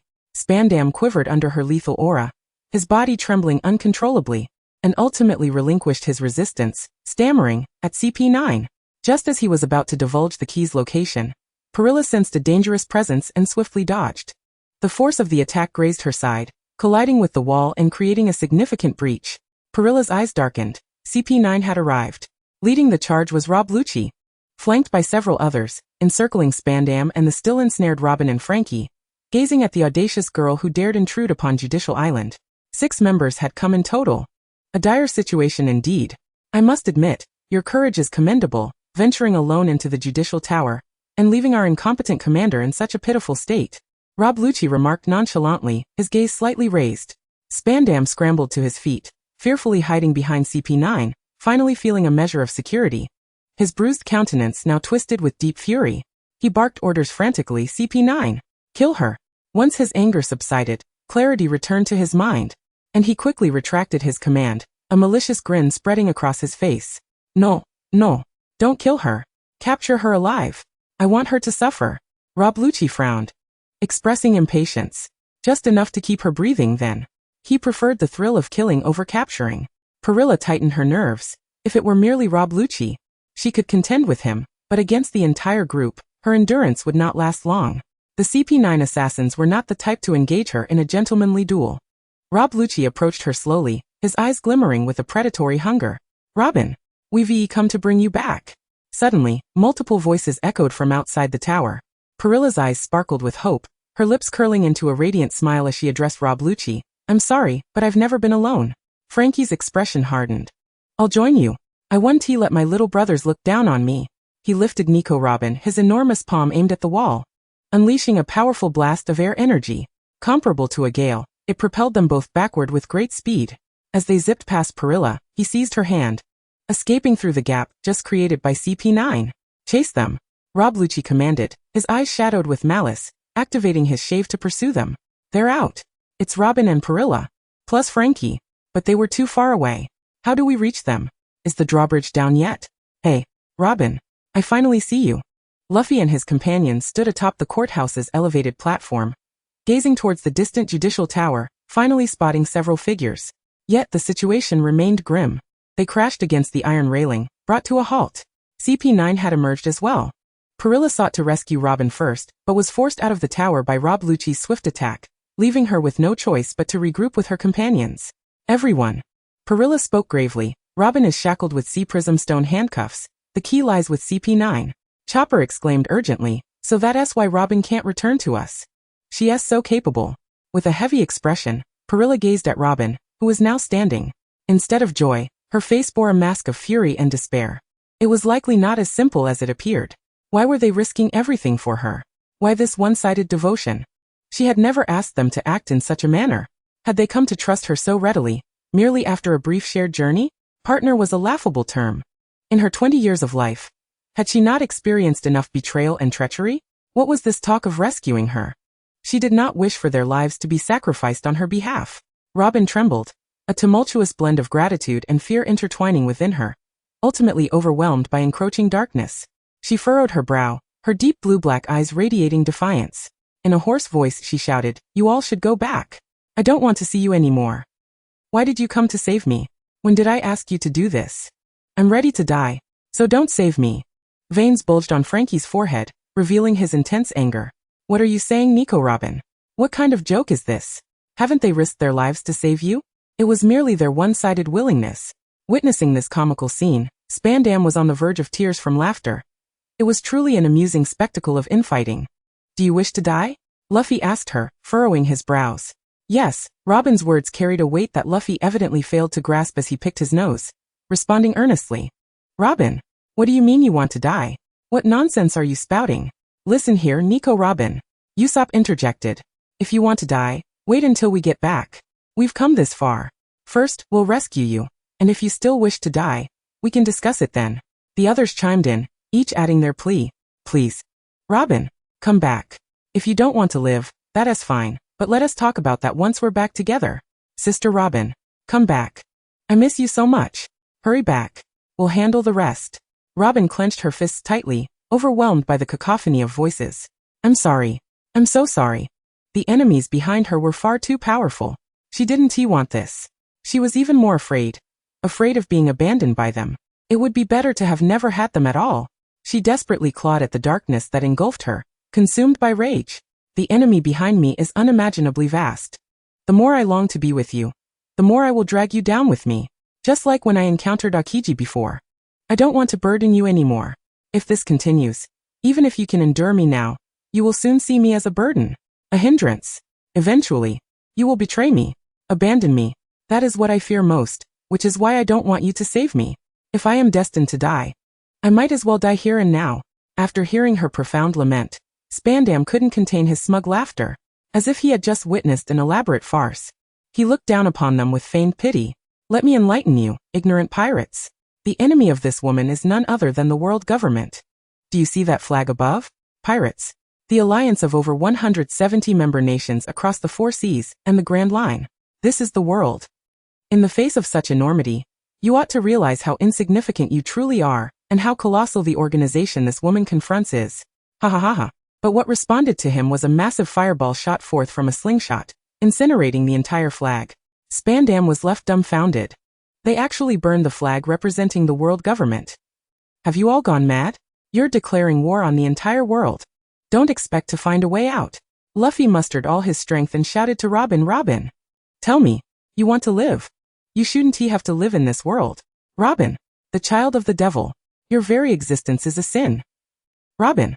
She had never dared to hope for survival. Not a single person had ever made her think that way.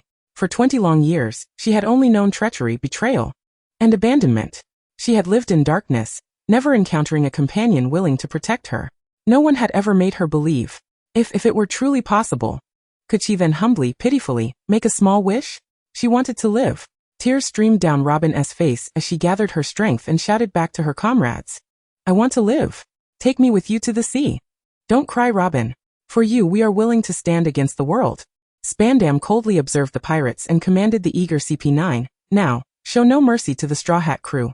Chapter 43. Usopp felt an unprecedented surge of blood rushing through her veins. The fervent anger pounding within her felt like raging flames consuming her, creating an insatiable need to act. After giving his orders, Fandom saw the bloodthirsty gaze of the bloodsucking witch across the way, and pain shot through his face, fear brewing in his eyes. He touched the golden transponder snail in his hand, the instrument of his power to decree death, now firmly within his grasp. Only then did he feel a slight sense of reassurance, emboldening him.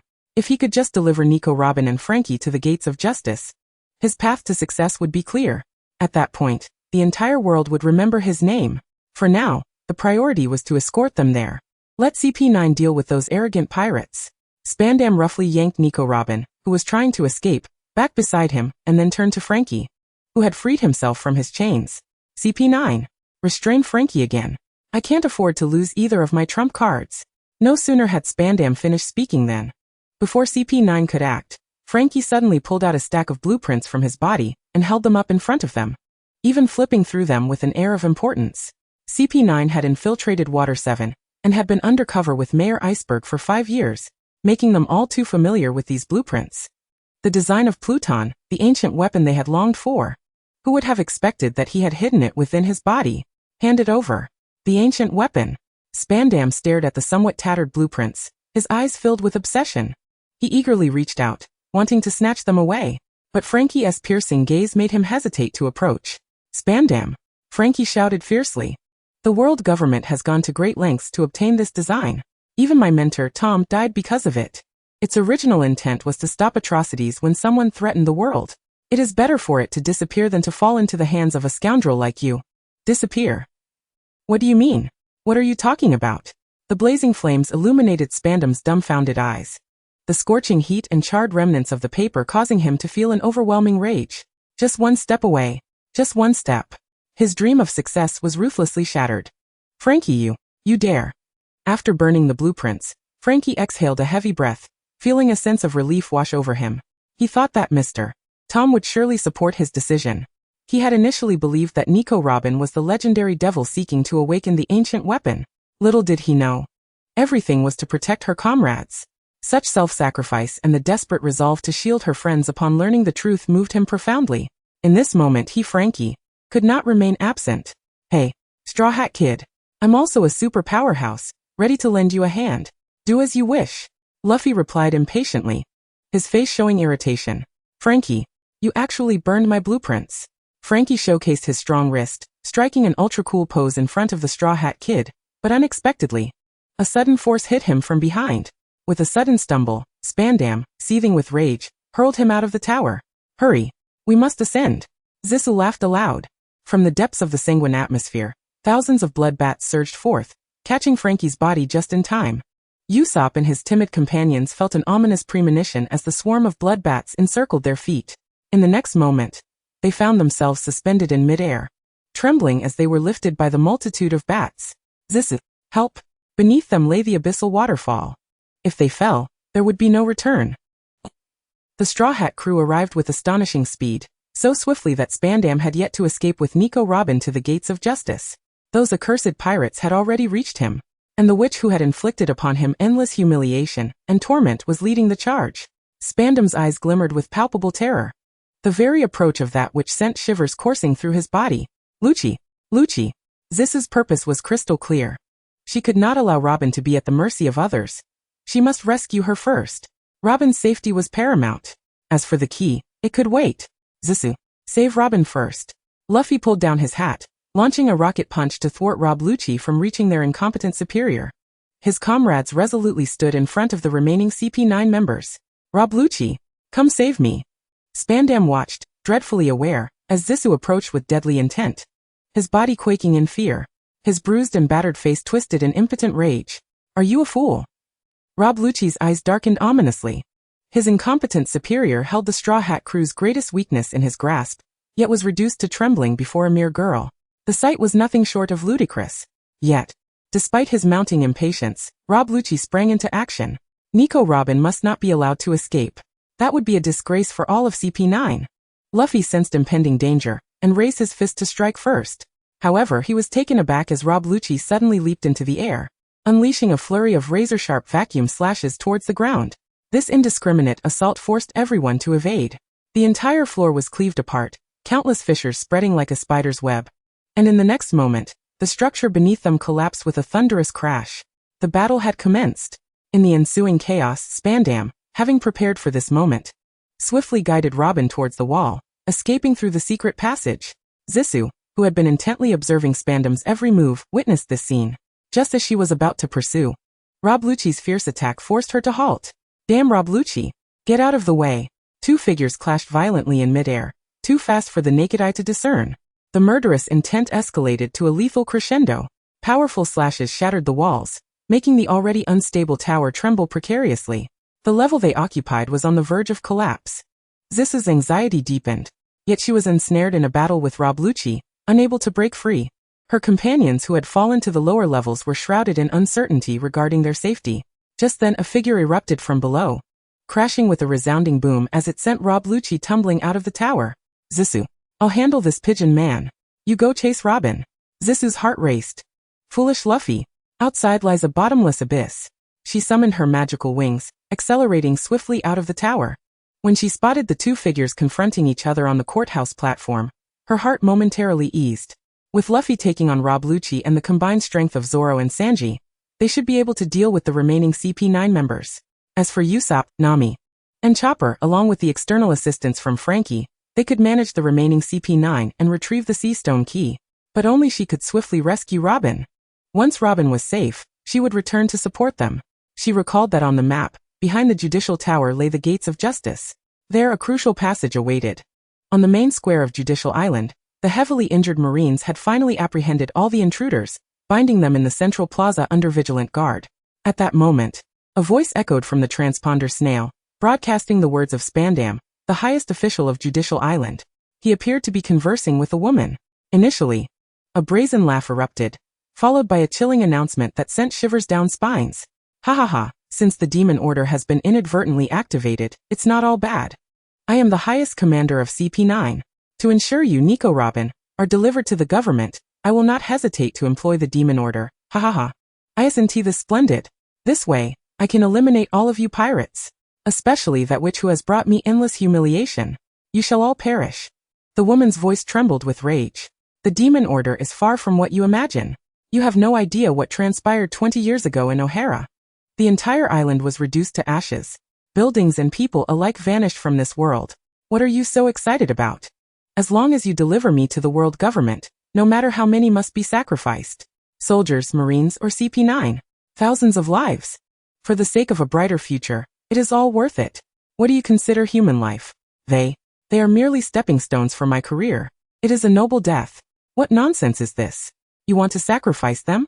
The demon order has been activated, and the implication is that the Marines, who fight valiantly for justice, will be annihilated along with the island by the world government they hold in reverence. The soldiers stood in shock, dropping their weapons as the crowd began to murmur. Initially, a few voices of dissent arose, but soon the surviving Marines, who had fought tooth and nail to defend Judicial Island, unleashed a roar akin to a tsunami. Are you joking? Flee. Escape this island. The demon order has been activated. The warship's bombardment is imminent. By the time Spandam finally realized he had misused the transponder snail, it was already too late. In a fit of rage, he struck Nico Robin with a brutal slap. He dragged her, resisting, from the underwater passage. The trembling bridge leading to the Gates of Justice had already been lowered to allow his passage. However, just as he emerged from the Navy's corridor, he encountered the witch who haunted his nightmares with terror. Zissou, her scarlet eyes ablaze, had been lying in wait, her expression shifting from impatience to delight upon finally spotting her prey. She grinned maliciously and spoke slowly. At last, I have found you. Spandam felt every hair on his body stand on end. A chill ran down his spine.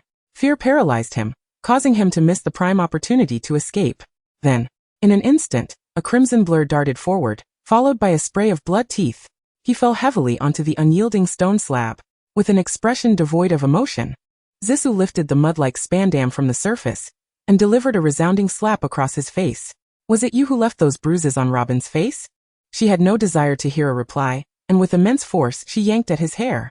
Blood mixed with large patches of scalp was brutally torn away. I believe I also witnessed you pulling her hair. Spandam's cries of agony, his wails, and his furious curses fell on deaf ears for Zissou. Her calm gaze descended upon Spandam's right leg.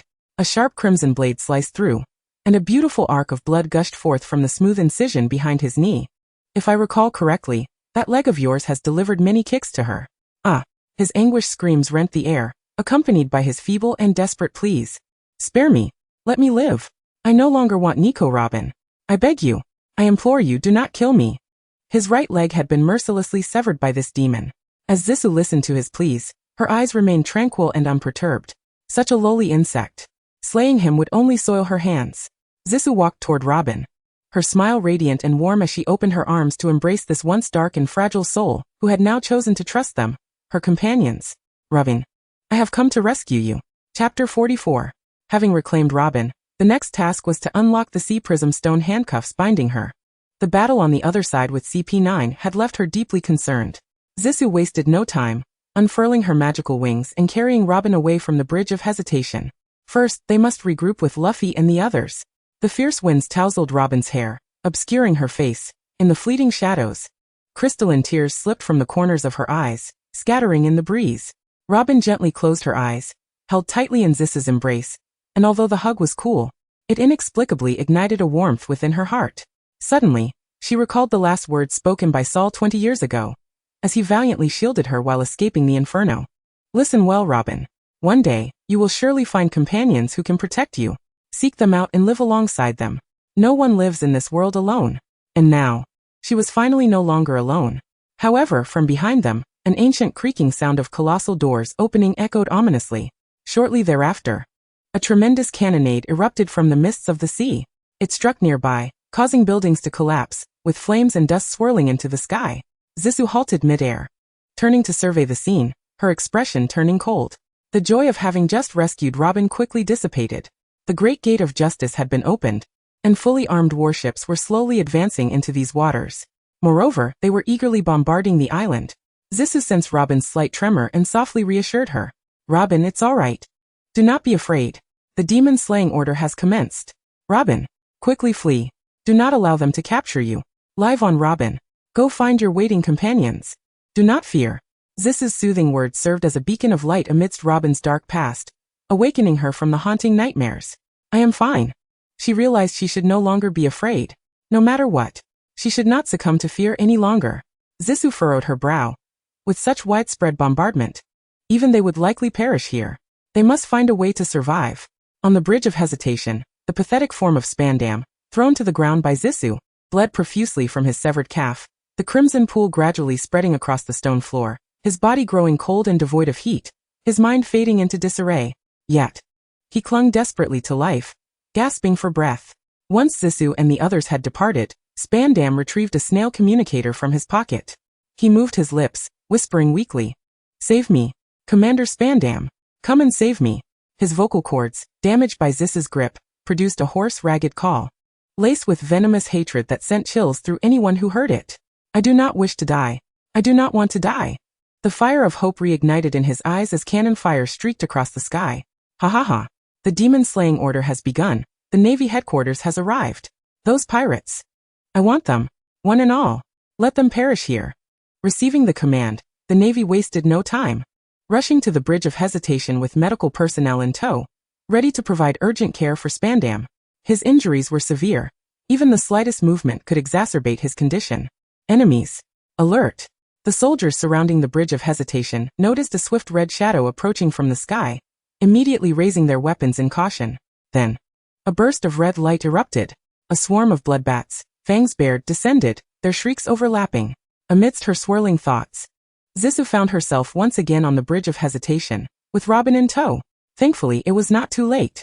Spandam's right calf had been bandaged and the bleeding stopped, evidently treated with the finest medicine. His beaten and disfigured face revealed no trace of the expression he might have had upon seeing Zisu again, only a vacant gaze. As if devoid of hope and laced with a touch of death, Zisu crouched down, admiring his grotesque visage, and flashed him a smile. Spandam, we meet again. I spared you before to avoid soiling my hands, but now I realize you may still have some use. The demon-slaying order was said to be an indiscriminate attack meant to annihilate the entire island, but surely the highest executioner of Judicial Island, Spandam, could not be among those to be slain. Moreover, this wretched commander seemed to have quite the backing. With a joyful expression, Zisu produced Sanji's snail communicator from her pocket. She had specifically requested it from Nami to ensure she could reach everyone. Zisu. Robin. Are you both alright? Usopp. I have rescued Robin. How are things on your end? It's Sniper King. Cough. I'm currently at the top of Judicial Tower, can you see me? Zisu looked up.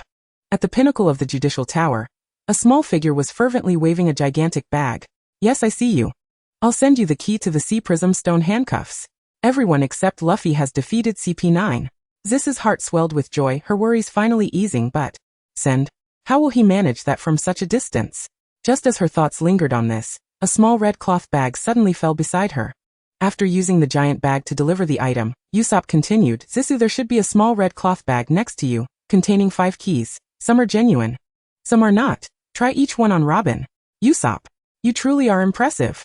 Zisu opened the cloth bag, and began trying each of the 5 keys one by one. The first was not the right one, nor the third or fifth.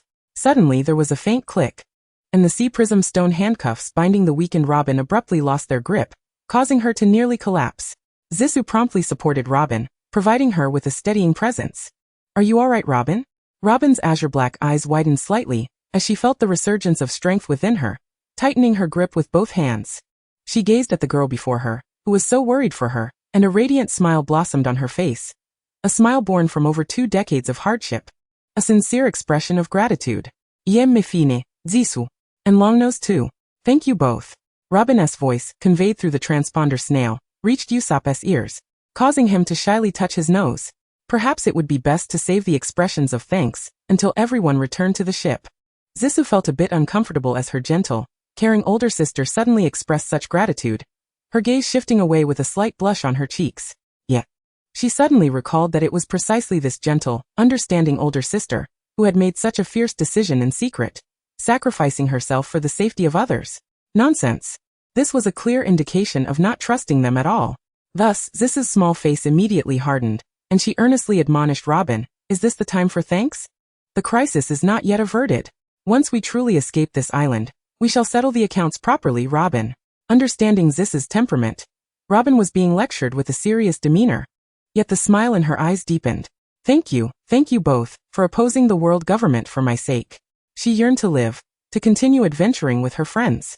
Therefore, she would exert every effort to ensure their escape together. Robin reminded herself. With her now rescued, she called out, "Usopp! Gather everyone. Hurry to the Bridge of Hesitation. We must commence our escape." "All right. I'll notify everyone." Chapter 45. After the transponder snail was disconnected, Zisu seized Spandam, using him as a hostage, and made her way to the escort ship beneath the Bridge of Hesitation. Shortly thereafter, she encountered them. Although they all appeared somewhat disheveled, their spirits seemed reasonably high, which eased her worries. Nami and Chopper rushed to Robin, overwhelmed with excitement and tears. "Wah! Robin, we finally found you. Don't ever leave without a word again." Robin's expression softened, a gentle curve gracing her lips as she patted the two sobbing figures. "I want to thank you. No need for pleasantries. Wah! Now is not the time for such things. Look over there." Zoro's gaze sharpened, fixed on the distant judicial island, which had been bombarded by cannon fire. From the first shot to now, not much time had passed, yet the entire island had become an inferno, a veritable hell on earth. The formidable military force capable of obliterating an island was drawing near. Zisu's blood-red eyes darkened as she surveyed the scene before her. There were 10 fully armed warships, outnumbering them all. Moreover, their scale was several times that of the escort ship, not to mention the formidable individuals aboard. Just a few CP9 agents had drained everyone's strength, and now they were facing a powerful enemy. The true trial had only just begun. Luffy had yet to return. Perhaps he could buy them some time. Zisu crouched down, gently patting Spandam's face, who had remained silent since she captured him, neither begging for mercy nor cursing, merely staring blankly at the sky, though his mind remained lucid. "Spandam, do you wish to live?" Zisu's languid voice held a hint of seduction. "I will not kill you, and I will allow you to leave safely." She gazed into Spandam's vacant eyes, her blood-red irises shimmering with an alluring glow, drawing him in. Zisu's words inexplicably instilled a sense of trust in Spandam, who swallowed hard, his eyes filled with dread for this enchantress. The repeated blows had left him utterly devoid of any will to resist. He had completely surrendered. In a hoarse voice he uttered, "What? What must I do?" Zisu smiled. "For now just this. Help. Help. I'm Spandam. My life is in their hands. No matter what conditions the pirates propose, you must save me. You have to save me. Do you understand?" As the highest commander of the demon-slaying order, the urgency in Spandam's pleas reached the ears of Vice Admiral Mongoose through the transponder snail, causing his face to pale, instilling fear in the surrounding marines. Those vile pirates! How dare they take a government official hostage? If the CP9 commander, who wields the authority of the demon-slaying order, were to perish at their hands, it would be a disgrace for the entire navy. "This Vice Admiral," Zisu said, her eyes curving into a smile as she spoke to the transponder snail. "To avoid unnecessary casualties, let us remain amicable, shall we? Otherwise, the blades in our swords are rather indiscriminate." Vice Admiral Mongoose snorted in disdain. "Do you think a single Spandam gives you sufficient leverage? Pirates, you cannot escape this place." Of course, Zisu did not believe that just one Spandam could secure their escape. She merely hoped to buy some time. Luffy's battle was not yet over, and they must not falter before he achieved victory. The crimson hue in Zisu's eyes intensified as she turned her gaze to Spandam. "Vice Admiral Mongoose, if my father learns that you disregarded my life, he will not spare you. When Admiral Akiji granted me the demon-slaying order, did you ever think that you could not even protect someone like me? As the wielder of the demon-slaying order, I command you, obey them." 3 threats came barreling toward him. Vice Admiral Mongoose's face turned an alarming shade of blue and white, his intense anger sending cold sweat down the backs of the marines. He suppressed his fury. veins bulging on his forehead, and said, "Pirates! What do you intend to do?" Suddenly, the wall of the first pillar was violently shattered. Bright sunlight dispersed the dust, revealing two fierce figures locked in combat more clearly. What appeared before everyone's eyes was a scene they least wished to witness. Contrary to everyone's hopes, Luffy, who had always believed he could overcome any adversary, even defeating Enel, who claimed to be a god, was now in a dire predicament. Staggering and powerless, he struggled to evade the attacks, and anyone could see his despondent state. Caught off guard, he was struck down by Rob Lucci's swift leg sweep, collapsing to the ground. That blow seemed to strip him of all his strength, leaving him sprawled on the ground like a dying fish. Exhausted beyond measure, he could barely stand. Luffy's eyelids drooped heavily, his gaze growing increasingly dazed. He coughed up blood and weakly asked, Where are you going?"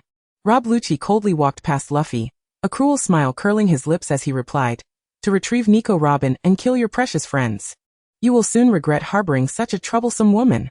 Robin intends to sacrifice herself for us." "Are you serious? To stand against the entire world? Don't think you can survive." "Nico Robin, this woman, no matter how far I must chase her, I shall ensure her demise. I yearn to survive. Take me with you, let us venture into the sea." Luffy clenched his teeth tightly, forcing himself to stand, his face shadowed by an unprecedented gloom.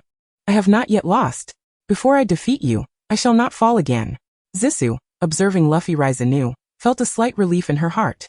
She wasted no time in articulating her demand. It was quite simple. Until the victor was determined, the Navy was to refrain from any action. "You remain here and wait for me." Several warships encircled the first pillar, their cold, dark cannon mouths aimed at the narrow structure, akin to catching a turtle in a jar. She took a deep breath and shouted towards Luffy, "Luffy, do not let us down. Defeat him. Then we shall return together." Chapter 45. The wild winds whipped through the air. Zis's languid voice was torn asunder by the gusts, exuding an extraordinary fervor. Such fearlessness, such resolve. It was a cry born from unwavering confidence in her comrades. Vice Admiral Moles had initially intended to scoff at the pirates' audacity, for how could the most formidable of CP9, Rob Lucci, possibly be bested by an obscure pirate? Yet, for reasons unbeknownst to him, a flicker of uncertainty stirred within. At such a great distance, were he able to witness the fierce clash between the Straw Hat Boy and Rob Lucci, the intense struggle for survival might amplify that uncertainty manifold. The Navy acquiesced to their request. Usopp gazed at the cold, unyielding cannon ports on the warships, attempting to project an air of defiance. Yet his trembling legs betrayed his current state of mind. What shall we do next?" Zisu cast him a sidelong glance, her demeanor calm. "Next. Summon your 8,000 subordinates, and salvation shall be at hand." "Usopp, what nonsense are you speaking? What can she possibly do? Can she fly everyone out of here? Everything is left to fate. If we survive this, it simply means our lives are not yet forfeit." Charging into Eni's lobby to rescue Robin, they had come with a resolve to face death. The deadly battle between Luffy and Rob Lucci finally reached its climax as a sudden figure descended upon them, heralding the end. A dove, symbolizing peace, fluttered its wings and landed affectionately upon its master. It innocently pecked at its master's face with its short beak, yet received no response. The frantic voice of a scout echoed through the transponder snail. "Report to all warships. CP9's Rob Lucci has just been defeated by the pirate monkey D. Luffy. Retreat." Zisu beamed with joy, briefly informing everyone before she soared towards the first pillar like a shooting star. "Cannon fire. Prepare." The bombardment obliterated the first pillar, and amidst the smoke, two figures soared into the air. Zisu lifted Luffy, halting midair. Numerous violent cannon blasts shattered the bridge, severing their retreat to the escort ship. Meanwhile, Zoro, Sanji, and the others were also ensnared by the cannon fire at the second pillar. Soon after, countless elite marines leapt from the warships. Zoro disregarded Spandam in his grasp. He was ultimately of no use. Within mere breaths, the battle with the Navy unfolded. "You have reached a dead end. Surrender and relinquish the hostages." Zis's gaze grew colder. Just as she prepared to dive downward, she spotted a remarkably familiar figure upon the sea. Next to the colossal warship, it appeared diminutive and worn, yet shone brilliantly, like a morning star in the darkness. Zis's eyes welled with warmth. A voice, empty yet sweetly innocent, resonated in her ears, akin to a child's tender call. Usopp knelt at the edge of the pillar, trembling uncontrollably, large tears mingling with his snot as they dripped to the ground. He cried out in exhilaration. "Zisu, everyone! Did you hear that?" She heard it. A radiant smile blossomed on Zis's face as she leaped down from the pillar, plunging into the sea alongside Luffy. She heard it. Come back, everyone. I shall bring you home. Are these pirates insane? Jumping into the sea is a guaranteed death. The bewildered Marines shouted in disbelief. Yet, some began to sense something amiss. It was a small, nearly insignificant sailboat before the warships, worn and battered. Yet the black skull flag fluttering from its mast lent it an air of distinction. The straw hat depicted on the skull left them utterly speechless. How could this be? How did the ship arrive here? Did no one notice? The straw hat crew is aboard that ship. Fire! Pursue them! We cannot let them escape. More cannon fire erupted. Yet astonishingly, none of their shots struck the pirate vessel. Even more bewildering, some of the shots clumsily hit their own warships. Subsequently, all the warships veered off course, colliding into one another. On the Mary, Zisu gazed in astonishment at the chaos unfolding among the warships. What is happening? Her gaze gradually shifted to the surface of the sea. Initially, when the Navy's warships entered Eni's lobby, the treacherous whirlpools had been quelled by them. Yet, how could the whirlpools be reactivated now, in this critical moment of pursuit? Sanji stood at the stern of the ship, casting a glance at the turmoil among the Navy and exhaled softly. Phew, it seems my plan worked quite well. Zisu slowly turned her head to Sanji, her eyes wide with disbelief, tinged with admiration. Sanji, you are incredible. With this, we can escape. Alongside Zisu's exclamation, a trio of voices erupted from Luffy, Usopp, and Chopper. Sanji, how did you think of this? Sanji, you are a genius. Is Sanji a genius? Sanji sighed, ignoring the foolish remarks of his companions. He lowered his head, ruffling the girl's hair, and inquired, and what about you? Amidst the smoke and cannon fire, that sigh resonated clearly in Zis's ears, causing her expression to falter slightly, as if he had seen through her innermost thoughts. Once we rescue Luffy, you all return to the escort ship, and I will hold the rear, stalling those Marines. After all, I can escape. Compared to the safety of the group, my minor injuries are inconsequential. However, could she voice such sentiments to the person before her? Zisu deflected the conversation, sidestepping the topic. What could I possibly do really? She peeled Sanji's hand away, gazing up at the fluttering pirate flag, and mused. I truly did not expect the Mary to come to our rescue. Is it really the Mary? Chopper asked tearfully, his eyes brimming with emotion. Didn't we all hear it? The Mary's voice. Nami wished to counter, but ultimately, she resigned, covering her forehead with her palm and sighed. Though it seems absurd, I cannot help but agree with this sentiment. Exhausted, Luffy lay sprawled on the deck, struggling to lift his head as he yearned for the response of the beloved Mary. It's Mary. Mary S. here. Let them hear your voice. Yet the cold vessel could hardly respond to Luffy's fervent pleas. Disappointment clouded his hopeful gaze, stirring within him a rebellious spirit. It's Mary. Remember how she has always protected us. It must be Mary. All right. We'll ponder this later. First, we must escape. Chapter 47. Each member of the crew diligently performed their duties. The main force defended against cannon fire while Nami expertly directed their course, and a now enlarged Chopper struggled to steer the ship. Only their captain, incapacitated on the ground, felt a sense of helplessness, wriggling his soft, liquid-like body with determination. Slowly, he managed to twist his way up to the second floor, mumbling, I want to help. Let me fight. Usopp, the Sniper King, extended his slingshot and, shaking his head in exasperation, remarked, You foolish Luffy. You can't even move. Exactly, Luffy, leave this to us. You should rest. Luffy, grumbling as he nudged the floor with his chin and shuffled his feeble body, grit his teeth, his expression mirroring someone who had consumed an excessive dose of energy. Even if you say that, I must help. Observing Luffy, Nami's thoughts began to swirl. She commanded Sanji and Zoro, who each grabbed hold of Luffy's limbs, and with the aid of Luffy's rubbery properties, they pulled with all their might. Thus, the rectangular pancake that was Luffy emerged. They swiftly and seamlessly encased him like a package, deflecting the incoming cannonballs. When the pressure became unbearable, they hurled back countless projectiles. The brilliant flames incinerated a naval ship, marking a resounding triumph. Used and tossed aside, Luffy rolled his eyes and collapsed once more onto the ground, as three wicked silhouettes crouched beside him, showering him with praise. Well done, Captain. You really put in the effort. Sanji exclaimed. As expected of our captain. Zoro added. You really saved the day, Captain. Usopp, stunned, questioned, Hey, are you all devils? The jubilant trio, alongside the thoroughly utilized Luffy, raised their hands in unison, celebrating their successful collaboration. Robin watched this scene unfold, her eyes softening, a smile gracing her lips. She felt an overwhelming sense of happiness. Their subsequent escape went remarkably smoothly, under the guidance of their brilliant navigator, Miss Nami.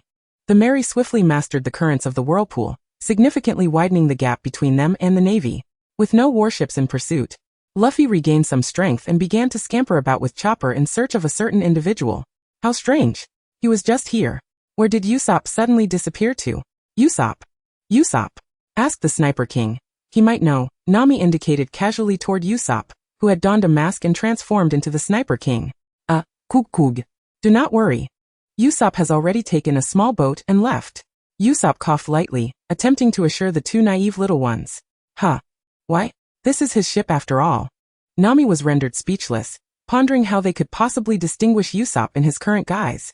With identical builds, outfits and voices, even his most distinguishing feature, his long nose, was unchanged. Merely donning a mask could deceive them so easily.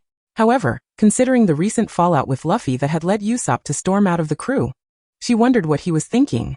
Just as Nami intended to approach Usopp, an unsettling creaking sound reverberated through the deck, as if the ship could no longer bear its burdens, and suddenly, the vessel split apart. Losing her balance, she was caught off guard. A hand swiftly encircled her waist, pulling her into a warm embrace as they fell with the tilting ship. The angle of descent was so steep that even the entire figurehead submerged in the water. Sanji shielded Nami, crashing against the railing before coming to a halt. Nami remained in a daze for a while, until a muffled groan from above jolted her back to reality. Sanji, did you hit your injury? Where does it hurt? Sanji shook his head at the concerned girl. Iem me fine. The crew stared in disbelief at the Mary, now cleaved in two. The enormous fissure felt as though it had carved a wound in their hearts, dragging them back into a blood-soaked reality. Mary, how could this happen? This was bound to happen. It's only natural. Mary has been deemed a ship that can no longer sail. But Mary just saved us. Frankie, you can fix ships, right? Hurry and save Mary.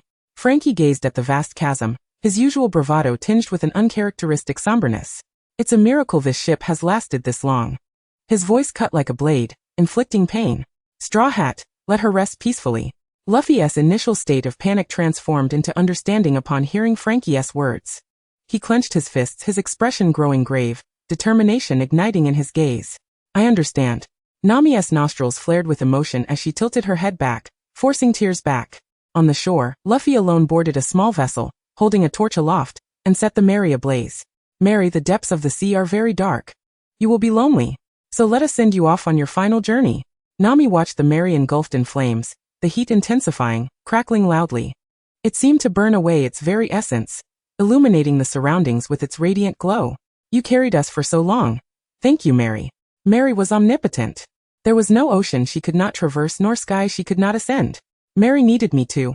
I must contribute. How outrageous. They treated you this way. Mary. Mary cannot be repaired. I'm sorry. I wish to take everyone further. I'm sorry. I long to continue adventuring with you all. But a voice, clear and sweet as a child's, suddenly rang out from the flames. Nami gritted her teeth, tears streaming down her cheeks. Mary, we should be the ones apologizing. I cannot steer. I caused you to be hurt so often. Zoro and Sanji are always so clumsy, always causing damage, even though Usopp fixes you every time. His skills are lacking. Luffy, with tears streaming down his face, fervently lamented their mistakes. Mary's voice remained warm and forgiving, devoid of any reproach, exuding an extraordinary sense of acceptance. But I am very happy. Thank you for always being so good to me. The flames consumed Mary's form, sending her remnants into the cold depths of the ocean. It is said that only when the crew cherishes their ship deeply can the spirit of the ship be born. They would manifest in human form during times of hardship, guiding the crew through turmoil. I am truly happy. I'm sorry, everyone. Chapter 48. 2 days after the incident on Judicial Island, they returned to Water 7, a city recently devastated by a ferocious tsunami, now in a state of disarray and rebuilding. Yet, the citizens displayed no signs of despair. They united in camaraderie, mending their homes while sharing laughter, their spirits remarkably buoyant. The pirate crew had been mistakenly accused of assassinating Mayor Iceberg, but after the mayor personally intervened to clarify the misunderstanding, they transformed into the saviors who rescued him from CP9. The townsfolk expressed immense gratitude towards the Straw Hat Pirates, heralding them as heroes. Water 7 radiated warmth and hospitality, providing a comforting refuge for those who had just emerged from battle. The Navy had not pursued them. It seemed all was settled. Mayor Iceberg offered them temporary lodgings, allowing Luffy's weary body to recuperate. The loss of the Going Merry weighed heavily on everyone's hearts, casting a pall over their spirits. At a long dining table, Sanji had prepared a feast, and the sole diner, their captain, diligently stuffed his face with food using both hands. However, upon closer inspection, it became evident that Luffy's tightly shut eyes and the enormous bubbles of mucus escaping his nose revealed an astonishing truth. He had not yet awakened. It appeared he had mastered the peculiar skill of eating while still in slumber to avoid missing a meal after their arduous battle. Whether to commend his ingenuity or not was debatable. Nevertheless, he seemed spirited enough. Yet the thought of Mary lingered, prompting a soft sigh from Nami, who sat beside him. Her mood even more somber. She lay despondently on the round table, her fingers listlessly tracing circles, her eyes weary and devoid of luster, as if a great shadow loomed behind her, weighing heavily upon her back. Zisu patiently attempted to console her. Nami, try to look on the bright side. At least we are all safe. Nami began to murmur despondently, overwhelmed by a sense of futility. The log posed 2 or 3 days before it would be full. But what did it matter? The Going Merry was gone, and for a long while, they would be unable to sail.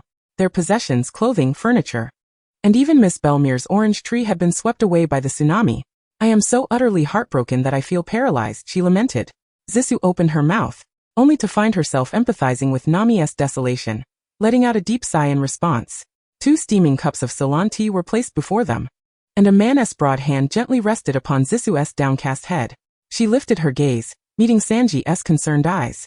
His palpable worry made her somewhat uncomfortable, prompting her to avert her gaze. She picked up the cup of tea in a bid to conceal her discomfort. Everything will turn out well, Sanji reassured the 2 ladies. The fact that we saved Robin is enough reason for us to rejoice. Thankfully, we did not return empty-handed. Suddenly, the door swung open, and Robin and Chopper, who had just returned from shopping, entered. Chopper hurried over, raising his hand with a sense of purpose. Report. I just checked on Frankie's injuries and kept a close watch on Robin. Zisu received the signal, smiling as she acknowledged him. Got it. Thank you for your hard work, Chopper. Sanji took the shopping bags from Robin, who smiled warmly at him. I'm not going anywhere. Chopper was elated, making a renewed promise. So it's settled. Yes, it's settled. Robin brought back good news as well. They had encountered some townsfolk who, initially mistaking the pirate crew for the assassins of the mayor, had confiscated their belongings at the inn. Upon realizing the misunderstanding, they had returned all the belongings with sincere apologies. Nami quickly regained her vitality, rushing over to embrace the beloved orange tree, displaying it to everyone. Look, look. Ah, my orange tree is intact. The money and our belongings are back. Once we buy a new ship, we can set sail again. However, Frankie, having just entered the room, overheard this. He adjusted his sunglasses, wearing nothing but tight navy blue shorts, unabashedly flexing his iron arm while turning his back to them, wiggling his posterior. Hey, you all look lively. Zisu shot him an exasperated look. Thanks, but we're not as lively as you. Nami asked seriously. I heard you say you're buying a ship? Yes, Frankie, it's perfect timing. Can you help us pick a good one? Frankie pushed up his sunglasses, sitting cross-legged with a serious demeanor. No need for that. I'll build you a ship. The group was taken aback. What? Frankie then explained the situation in detail. His visit was precisely for this purpose. The initial conflict with Frankie had begun when this reputed underworld figure of Water 7 had stolen 200 million berries from Usopp. Frankie used that money to purchase a rare wood called Atom. His mentor, Tom, had died while constructing a ship for the former pirate king, Roger. And Frankie had vowed never to build ships again, instead becoming a ship dismantler. His dream was to use the Atom wood to construct a ship capable of traversing any sea. After the Judicial Island incident, he finally understood that he could no longer remain lost in his ambitions. Now, with the coveted wood in hand, the designs completed, and a group of individuals he respected, he felt resolute in pursuing his dream. So will you sail on the ship I build? He asked earnestly, his eyes revealing sincerity. The room erupted in joyous exclamations, enthusiasm soaring to heights that seemed to threaten the very ceiling. Really, Frankie? You're such a good person. Chopper exclaimed. We'll take it. Sanji added. Thank you, Frankie. Nami chimed in. I'm so happy. Luffy will be thrilled when he finds out we have a ship. Zisu remarked. Who would have thought, Frankie, that you would resolve our urgent needs so effortlessly? After all, it was built with your funds. Frankie chuckled. Just wait. I'll make you a super amazing ship. Thus, the matter was settled joyfully, and while Luffy remained deep in slumber, he would surely be elated to learn of this upon waking. In the midst of a peaceful and cheerful afternoon, Filled with laughter, Zissou suddenly sensed a hint of danger. A deafening roar erupted. Debris fell. As the wall was abruptly breached, clouds of dust billowing forth, and sunlight streamed into the room. A figure wearing a dog mask entered, exuding vitality. The group tensed, instinctively taking on a defensive stance. The Navy has finally come. Straw Hat Pirates, is it you? The figure raised a menacing black claw, bloodlust palpable. Without hesitation, Zissou unleashed a sharp blade of blood, slicing through the air. The intruder, unfazed by the attack, scanned the room, and upon locating their target, momentarily faltered before leaping into the air with astonishing speed, evading the assault and slipping past the vigilant crew to strike at their rear. Behind them lay Luffy. The wind whipped through Zissou's hair, causing her to break out in a cold sweat, her heart sinking for a moment. How could he be so fast? Everything was too late. With a thunderous roar as the Shiso blood blade struck the wall, the newcomer swung his powerful fist with great force, delivering a punch. Get up. Luffy. After 2 days of slumber, Luffy was finally jolted awake, tumbling to the ground, clutching his rubbery head and rolling about, grimacing in pain. Ah, that hurts. Pain. How could Luffy, made entirely of rubber, feel such physical discomfort? The newcomer, seemingly acquainted with Luffy and bearing no ill will, removed his dog mask and addressed Luffy with an imposing demeanor. You certainly caused quite a commotion, Luffy. Luffy's pupils dilated in shock, a bump forming on his forehead. Steam rising as cold sweat poured down his face, as if he had encountered someone of utmost terror. Grandpa. Chapter 49. Luffy's grandpa? What on earth? Does Luffy have a family in the Navy? Peering through the gaping hole, a throng of Navy officers had surrounded their dwelling, yet they remained inactive. Listening to the exchange between the grandfather and grandson, the onlookers were equally astonished. Vice Admiral Carp has a grandson? And it's Straw Hat Luffy. This is remarkable. Vice Admiral Carp? She recalled that name belonged to a legendary hero of the Navy. Luffy. Is he truly your grandfather? Luffy, slumped on the ground, gingerly touching his throbbing head, managed to say, That's right. Please don't lay a finger on me. I've nearly been killed by him countless times. Vice Admiral Carp huffed in response. Don't speak so harshly, Luffy. I threw you into the abyss. I cast you into the night's wilderness. I tied you to a balloon and let you float away. All of this was to train you to become a formidable Navy soldier. As Shiso listened, she couldn't help but roll her eyes, silently venting to Sanji beside her. I think I've discovered the source of Luffy's indomitable vitality. Luffy clenched his fists, rising to confront his grandfather, shouting in anger, Haven T, I always said I want to be a pirate. You've been poisoned by that red-haired kid. How boring. Shanks is my savior. I won't allow you to speak ill of him. Carp furrowed his brows in fury, grabbing Luffy and swinging his fist. You dare command your grandfather to refrain from such talk. Luffy, terrified, turned his head and shut his eyes tightly, completely losing his will to resist. Em sore. Grandpa. Yet amidst the scuffle, a hint of warmth seemed to emerge. Although the Navy was attacking, it appeared their leader was Luffy's grandfather, who did not seem intent on apprehending them. Shiso felt her anxiety ease. However, the fact that Luffy's grandfather held the title of Vice Admiral and possessed such formidable strength to evade her strikes weighed heavily on her heart.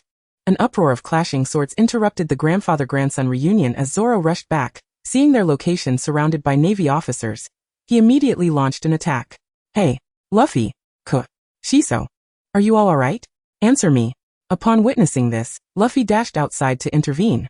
Zoro. Don't engage. Yet just outside he was blocked by a young, pink-haired Navy soldier. Growing impatient, Luffy engaged in combat with the pink-haired soldier, whose techniques resembled those of the peculiar CP9.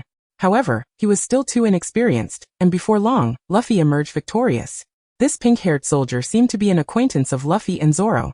Before long, they were laughing and reminiscing, with Luffy exuberantly declaring a feast.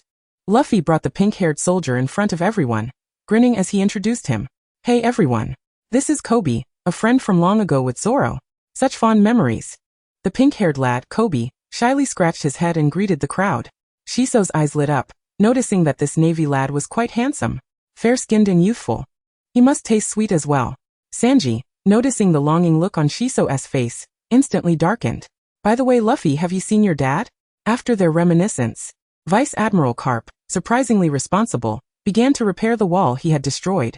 Suddenly remembering something, he inquired of Luffy. Dad. I have a dad? Carp, picking his nose, replied with disbelief. What? Didn't that guy reveal his identity to you? He said he sent you off in Logtown. Shiso's heart sank as she recalled something.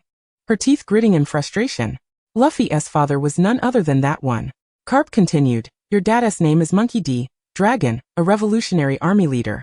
Upon hearing this, everyone was taken aback. Monkey D. Dragon. He was a notorious criminal, the leader of the revolutionary army, an extraordinary figure. Luffy's father was the leader of the revolutionary army, while his grandfather was a navy hero. What an astonishing lineage.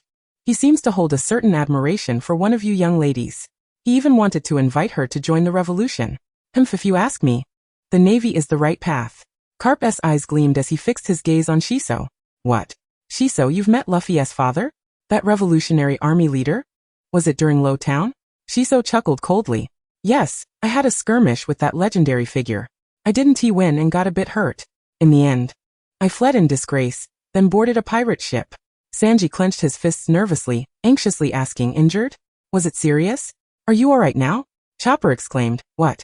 Shiso, you were hurt? Doctor. Where's the doctor? Oh, I am the doctor. Luffy's eyes widened in fury. What? So he is a bad father? How dare he hurt Shiso? I refuse to acknowledge him. Shiso, touched yet amused, replied, it's been so long. I'm fine now. In fact, I should thank Luffy's father. I initially didn't want to board your ship, but after that fight, I was too riled up. That's why I followed you to the Grand Line. Luffy suddenly realized, grinning widely, oh, so he is a good father after all. I should thank him. Shiso, Luffy. Did you even comprehend what I just said? Chapter 50. After Carp repaired the wall, he confident that the Navy was aware that Straw Hat Luffy was his grandson, directly promised not to pursue him in Water 7. His initial intention was merely to introduce Kobe to Luffy, and after a short stay he departed. Luffy and Kobe went to the back mountain to reminisce, while Nami, with a twinkle in her eye, decided to take Shiso to the pool for a swim. The pool? Sanji's ears perked up as alluring images uncontrollably flooded his mind, leaving him flustered. His face turned crimson, and he found himself in a dilemma. He opened his mouth several times to say something to Shiso but hesitated, feeling he had no standing. Observing the joy on Shiso's face, he instantly felt deflated. Be careful not to catch a cold if you're dressed too lightly. Alas, succumbing to his desires, he blissfully prepared a delicious afternoon dessert. His face flushed as he carried the treats to the pool. The warm summer sun cast a drowsy haze, as Zisu languidly reclined on a folding chair, her long legs elegantly crossed. Stretching, she donned a delicate pink bikini that accentuated her porcelain skin, delicate and fair. Nami, how dreadfully dull it is. She murmured in a sweet, languorous tone, akin to a cat's mew, expressing her discontent. The beauty across from her, claiming to be there for a swim, was clearly preoccupied with a listening device she had somehow procured, eavesdropping on Luffy and Kobe's conversation in hopes of gleaning vital naval intelligence, leaving Zisu to languish in solitude. The poolside was sparsely populated, save for the cheerful Coco and her little granddaughter splashing about. Growing impatient, Zisu called out again, Nami. Oh dear. Zisu darling. I'm right in the middle of something crucial. Nami replied dismissively. Why don't you entertain yourself for a bit? We'll play volleyball later, alright? Zisu pouted, exhaling a half-hearted sigh of discontent. Rising with the intention of joining the pool, she squinted against the blinding sunlight beyond the shade of the umbrella, raising a hand to shield her eyes. It was at this moment that Sanji caught sight of her. The young girl appeared radiant as spring, basking in the sunlight, her long legs accentuating her slender waist-length hair kissed by a gentle breeze, further emphasizing her snow-white complexion. It seemed she had unexpectedly discovered herself. Her shimmering emerald eyes sparkling like stars, a joyful smile gracing her face as she waved her arms and ran towards him. Sanji's heart raced wildly as she drew closer, her hair dancing in the wind, each movement tickling his heartstrings. His smile grew ever more radiant, filled with tenderness, his eyes reflecting an unbidden focus and joy he hadn't realized he possessed. He opened his arms, ready to embrace Zisu. Zisu gleefully accepted the delectable treat Sanji offered, her eyes narrowing in delight as the sweet flavors burst on her palate, a soft sigh of satisfaction escaping her lips. Thank you, Sanji. I was just craving this. You're so thoughtful. Sanji remained in his peculiar pose with arms outstretched, his entranced smile still lingering until Zisu disrupted the moment. The scene he had envisioned failed to materialize, and he sighed inwardly, watching Zisu's feline-like enjoyment as she savored the treat, his gaze growing softer, his heart swelling with happiness, and unconsciously, the corners of his mouth lifted into a smile. They strolled back together, the golden-haired young man standing protectively beside her, slightly taller as he shielded her from the slanting rays of sun, leaning down to listen to her soft complaints, like a loyal knight guarding his cherished princess. Coco's granddaughter, Kaimoni was playing in the pool with her little bunny, momentarily distracted by this captivating scene, her small head unable to articulate any descriptors. Simply sensing that the golden-haired young man was gazing too long at the beautiful lady who seemed ready to sprout wings. Perhaps in a few more years, she would understand that the young man's devoted gaze was filled with unspoken, profound affection for his beloved. Zissou complained to Sanji about the relentless heat of the sun, and how Nami was ignoring her, leaving her feeling quite bored. Just then, a pang of hunger hit her, and the delectable treats Sanji prepared filled her with satisfaction, prompting her to shower him with compliments. Sanji listened patiently, occasionally chiming in with agreement. He felt an urge to touzle the girl's adorable hair, but she had already retreated to the shade of the umbrella, lying back down with her legs crossed, her sparkling eyes half closed in pleasure as she savored the sweet treat. Sanji felt a twinge of regret as he placed another dessert meant for Nami on the round table. Nami, having overheard something intriguing through the listening device, chuckled lightly, abandoning her eavesdropping. She stretched and expressed her gratitude to Sanji, encouraging Zissou, who had once again settled down, to join her. Zissou darling, stop lounging. Let us play water volleyball. Ha! But I want to eat some more, Zissou replied, clutching her delicious dessert, feeling quite lazy. Come on. Let Sanji prepare more food while we play. We can eat later when we tire. Zissou felt a flicker of enthusiasm at Nami's suggestion, gazing expectantly at Sanji. Sanji, is that alright? The radiant anticipation in her eyes prompted him to willingly acquiesce, nodding like a true gentleman. It is my honor to serve a lady. Indeed. It is my heart's desire to serve Miss Zissou. With a joyful cheer, Zissou leapt up, pulled by Nami into the pool, splashing water as she dove in.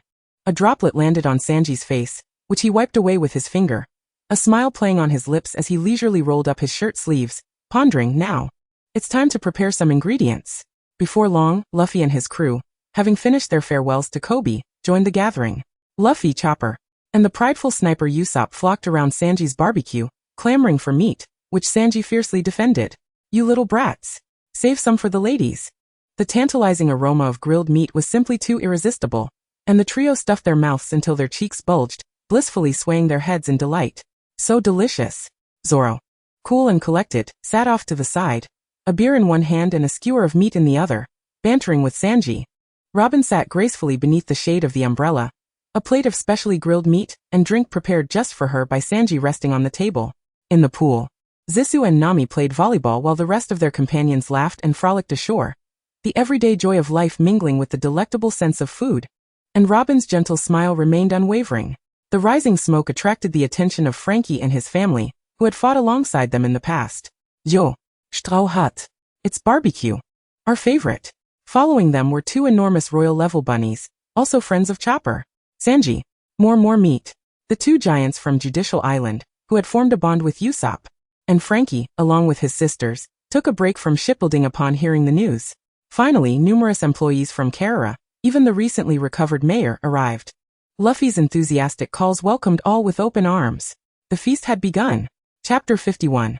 As the number of guests grew, Zissou and the others began to feel a bit fatigued, primarily due to the irresistible aroma of grilled meat.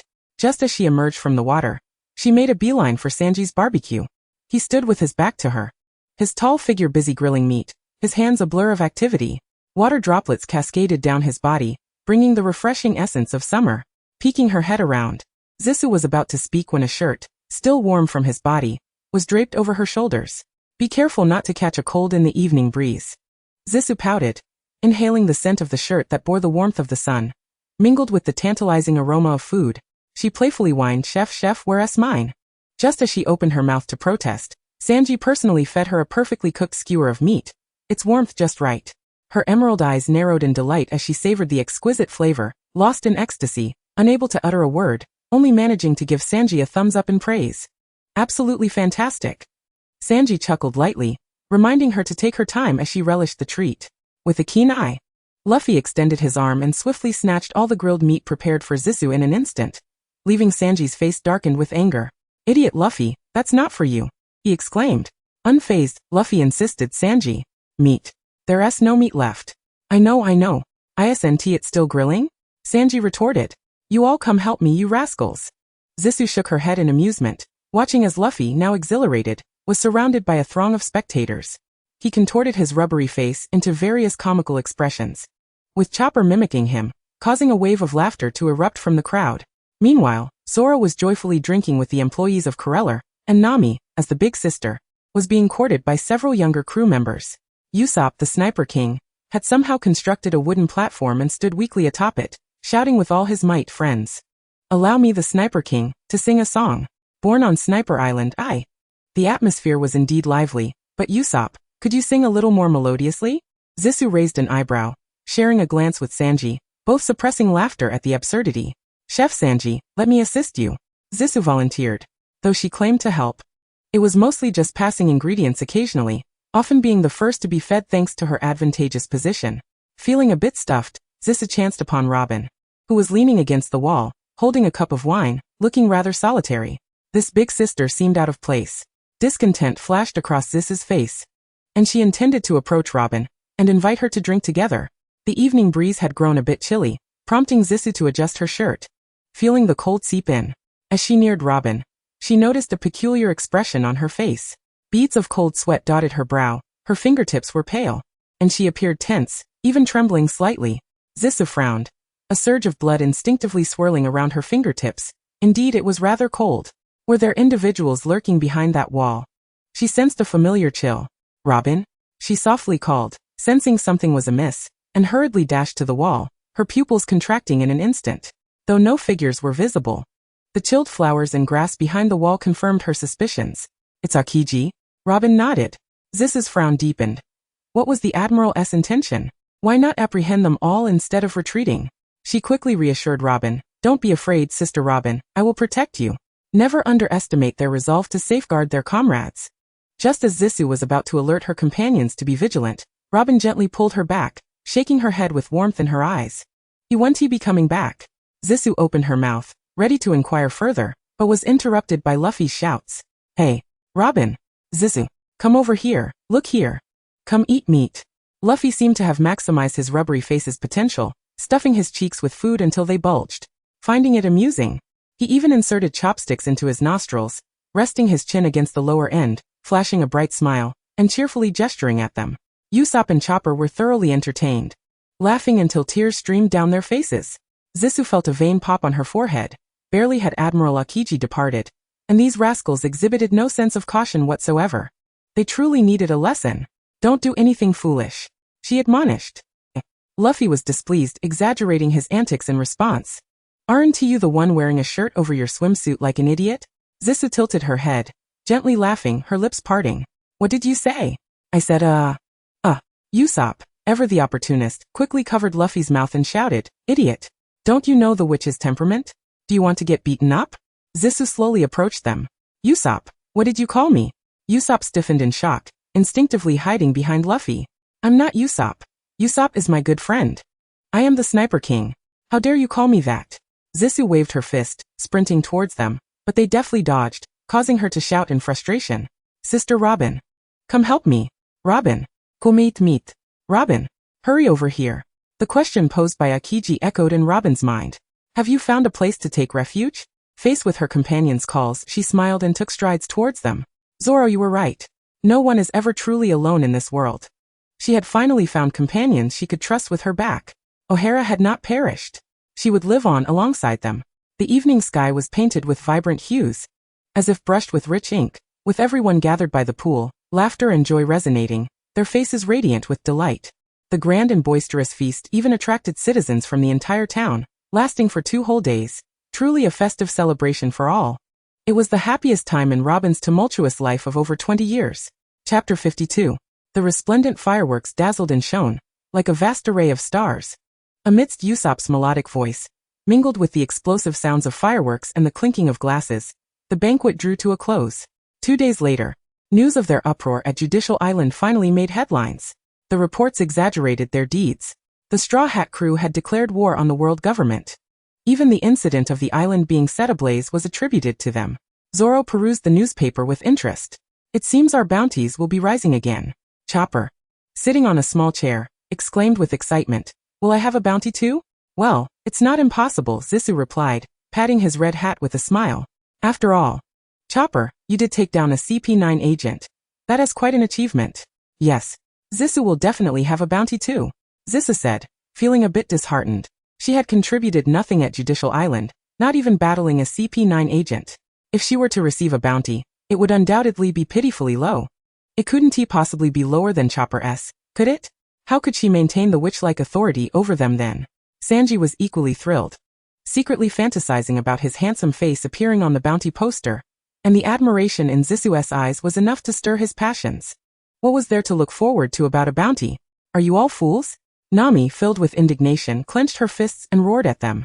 Since Frankie still needed time to build their ship, they were in no hurry to leave. Upon hearing this news, Luffy was overjoyed, waving his arms joyfully, exclaiming that Frankie was a good person. Hey Nami, give me some money. I want to go out and have fun. Nami, though helpless, felt light-hearted at this moment. They still had 100 million in funds, ample enough to purchase exquisite luxury furniture and indulge in leisurely shopping. With a delightful anticipation, she unlocked the safe and reached inside, intending to casually toss some pocket change to Luffy, while keeping the bulk of the money firmly in her possession. However, upon her probing, she found nothing but emptiness. Puzzled, she continued to rummage, her hands making a clattering sound as she even leaned into the safe. Yet all she managed to extract was a single stack of berries. Her own once plentiful fortune of 100 million berries, now reduced to but a mere pile. What? Is that all that's left? Nami exclaimed, her voice rising in urgency. Quick! Give me the money! Hand it over! Her eyes narrowed as a wicked grin spread across her face, shaking the stack of berries in her hand. She turned to her companions with a teasing inquiry. What happened to the 100 million berries stored here? Zisu suddenly sensed the tempestuous storm lurking beneath Nami's calm facade, and instinctively recoiled, falling silent. She recalled the extravagant expenditures made for the banquet. Luffy, blissfully oblivious, responded with disarming honesty, "Oh that. We spent it all on meat and drinks for the party." At this revelation, Nami's smile faltered, a hint of crimson creeping onto her cheeks as she softly reiterated, "Spent it all? Really? Ha ha ha." In the end, everyone in town gathered. It was such a joyous occasion. Luffy erupted into an exuberant, albeit misplaced, laughter. Nami, her fury ignited, marched over with clenched fists, and soon a cacophony of youthful wails ensued. Zisu covered her face with her hands, peeking through her fingers at Luffy being thoroughly thrashed, her eyes wide with astonishment. That was quite the blow, she murmured. Nami was on the verge of madness, her anger soaring to the heavens. That was our money. Is this all that remains? Yet Luffy, despite his bruised visage, swollen and discolored, with several bumps still steaming from the recent altercation, sought to console Nami, albeit in a rather insipid manner. Nami, we've already made it to the ship. Let us just use what we have. Nami, overwhelmed, collapsed to the ground, burying her face in her hands, sobbing profusely. She had intended to purchase lavish furnishings for their vessel. Zisu chuckled softly and joined Robin in comforting Nami. Let us just find some affordable options. Luffy, still hoping for some spare change, received yet another round of punishment from Nami. He could only emerge from the fray with a massive bump on his head, a bruised face and empty pockets, joining Chopper for a day of play. Perhaps it was due to their heroic status as the saviors of the mayor, Mr. Iceberg, coupled with Nami's notorious penchant for wealth, that made her an object of admiration in the marketplace. In matters of seeking affordable yet aesthetically pleasing furniture, Zisu found herself in awe of Nami's prowess. There was even enough left over for her to buy beautiful clothing for the three stunning ladies. Zisu affectionately linked arms with Nami, her face beaming with joy as she watched Nami generously spend on her wardrobe. Nami, my beloved money manager. However, were they perhaps too famous? When did the common folk begin to idolize pirates so fervently? As the trio of enchanting women strolled through the market, they were quickly recognized as members of the Straw Hat crew, and a throng of eager reporters encircled them. Please, do share your experiences of joining the Straw Hat Pirates, and tell us everything about the beautiful female pirate. What type of men do you fancy? They clamored, even inviting them for a photo shoot by the pool. Nami perked up, rubbing her hands together and signaling with a gesture for money. Our rates are quite steep, you know. Hey Nami, are you serious? Don't sell yourself out. Zisu had never encountered such an overwhelming scene, and as she furrowed her brow in frustration, a familiar golden-haired figure suddenly emerged from the crowd. With a powerful grip, he pulled her from the throng. Sanji, Zisu stammered, taken aback by his sudden appearance. Sanji's demeanor had shifted, his usual warmth replaced by a taut expression of irritation. He ruthlessly dispersed the reporters who had lingered too long, allowing his emotions to settle somewhat. What's going on? These perverts. Do they dare to approach anyone? Zisu is his. Sanji, what are you doing here? Nami and Robin approached, expressing their gratitude. Thanks for chasing away those pesky flies. Just as Sanji was about to respond, he was interrupted by the small girl, Chimney, who had been shadowing him, and her inseparable little rabbit companion, who began to stomp their feet and feign a melodramatic cry. Big brother, we're hungry. Sanji sighed, looking down at them. Didn't I just buy you water and sweets? Wah, big brother. We want more food. Sanji, cornered, turned with a resigned sigh. Nami and the others exchanged knowing glances, amusedly addressing the little girl. Don't worry, Chimney, your big brother Sanji is very kind. He won't ignore you. Well then, we'll continue our shopping. Sanji felt a wave of melancholy as he watched the three ladies walk away, glancing down at the little girl at his side. He realized he had just missed a splendid opportunity for a date. But there was nothing to be done about it now. With a gentle smile, Sanji took Chimney's hand, soothingly saying, "All right, I suppose I have no choice." Just then, a slender finger poked his back, and when he turned, he found a girl standing gracefully before him, her enchanting smile radiating purity, softly saying, "Sanji, I'm hungry too." Chapter 53. The girl's emerald green eyes sparkled with clarity, and Sanji could faintly see his own stunned reflection within them. Sanji, her sweet, languid voice called to him once more, breaking him from his stupor. Ahem. He coughed lightly, lowering his gaze, unable to suppress the smile tugging at his lips, hiding his delight. Big sister. I know a place where the food is absolutely delicious. Let us hurry. Chimney, enamored with the beautiful older sister, quickly abandoned the ever-dutiful Sanji and dashed to Zisu, taking her hand as they excitedly ran ahead. Slow down, Chimney. Don't trip. Sanji's smile faded as he watched the scene unfold. And there goes my chance at a date. Under Chimney's guidance, they soon arrived at a secluded shore. A stone staircase led down to a small boat where an elderly man, clutching a bottle, lay asleep. Chimney skipped down the stairs, joyfully shouting, "Grandpa, get up and cook for us. Wake up. Wait, this drunken old man looks quite aged. Can he really still cook?" Upholding the virtue of respecting elders, Sanji rolled up his sleeves to stop Chimney's loud calls. "Chimney, don't disturb the old man's slumber. I'll make something for you." There was a cooking station by the shore. Though small, it was well equipped with utensils. Sanji picked up a knife, twirling it in his hand to adjust to its weight. Zisu and the child sat side by side at the table, resting their arms and propping their chins, gazing at Sanji as he focused on preparing the ingredients. The rhythmic sound of the knife against the cutting board filled the air, and steam wafted from the boiling pot, blurring Zisu's vision and allowing her gaze to roam freely. The man's handsome features were subtly revealed, his shirt collar meticulously fastened at the top, accentuating the pronounced Adam's apple that subtly rose and fell with each breath. In that fleeting moment, Zisu felt an overwhelming thirst. Beneath the shirt lay the man's robust chest, which had enveloped her countless times in moments of peril. His hand, wielding a kitchen knife, displayed defined knuckles and sinewy strength, the veins slightly taut as they had often caressed her hair. Was it the intoxicating aroma of the food? Or was it the striking man, so engrossed in cooking, that left her breathless? She gazed intently at Sanji, unconsciously swallowing hard. Her thirst was unbearable. Unbeknownst to her, her verdant eyes glimmered with a crimson hue, her dry lips glistening as she licked them, her sharp fangs impatiently grinding together, the longing in her gaze intensifying. She yearned for him. A steaming plate of fried rice was placed before Zisu. As she lifted her gaze, her arm was firmly grasped by the man. "Zisu, what about her?" A delicate, boneless hand tugged at Sanji's tie, the tantalizing aroma drawing the girl closer. The man's Adam's apple bobbed nervously as the girl, her expression impatient, reached up to caress his neck, her delicate fingers applying pressure as they ensnared him. Sanji was compelled to tilt his head back, the girl burying her face in his neck, her warm, moist tongue licking at his skin, causing his body to stiffen suddenly, his breath quickening. "Sanji, I want you." The whispered words brushed against his ear, compelling him to shut his eyes tightly, his heart thundering with uncontainable emotion. The girl's fangs plunged in without hesitation, and in that moment, his mind ascended into blissful oblivion, as if fireworks had erupted before his eyes, leaving him utterly blank. A low gasp escaped his throat. Zisu. An inescapable descent into desire. He held the girl close, those unspoken, hidden cravings growing wildly like vines, ultimately dragging him into the depths of depravity. The human heart is an insatiable abyss. Oh God, please do not let him awaken. Still at the deserted kitchen counter, Zisu regained her senses and finally recalled the actions she had taken. Her small hand clutched at Sanji's shirt, and she gazed up at him with a dazed expression, resembling a child who had committed a misdeed. In the depths of Sanji's dark eyes, the girl's peach blossom face was filled with remorse, mingled with a hint of anxiety.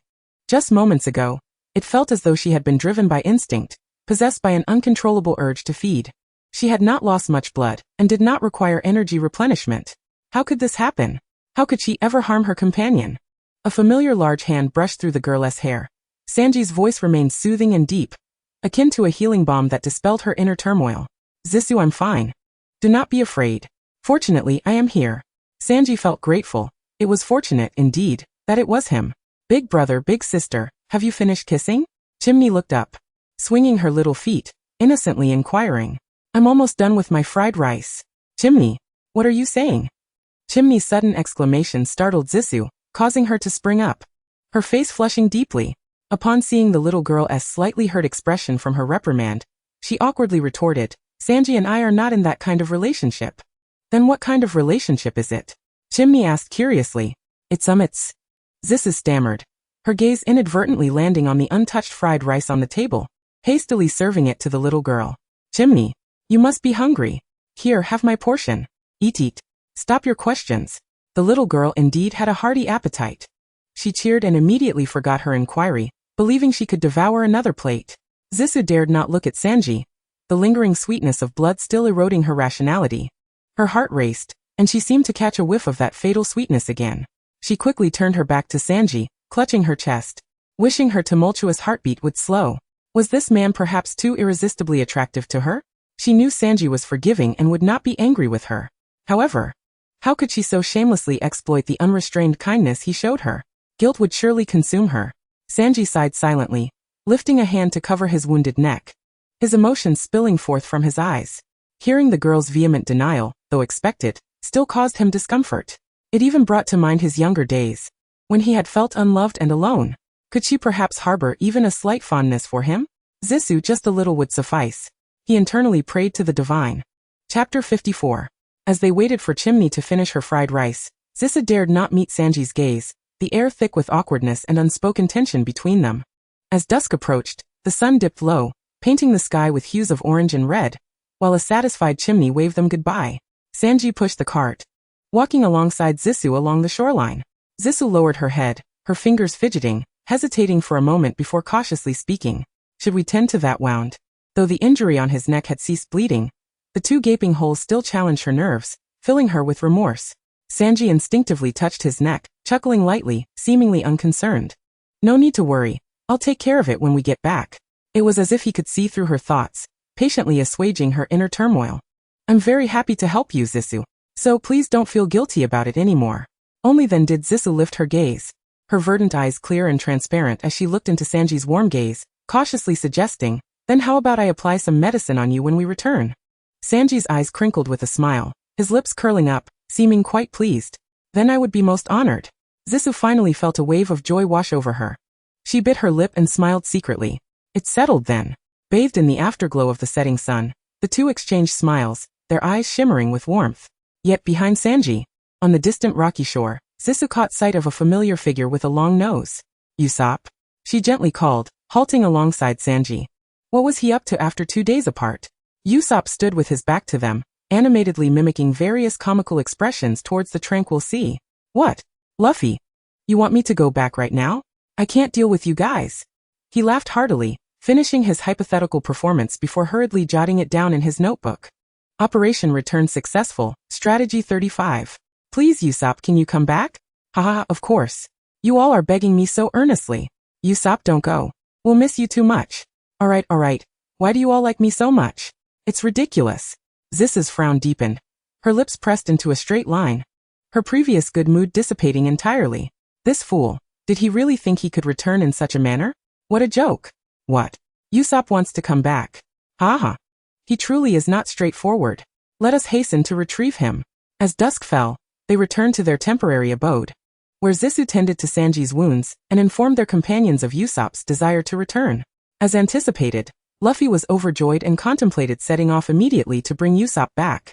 Zisu and Sanji sat quietly in their chairs, observing Luffy, Chopper, and Nami as they turned to leave, remaining silent.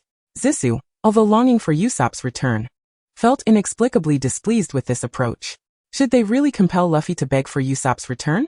Who was it that so recklessly abandoned the crew, with no sense of remorse? What if a similar situation were to arise again? The bitterness within her was hard to quell. Usopp owed them an apology. Wait. No one is permitted to go retrieve him without my consent. Zoro furrowed his brow, halting their trio. He shared the same sentiment, raising the hilt of his sword to tap Luffy's straw hat-clad head, addressing the group with a cold tone. No matter how foolish he may be, he is still our captain. Luffy's head bobbed from the tap, his expression one of discontent, while Zoro tugged at his face in a teasing manner. He is a man who stands above me.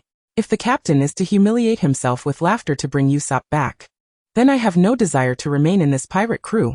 Zisu rubbed her forehead in exasperation. She understood Zoro was defending Luffy's dignity.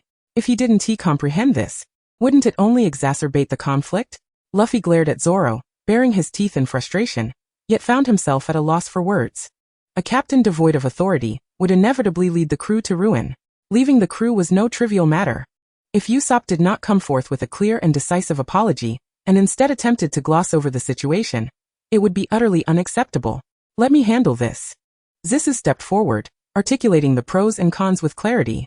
Chopper, who was particularly fond of Usopp, though unable to grasp the complexities, could sense the seriousness on his companions' faces. He understood, albeit vaguely, that there was no room for negotiation. With only a few days remaining until the new ship's completion, unless Usopp made the initiative to come and sincerely apologize, they would have no choice but to leave him on this island. The Straw Hat Pirates would no longer be his refuge. In the ensuing 2 days, Luffy exercised patience, remaining confined within their temporary dwelling, though he feigned ease. The glances he cast towards the outside world betrayed his anxious yet hopeful heart. During this time, the group lacked the desire to venture out, languishing in their quarters in boredom. To preserve the element of surprise, Frankie forbade them from viewing the new ship. Within the room, Robin was engrossed in a book. Zoro was deep in slumber, and Nami was busy penning her navigational diary, while Luffy engaged in playful antics with Chopper. Sanji was washing the dessert plates that Zisu had just finished, and feeling quite bored, Zisu toyed with her hair, conjuring a few precious bloodbats to join her in a playful chase after Chopper. Wah, Zisu! Chopper exclaimed, as Zisu squinted her eyes, delighting in his cries. This timid little creature, having spent so much time together, still feared her bloodbats. Let's desensitize him.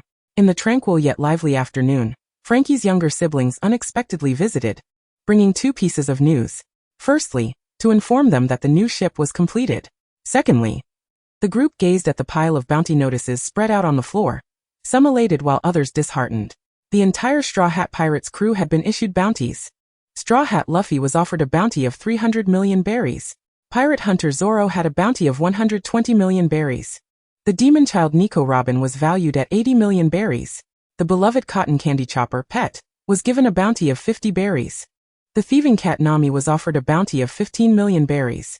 Sniper King Usopp received a bounty of 30 million berries. Blackleg Sanji, whose photo could not be captured, was offered a bounty of 77 million berries. The blood-sucking demon Zisu had a bounty of 100 million berries. Thus, following the Judiciary Island incident, the Straw Hat Pirates gained immense notoriety. The total bounty for the crew exceeded 700 million berries, promising a future full of potential and unpredictability. Chapter 55. Luffy beamed, waving his arms exuberantly, revealing his trademark broad grin, thrilled by the staggering bounty of 300 million. Zoro, of course, was equally pleased. Having seen his initial bounty of 60 million double, now exceeding 100 million, which brought a smile to his lips. Nami, who had always been anxious about bounties, covered her face with her hands and collapsed to the ground, unable to accept this reality, thoroughly disheartened. Robin, having been bountied since the age of 8, was accustomed to her high bounty of 71.9 million berries, now only increasing by 1 million. Well, it's a recognition from the world government for our dear Robin. The title of Demon Child certainly resonated loudly. As for Sniper King Usopp, the world government had not clarified his identity as Sniper King. The coward would likely be trembling in fear if he were present. And Chopper. Our adorable, yet pitiful Chopper. Zisu felt a surge of sympathy. After all, Chopper had fought valiantly like a true warrior.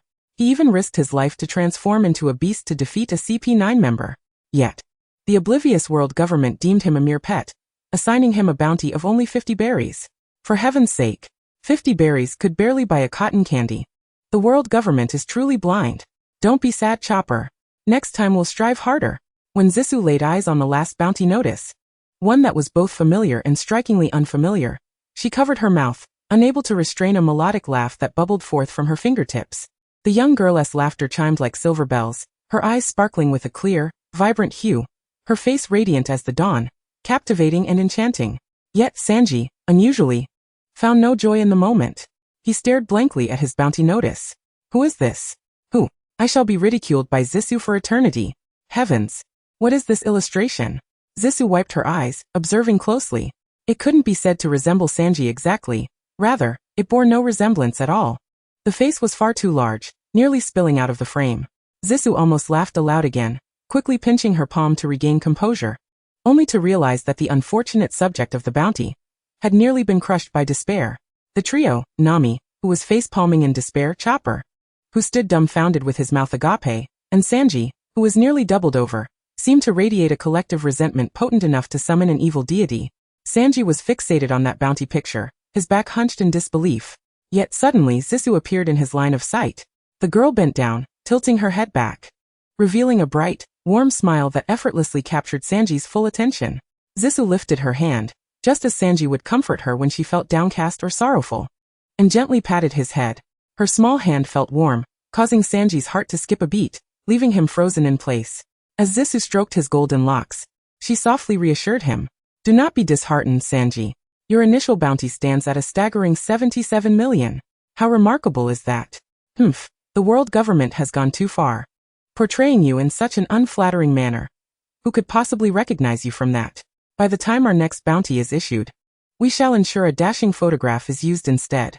Gradually, Sanji's despondency began to lift, and with the encouragement and praise from Shiso, a smile slowly crept into his eyes. Meanwhile, Zoro was stoking the flames of mischief on the sidelines. He looks just like that, the smelly cook. Fury surged within Sanji as he stomped his polished shoes against the ground. Green algae head. Do you wish to meet your demise? Zoro scoffed disdainfully. In the next instant, the two figures collided, and a scuffle ensued. Amidst the cacophony, Shiso picked up her bounty notice, admiring it with great interest. Vampire Queen, bounty of 100 million berries. In the photograph, the sky was shrouded in smoke, and amidst the booming artillery, Shiso hovered in mid-air with her demonic wings, her blood-red eyes gazing down with an expression of icy indifference. With a satisfied whistle, she mused, truly befitting of my title as the Vampire Queen, splendid indeed. If my bounty photo were to be as dreadful as Sanji's, I would undoubtedly join forces with him to blow up the Navy headquarters. As for the hefty bounty of 100 million, could it be that her merciless treatment of Fandom had led to personal vendettas? Well, who cares? Shiso dismissed the thought, feeling quite pleased. However, Frankie's subordinates were quite anxious. One of them pulled out another bounty notice and exclaimed, "This is the crucial one. Big brother and sister." The bounty notice boldly read, Cyborg Frankie, bounty of 44 million berries. Frankie? He too has a bounty? Luffy's younger brother implored earnestly. We must ask you to take Frankie out to sea. He is, after all, the son of a pirate. Luffy, with his straw hat tilted, burst into laughter. Even if you hadn't mentioned it, I would have invited Frankie. I've already decided that he is the only shipwright for our crew. Their arrival in Water 7 was precisely to seek a shipwright to join them. Having fought alongside Frankie on Eni's lobby, their comrades had long recognized his worth. Naturally, there were no objections. With the new ship completed, they had no reason to linger in Water 7 any longer. They packed their belongings and departed their lodgings. At the coast of Scrap Island, however, Luffy could not find Frankie. Only Iceberg awaited them. At the shore, a ship draped with a large curtain lay anchored. After exchanging greetings, Iceberg wasted no time and, in Frankie's stead, unveiled the curtain to present their new vessel. Straw Hat Kid, Frankie asked me to convey a message. If you wish to become the Pirate King, then board this ship, the King of Beasts. This, indeed, was their new ship. Wow. The crew's eyes sparkled with excitement as they cheered triumphantly. This is simply magnificent. The entire ship was equivalent to two Going Marys in size. The design was incredibly stylish, adorned with golden embellishments that enhanced its luxurious and imposing appearance. Particularly striking was the golden lion's head at the prow, bold yet endearing. Is that a lion's head? Or perhaps a sunflower? Shiso could no longer contain her enthusiasm and, with a flourish of her magic wings, soared towards the ship. Just as she ascended into the air, an irritated Luffy puffed up his cheeks and shouted, "Ah, Shiso, you shall not board before me." Suddenly, Shiso felt a weight beneath her as Luffy stretched out his arm to grasp her foot and charged towards her. Whoa! A startled exclamation escaped her lips as both of them tumbled onto the deck of the new ship. Surprisingly, it did not hurt much. The deck was cushioned with a layer of soft grass. Luffy, unfazed, quickly got up, brushing off his straw hat, and was ready to run around and explore.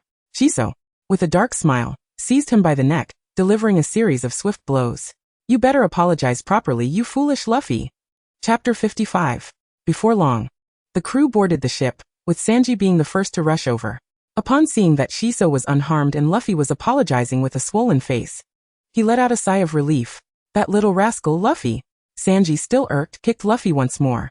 Luffy, with a pouting face, lay on the grass, muttering softly, Sanji, why did you hit me too? Sanji warned sternly, you little brat, if you dare to act recklessly again, I will deal with you. I know. Luffy's fish-like memory quickly forgot the incident, and he joyfully leaped up, stretching his arm towards his new special seat at the ship's prow, on the Golden Lion's head. When the crew had finished exploring the ship inside and out and gathered on the deck, their eyes sparkled with admiration. This ship had brought them immense joy. Not only did it feature the locked refrigerator and luxurious oven that Sanji had eagerly anticipated, but there was also Robin's little garden, Shiso's high-altitude wisteria hammock, Nami's drawing room, Chopper's private medical bay, Zoro's gym, and more. There was even a massive public aquarium, a library, and an ultra-modern luxurious bathhouse for the girls.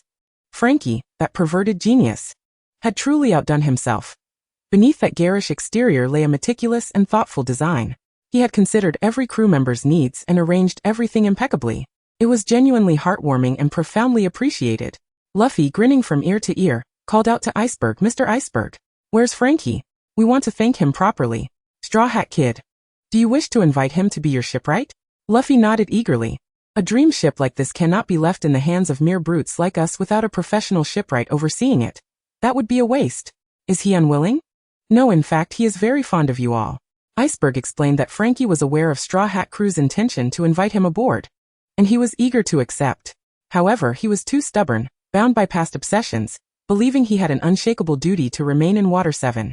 If the Straw Hats were to invite him in person, he would surely find it hard to refuse. That was why he had been avoiding them. Upon learning of Frankie's true feelings, Luffy dashed off to forcibly recruit Frankie onto the ship, taking along a few laborers for good measure. One of them was Shiso, who, reluctantly flying through the air, headed towards the commotion-filled streets. Shiso, have you seen Frankie? Luffy called out while sprinting atop the rooftops, enviously questioning Shiso, who always seemed to soar higher than him. As they drew closer to the chaos, the citizens' screams became increasingly clear. In this water city, even infants were aware of who could stir trouble. Sure enough, Shiso spotted the familiar pompadour among the crowd. Luffy, I see him. Hovering in mid-air. Shiso noticed Frankie running towards them, seemingly in pursuit of someone. She lazily lifted her eyelids, preparing to summon a swarm of bloodbats, intending to swiftly and forcefully capture Frankie and bring him aboard the ship. Amidst the throng, only the upper half of Frankie was visible to Zissou. It was only after the panicked citizens fled that she finally beheld Frankie's full figure. His subordinates, resembling refugees, seemed to have unexpectedly spotted her, their eyes shimmering with tears of joy as they raised their arms high. One of them tightly clutched a pair of dark blue briefs in his hand. The weary body, already exhausted from the chase, fell at the last moment, struck down by Frankie's powerful wrist. With his last ounce of strength, he forcefully hurled the briefs towards Zissou, desperately shouting, Big sister, catch it. Zissou's small face turned pale in an instant. With a speed she herself could scarcely imagine, she flapped her wings and soared 8 meters away, narrowly avoiding the filthy object. The hope in her subordinate's eyes faded, and he clenched his fists, despairingly bowing his head as he watched the briefs fall to the ground, agonizingly pondering, is this where it ends for me? Give me back my briefs.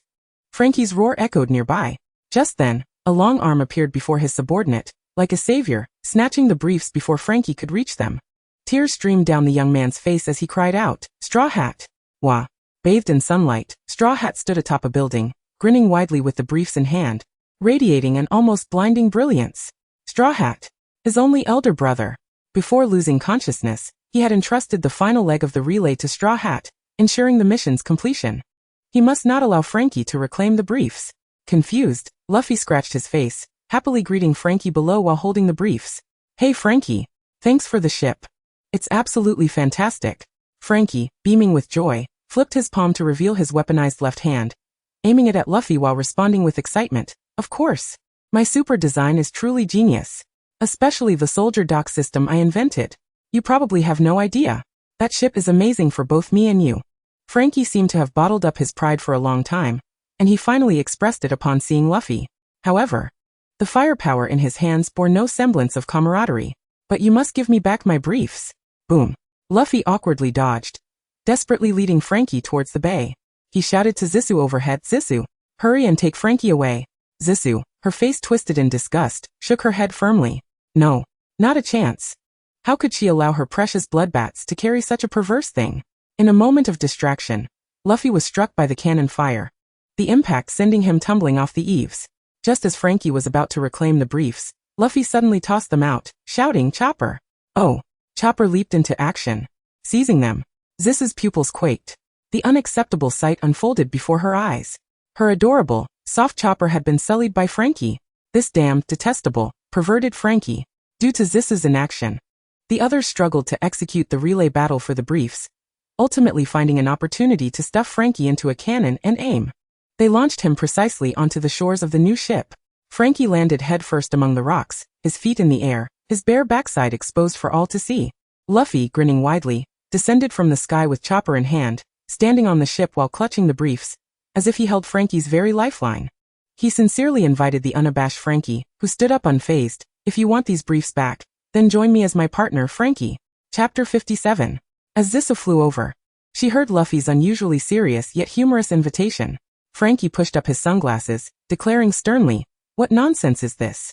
Don't think that just because you have my briefs, I'll join your crew." Luffy looked incredulous. This was not what he had anticipated. "Is that not possible?" Frankie scoffed disdainfully, leaping onto the rocks, raising his powerful arms, and striking a pose, his bare backside on display. Roar. Fearless. A man should run naked. Fierce as a lion. Luffy staggered back in shock, cold sweat running down his brow, as if he had encountered an overwhelmingly powerful opponent. He clenched his fists, exclaiming in horror, "I was too naive. This guy is truly a man among men." Zissou stood at the ship's edge, watching as Nami slapped Luffy on the head. She was filled with confusion. What was that perverted Frankie doing? As she spoke, she instinctively turned, only to be forcefully pulled back, stumbling into an embrace. Sanji held Zissou's head firmly, burying her against his chest, urgently scolding, "Don't look." Simultaneously, he shouted at that perverted man, "Frankie, there are ladies present. Put your briefs on." Among the ladies present, Zissou was the only one stopped by Sanji. Robin, observing the scene of the two embracing, chuckled softly, the unspoken understanding evident. She elegantly clasped her hands and addressed Luffy. "If you want to be a bit rougher, I can assist." Ah, what was Robin planning? Second round flower. Mastery. What was happening? Zissou's little head moved restlessly, trying to break free. Suddenly, a heart-wrenching, soul-stirring scream pierced the air. "Ah! Oh! What's going on? What happened?" The voices of her companions grew increasingly chaotic. "Wait, Robin. You're squeezing too hard. That looks painful." "Robin." Zissou angrily punched Sanji. "Let me go. I want to see too." Sanji gritted his teeth. "No way. No discussion." Zissou, fuming, retorted, "What's the big deal? I saw it before." Upon hearing this, Sanji's palpable murderous intent swiftly directed towards Frankie. But Frankie was completely oblivious, all his senses focused on his lower half. He covered his groin, weeping uncontrollably. Furious, Sanji carried Zissou away from the crowd. Inside the vast lounge surrounded by an aquarium, Zissou broke free from his embrace, her face flushed and hair disheveled. She angrily chastised the man before her, devoid of any gentlemanly demeanor. "What are you doing, Sanji?" Still seething, Sanji tightened his fists, the unnamed jealousy igniting his inner fire. "You're not allowed to look at him." "Absolutely not." Zissou, incensed, blurted out, "Then who should I look at?" "You." At this, both fell silent. The air stilled for a moment. Sanji froze, his face flushed, lost in thought. "No."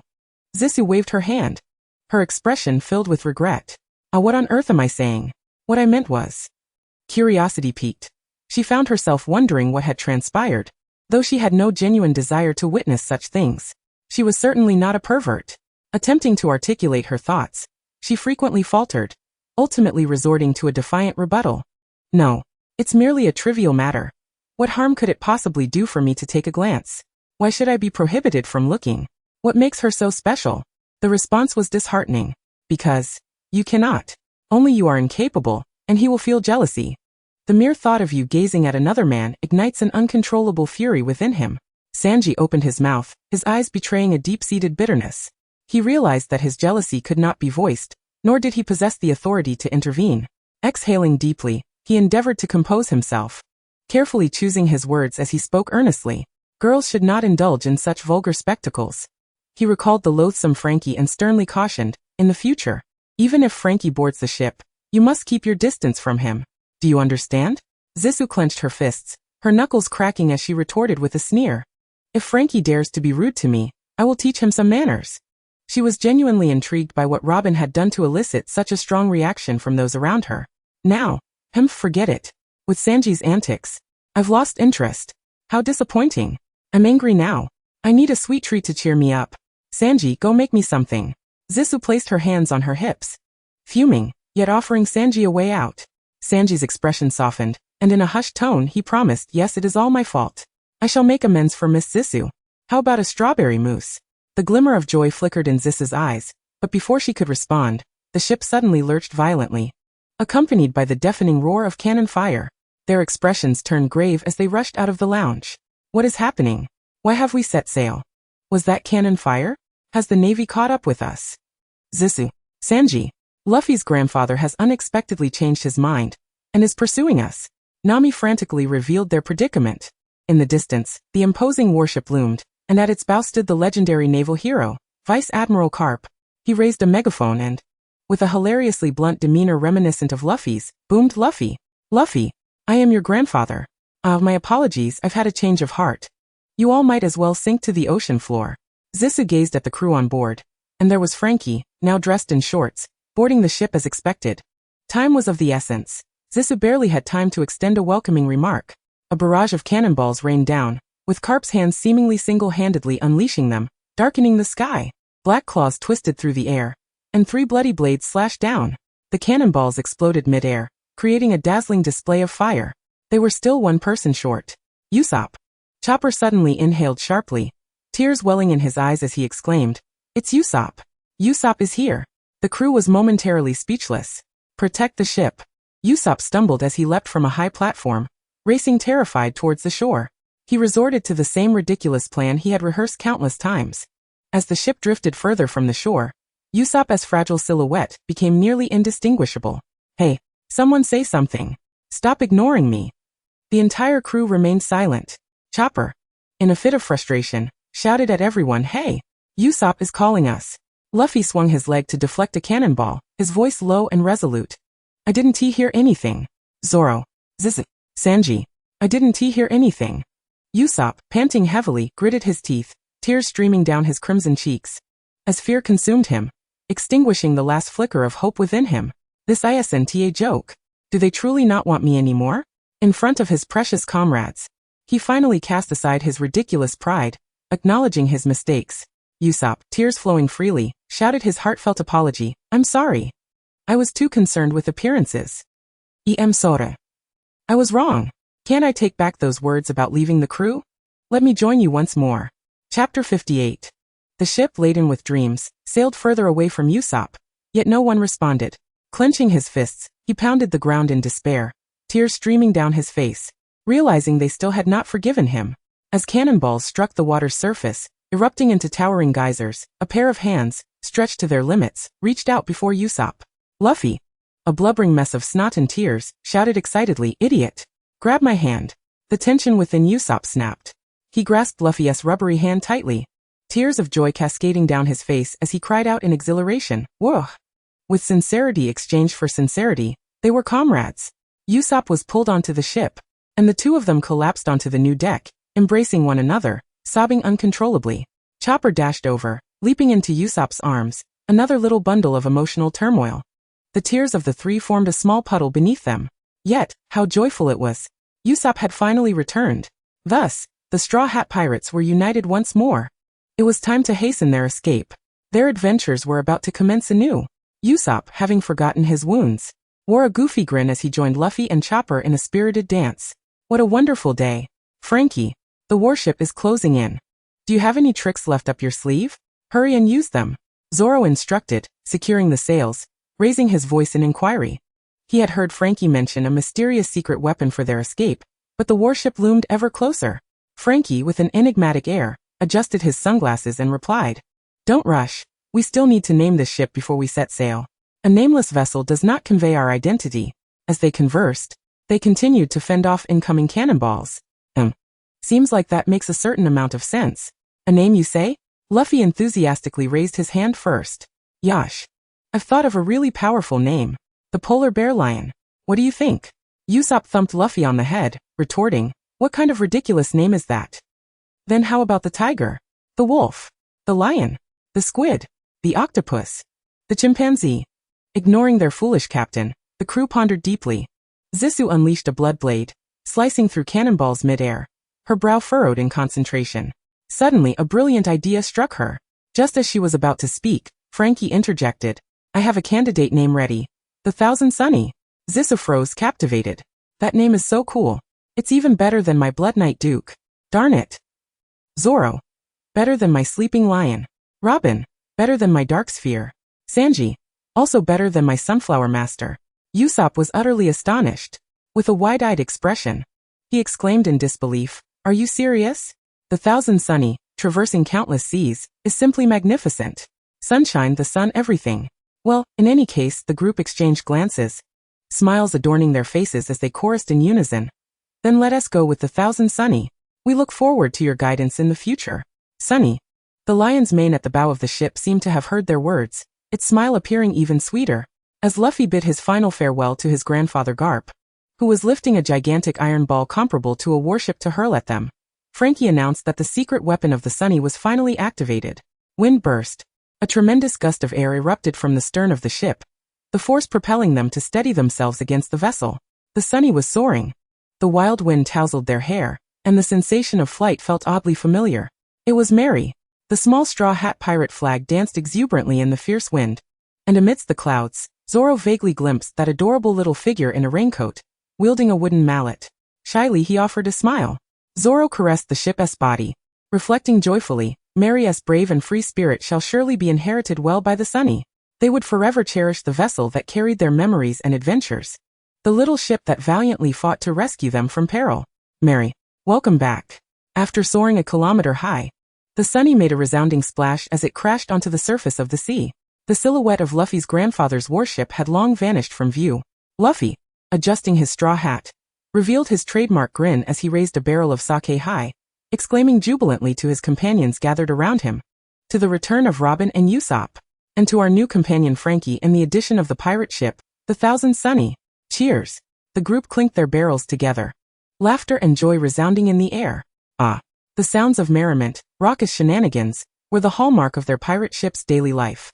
After their descent, the Sunny sailed smoothly across the calm sea for 2 days. Zoro languorously soaked in the spacious bathhouse, stretching his arms behind him, thoroughly enjoying the soothing warmth as he squinted his eyes in delight. Zoro dear, soaking too long isn't good. Let us grab a drink. Nami reminded him kindly as she emerged from the bath, admiring her reflection in the mirror. Got it, you old nag. Zoro replied, rising from the tub, water cascading down his finely sculpted physique, his skin glistening like porcelain. He wiped the moisture from his body, opened the door, and found Luffy and Usopp merrily engaged in fishing downstairs. The once empty aquarium had been filled with numerous fish by them. This time they had caught a shark. Zoro watched in disbelief as they casually tossed the shark into the aquarium, seemingly unaware of the absurdity of their actions. Excited, he dashed into the lounge to see the shark. Moments later, the lounge erupted with their furious shouts. Zoro facepalmed, pondering whether these idiots had given any thought to cohabitation of species. He bounded down the stairs and entered the lounge, overhearing the two fools angrily clamoring to roast the shark for dinner. Zoro lounged leisurely on the sofa, accepting the caramel latte Sanji brought over, listening as Sanji instinctively pondered the recipe. With such fresh fish, it would make splendid sushi, or perhaps lightly blanched with miso and vinegar, or tempura would be delightful. Just thinking about it made Zoro's stomach growl. Sanji, you wretched sinner. Chapter 59. Luffy and his 3 simple-minded companions, seemingly tireless, finished their summer refreshments and dashed to the deck to swing on the swings. However, their game was to see who could fly the farthest, competing for superiority. Luffy leaped at the highest point. Splayed against the second-floor wall, he slowly slumped down. Below, 2 of his friends applauded, dancing joyously. Under the warm sun, Zoro napped lazily in the high hammock, savoring the sun's embrace. Suddenly, he spotted something floating on the sea. Yawning, he drowsily announced through the loudspeaker, "Attention! Something is drifting in the sea." The trio playing on the deck rushed to the ship's edge, their focus intent. It appeared to be a wooden barrel. Together, they hoisted the barrel aboard. The rest of the crew, alerted by the commotion, gathered around the barrel as Zoro descended gracefully. A flag protruded from the barrel, emblazoned with the words offerings to the sea god, treasures, gold, and riches. Luffy and his companions seemed to believe that a barrel marked with the word treasure contained actual gold and silver, and they began to sing in celebration. Zoro recalled that this was likely a form of offering to the sea god for a safe voyage, and the contents would probably consist of mere food and drink. Nami began to explain to the trio. Upon hearing the word drink, Zoro's interest peaked. If there's alcohol, let's open it and drink. Usopp, looking grave, interjected, you fools. Aren't you afraid of divine retribution? It's safe to drink, just offer a prayer and it'll be fine. Nami continued to enlighten them. Zoro scoffed, thinking to himself that he wouldn't pray to any god. Upon hearing this, Luffy clasped his hands together, looking up towards the sky with a grin, cheerfully proclaiming, God, thank you for the food. At the mention of God, Zoro recalled that self-proclaimed deity from Skypiea. He gazed at Luffy's gesture, feeling a sense of exasperation. Had this fool forgotten who it was that knocked that god down in the first place? Just as Luffy opened the barrel, a brilliant red light shot into the sky, exploding with a resounding bang. Zoro raised his hand to shield his eyes, his expression turning serious. It's a flare, he exclaimed. Zoro burst into laughter. Ha! Could it be the sea goddess curse? Robin voiced her concerns, wishing it was merely a prank. Her serious hypothesis sent shivers down the spines of the timid crew members. Perhaps the ship was already marked by someone. Suddenly, Nami turned her gaze toward the distant clouds, urgently exclaiming, a storm is coming. Within 5 minutes, the crew, realizing there was no time to ponder, sprang into action. Though the sky appeared clear, Nami's words held truth. With the ship's dock system, the Thousand Sunny surged through the waves, narrowly escaping the storm. However, they soon found themselves engulfed in a thick fog. The sunlight could barely penetrate. The entire area was shrouded in a chilling darkness, evoking a sense of dread. This sea area seemed familiar from previous news reports. It was rumored to be the terrifying, haunted waters where countless ships disappeared each year. It was said that ghost ships carrying the deceased roamed these waters. Usopp and Chopper were already trembling in fear, clutching each other for warmth. Giggling. Amidst the enigmatic expanse of the eerie sea, a hauntingly ethereal melody suddenly resonated, akin to a chilling breeze whispering in one's ear, sending shivers down the spine. Usopp stood frozen in place, instinctively gazing ahead. Through the thick fog, a colossal and dilapidated ghost ship loomed, making its way towards them. It's a ghost ship, the crew exclaimed, their eyes nearly popping from their sockets in sheer terror. Indeed, a ghost ship exists. The song emanated from the spectral vessel. Usopp, in fright, clasped his ears tightly, his mouth agape in despair, cried out, don't listen. Plug your ears. We shall be cursed. Do not heed the words of the spirits. They will drag you into the depths of the sea. Obediently, Chopper, trembling in fear, covered his little eyes with his hat and tightly clamped his hooves over his ears. As the ghost ship drew closer to the Thousand Sunny, a skeleton with an extravagant afro locked eyes with them as the ship drifted by. He took a sip of tea. Luffy's eyes sparkled with excitement. Clenching his fists, he exclaimed to his companions, hey, everyone, that skeleton is moving, and it can sing. Did you all see that? Usopp, shutting his eyes tightly, shook his head vigorously in disbelief. It's an auditory hallucination. An illusion. It's all fake. Luffy eagerly prodded, come on. Let us go check out the ghost ship. There really is a living skeleton. Ha ha ha. Zoro spread his magical wings and, without a moment's hesitation, leapt onto the ship's edge, preparing to take flight. Yet Luffy clung to his wings with all his might. Zoro, I want to go too. Zoro, irritated, shook him off, retorting angrily, get down, you nuisance. Just then Sanji grabbed Luffy by the collar, yanking him back down, fuming. Luffy, let go. Luffy, pulled down but still clutching tightly to Zoro's wings, pouted in disappointment. Wah, I want to go. I want to go. Zoro, unable to placate Luffy, finally relented. Fine, fine. I'll take you. Sanji had already positioned himself beside Zoro, his intentions unspoken yet unmistakable. He certainly could not leave Zoro to face this alone. With a resigned sigh, Zoro conjured a swarm of blood bats, lifting the two onto the ghost ship. Once the dense swarm of bats had deposited them on the ghostly vessel, they transformed into crimson vapor and entered Zoro's body. As Zoro landed, the living skeleton appeared startled, emitting a shriek. Wah! Bats! Zoro, displeased, shot a crimson gaze at the skeleton, causing the blood mist to recede. Such rudeness, skeleton! Cough cough. Brooke adjusted his tie, removed his top hat, and with an elegant bow, apologized. Upon closer inspection, "You are an exceptionally beautiful lady. It has been decades since I last encountered a living being. That moment truly startled me. I sincerely apologize. May I be so bold as to inquire if I might gaze upon your undergarments?" Before Zoro could respond, a swift black foot kicked Brooke squarely in the face. Sanji, gritting his teeth in anger, shouted, "What kind of perverted nonsense are you spouting? Have you lost your mind?" Zoro, finally snapping back to reality, retaliated with a kick of his own against the skeleton. The two unleashed a flurry of attacks, sending Brooke tumbling across the deck. Yet his laughter echoed with unrestrained joy. As he rolled about, a lump inexplicably formed on his skull, and he cheerfully exclaimed, "Oh dear, such fiery tempers. You two are indeed full of vigor. Is it really forbidden to look? How it grieves me to the core, for I am but a pile of bones." Luffy, doubled over in laughter, found Brooke to be incredibly amusing. He resolved then and there to bring this skeleton aboard as their companion.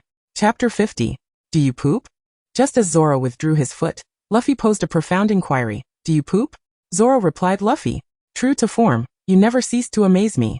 In certain aspects, you are truly remarkable." Brooke, sporting a sizable bump on his forehead, adjusted his luxuriant hair and picked up his fallen cane, replying in a gentlemanly manner, "Yes, I do."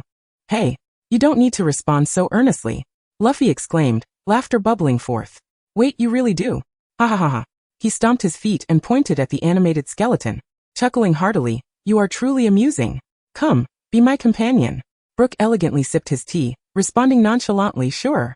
Amidst their casual banter, having only just met, they had settled the matter with a lightheartedness that astonished Sanji and Zoro. "Luffy, are you seriously inviting him aboard? We know nothing about him." Luffy, grinning, reassured. "Don't worry, Sanji and Zoro. He is just too entertaining. Zoro, Usopp, Nami and Chopper will surely adore him." "Thank you, Luffy," Brooke expressed gratefully. Although the others remained silent, Zoro wondered if Luffy had any misconceptions about Usopp and the others, those timid souls. Zoro was perplexed by the unfolding events. However, once Luffy made a decision, it was unyielding. Luffy was determined to invite the skeleton aboard for dinner, exuding an air of generosity. Brooke, the lively skeleton, gladly accepted. Luffy, with sparkling eyes, turned towards Zoro, Toolman Zoro. As Brooke stood upon the deck of the Thousand Sunny, greeting the remaining crew members amicably, Usopp, Nami, and Chopper were nearly driven to madness and despair. Yo-ho-ho-ho. "Greetings, everyone. I am Brooke, a skeleton who has but bones remaining. I am absolutely thrilled to receive an invitation to dinner from Mr. Luffy. I do apologize for the interruption." Brooke, with a gentlemanly demeanor, removed his hat and bowed, his voice rich and deep, echoing with the wisdom of ages. Nami, trembling, clutched Zoro's waist, nearly collapsing against him, shrieking in panic, "Why did you bring him here?"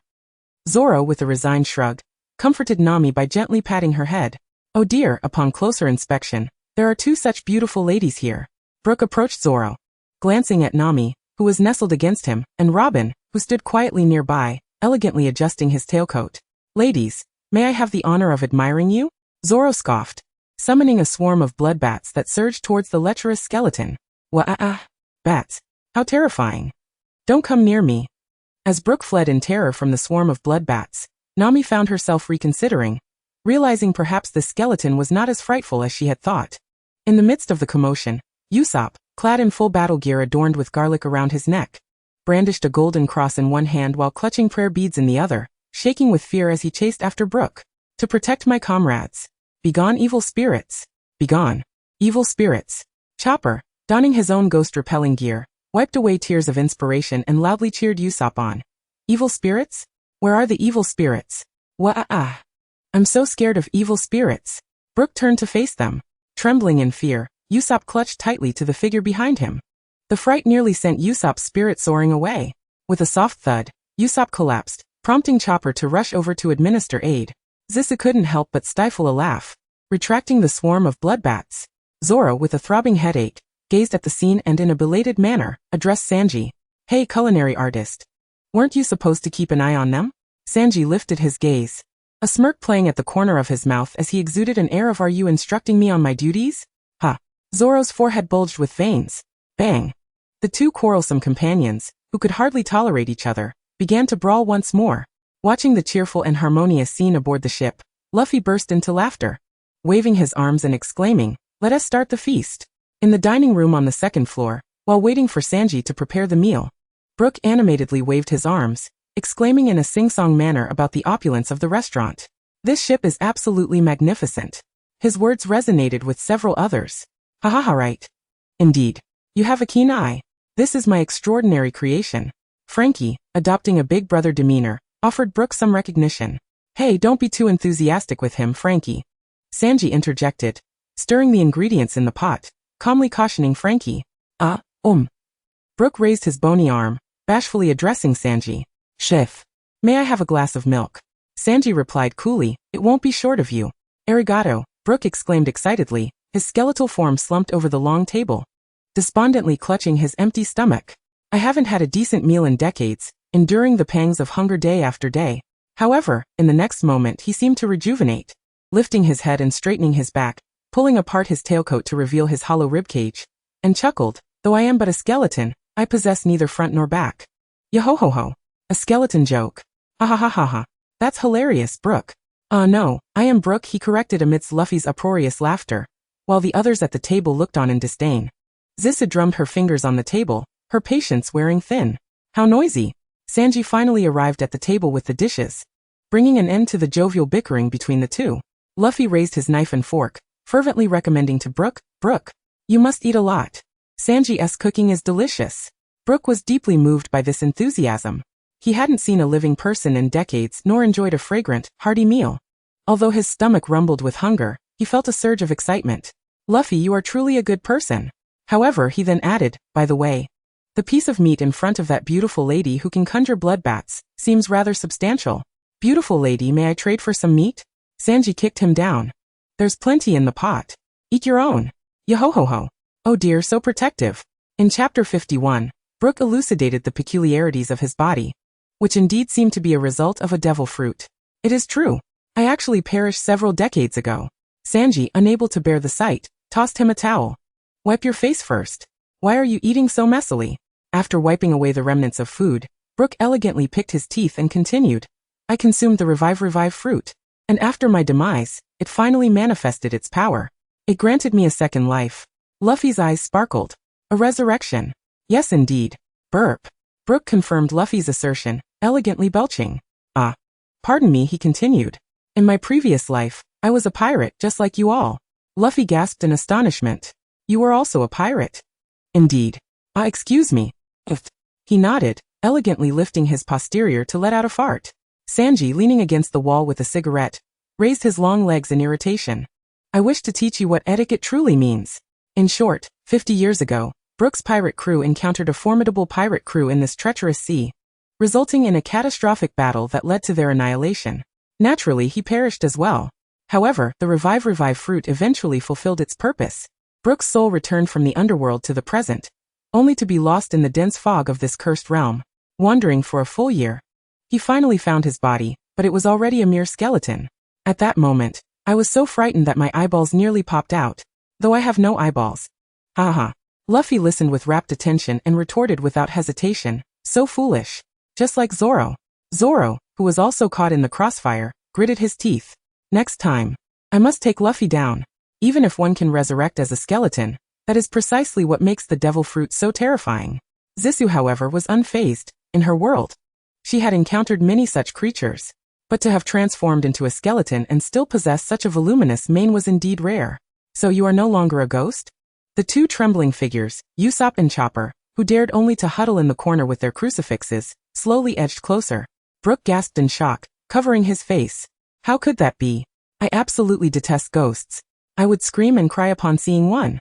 Just as Usopp and Chopper sighed in relief, Nami held up a mirror to Brook, determined to reveal his true appearance. Afraid of ghosts, yet you should first see yourself. Usopp and Chopper stood beside Brook as the mirror reflected their images, but they gazed at Brook with terror and asked in fear, why is there no reflection of you in the mirror? Chopper screamed. Nami hid behind the corner of the table in fright. The others stood up, their expressions tense. Usopp shouted in fear, a vampire? The real vampire, Zisu, remained seated. Usopp, do you harbor a misunderstanding of vampires? Only Luffy, in his innocence, questioned. Is it really a vampire? Is it not like Zisu? Wow. So you're that impressive? Zisu pondered, thinking she might not belong to the same category of vampire you speak of. Chopper, bewildered, looked at Zissou. What? Is Zissou a vampire? He hastily dropped his golden crucifix and garlic necklace, fearing he might cause Zissou even the slightest harm. Chopper firmly believed in the supernatural efficacy of Usopp's spirit-repelling ensemble. Upon closer inspection, you don't even cast a shadow. Under the fluorescent light, Brook's feet indeed appeared devoid of shadow. Brook pondered, sitting back down, elegantly crossing his legs, lifting a cup of hot tea to take a sip, and then letting out a warm burp. Losing one's shadow is another matter entirely. It is a complex tale. The man who stole my shadow is my most unbearable nightmare. Losing one's shadow signifies an inability to live normally in the presence of light. He had once witnessed a shadowless individual disintegrate into ashes beneath the sun. A chilling sight indeed. Though I am but a skeleton, devoid of flesh, he chuckled to himself. Instinctively, he recited a skull joke, rising with flair to stretch his arms wide. In other words, I am a man repelled by the light. Moreover, all my companions have perished. Ha ha ha. How tragically wretched my life seems. Yet this skeleton remained remarkably optimistic. Still, I muster all my strength to live, just relying on bones. Brook laughed heartily, tilting his head back, his hollow eye sockets gazing upward as if reminiscing about past memories. Today is indeed a splendid day. To encounter so many people. Adrift in this sunless eerie sea, he floated alone on a ship with a broken helm, accompanied only by the skeletal remains of his deceased comrades. After drifting for decades, the solitude had become unbearable. He felt both lonely and frightened. Were it not for his promise to Laboon, he would have wished for death. However, today, he had met kind-hearted living beings and indulged in a sumptuous dinner. He felt an immense joy. Were tears to flow, his cheeks would surely be soaked by now. Brook gazed at the grinning Straw Hat Boy. Were you just inviting me to join your crew? I am truly delighted. Thank you. Luffy smiled broadly, but Brook felt compelled to decline. Luffy's eyes widened in shock, his mouth agape. Why not? According to Brook, if he were to bask in the sun, he would turn to dust, making his stay in this perpetually foggy cursed sea a protective measure. Without a shadow, how could Brook venture out to sea with them? Luffy, incensed, slammed his hands on the table, exclaiming, "What are you talking about? That's too dismissive. If you need a shadow, I'll help you reclaim it." Brook was taken aback, looking down at Luffy, deeply touched. "You are truly a good person. However, how could I trouble Mr. Luffy, who has already been so kind to me? Some matters I ultimately must settle myself. Even if it means death, I am prepared. Thus, before departing, let me sing a song for you, my newfound friends." Brook stepped back a few paces, opening his music box, raising his violin to his shoulder with nostalgia. "In fact, I used to be a musician aboard a pirate ship." Upon hearing the word musician, the expression of the crowd soured, and they turned to Luffy. The stars in Luffy's eyes were on the verge of bursting from their confines. He looked at musician Brook, fists clenched, resolute. "Please, Brook, you absolutely must join us." Chapter 52. Faced with Mr. Luffy's fervent invitation, Brook, though deeply moved, felt a tinge of regret. He tilted his head, gazing lovingly at the violin, seemingly reminiscing about the joyful days with the Rumbar pirates. Music was his very essence. The crowd eagerly awaited their performance. However, just as Brook drew the first note, he appeared to glimpse something profoundly terrifying. In fright, the entire skeleton collapsed to the ground. His hand, trembling, pointed ahead as he screamed in terror, "Wah! A ghost!" A translucent ghostly figure drifted through the Sunny's hull and hovered above them. Zoro's demeanor turned grim as he gripped the hilt of his sword, ready for an attack, frowning. What in the world is that? The ghost's dark eye sockets fixed upon the group, and upon spotting Zoro, it seemed to have found a satisfactory target. The apparition waved its arms excitedly and, in the next instant, rushed towards Zoro. With a swift motion, Zoro coldly snorted, drawing his sword Enma, with flair, aimed to strike the ghost. One sword style. The ghost, contrary to Zoro's expectations, did not split in two. The group watched in disbelief as the ghost passed through Zoro's body, who remained poised, his expression grim. Yet, the next moment he knelt down, prostrating himself on the floor. Zoro, dejected, lowered his green head, a visage filled with despair. "I am such a failure. I do not deserve to live in this world." The room fell silent for a moment. Then, uproarious laughter erupted. "Luffy, ha ha ha, Zoro, what are you doing?" Sanji, ha ha ha ha, green algae head, you're going to kill me. Usopp, ha ha ha ha. Chopper, Zoro, you're amazing. Don't be so negative. Robin and Nami, Frankie, ha ha. I can teach you how to be super awesome. Zoro got to his feet, his face flushed with a mix of rage and embarrassment. He angrily drew two swords, shouting at them, "I'll cut you all down. That ghost. I will make sure it dies. The laughter persisted for a while before Robin pondered aloud. It seems this ghost is immune to physical attacks. She glanced at the furious Zoro, arriving at a conclusion. Moreover, it seems touching it affects one's mental state, leading to despondency and loss of combat spirit. If it were an enemy, this ability could pose significant trouble. Suddenly, the ship jolted violently. The moment Brook saw the ghost, an ominous feeling washed over him. This familiar impact caused him to change color, abruptly flinging open the door and rushing outside. Brook, upon seeing the large, mouth-shaped door ahead, he dashed towards the stern of the ship, convinced it would lead him somewhere. Indeed, it was here. As his companions followed Brook to the rear of the ship, they heard him muttering to himself. Before them loomed a foreboding island shrouded in thick mist. It appeared ominous.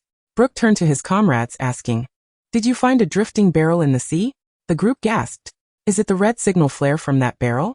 Realizing their expressions reflected a sudden recollection, Brook understood. They had been under surveillance.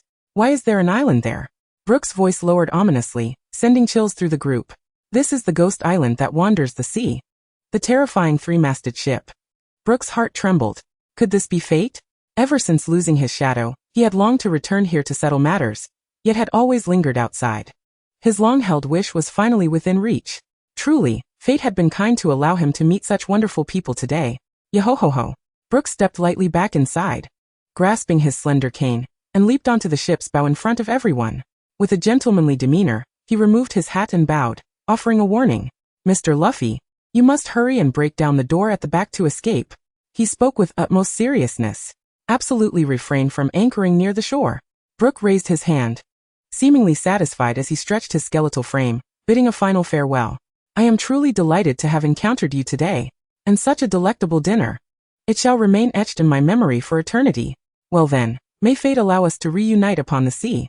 With that, he leaped gracefully, vanishing from the ship. "Hey, Brook, wait. You'll drown if you jump. Isn't he a devil fruit user? Beneath lies the vast ocean." Yet upon the dim sea surface, a small yet familiar figure began to sprint across the water, sending up enormous splashes, as if powered by an eternal motion machine. Ho ho ho. The onlookers watched as he ran further away, heading straight for the island ahead. Brook bid them farewell and set foot on the island, while Nami gazed at the log pose on her wrist, rubbing her forehead in frustration. "In any case, Luffy, let us heed Brook's words and depart from this place. I have an unsettling feeling about this island." Luffy, leaning against the railing, squinted his eyes in a smile, revealing his row of pearly whites, his body shimmering with stars as he cheerfully turned to Nami. "Hehe Nami, what did you say? This is bad, terribly bad." Luffy looks eager to go. She had to quickly find her companions to stop him. Nami glanced towards Usopp and Chopper. Usopp, alarmed. "Luffy, just the mention of Ghost Island sounds terrifying. Don't go. Don't go." Chopper, trembling, asked, "Did that ghost just escape the ship?" Meanwhile, Zoro, who had been keeping an eye on the ghost's whereabouts, let out a scoff. "Ah, that damned ghost has already flown to the island." Zoro twisted his neck with a crack, displaying an irritable expression as though he wished to crush the ghost. This is not good. Zoro, the stay-at-home kid, seems quite keen on heading to the island. Nami sensed the impending trouble and quickly clung to her golden thigh. "Pudding. We should leave." All right." Pudding embraced Nami, patting her reassuringly, full of helplessness. "Nami, just look at Luffy." In truth, Pudding also harbored a desire to venture onto the island. It appeared ominously intriguing, filling her with excitement. However, considering Nami, she refrained from voicing her thoughts. Just then, Luffy pulled out a box and a net bag from somewhere, slinging the box over his shoulder, and holding the net bag in hand. Looking as if he were preparing for a spring outing, he cheerfully declared to everyone, "All right, let us go ashore. Adventure awaits, hee. Luffy, what do you intend to do with that net bag?" Upon hearing Pudding's inquiry, Luffy proudly lifted the box to show her. This. I plan to catch that ghost from earlier, and keep it in the box. That ghost is so amusing." A vein bulged on Zoro's forehead, seemingly recalling that mortifying scene. He let out a cold laugh. No need. I'll take care of all those ghosts. Not a single one will be spared." Chapter 53. Pudding's eyes sparkled. Luffy's idea is brilliant. Although Luffy's attempt to catch a ghost with just a net bag seems rather implausible, could there be an alternative method for capturing them? Imagining Zoro's miserable expression, she could laugh for an entire year. Pudding shot an encouraging glance at Luffy. "I'll help you catch that ghost, Luffy." Hehehehe. Ha ha ha ha, you find it amusing too, don't you, Pudding? Zoro, I'll slice you all up, you bastards. Nami, observing the jubilant chatter among the group, squatted despairingly in a corner. She fearfully wrapped her arms around her knees, panicking. Everyone listen to me. It seems I've contracted a disease that prevents me from setting foot on the island. Wah wah. Chopper, the little darling, tearfully echoed her sentiments. Wah, me too. Me too. Usopp exclaimed. Hey, don't steal my lines. Everyone listen to me. Actually, I'm the one who is most gravely ill. I'm nearing my demise. Pudding looked at the three of them with sympathy. Well, if these three cowards absolutely refuse to set foot on the island, I might as well stay on the ship and preserve some bloodbaths for protection. Just then, Frankie in a mysterious tone piped up. Anyone unwilling to go ashore can come and try out my secret weapon first. Trust me, you'll surely love it. Frankie confidently activated the soldier dock system, Channel 2. Creak. The sound of a door opening echoed. Amidst the steam, a small boat emerged from beneath the ship, with Nami at the helm, Usopp and Chopper seated behind her. Squealing in delight, the remaining crew members were captivated by the remarkably familiar sheephead design of the steam-powered vessel. That's Mary. Frankie. Upon hearing the excited cries, Frankie nonchalantly scratched his nose, proudly introducing his creation. Soldier Dock System, Channel 2. A steam-powered outer wheel boat that can accommodate 4 people. Mini Mary number 2. Who knew Frankie had such a splendid gift hidden away? How immensely appreciated. Nami's driving skills were beyond reproach, as she piloted Mini Mary number 2, laughing heartily as she cut through the waves. The 2 boys in the back were yelling in excitement, the dread of the mysterious island entirely forgotten. Luffy was exhilarated. He clung to the railing, jumping up and down, urging Nami and the others. Wow. Switch. Hurry back. I want to ride too. Pudding, however, beamed brightly, leaping onto the railing, spreading her magical wings as she playfully flaunted to Luffy. I'll go experience it first. Just as she was about to use her magical wings to catch up with Nami and the others, unexpectedly, the sorceress abruptly turned. With a stern expression, she launched a fierce blood blade attack toward Sanji, who stood behind her. Luffy, unable to retract his smile, called out, "Hey Pudding!" Sanji, cigarette in mouth, stood unfazed behind Pudding, his brow slightly raised, remaining perfectly composed in the face of Pudding's assault, not even shifting his feet. Zoro shouted, "Get away from that foul chef!" Yet the blood blade did not strike Sanji. It appeared as though someone had blocked the attack, and suddenly, a burst of blood splattered forth on the deck. A beastly grunt echoed. Zoro drew his sword, assuming an offensive stance directed at Sanji, and the rest of the crew immediately readied for battle. A figure gradually materialized before their eyes. On his face, a human visage was grotesquely stitched to that of a lion, the man clutching his chest where he was injured, addressing Pudding, who hovered above him with an impassive gaze. "You women are quite spicy. Become my bride." No sooner had he finished speaking than a fierce kick attack surged forth, and Absalom's face contorted in shock. He hurriedly activated his invisibility skill. Yet, it was still too late. The kick struck his side. A sound of bone cracking could be heard, as if several ribs had been broken, causing him to involuntarily spit out blood. Sanji's gaze turned cold as he unleashed a series of fierce kicks towards the spot where blood had erupted, yet he failed to land a solid hit. Sanji furrowed his brow, unable to suppress his irritation as he rubbed his shoe against the deck. That bastard. When I see him again, I'll make sure to kill him. Did he escape? Frankie raised his robust wrist and inquired. The invisible Absalom covered his injured chest, preventing blood from spilling. His face was filled with horror. What was happening on this pirate ship? That woman. Is her perception so keen? It is no longer tenable.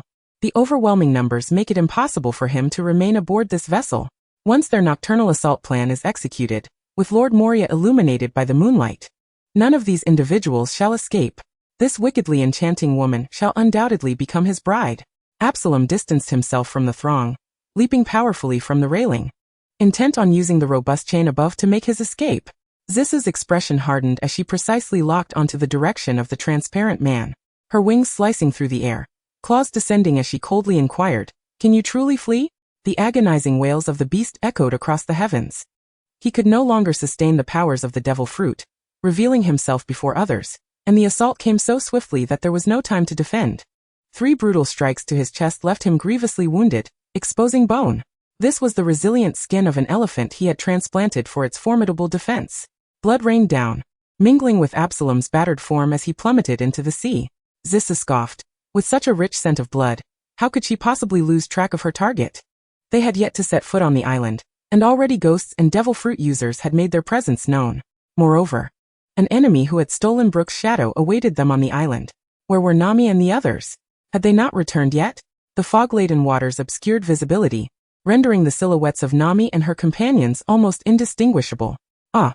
A familiar scream echoed from afar. That voice belonged to Nami. Were they under attack? Just as Zissou intended to pursue, the ship suddenly lurched violently, colossal waves crashing against them, propelling their vessel toward the distance. With unsteady footing, she grasped the ship to steady herself. Creaking sounds of distress reverberated as their Sunny was ensnared by a massive spider's web, finally slowing its momentum. Everyone! Are you alright? Damn it! The ship is intact, but this web is far too large. The ship had become utterly immobilized. This seemed to be the entrance to that fearsome three-masted vessel. Zissou leaped down from the ship, stepping onto the corridor, and pointed at the enormous sign before her, Thriller Bark. How intriguing! It felt as though the island's master was inviting them inside. Zissou summoned a swarm of bloodbats within her, her languid voice instructing, "Be good and help me locate Nami and the others, protect them well." The bats chirped in response, flapping their wings as they dispersed into the distance. Zissou turned to her companions who had disembarked with her, smiling as she said, "Since the master has been so warmly inviting, let us embark on this adventure." Chapter 54. Descending the entrance led to a staircase below. At the entrance, 3 adorable yet injured dogs sharing a single body guarded the passage, baring their teeth and barking at them. Woof, woof, arf. The group halted, and Zissou stroked her chin. Are they introducing themselves? Sanji, standing upright with a backpack containing pirate adventure bento for everyone, casually remarked with one hand in his pocket, "A 3-headed hellhound, is it? What brings it here from hell?" Zissou turned to him, responding with a smile. "So the master wishes to convey that this is indeed hell." Zoro scoffed, teasingly adding, "Then it seems this which has come home." One leg kicked out in front of Zoro, who blocked it with his sword. "Huh. Why are you talking to Zissou, you green algae head? You sure are nosy. You stinky cook." Amidst the familiar sounds of their bickering, Robin calmly regarded the 3-headed hellhound, offering a tranquil assessment. "Ah, how adorable." Luffy grinned widely, his tongue licking suspiciously as a glimmer of drool escaped, excitedly clutching the net bag. "I wonder if they taste good?" The hellhound froze in place, hesitatingly lifting a paw to take a few steps back. The black mist swirling around these humans was suspicious, twisting into a smile that seemed even more demonic than itself. Instincts told it to flee. However, Luffy had already sprinted toward them. Woof, woof, arf. Luffy patiently raised his hand, attempting to tame the hellhound as if it were a pet, boldly commanding, "Come, shake hands." The hellhound, incensed, bared its fangs and snapped down. Luffy, with his head caught in the beast's maw, raised his one untrapped hand to gently stroke the dog's head. All right, good boy, just relax and let go." To the dog's astonishment, it slowly released its grip. Suddenly, a fierce punch came from the side, striking all 3 dog heads together, leaving them dazed. Luffy, irritated, pressed down on his knuckles, disdainfully stating, "You smell awful." He brought his fist closer for another round of punishment. Zissou and the others ignored the brutal scene, gradually advancing. Emerging from the ravine, they entered a forest. Luffy triumphantly rode atop his new canine mount, joyfully patting the large dog beneath him, with legs crossed and hands on his hips, excitedly exclaiming, "This island is so interesting. We found such fun things right away." Robin still found the 3-headed dog quite endearing and, noticing their droopy demeanor, expressed concern. "Doggy, why do you look so down?" Zoro, walking to the right, calmly interjected, "Don't pity the defeated. It will hurt their pride." The dog. The island's fog was denser than that over the sea, barely allowing them to see far ahead. Nevertheless, as they journeyed, they encountered many bizarre sights. The stitched-together hellhound, a tree person with an elderly face, and a unicorn with human limbs. Animals, plants, and humans, 3 species bizarrely fused together. Luffy was utterly thrilled. He swung the net bag, capturing one after another, even contemplating taking them all back to the Sunny to join them in their pirate adventures. Thankfully, with the mature and sensible adults watching over him, Luffy's schemes were thwarted. Thus, they endured Luffy's horrendous singing, a chaotic commotion, until they reached a graveyard. Tombstones haphazardly protruded from the ground, shrouded in fog, exuding an eerie atmosphere as a gentle breeze began to blow. Suddenly, a withered hand emerged from the earth. A zombie's murky eyes fixated on the group, its desiccated face contorted into a deliberately sinister smile, gradually revealing its body. It yearned to relish the terror in their eyes. Luffy Mouthagape stepped forward, placing his hands on the zombie's shoulders, inquiring with concern, "Elder, are you injured? For heaven's sake, Luffy, use those clear yet foolish eyes of yours to take a good look." This is obviously a zombie. The zombie in a fit of rage swatted Luffy away. From behind him, countless zombies awoke from their graves, howling as they leaped forth. Let me show you the might of the undead. What? You want to fight? Luffy chuckled, cracking his knuckles and loosening his neck. As for who is stronger, we shall see. Zisu's eyes bled crimson, her black claws raised, weaving numerous blood blades in the air, slicing through the void. The foremost zombies were mercilessly cleaved in half by this cruel assault, their already tattered bodies, wrapped in bandages, severed into multiple pieces, lying on the ground, their heads staring blankly at one another. Excuse me, could you spare a moment for a fight? Hey, stop pretending. That's my lower body. That's my arm. Return it to me. The eerie atmosphere was instantly shattered as the zombies began to articulate human speech, hastily rectifying their dismembered forms. A body once claimed by death could not succumb to a second demise, even if it were severed into pieces. The putrid, decaying corpses could no longer bleed fresh blood. Zisu frowned. She detested these lifeless beings, for without blood to sustain them, they could not serve as a source of her power. Could it be that this island was teeming with such wretched zombies? The remaining zombies, untouched by the fray, were swiftly taught a lesson by their companions' combined techniques. After a friendly exchange, the zombies finally engaged in conversation with them. From their discourse, Zisu gleaned some information regarding Nami and her companions. They had presumably ventured towards the castle ahead, and were currently unharmed. With her heart relieved, Zisu suddenly recalled something and, gazing at the zombies before her, inquired with a gentle smile, "By the way, did you harm them?" "Huh. No, we didn't. Haha, surely not, right?" The zombies' spines chilled instantly. Those demons seemed to be infected by that witch. A crimson murderous intent flickered in their eyes as they approached them with deliberate steps. The wails of the zombies echoed through the air as they fell back into their graves, becoming true half-buried corpses. Zisu clapped her hands, feeling invigorated, and was about to join her companions in heading towards the castle, when she sensed something amiss and abruptly halted, turning back. The bloodbaths she had left on the ship had been disturbed. "Zisu, what's wrong?" Sanji, noticing her unease, paused to inquire. "Someone has tampered with the bloodbaths on the ship. I need to assess the situation first." Zisu conjured a bloodbath at her fingertip, sending it to perch on Sanji's shoulder with a smile. "Don't worry, you all go find Nami and the others. Keep my bloodbaths safe. Once I've resolved this matter, I will join you." With that, Zisu unfurled her demonic wings and soared back towards the Thousand Sunny. Chapter 85. On the Thousand Sunny, Perona was directing her zombies to scour the Straw Hat pirate ship. However, they had found nothing of value. Only some easily storable provisions remained.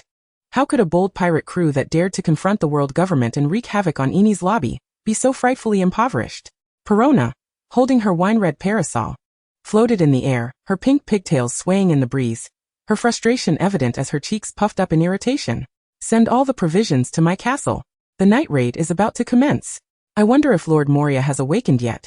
The Straw Hat crew is an exceptionally formidable force. Their captain, the Straw Hat Kid, has a bounty of 300 million. He seems rather daft, and that green-haired swordsman is utterly defenseless under her negative spirits. I hope Lord Moria will be pleased with this gift we deliver." Suddenly, Perona twirled in the air. Her joy interrupted as she caught sight of a blood-colored figure racing towards the island. Perona's eyes widened slightly. Was that not the vampire witch of the Straw Hats?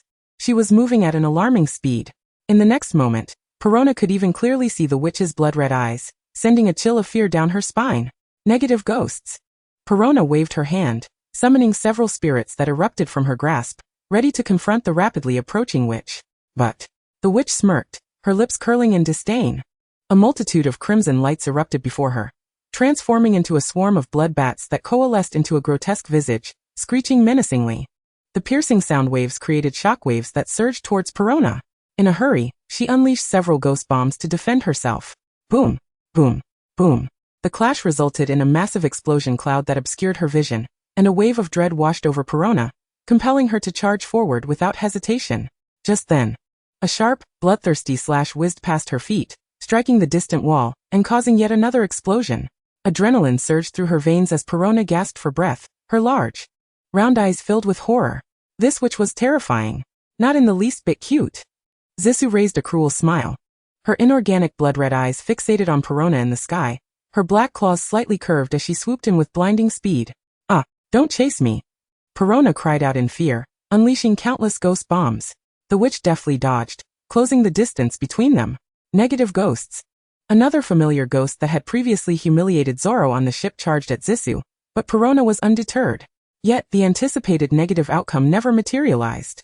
Just as the ghost was about to pierce through her, the witch once again transformed into a swarm of blood bats, screeching wildly as they lunged at her.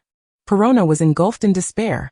In her flight, her parasol had fallen, leaving her disheveled, her face smeared with dirt and her pink bangs in disarray. I swear, I won't take anything from your ship. Her zombie subordinates had long been rendered unconscious in the shockwave. No one was there to save her. While Lord Moria, hurry and come. Exhausted from flying, Perona was soon caught by Zisu, who grasped her neck with her black claws, coldly demanding, "Speak. What is your purpose? Who is the mastermind behind this island?" No one answered her, only the endless, intermittent whimpering filled the air. Lack of oxygen caused Perona's face to flush red, and before her stood the seemingly adorable girl who had reduced her to a sobbing mess. Tears streamed down her face, mingling with snot, some even dripping onto Zisu's hand. Zisu, slightly loosening her grip, allowed the girl to gulp down air, her coughing echoing forth. Wah ah. I'm going to die. Lord Moria. This witch is so terrifying, wah. Zisu's expression grew impatient as she brought the sobbing girl back to the ground. Fashioning a bloodbat prison for her, she finally released her grip. Now speak clearly. And if you do, I will spare your life. Zisu crossed her arms, holding them against her chest. Bats are terrifying too. I absolutely loathe bats. Ah. What if they bite me? I'm so scared. Perona was about to cry again when she felt the witch's blood-red gaze piercing through her, radiating a palpable murderous intent. Sniffling softly, she finally divulged everything without a shred of concealment. This dreadful three-masted ship belongs to one of the 7 warlords of the sea, Lord Moria. He is the wielder of the shadow fruit, and you Straw Hats have been on our radar since you set sail. By stealing your shadows, Lord Moria's powers will grow even stronger. Upon hearing this, Zisu's bloodlust surged dramatically. Perona, trembling in fear, crouched on the ground, hugging her pitiful self, hastily adding, "Wah. We only aim to take your shadows. We won't harm your lives. After all, if the body perishes, the shadow will vanish too." The mastermind behind this was yet another one of the 7 warlords? Those insufferable brats, one wonders if they can endure this. Zisu's expression betrayed a hint of anxiety. This girl, now reduced to tears, had completely lost her fighting spirit, and Zisu found herself unable to deliver a lethal blow. Stop crying. The adorable girl before her was so taken aback that she fell to the ground, her round eyes widening in terror, as if she had encountered something profoundly fearsome. No. She was not gazing at herself. A sense of impending doom surged within Zisu. A colossal shadow loomed above her, and as she turned, a sharp, blood-red blade sliced through the air toward her rear. The man met the blood blade with his massive palm, dismissively flicking it away. In an instant, the blood blade vanished without a trace. Zisu's face was etched with astonishment. Perona's terrified exclamation echoed in her ears. Tyrant Bartholomew Kuma, one of the 7 warlords. Yet another warlord. Are the 7 warlords simply free to roam? The man was tall and imposing, resembling a bear, holding a Bible in one hand, while his left hand, devoid of a glove, bore peculiar fleshly pads. His voice was calm and composed as he regarded Zisu and the trembling Perona behind her. Straw Hat Pirates, blood-sucking demones, and a subordinate of Gecko Moria. Zisu retracted the blood bat that had imprisoned Perona, feeling the surge of blood energy around her. In an instant, she assumed a combat stance. She coldly shouted at the powerless Perona, crying, "Baby, hurry and flee. Don't hinder me." Perona trembled with fear, tears brimming in her eyes. She quickly scrambled to her feet, eager to distance herself from these increasingly perilous individuals. "Wah, you're really not cute at all," she cried, invoking her fruit powers to soar into the air, desperately attempting to escape, only to hear the tyrant Kuma whispering behind her. "If you wish to travel, where would you like to go?" "What do you mean, where to?" If she were to go on vacation, Perona glanced at the imposing figure of Kuma that had suddenly appeared before her, and, before being swatted away by his massive hand, formulated her answer. "Of course, I want to visit a dark and damp, terrifying castle.